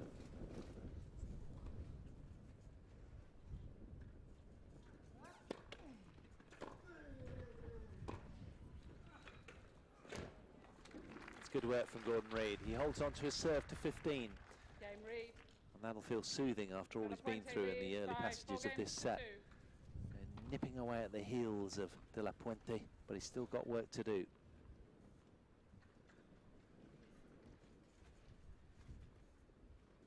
A lot of traffic going right at that forehand corner.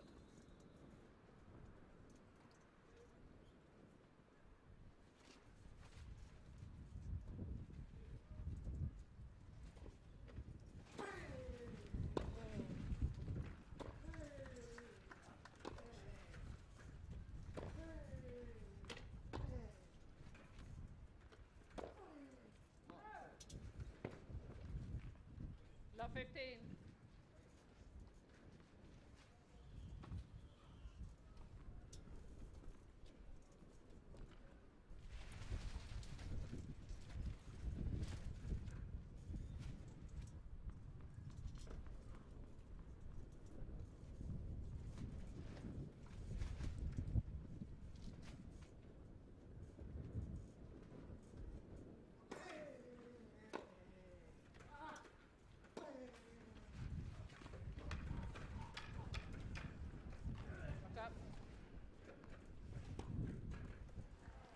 It's a beautiful point from both players.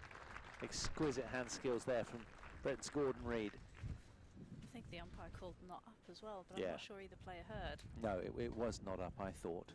No. it 1, wasn't. 2, 3. Yeah, not up. Only just, but I think that might have been a little bit of controversy if Yeah. Gordon had have missed that. Yeah, good follow-up from him just in case.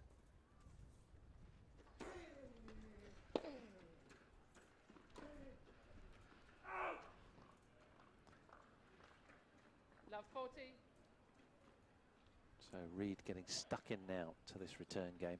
That's timely play from him. Asking questions. 3 break back points here for the top seed.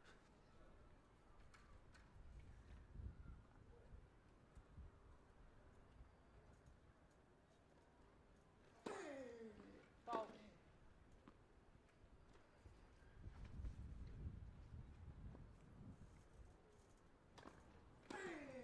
Fault. Game. The Spaniard concedes his serve to Love, and with a double fault where he suddenly looked so good for so long, By 4 games to 3. one of the wheels has come off. And it's 2 straight games for Britain's Gordon Reed.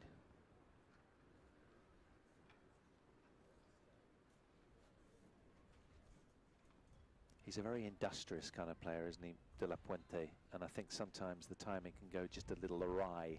But that said, Gordon played a really good return game and got some traction early in the service of the Spaniard. Seemed to help. Cut out a few more of the errors as well, didn't he? Just tidied up his game a little bit more.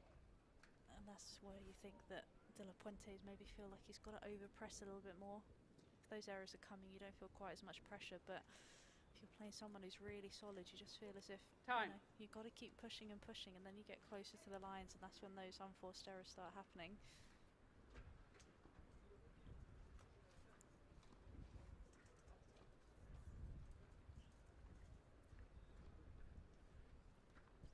So a better looking scoreboard from British fans' perspective.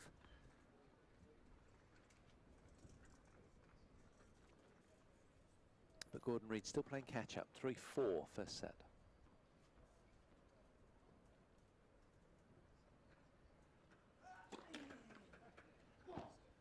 It's a great way to start the service game.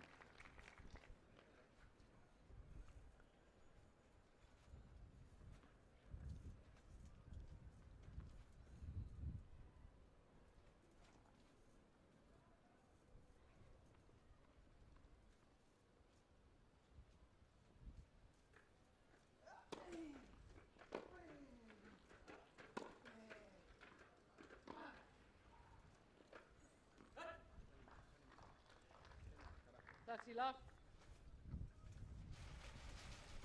He's really started to get stuck in now, hasn't he, and own this. Take the first strike opportunity as quickly as he can in all of these points. He's playing bossy, top seed kind of tennis, and that's really encouraging.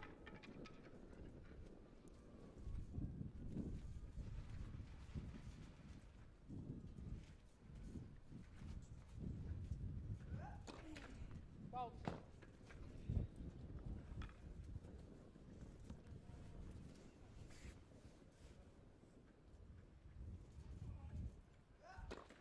Fault. 30-15.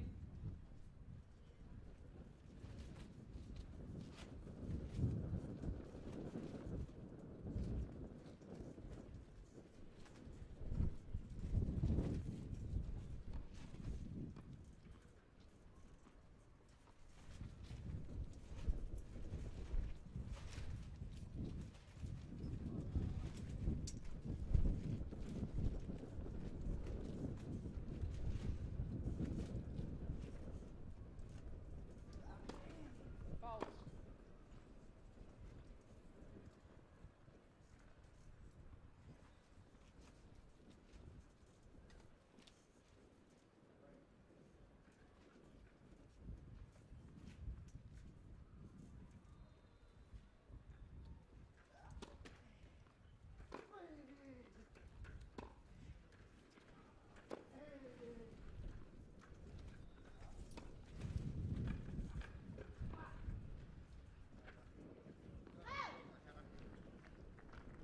Forty, 15.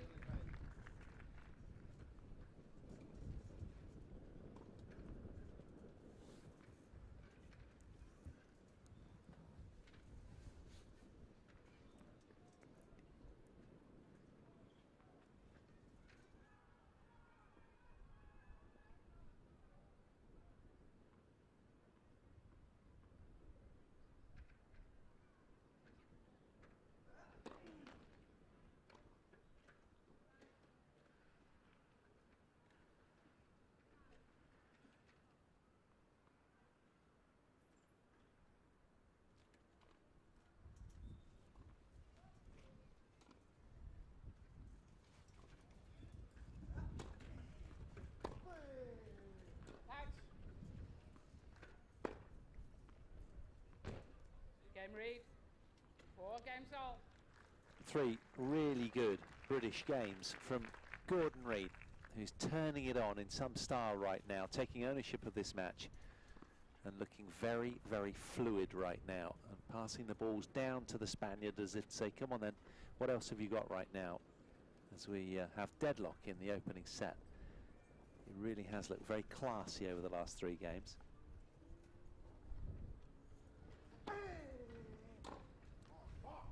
Love. It's been impressive the way he's been able to turn it around, because sometimes when your opponent is just on a hot streak, you just have to ride the storm, don't you? And that's what he did for the first 5 games, and then he just found a way into it.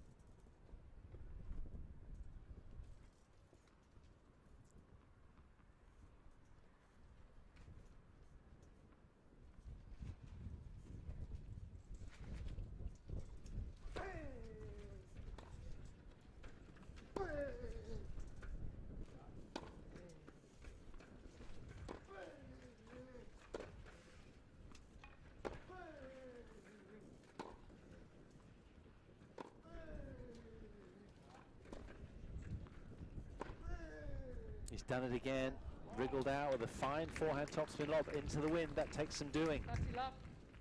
Just when you thought Gordon Reid had the upper hand in the point, the forehand approach wasn't quite good enough, and De La Puente getting a good read on this shot right here. Should have done more with it. I mean, the amount of racket head speed though that he had to hit on that lob just to get it over the head of Gordon Reid, especially how gusty it is. Fantastic shot.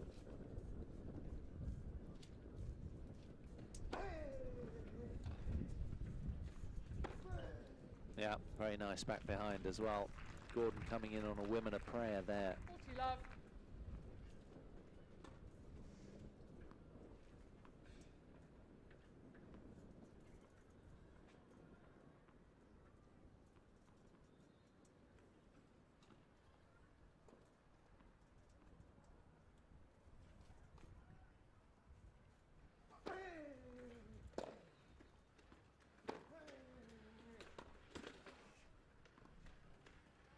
Didn't quite get that right. It would have been the most immaculate service hold, wouldn't it, to love, but not so. First drop shot that he's missed though, isn't it? Yes, it is. Yeah, you're right. You almost think every drop shot that he's going to touch turns to gold, but that one just went for a little bit too much. And it's really hard, Anna, as a tennis player, isn't it, when you go for something big, like a big forehand that he did prior, and then suddenly to go to real delicate touch. Takes a lot of skill. But these guys do it well. There's something that he has though in the locker. Yeah. Fault.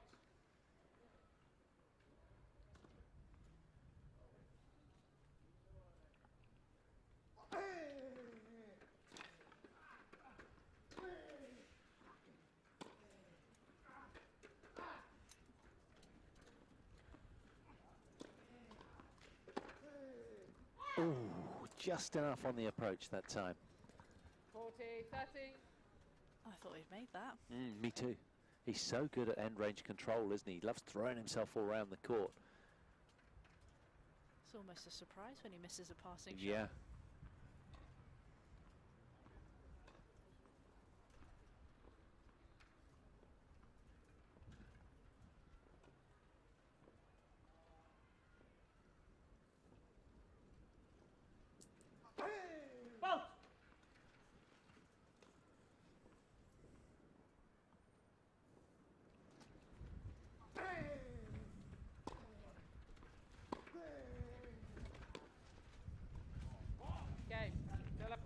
It's a good game by De La Puente. Ball change.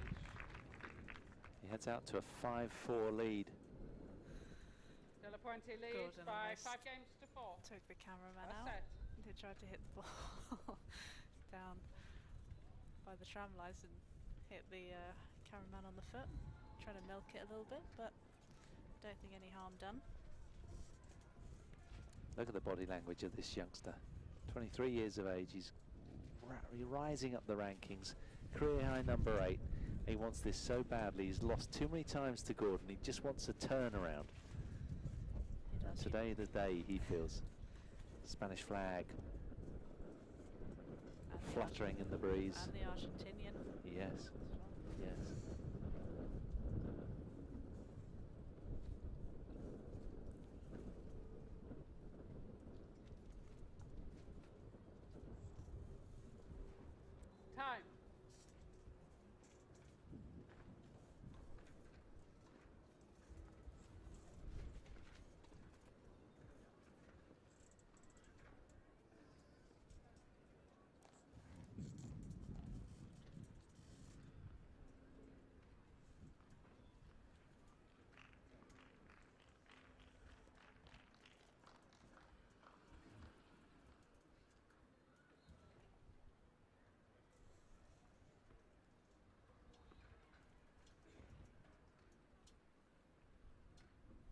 So Gordon Reid serving to stay in the opening set of 4-5.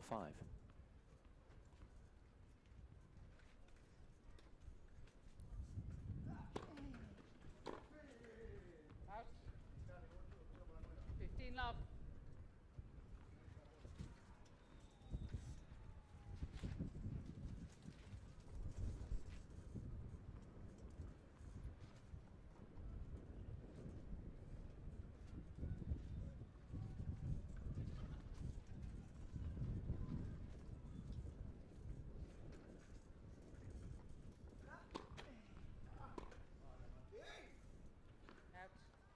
30 love.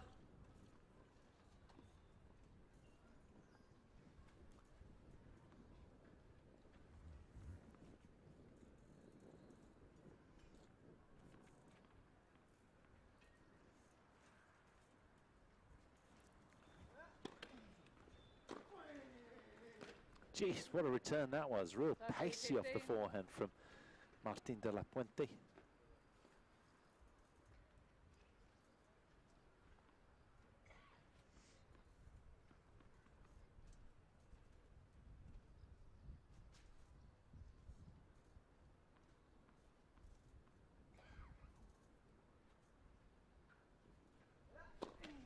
Bolt.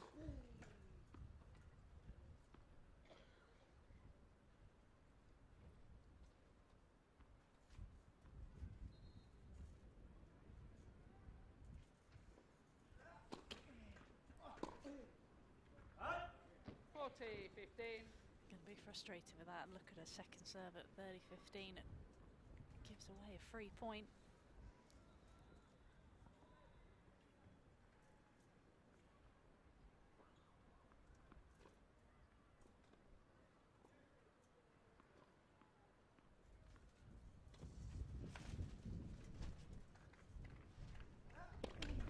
Net. First serve.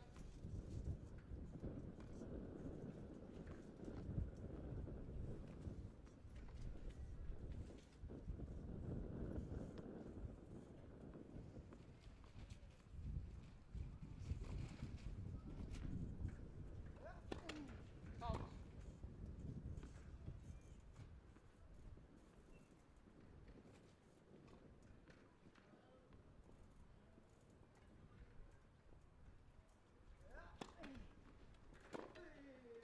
Out. Game.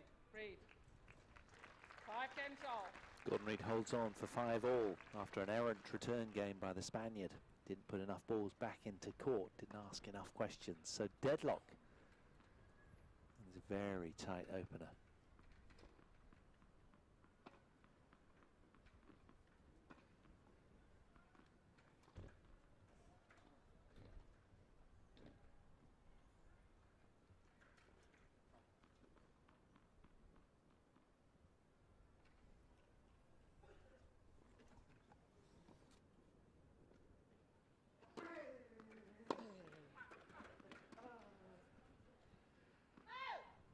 Love 15.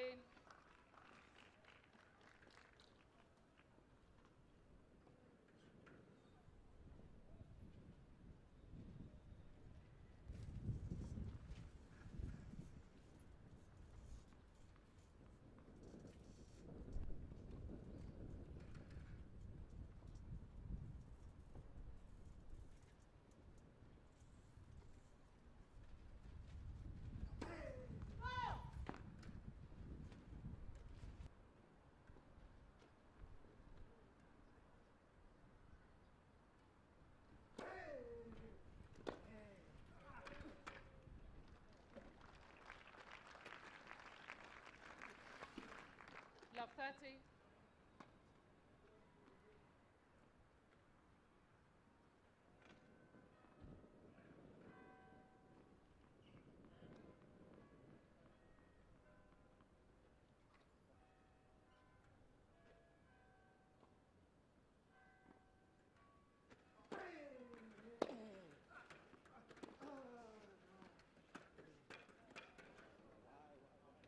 Fifteen, 30.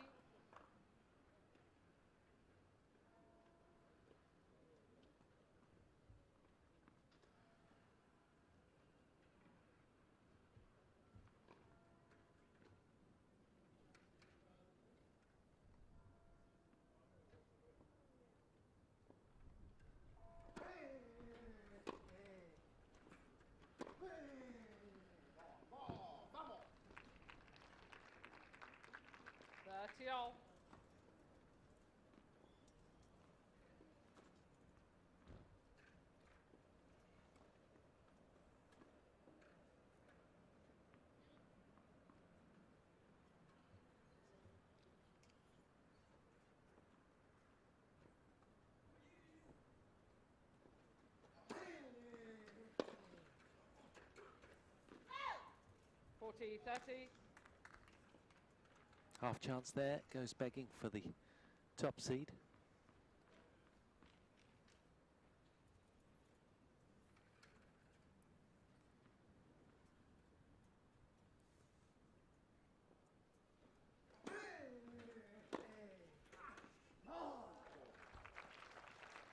That was a fine backhand return. Just found enough spin and racket head speed to dip it in inside that inside tram line.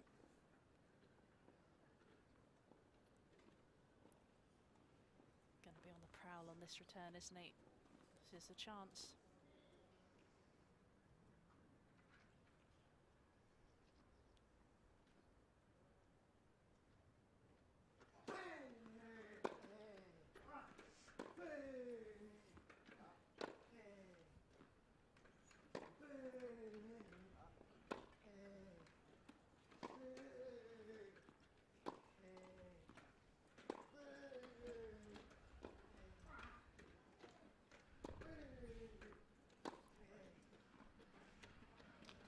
That's amazing hands, really well blended point from Martin de la Puente.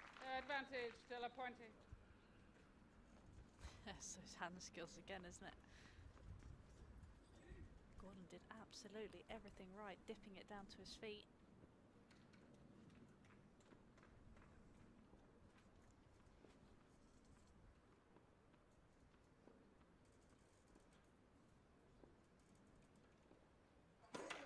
Fault.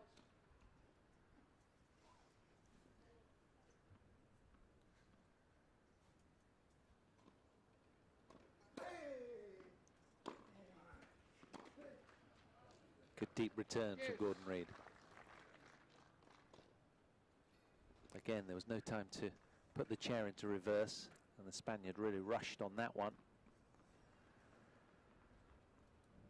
Such a smart return though, isn't it? Just going big down the middle of the court. Like you say, it's tough to manoeuvre the chair out of the way after the serve.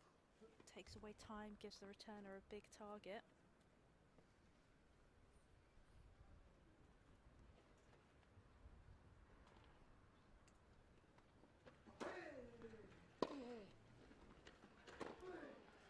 Out.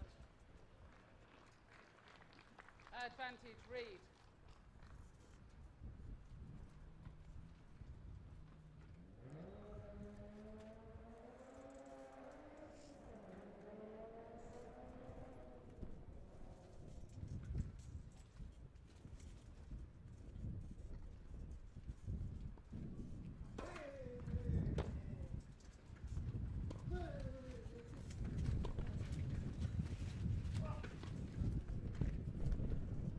That's gone. Gordon Reid breaks again at a very important time in this opening set. And he now leads 6-5, does the top seed. Reid leads by 6 games in to front 5. for the first time. He's done well, hasn't he, in this opening set to fight back. I wouldn't say he's brought his best tennis out here, would you? But it just shows that steely determination that he has, just never giving up, always trying to find a way. Yeah, and getting rewarded. From 4-1 down as well. Really terrific effort to turn this around.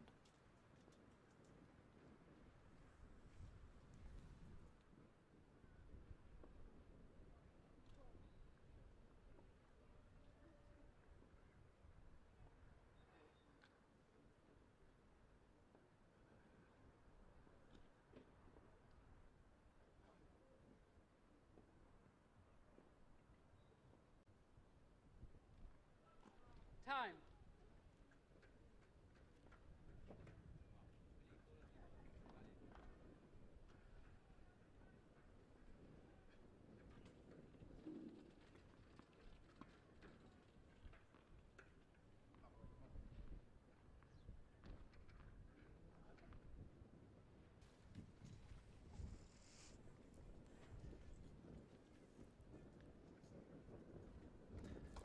So can he put a lid on this opening set right here at 6-5 serving the top seed?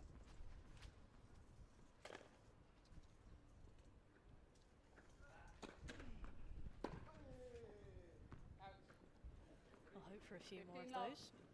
Always nice to Start with a few free points when you're serving for the set.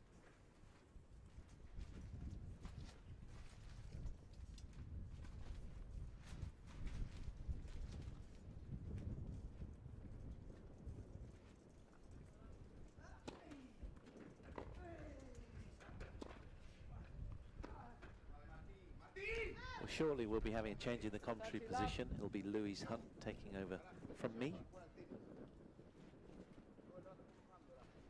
And that'll be at the end of the set.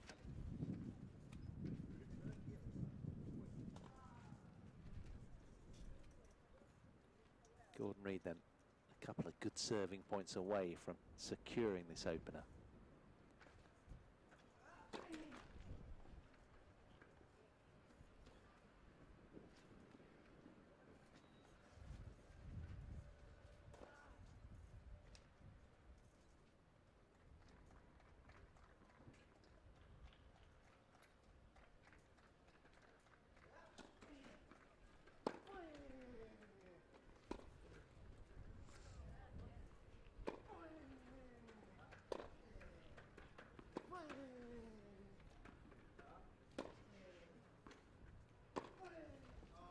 We haven't seen anywhere near the number of winners over the last 15-20 minutes or so as that we had when the Spaniard went up 4-1 in this opening set. He's kind of been a little dormant, and I think that Gordon Reid has finally figured out the way to play against him in the wind. He's getting the first strike in, and his shots are sort of loaded, much deeper and more telling, with more conviction. So here he is now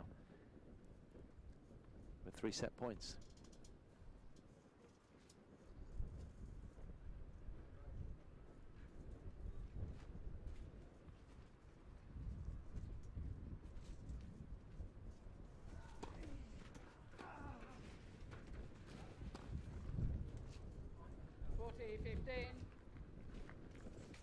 Set it up exactly how he wanted. Got the serve, got the short ball. Just a little bit of a lack of concentration. Still got 2 more set points though.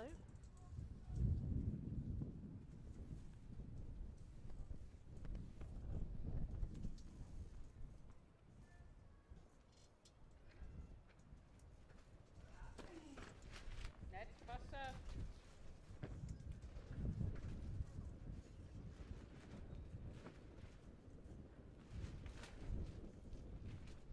Well, he'll be very guarded here because it was this sort of situation that he lost his serve to go 1-3 down, wasn't it, in the opening set? So he'll be wanting to really knuckle down right here.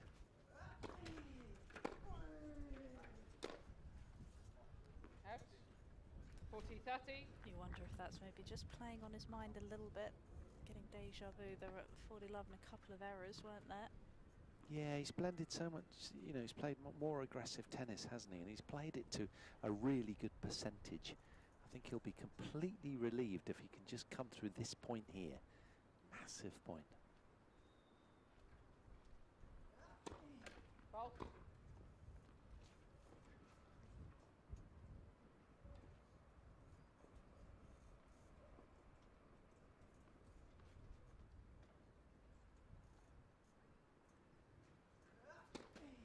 Ball. Now, Deuce. back to deuce we go. 3 set points have slipped through his fingertips.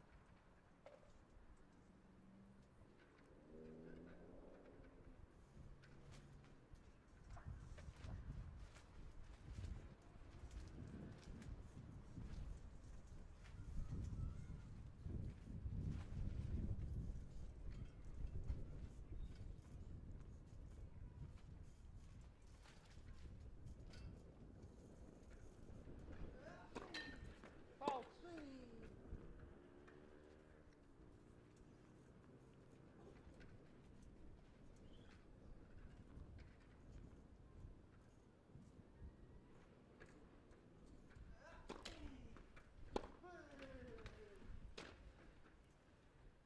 Out. Advantage, Della Puente. 4 Spanish points in a row. Suddenly, having been 40 love down, now the Spaniard has a break point.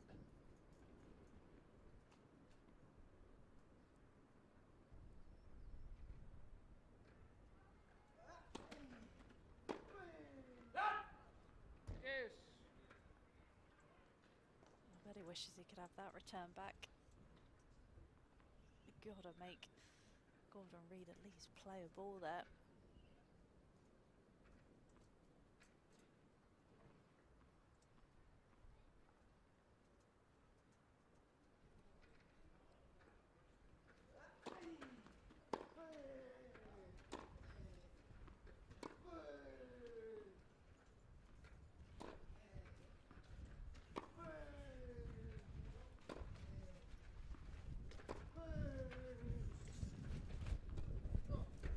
Well, it just suddenly died on him, that ball, didn't it? The bounce was really strange and it just sort of fell away completely. Not an easy shot to take. The wind just picked up as well. It did. Just all of a like sudden. It pulled the ball and just affected. So a second break point then for Martin de la Puente. Gordon just taking a moment to collect his thoughts.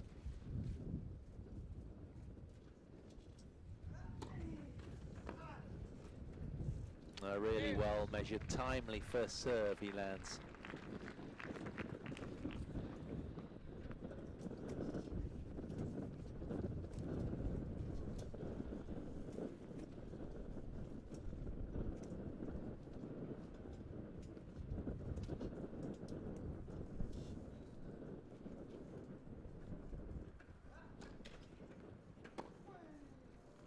And again.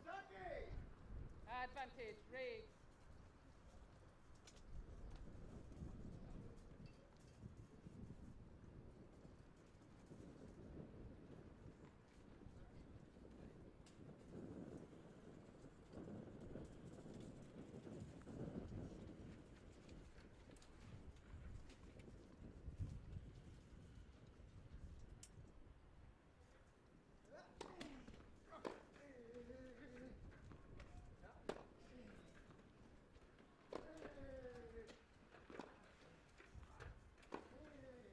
Super pass off the backhand wing. Under big pressure as well, wasn't it? Didn't have a big target to aim for. And Gordon did everything right in this point.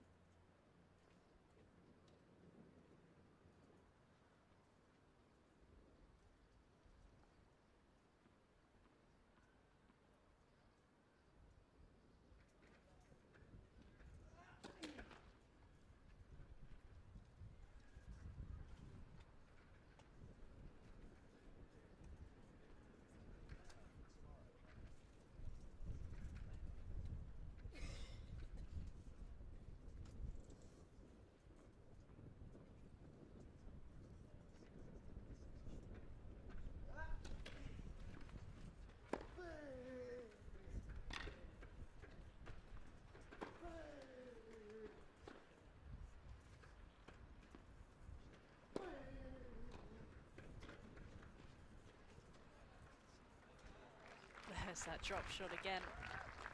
Just constructs the point so well. Advantage, De La Puente. And just knows when to use that drop shot at the right time. Could see that Gordon Reid was so far behind the baseline. Brings up another break point. Can we get it to a tie break?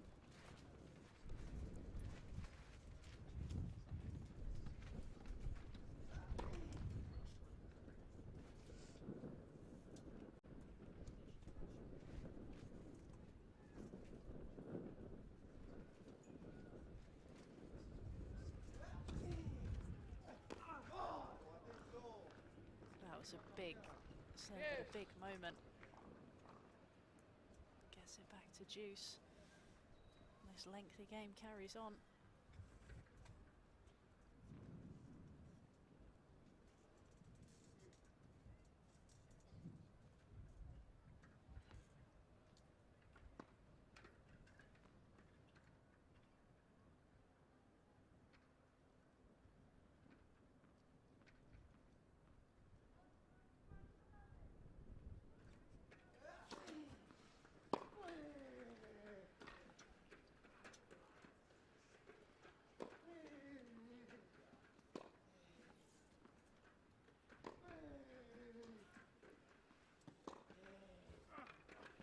That's a beauty. Really timely forehand strike from Gordon Reid down the line there.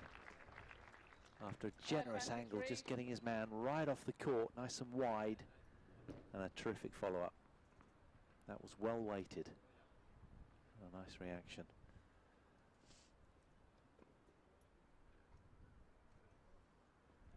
So another set point then. Can he cross the line this time?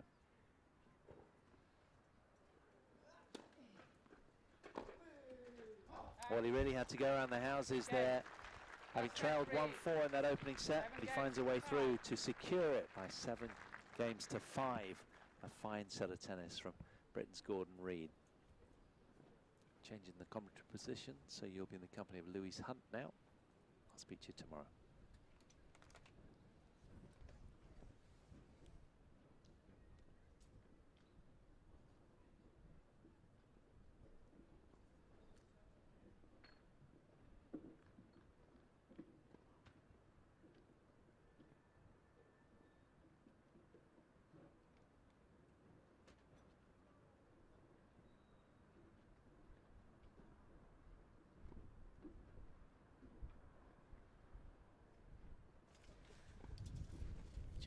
Stats of that really close first set. What did you make of that, Louise?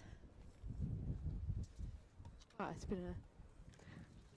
Wow, what an exciting way to kick off this match. It was really down to tooth and nail, wasn't it? It was incredible. I lost count of how many set points there were. Didn't actually count them, I should have done. There were a few. I think it might have been at least 5. But pretty incredible. You can't help but feel a little bit for Martin there. He had plenty of opportunities, and I'm sure that's going to be weighing on his mind going into this second set. Especially with that 4-1 lead as well, and just the type of tennis that he was able to put onto the court, aggressive, and then just the way that Gordon was able to turn it around. What was it that made the difference from 4-1, do you think? I think it's the mental game, isn't it? We've talked about it before, but how much of tennis is actually mental, how much of it is the actual physical performance side of things, and I think that was the biggest difference. I think Gordon's experience sort of speaks for itself, really. He knows how to dig himself out of those situations.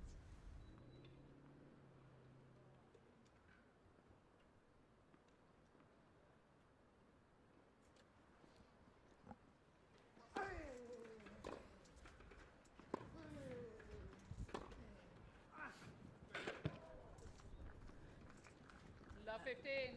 Big start from Gordon there with that forehand, sending out a message early on. Is he going to be able to use that momentum that he created at the end of the first set, keep it going through the early stages?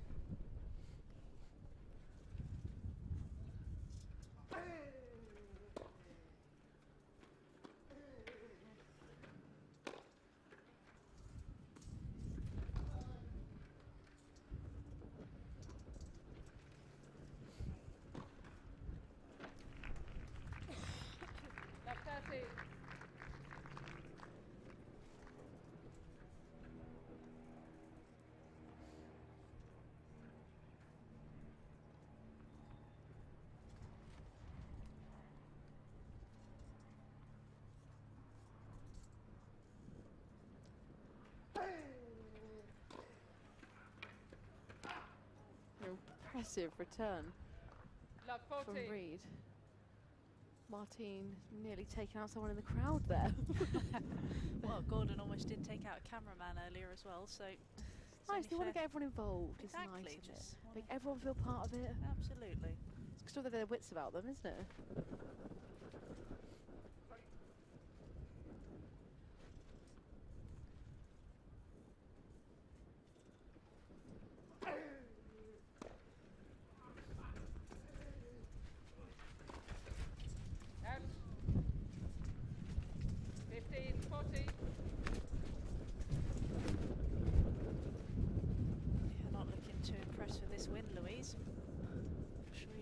Commentary booth and out there playing in these conditions. No, we could do with a little more sun in here, couldn't we? These guys don't know how lucky they are. Should we get you a cocktail as well? And that'd be good. And a hot water bottle at this point would be quite handy. I'll see if we can send just Paul. Cup of tea, actually. Don't stretch about too far. Cup of tea will do me fine, actually. I'll see if I can get Paul to come back with a hot water bottle and a cup of tea. Sounds perfect to me.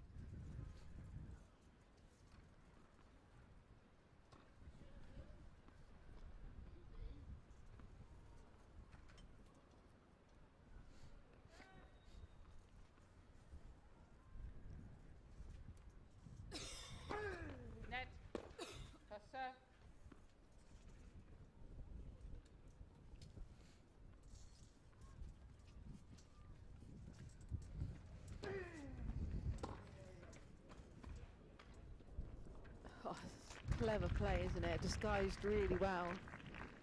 That's that drop shot that he's used so effectively in the first set, wasn't it? Yeah, he's got incredible hands and really, really clever at mixing it up. Keeping Reed on his toes, not quite knowing what's coming his way. And it's smart the way that he's using the wind as well, isn't it?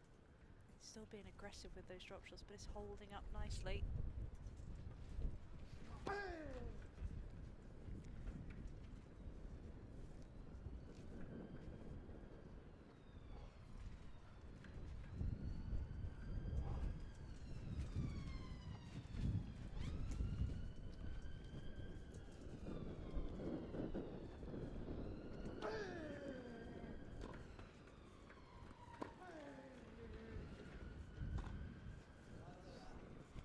It's a good push from Reed. De La Puente. Just not executing the shot when he gets there. It's always frustrating. You do all the hard work and then it's the easy bit that goes wrong. Yeah, it is. And just one thing I noticed on De La Puente, where he holds the racket, he holds it quite far up the grip when he hits it. Is that normal, or is that just something that's pretty unique to him? No, I'd say that's pretty unusual. Funny enough, I've noticed that too, and it's kind of really in your face once you see it, but I see no Yeah. other wheelchair player that does that. So, no, definitely unique to him, his USP.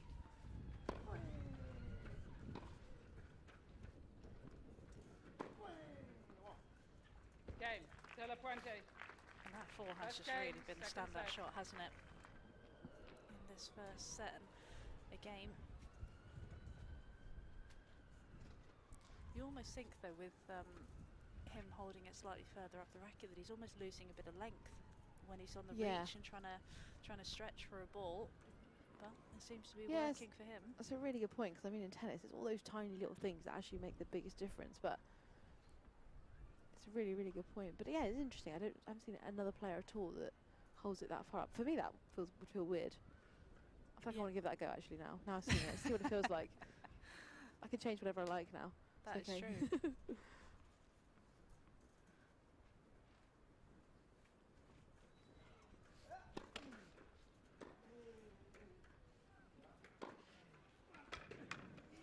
Maybe we can give it go tomorrow. You did mention that you wanted to try and get us in the chair, so maybe it's something I could try, because I'm on a mission for that. yeah, I was telling you about my my wheelchair tennis experience earlier, and I didn't really big myself up too much. That's all right, you set the bar low, so it can only get better from what you've told me. That's right, we'll put you in a chair next to Paul, and I think that will probably make you look pretty good. I mean, to be honest, put anyone next to me and they'd still look good. I'll be the judge tomorrow. Okay, I'm hoping you aren't sort of Simon Cowden too harsh on me. Never. A friendly judge, surely. Oh, I Depends, dunno. we'll find out tomorrow. Oh, yeah, exactly.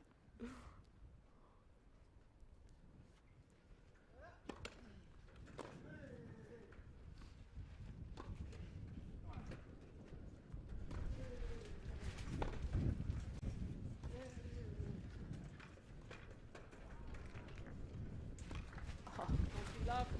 Incredible play.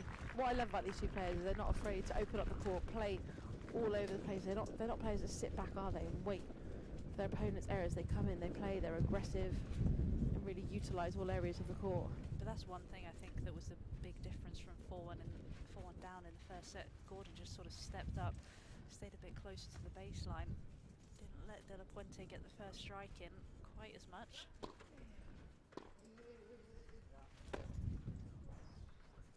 Out.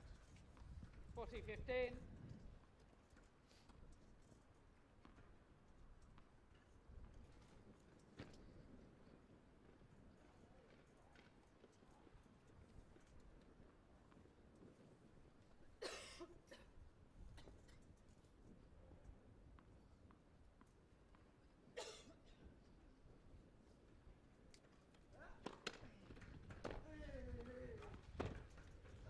Out. 40-30.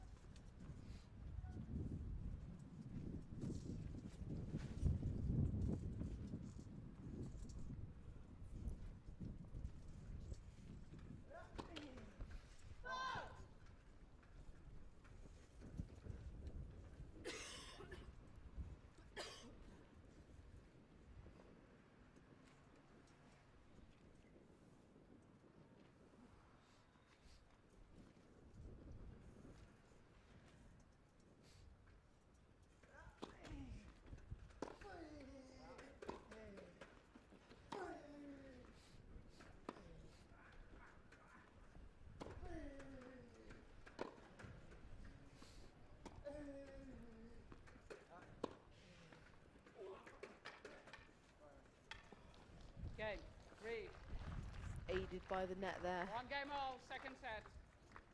It's just a little bit of luck that he needed. He had a couple of games where he was 40 love up and just been pulled back. I was getting concerned we were going to see a little bit of a repeat of that first game in this second set when he was up again and he just slipped away from him. But he's managed to take hold.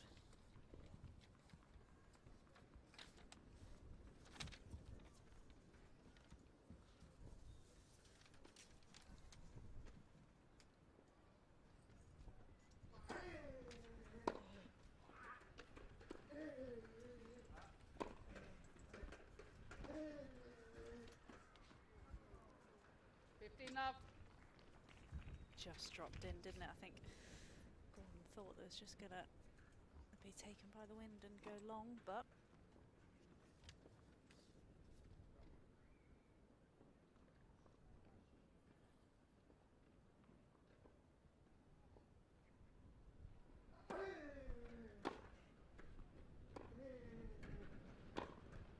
out. 30 love.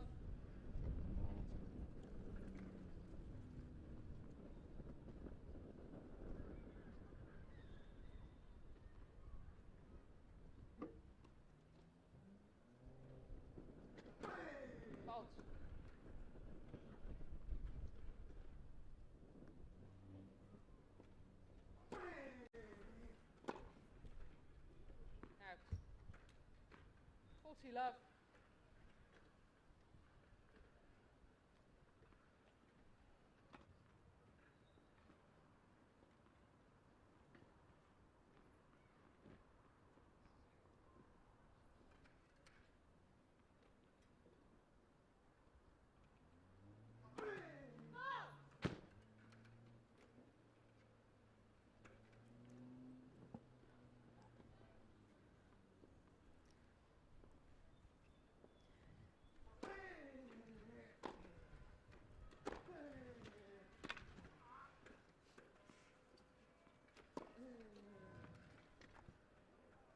Game. De La Puente. De La Puente leads by 2 games to 1. Second set. That's an exceptionally strong service game from De La Puente. They'd be well happy with that, I can imagine. And you can just see that he's not going to be given up without a fight here. He's certainly a player with a lot of grit, determination, and hangs into the final point. There's still so much to play for, isn't there? there is. It's just such a closely contested match, and that's one of the things, having seen De La Puente for the first time today in the flesh, the one thing that's really stood out for me is just that intensity, that fire, that never give up attitude that he has. So absolutely no chance that he is going anywhere. He's going to be fighting till the end. Yeah, I feel like it's a must run in the Spanish blood, because a couple of other players from Spain that are very, very similar. Daniel Cavazacci, another player, often Martin's doubles partner, but he's got that kind of grit, that fire about him, that extra level of energy that we don't actually see in many other players. But they do bring that whole other gear, don't they, that you don't actually see elsewhere. They're very sort of vocal and very expressionate with it. I wonder if it's a little bit of that kind of like Latin mentality they have, because I was speaking to Paul earlier and just saying that he reminds me a little bit of Gustavo Fernandez in that way, just the aggression that he brings, you know, as well as the physicality and things like that. But yeah, another good example. Yeah, the fiery personality and leaving it all out there certainly makes it entertaining to watch, doesn't it?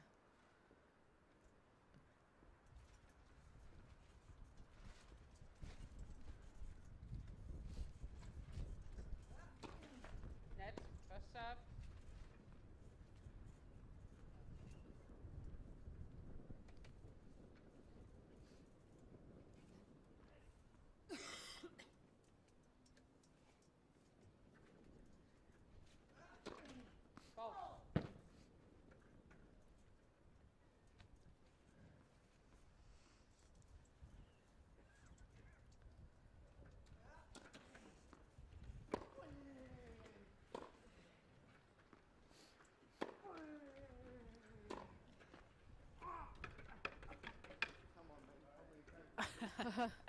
Sorry with a smile. I know, I'm sure he sorry, but not that sorry. I know, I'm sure he wanted to say something else. Yeah. But he's had a couple of let goals at important moments, so you can understand why De La Puente was getting a little bit frustrated. Maybe it's a bit of a home net. Yeah, they've definitely fallen in favour of Reed.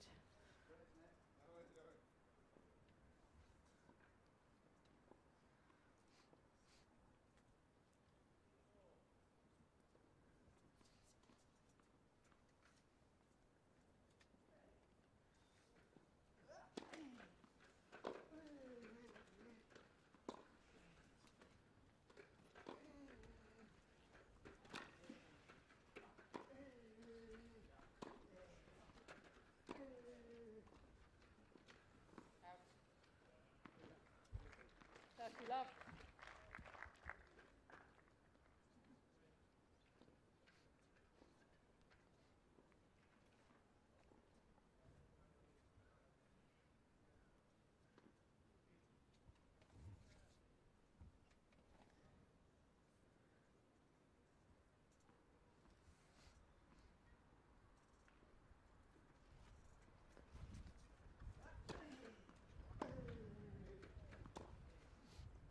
Out. 30-15.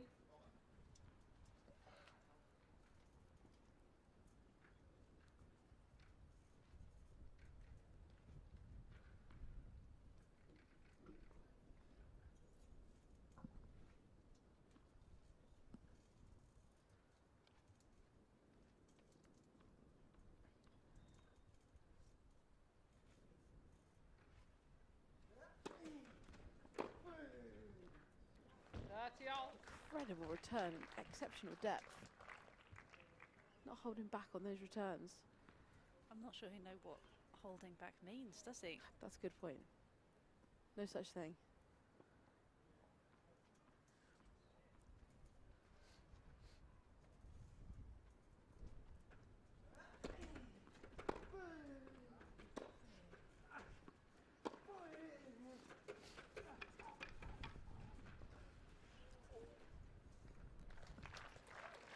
Not quite enough from Reed. Opening it up. De La Puente to reciprocate with an even better drop shot.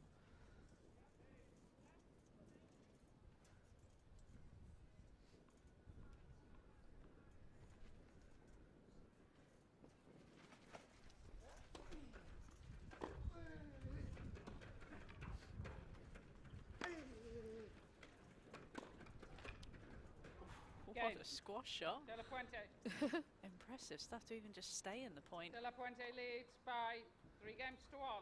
I was just thinking about you saying about Martine not actually knowing what is holding back. Can you imagine if every player brought what we're seeing today from De La Puente? Imagine if every player just brought that throughout a whole match. I can be really interesting to see like how the results panned out, because he never dips. Like we were saying, he just stays at that level in terms of energy and commitment. Yeah. You're absolutely right. He does. It would be interesting. It'd be exhausting. I was going to say to be able to keep that for a whole tournament. It's interesting to see if he's the same effervescent guy off the court as well. If he's got that same energy, or if he's a bit more cool and chilled out. He's definitely energetic and really, really friendly. Really, really nice guy. But I wouldn't say quite as energetic, but I mean, you couldn't do that all day, every day, could you? No, you need a lot of sleep. You would. Either that or a lot of energy drinks. Maybe it's the siestas, the Spanish siestas. Maybe he's having those. This is where we're keeping the wrong. energy. Yeah. Maybe this is where we're going wrong.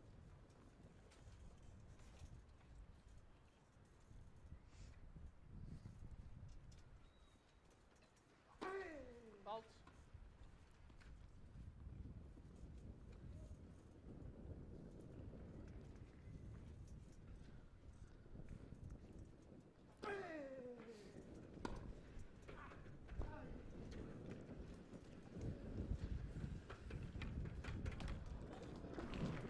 That was so impressive. I was actually holding my breath because I thought he was going to go to the net. How he dodged the net, I will never know. That alone felt worthy of winning the point. I know. I heard that sharp intake of breath. You were like... I just didn't think for a second that he was going to make that ball without going into the net, but... I thought exactly the same thing, but... Impressive effort. You can see on the replay here, just a couple of inches.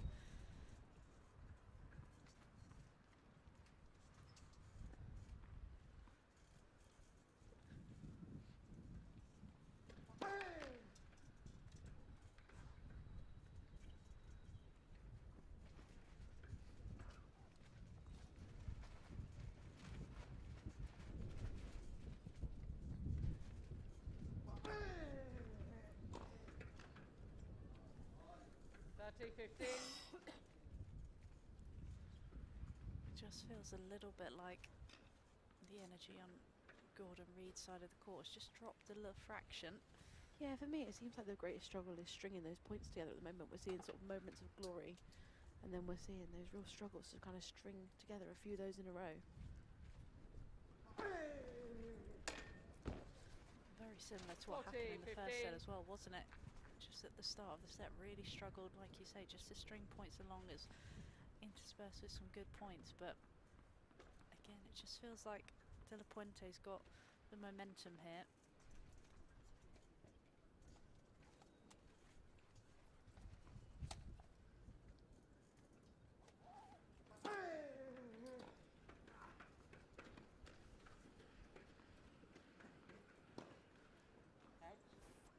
Game. De La Big Puente. error there from Gordon Reed. A little bit reckless. Sorry? A little bit reckless. De La Puente leads by It's very 4 nonchalant, games to wasn't 1. it? Yeah. Just wasn't enough care on that short ball, and De La Puente gets out to a 4-1 lead in this second set. Not something we're used to seeing Reed missing, so we do know that he does have an injury at the moment, so that could be playing its part a little bit. But equally, all credit has to go to De La Puente, who's playing a phenomenal match. And the way he's just dug in as well. I know we've spoken already about the fighting spirit that he has, but after a tough first set like that, especially having a 4-1 lead, the way he's been able to bounce back and take this second set by the scruff of the neck, really impressive stuff. Now it's just if he can maintain that momentum. As you mentioned earlier, we saw in the first set that it can swing at any point, can't it? It can change direction.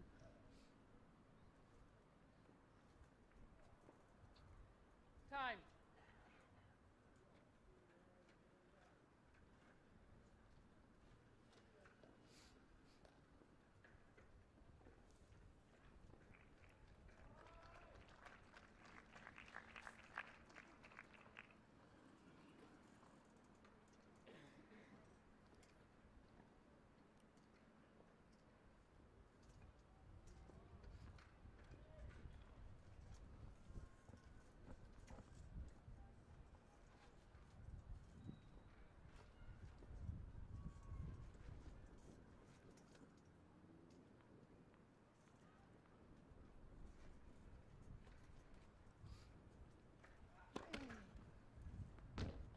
Love.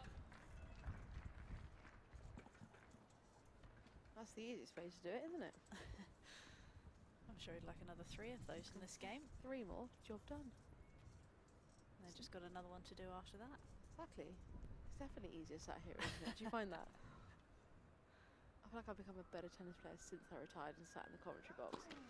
I think I'm a better tennis player and I just don't play tennis. 15 all.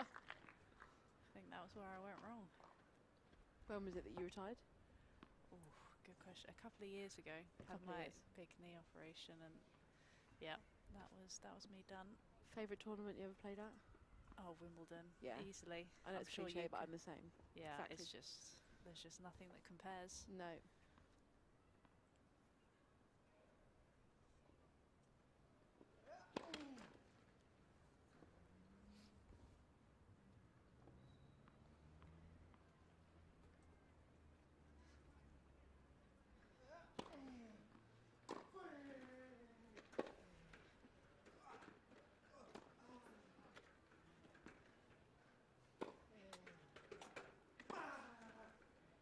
Out.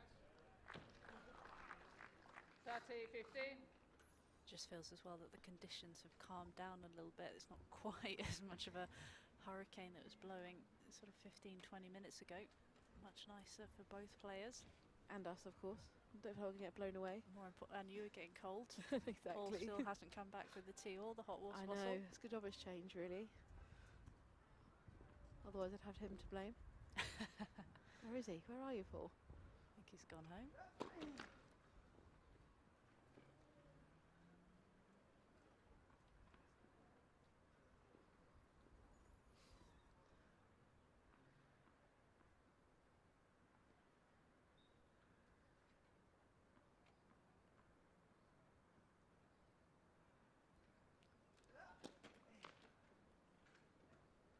30 all. Slowed down the racket speed on that serve, didn't he? Yeah, it's like I was saying, I felt like we're not having like a one-page from Gordon. We're having sort of moments of magic, like really peaking, but then we're having moments like that where we're seeing that bit stiff, bit nervous, perhaps.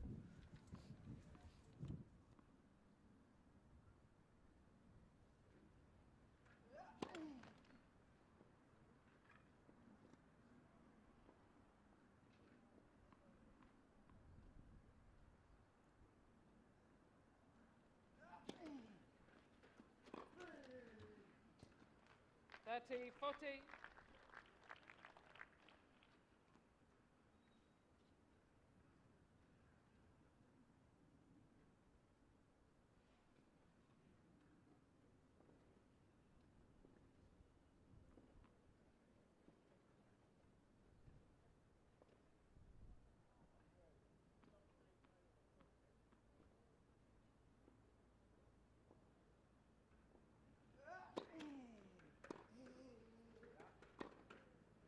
Out.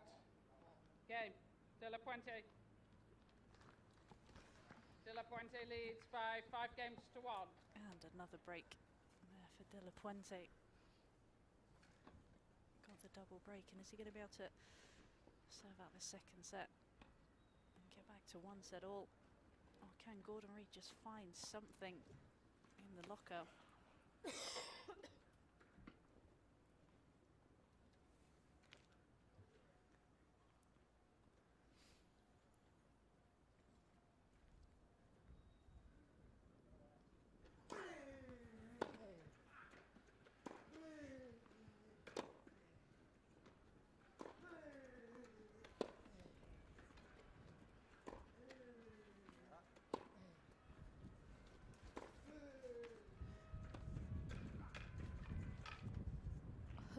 Incredible. Really hard to read, wasn't it? He could have kind of picked any spot there, but... Is that one of the moments of magic from Gordon that you were talking about? One of my moments of magic. I didn't know if we were going to see another dive and dodge of the net from Martine this time, but it was too good. Couldn't even get a racket on it.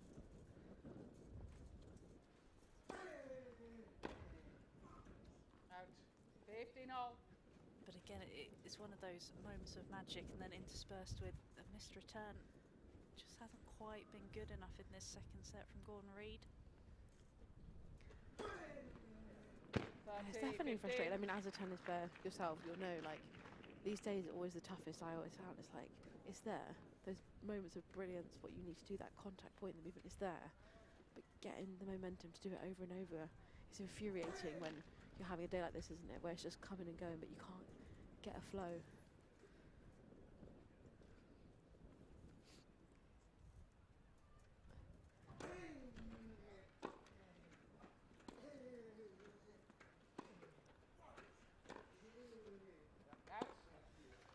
What was it you used to do when you were having sort of one of these days where, you know, you were playing well for a couple of points and then you'd throw in some errors and, you know, because obviously, as we both know, it's not every day you're going to play sort of 10 out of 10 tennis, so you've got to be able to manage that. What were your sort of tactics that you used or mindset or? For me, it was more kind of like mental go-to. So I used to, I won't bore you with the detail, but I used to like a counting thing in my head during points and in between.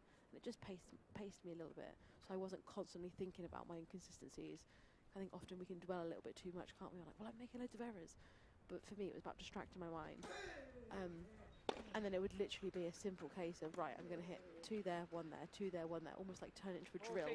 So imagine I'm on a practice court rather than in a match. And I found that helped me too. So I would just pick some sort of routine and just for a few points try and execute that just to find a rhythm. And I found that helped as well.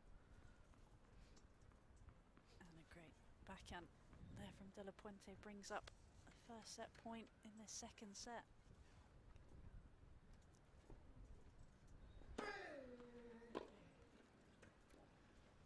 And he finishes it off with a big serve. Jamming Second Gordon set, Reid. De La Puente. 6 games to 1. Big fist pump from De La Puente gets it back to 1 set all. Fantastic turnaround here from the Spaniard.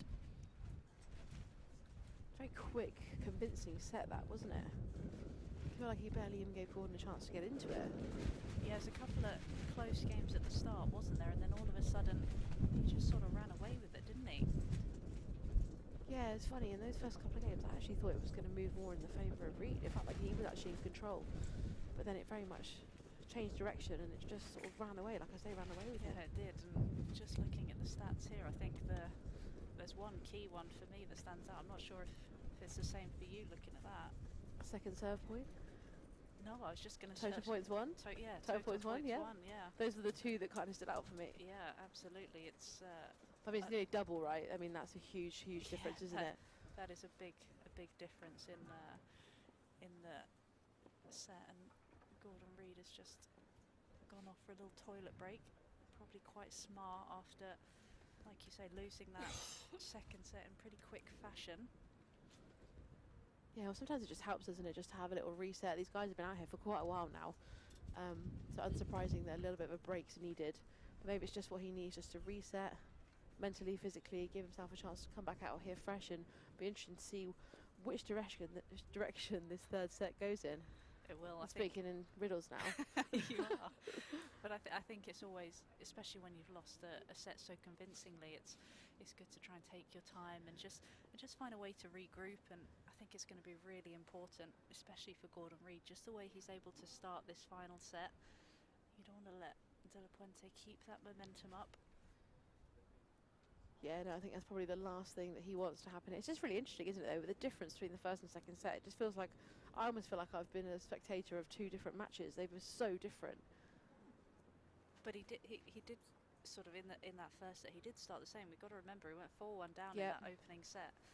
You know, to be fair to him, it was De La Puente because he was playing well, but Gordon did have a slow start, and it was very similar in that second set. But again, it's just impressive the way that De La Puente has been able to bounce back, and just again, it's that intensity, isn't it? He just doesn't go away. Yeah, I love that. He just doesn't go away. It's one of those. Just won't go away. One of those annoying people you play that just doesn't give in.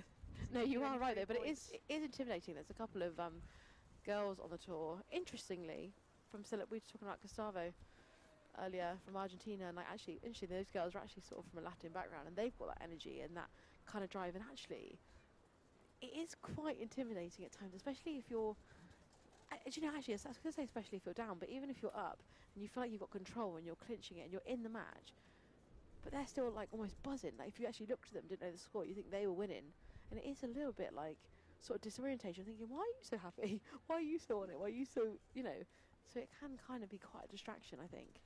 But that's the challenge, isn't it? That's what all of us get told. You know, no matter what the score is, you've got to find a way to fight, stay in the point, stay in the match, and if you're able to do that, it's almost half the battle, isn't it? Because yeah, 100%. We keep mentioning, going back to the same thing, but I remember someone telling me that tennis is almost 90% mental and 10% actual tennis, and that is the thing. You look at the top players and then you look at the ones slightly lower. It's not how they strike the ball or what they do, because you know, if you saw them on a practice court, you probably wouldn't be able to tell one person from the next, but it's what sort of goes on between the ears, isn't it, that really makes that difference. I 100% agree with that, because I think the practice court example is the best example you can give. You're right, you can go to practice court, see people trading with each other, having rallies, playing drills, and you wouldn't be able to differentiate. Yet you put them on the court, and it actually astounds me. You can have people in practice that are, you know, neck and neck, matching each other's ability, and they get a match, one could win 6-love, 6-love, because of that crucial what's between the ears. Time. Yeah. Absolutely crucial. So yeah, that is absolutely what makes all the difference. But as we said, the best players don't play to the score; they play point for point.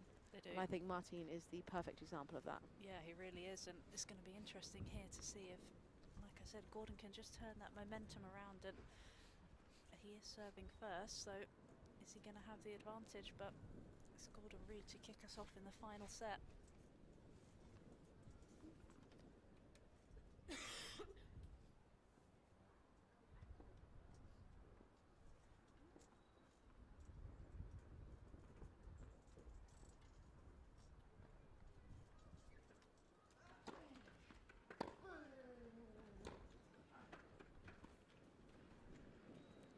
Love.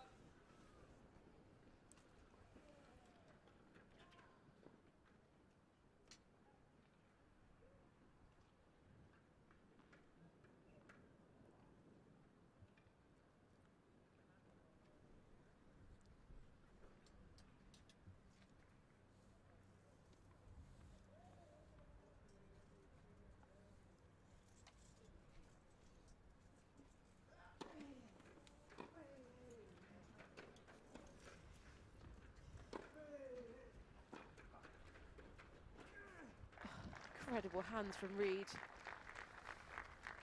Well executed. love.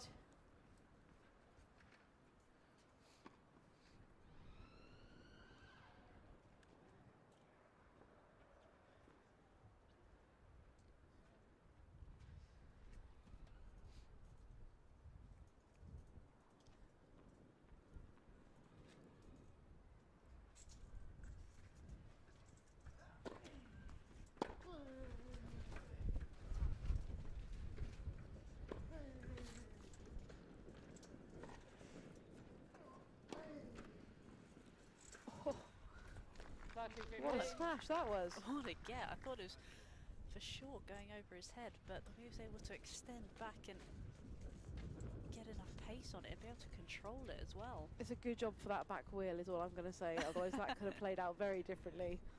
Could have been calling an ambulance instead.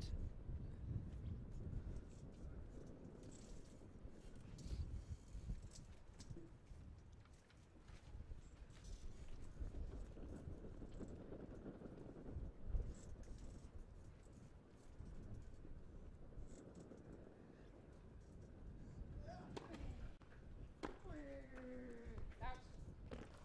40-15.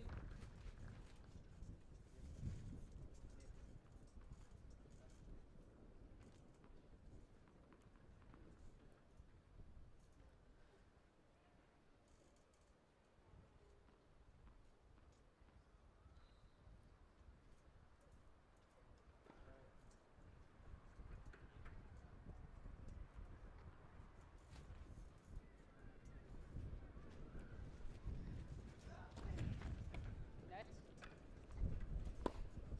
Serve.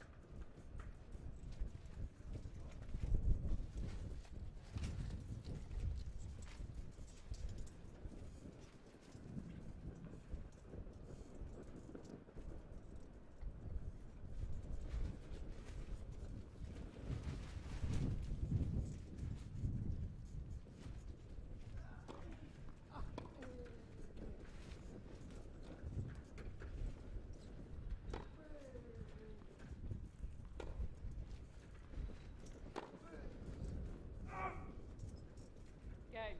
Reed. Ball change. Big hold there for Gordon Reed at the start of this final set. First game. Final set. De La Puente was really pushing there, wasn't he? Yeah, he certainly was. Like I say, he's not one to give up. He digs deep. That was a nice start for Reed. I'm sure he's going to want to continue that momentum moving through this third set.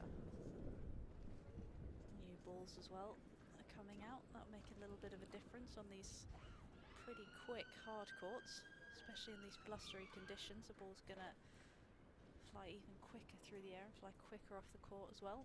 Did you like new balls, or did you prefer playing with slightly new older, balls. fluffy Always ones? new balls, please. Really? Always, yeah. Yeah, I was the opposite. Really? Yeah, I think it was because I hit it a bit like a cream puff. I thought it's probably, you know, didn't really help me too much with the new balls. So No, I love a fresh tennis ball. I like that. Along with the smell, of course. yeah, The are you joy one of of a those new- people who new can and 100%. sniff? Okay. Love a new can of lovely fresh smelling tennis balls. Any other weird sort of habits you had on a tennis court, or? I don't think I had any weird habits. I was a little bit superstitious in that, like, I had to always bounce the ball before I serve in multiples of 3. So I had, which is weird because I stress out with odd numbers in any other context. So, like, you know, like a remote control or a volume or something like that. You can't have Got to it. be an even number. Oh, right, But okay. weirdly, when I was serving, had to be multiples of 3. That's an A interesting. little bit weird, I suppose. A little bit weird. Yeah, maybe you I did didn't have like lucky pants or anything like that. Which I know a lot of athletes have. To be fair, I did actually have a bit of a superstition with my outfits. I'll tell you about it after this point.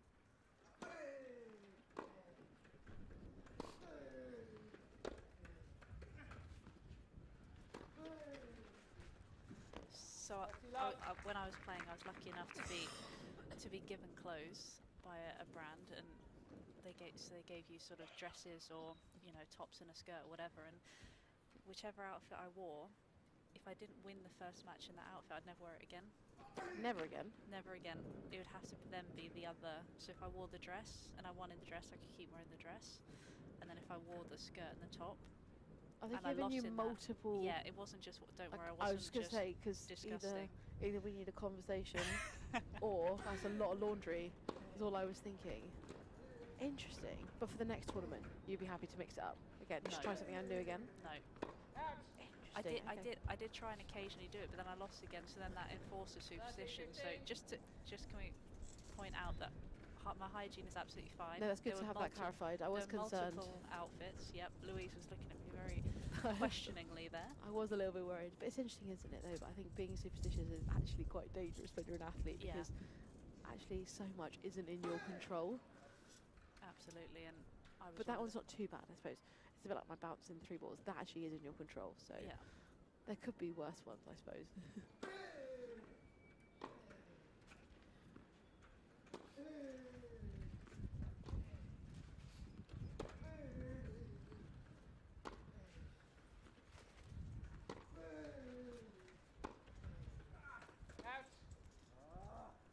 I did have a couple of others. I didn't walk on lines. That was one thing I didn't do. I didn't like walking on the lines in between points. Yep, looking at me like I'm crazy again. But yeah, that's a lot. So we're just stepping over them and we get to them. Okay. Yeah, I probably. It's a good job you're not a wheelchair player, really, isn't it? Otherwise, that could have been a little bit complicated for you. Yeah, I really wouldn't have been great with that. That's to learn to bunny hop over them. Give you a little wheelie. Little hop over them. I've never heard that one before. Have you not? Oh, it's interesting. Yeah, there are a lot of players. I promise you, I'm not the only one.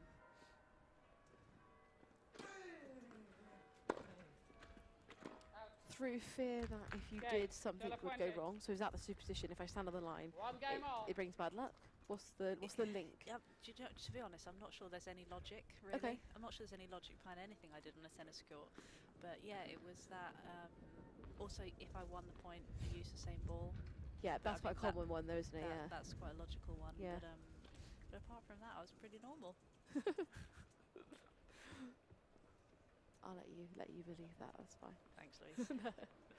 That's good. It's quite interesting, though, isn't it? How players have such different routines and superstitions and things. But the lines one is a new one for me. That is really interesting. I do know there are a lot of players. I literally can't think of one person that springs to mind, but I know I have watched it a lot.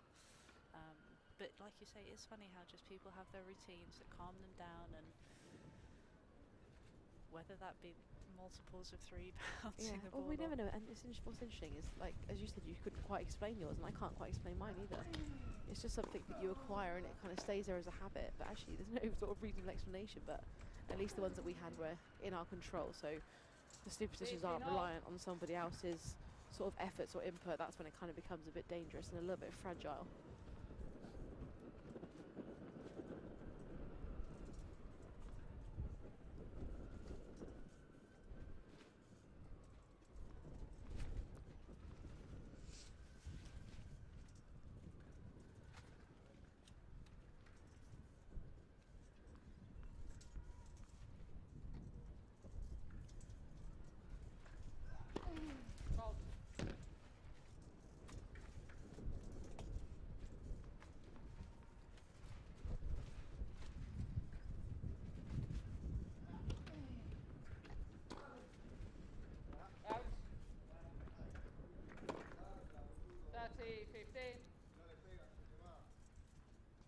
Just a little bit of frustration creeping into De La Puente there, having missed that return. Knows that was a chance on a second serve.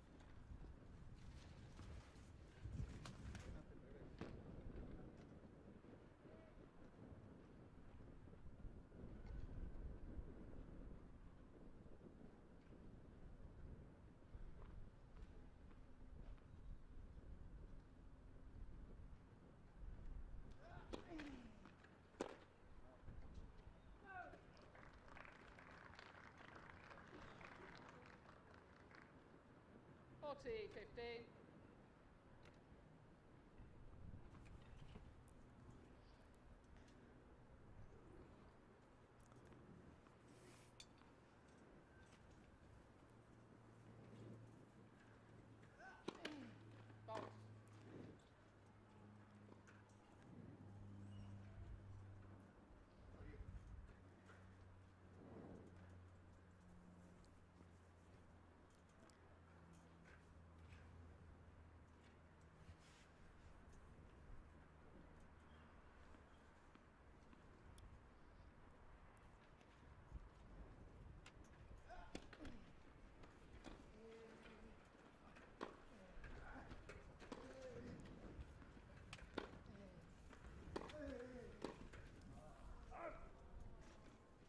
frustrating miss for Reed.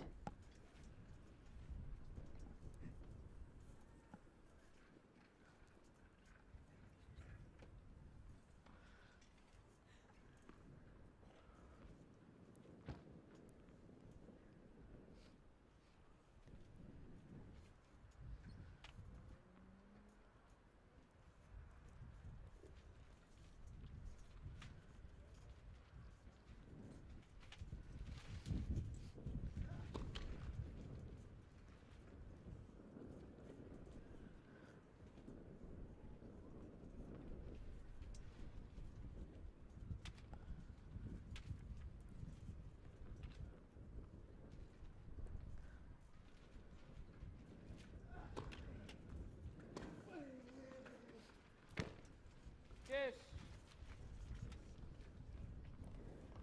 Another big return from De La Puente there. And again, another service game from Gordon Reed where he's been pegged back to deuce.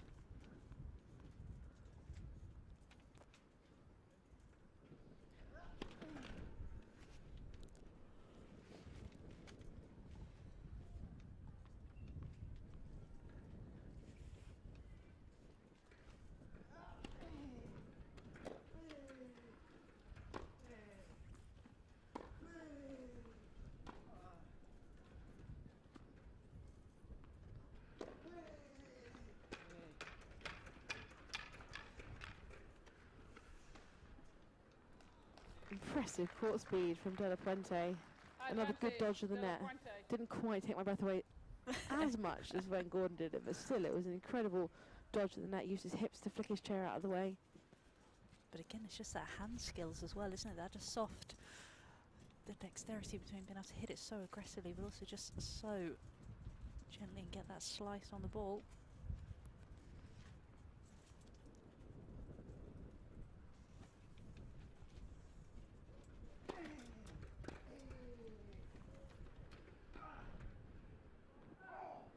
Game. De La Puente. De La Puente leads by 2-1. Final set.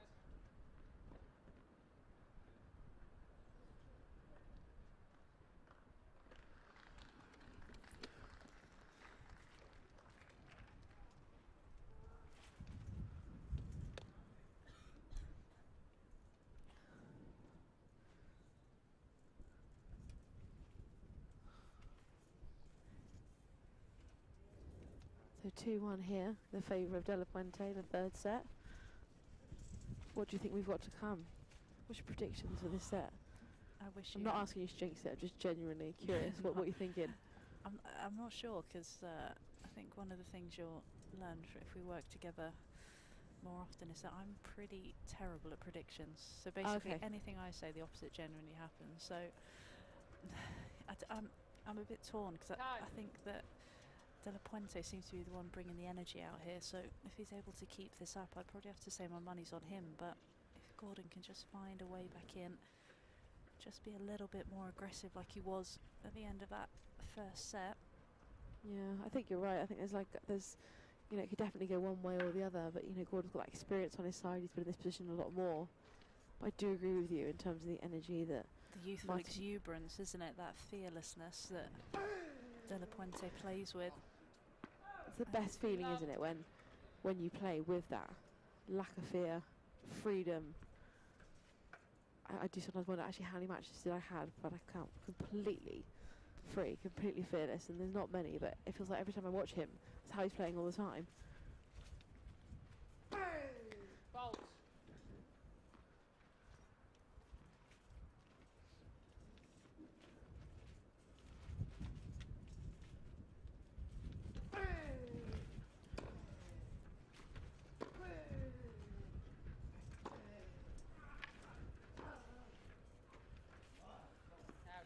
Much better point there from Gordon, a lot more aggressive, like you say, using that forehand, getting that width on the ball a little bit more. But as you said, it's hard to remember how many fearless matches you play, but I think it's something, especially when you're a lot younger, you don't have those mental scars of tough losses and tight matches to really fall back onto.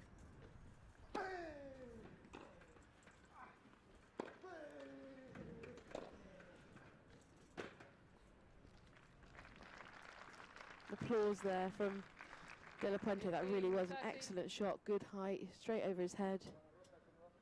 Good depth. Still all to play for in this third set.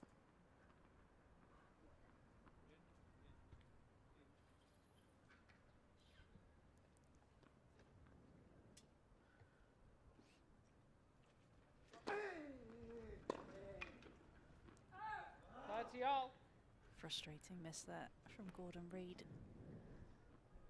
Especially at 15:30, he's done the hard work. Don't want to give De La Puente any free points. It's a 30 all.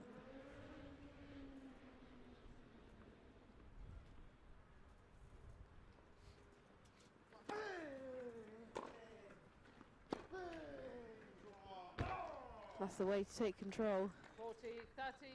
Still seeing that struggle from Reid, aren't we, in terms of stringing those points together, gaining momentum.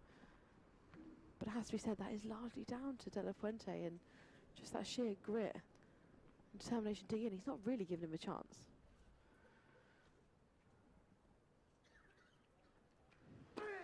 Fault.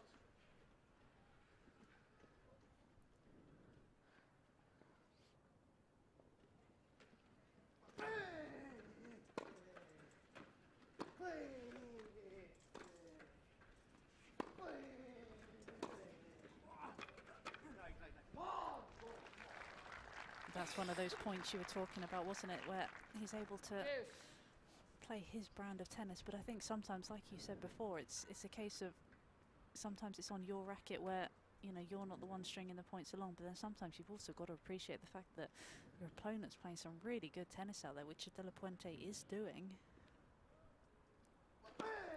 Fault.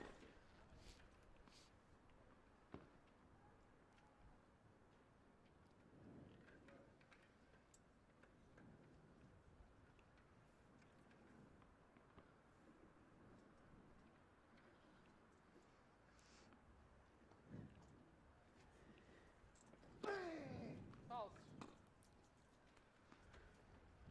Advantage Reid.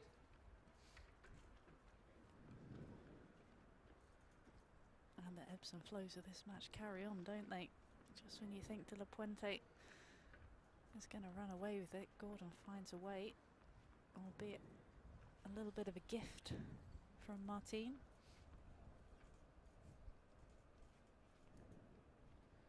Oh, and then he gives a gift away of his own. It's all very friendly, isn't it? It is. You help me, I'll help you. Come on, boys. Let's get back to those striking winners. Maybe you can give them a little bit of a pep talk at the next change of ends. Ready for it, here for it. Fault.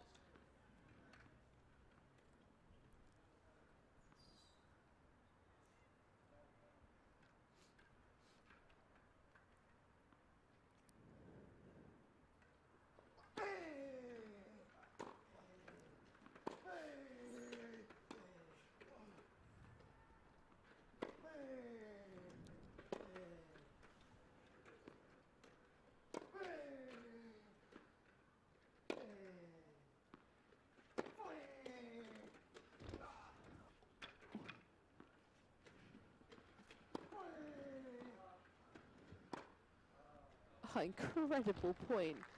An impressive get from Reid. I mean, he nearly went over the barrier at one point, straight into it, but what an impressive get. Way to stay in that rally, but De La Puente, again, just bringing that aggression, opening up the court.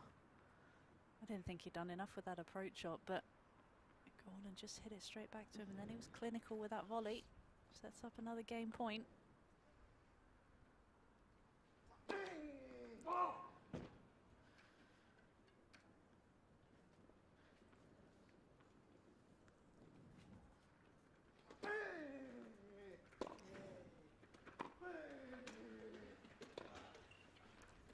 Game. De La Puente. De La Puente leads by How 3 good games was that to 1. backhand on the half volley to be able to redirect it? I was literally thinking, I mean, Gordon did a good job to even get a racket on there, but that was incredible from Martine, wasn't it? Credit where credit's due. Incredible skill, such talent.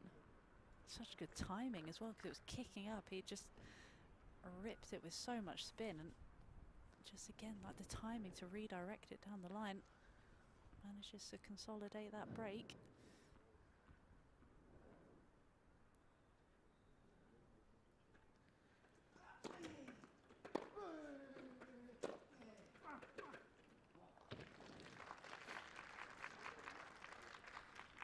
I think you mentioned it yesterday as well, that Gordon's probably one of the best players when it comes to being able to manoeuvre the chair out of the way when an opponent returns it big down the middle, and that was just another example of that.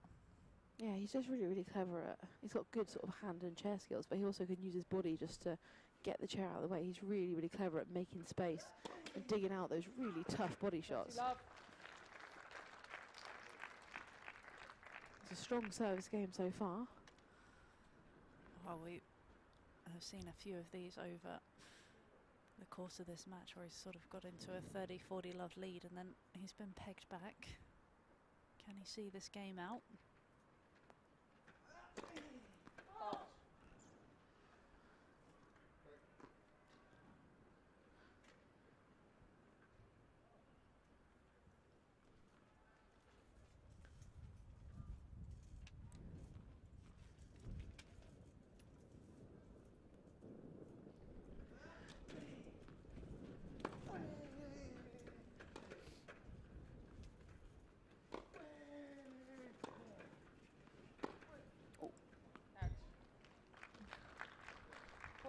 A little bit of a wild one. Much more aggressive point though, wasn't it, from Reed? Really just looking to take that forehand on, flatten it out a little bit more. Is that something, do you think he's got to do a little bit more? Yeah, and I think he just needs to kind of mix up sort of what he's giving to Martine and trying to avoid him from getting that rhythm. So I think it's about just providing variety, really. Kind of keeping him on his toes, keeping him guessing. Bolt.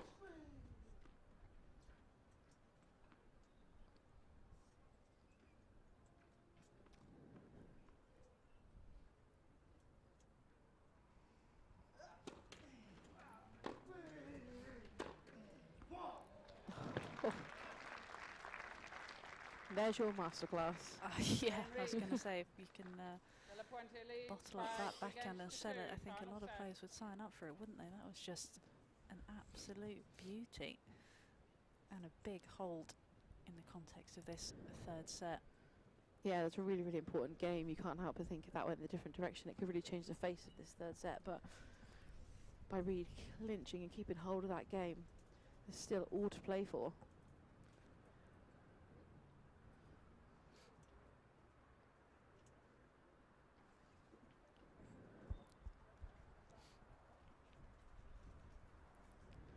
I see, we've still got a pretty good crowd out here, haven't we? Considering it's a bit later in the day on a Friday. It is Friday, isn't it? Just checking. I do believe, unless I've completely lost the plot, then yeah, I think it is a Friday. Temperatures drops as well out here, hasn't it? Quite a lot over the last half an hour, 45 minutes. They've sort of had, feels like all 4 seasons in one match here actually. We've had a bit of everything, haven't we? Yeah, we have. Although over the weekend, I got told it's going to be pretty warm. I've heard rumours. I quite like the sun though. I'm not one to moan about the heat. No, I'm not. Hotter the better for me, yeah, to be honest. I was going to say, not going to complain about sitting here being a bit chilly. I think it's supposed to be about 26 tomorrow and then lovely, pushing perfect. 30 on Sunday. So it's going to be slightly trickier conditions for the players tomorrow and Sunday.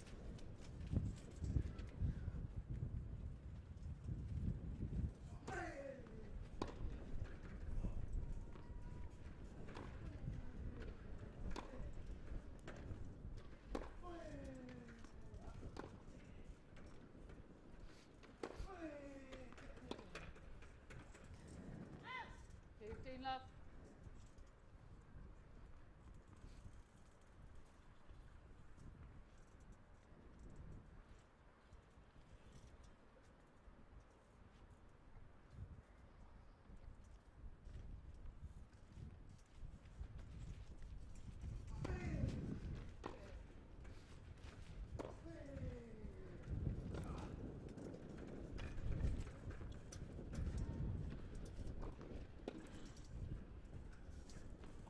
Gordon guessed the right way, didn't he?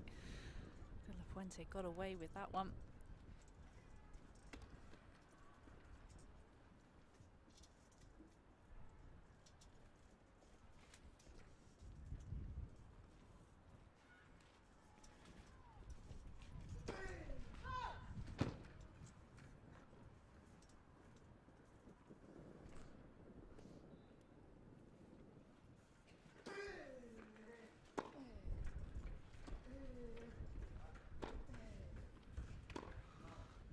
20-15. One of the first passing shots that De La Puente's missed in this match. Yeah, we've not seen too many unforced errors or too much of that at all. He's been executing those pretty well up until now.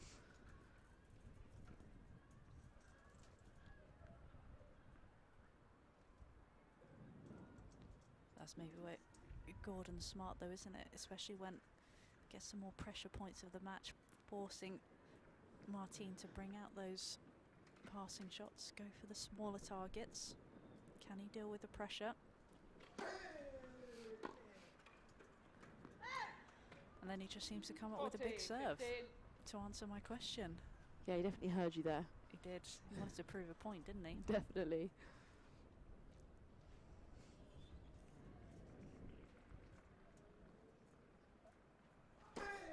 Halt.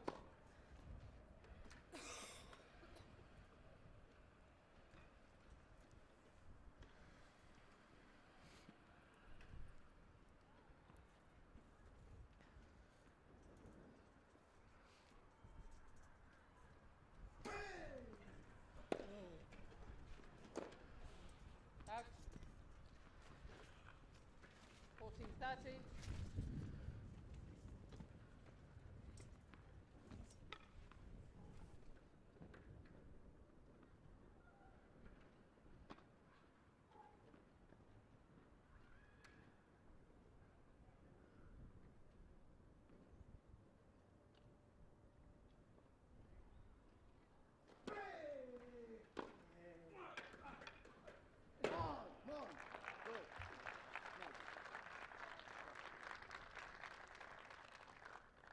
Yes.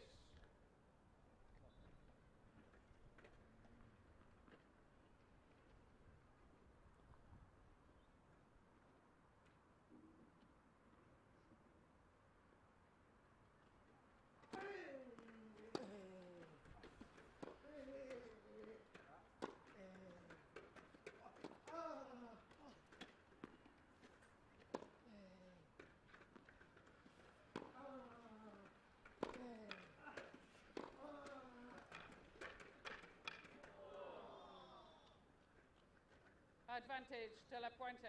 An incredible point there, and you can see the look in Martine's face of relief. He knows he got a little bit lucky there.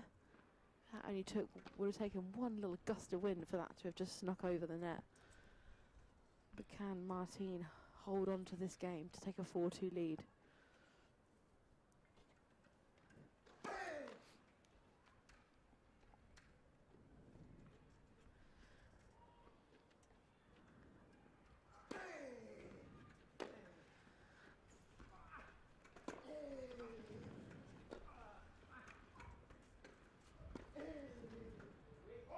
Impressive angle from De La Puente. De La Puente leads by 4 games to 2. That was a big hold, wasn't it? In the context of this third set. Really big hold, and I can only imagine that would instill even more confidence, even more motivation, drive to keep pushing. Definitely pursue that rhythm right to the end. He's just a couple of games away now from the final. And you get a feeling that he's going to have a really big push in this game as well, isn't he? Reed's got a lot of work to do here. He does. Got to find a way to quell that frustration, regain that focus.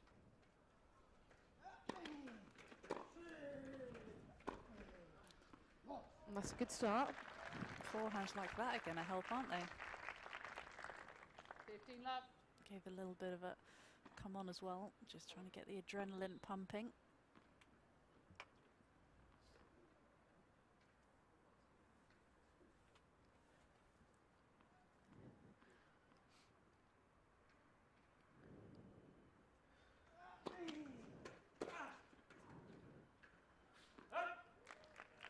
Impressive to even get a racket on that one. 30 love. Really strong serve.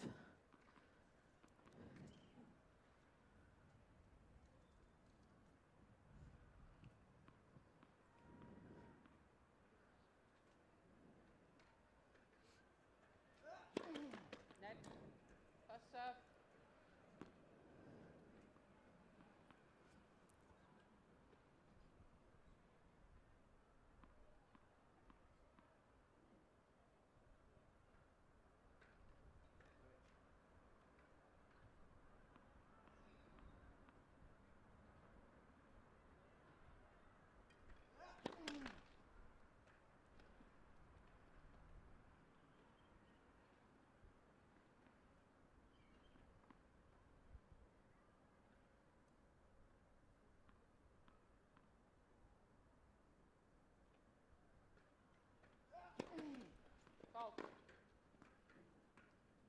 15.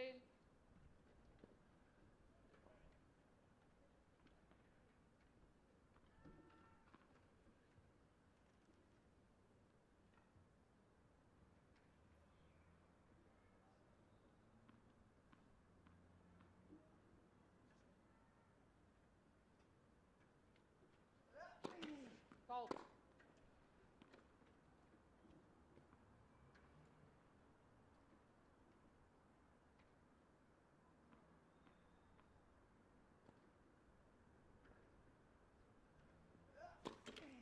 Fault. 30 all.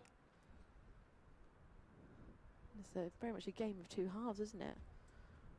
Had a strong start from Gordon, but we've just sort of seen that momentum dip slightly in those last couple of points to bring it back to 30 all. It's a really big point in this match. But it has been the story of the match, hasn't it, Louise? Where, like you keep saying, you said it over and over again, he's just not been able to string consecutive points together for long enough periods.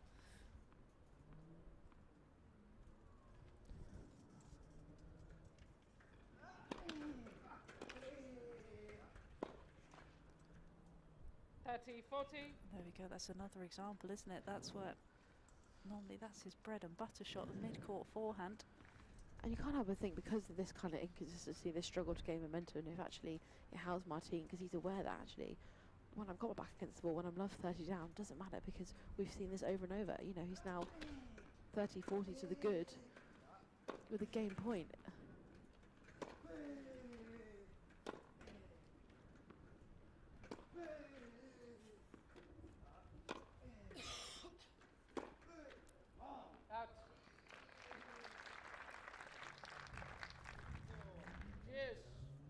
Could tell that was just a point where Gordon Reid was not going to miss. He just battened down the hatches, didn't he?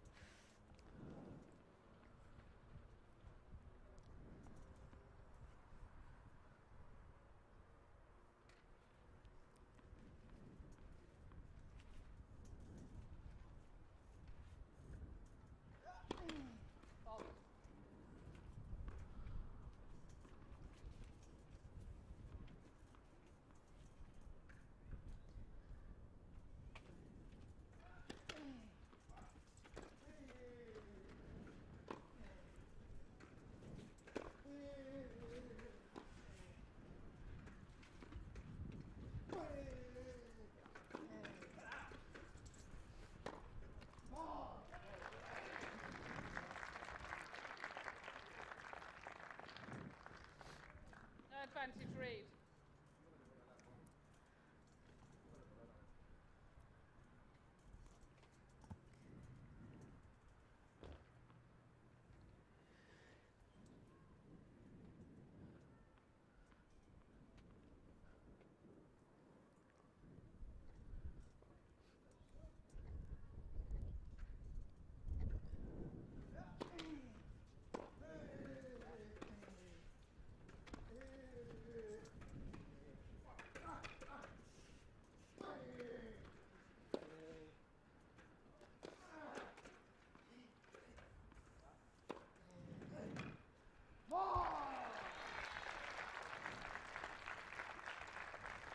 Reid.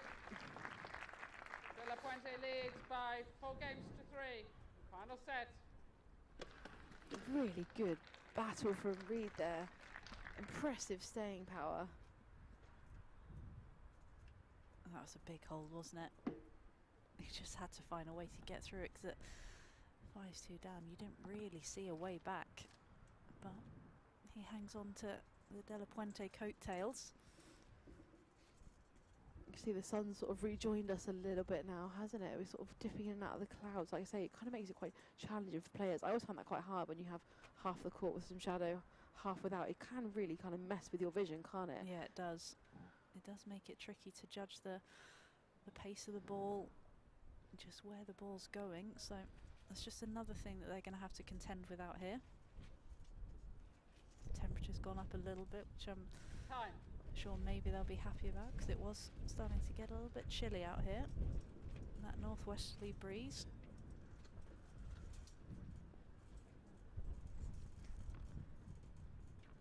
It's a really crucial game in this third set. Can De La Puente hold his service game to take him to a 5-3 lead? What's your mentality if you're Gordon Reid here? Do you batten down the hatches? Do you try and be aggressive? I think there's only one way against Martin, and that is to be aggressive, because he's never, as you mentioned earlier, he's never going to let up. He's never going to take a step back. He only brings one level, one type of energy, so I think it's the only way. There's no space for defensive play.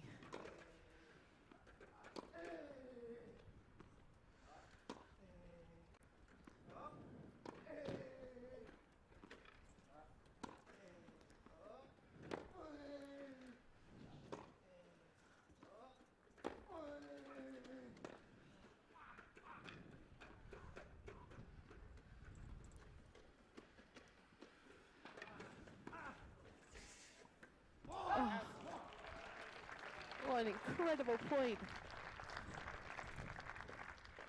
It had everything, didn't it? Including nearly taking out a lines judge, actually, but she seems to be okay. It did. I thought either he's going to make a hole in the back fence or he's going to take out the line judge, and then it almost looked as if Gordon Reid hit one round the net post. And even then, De La Puente almost had it. Incredible point.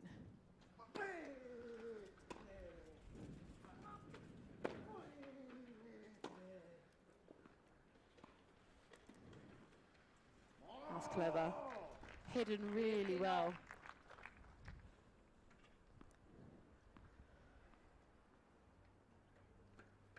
Those drop shots have been just a standout, haven't they, of this match? Able to hit them from the forehand and the backhand side. It's that fearlessness as well, isn't it, though? It's like he brings them out at just sometimes the most unexpected moments, but executes them so successfully.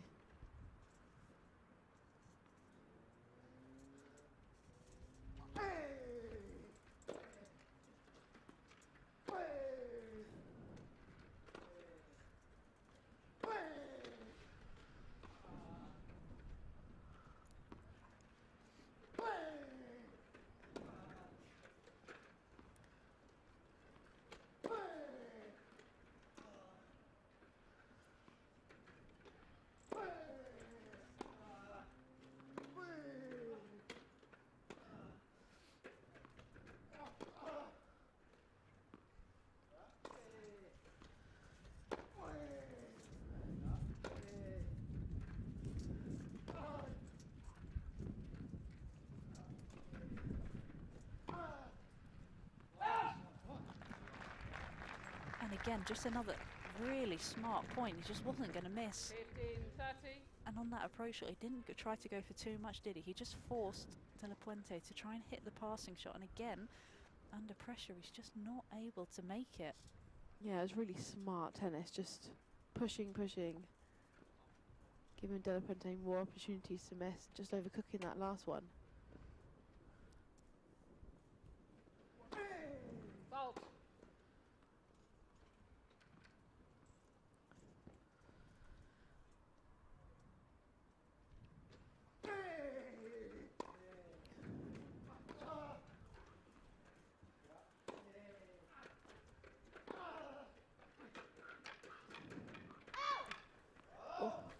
Frustrating miss. 30-all. Just needed to bring that margin in a little bit more. Didn't need to be that good. Didn't need to be on the line. Could have brought that in a little bit further. Bringing us back to 30-all in this crucial game.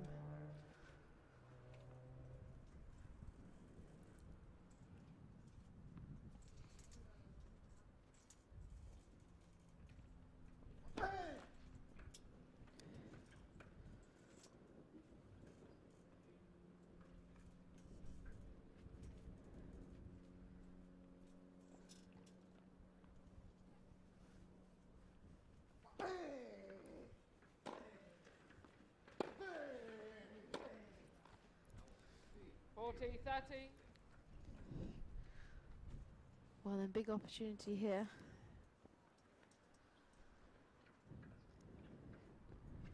Could be a really determining point of this third set.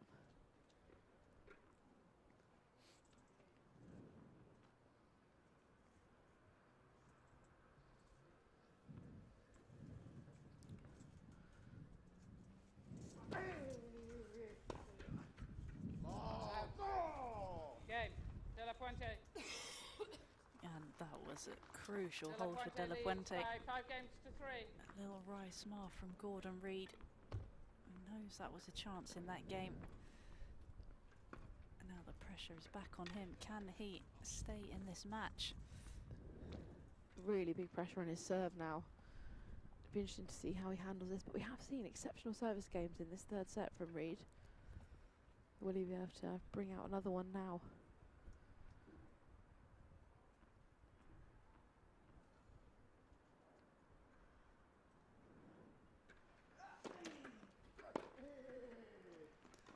Correction ball was good. Replay the point. Very quick overall there from Kath Lovell. Quick and no arguments from either player, so I think they perhaps agreed. We like Kath. Kath does do good calls. We do. You said earlier in one of the matches did she give you a compliment or what did she say? I can't remember what she said. Her and Ray, her husband, who's the tournament referee, said that even when I was annoyed at them, I was polite. I mean, that I'll take that. I would take that compliment. I'm still not sure what they think of me. And I'm going to find out, don't worry, this time. no, I'm happy if you don't. Don't want to ruin my reputation. It might help the reputation. Oh, to be fair, it probably could actually. There you go, see? Sure, it's all good things.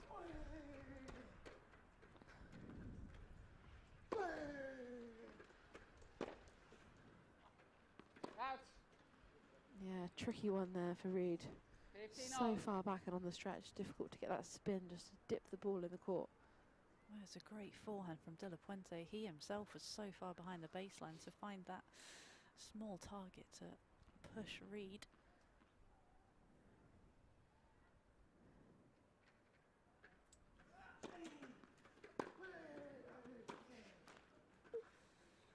Nervy moments here, isn't it? 30.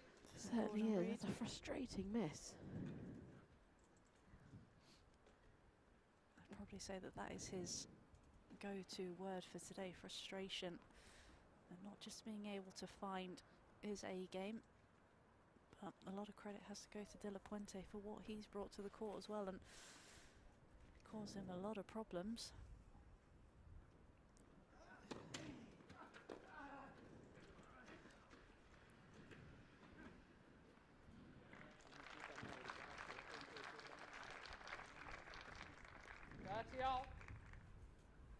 That could have been tricky, but dealt with it so well.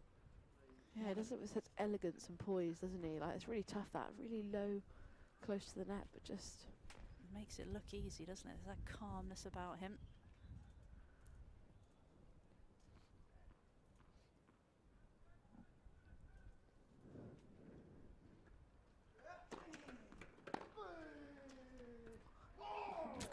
incredible return from De La Puente to bring him his first match point. Not a bad way to do it either, is it? Certainly not. The timing was impeccable, but I love that bravery, that fearlessness on such a big point. So here we go, the first match point in favour of De La Puente.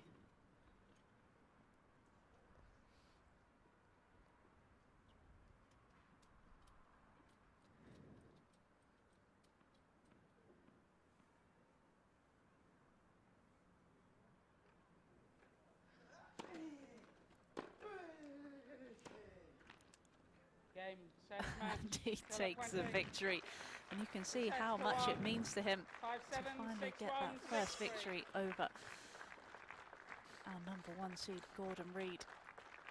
What a fully deserved victory from the Spaniard. What an impressive performance, wasn't it, Louise? Really, really impressive. I mean, I thought it was an absolutely phenomenal match to watch.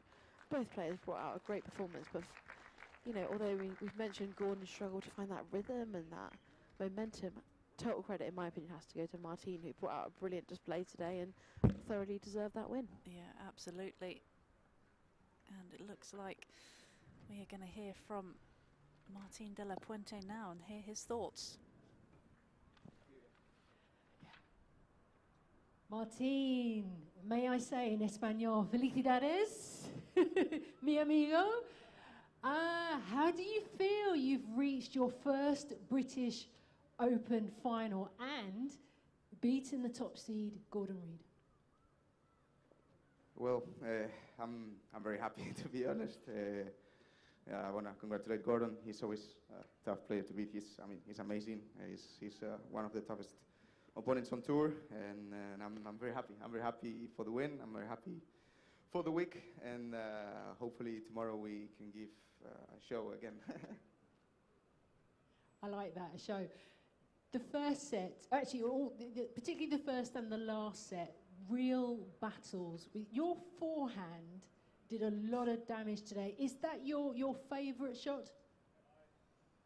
Yeah, I mean, I like a lot the forehand. I feel very confident about it. I like to be aggressive with it, but I mean, Gordon was pushing so much from side to side. He made me like take too many shots for making the point, and I'm happy for the level we showed. Happy for me, for my team, because we're really pushing hard, and hopefully my forehand would be better for tomorrow and the day after.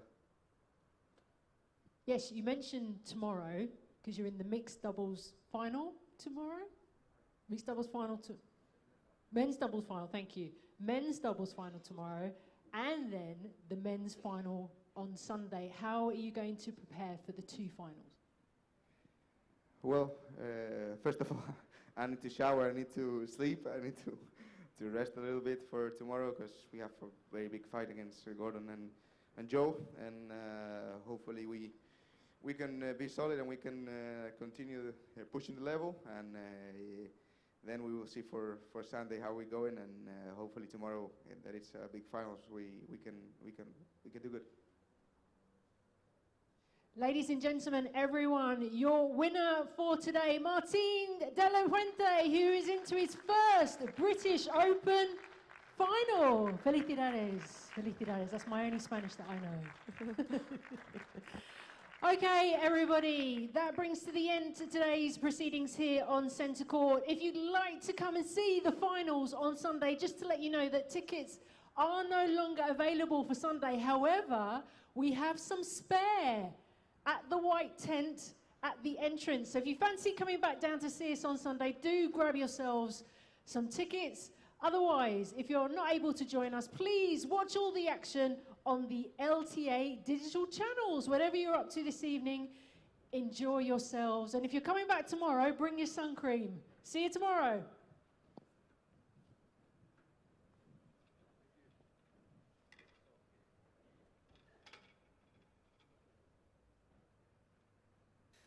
And just recapping today's play, had a fantastic day, starting with Andy Lapthorn, got through with a retirement against Robert Shaw, Anique van Koot and Lucy Shuker as well, and just finishing off the day with Martin de la Puente getting that victory.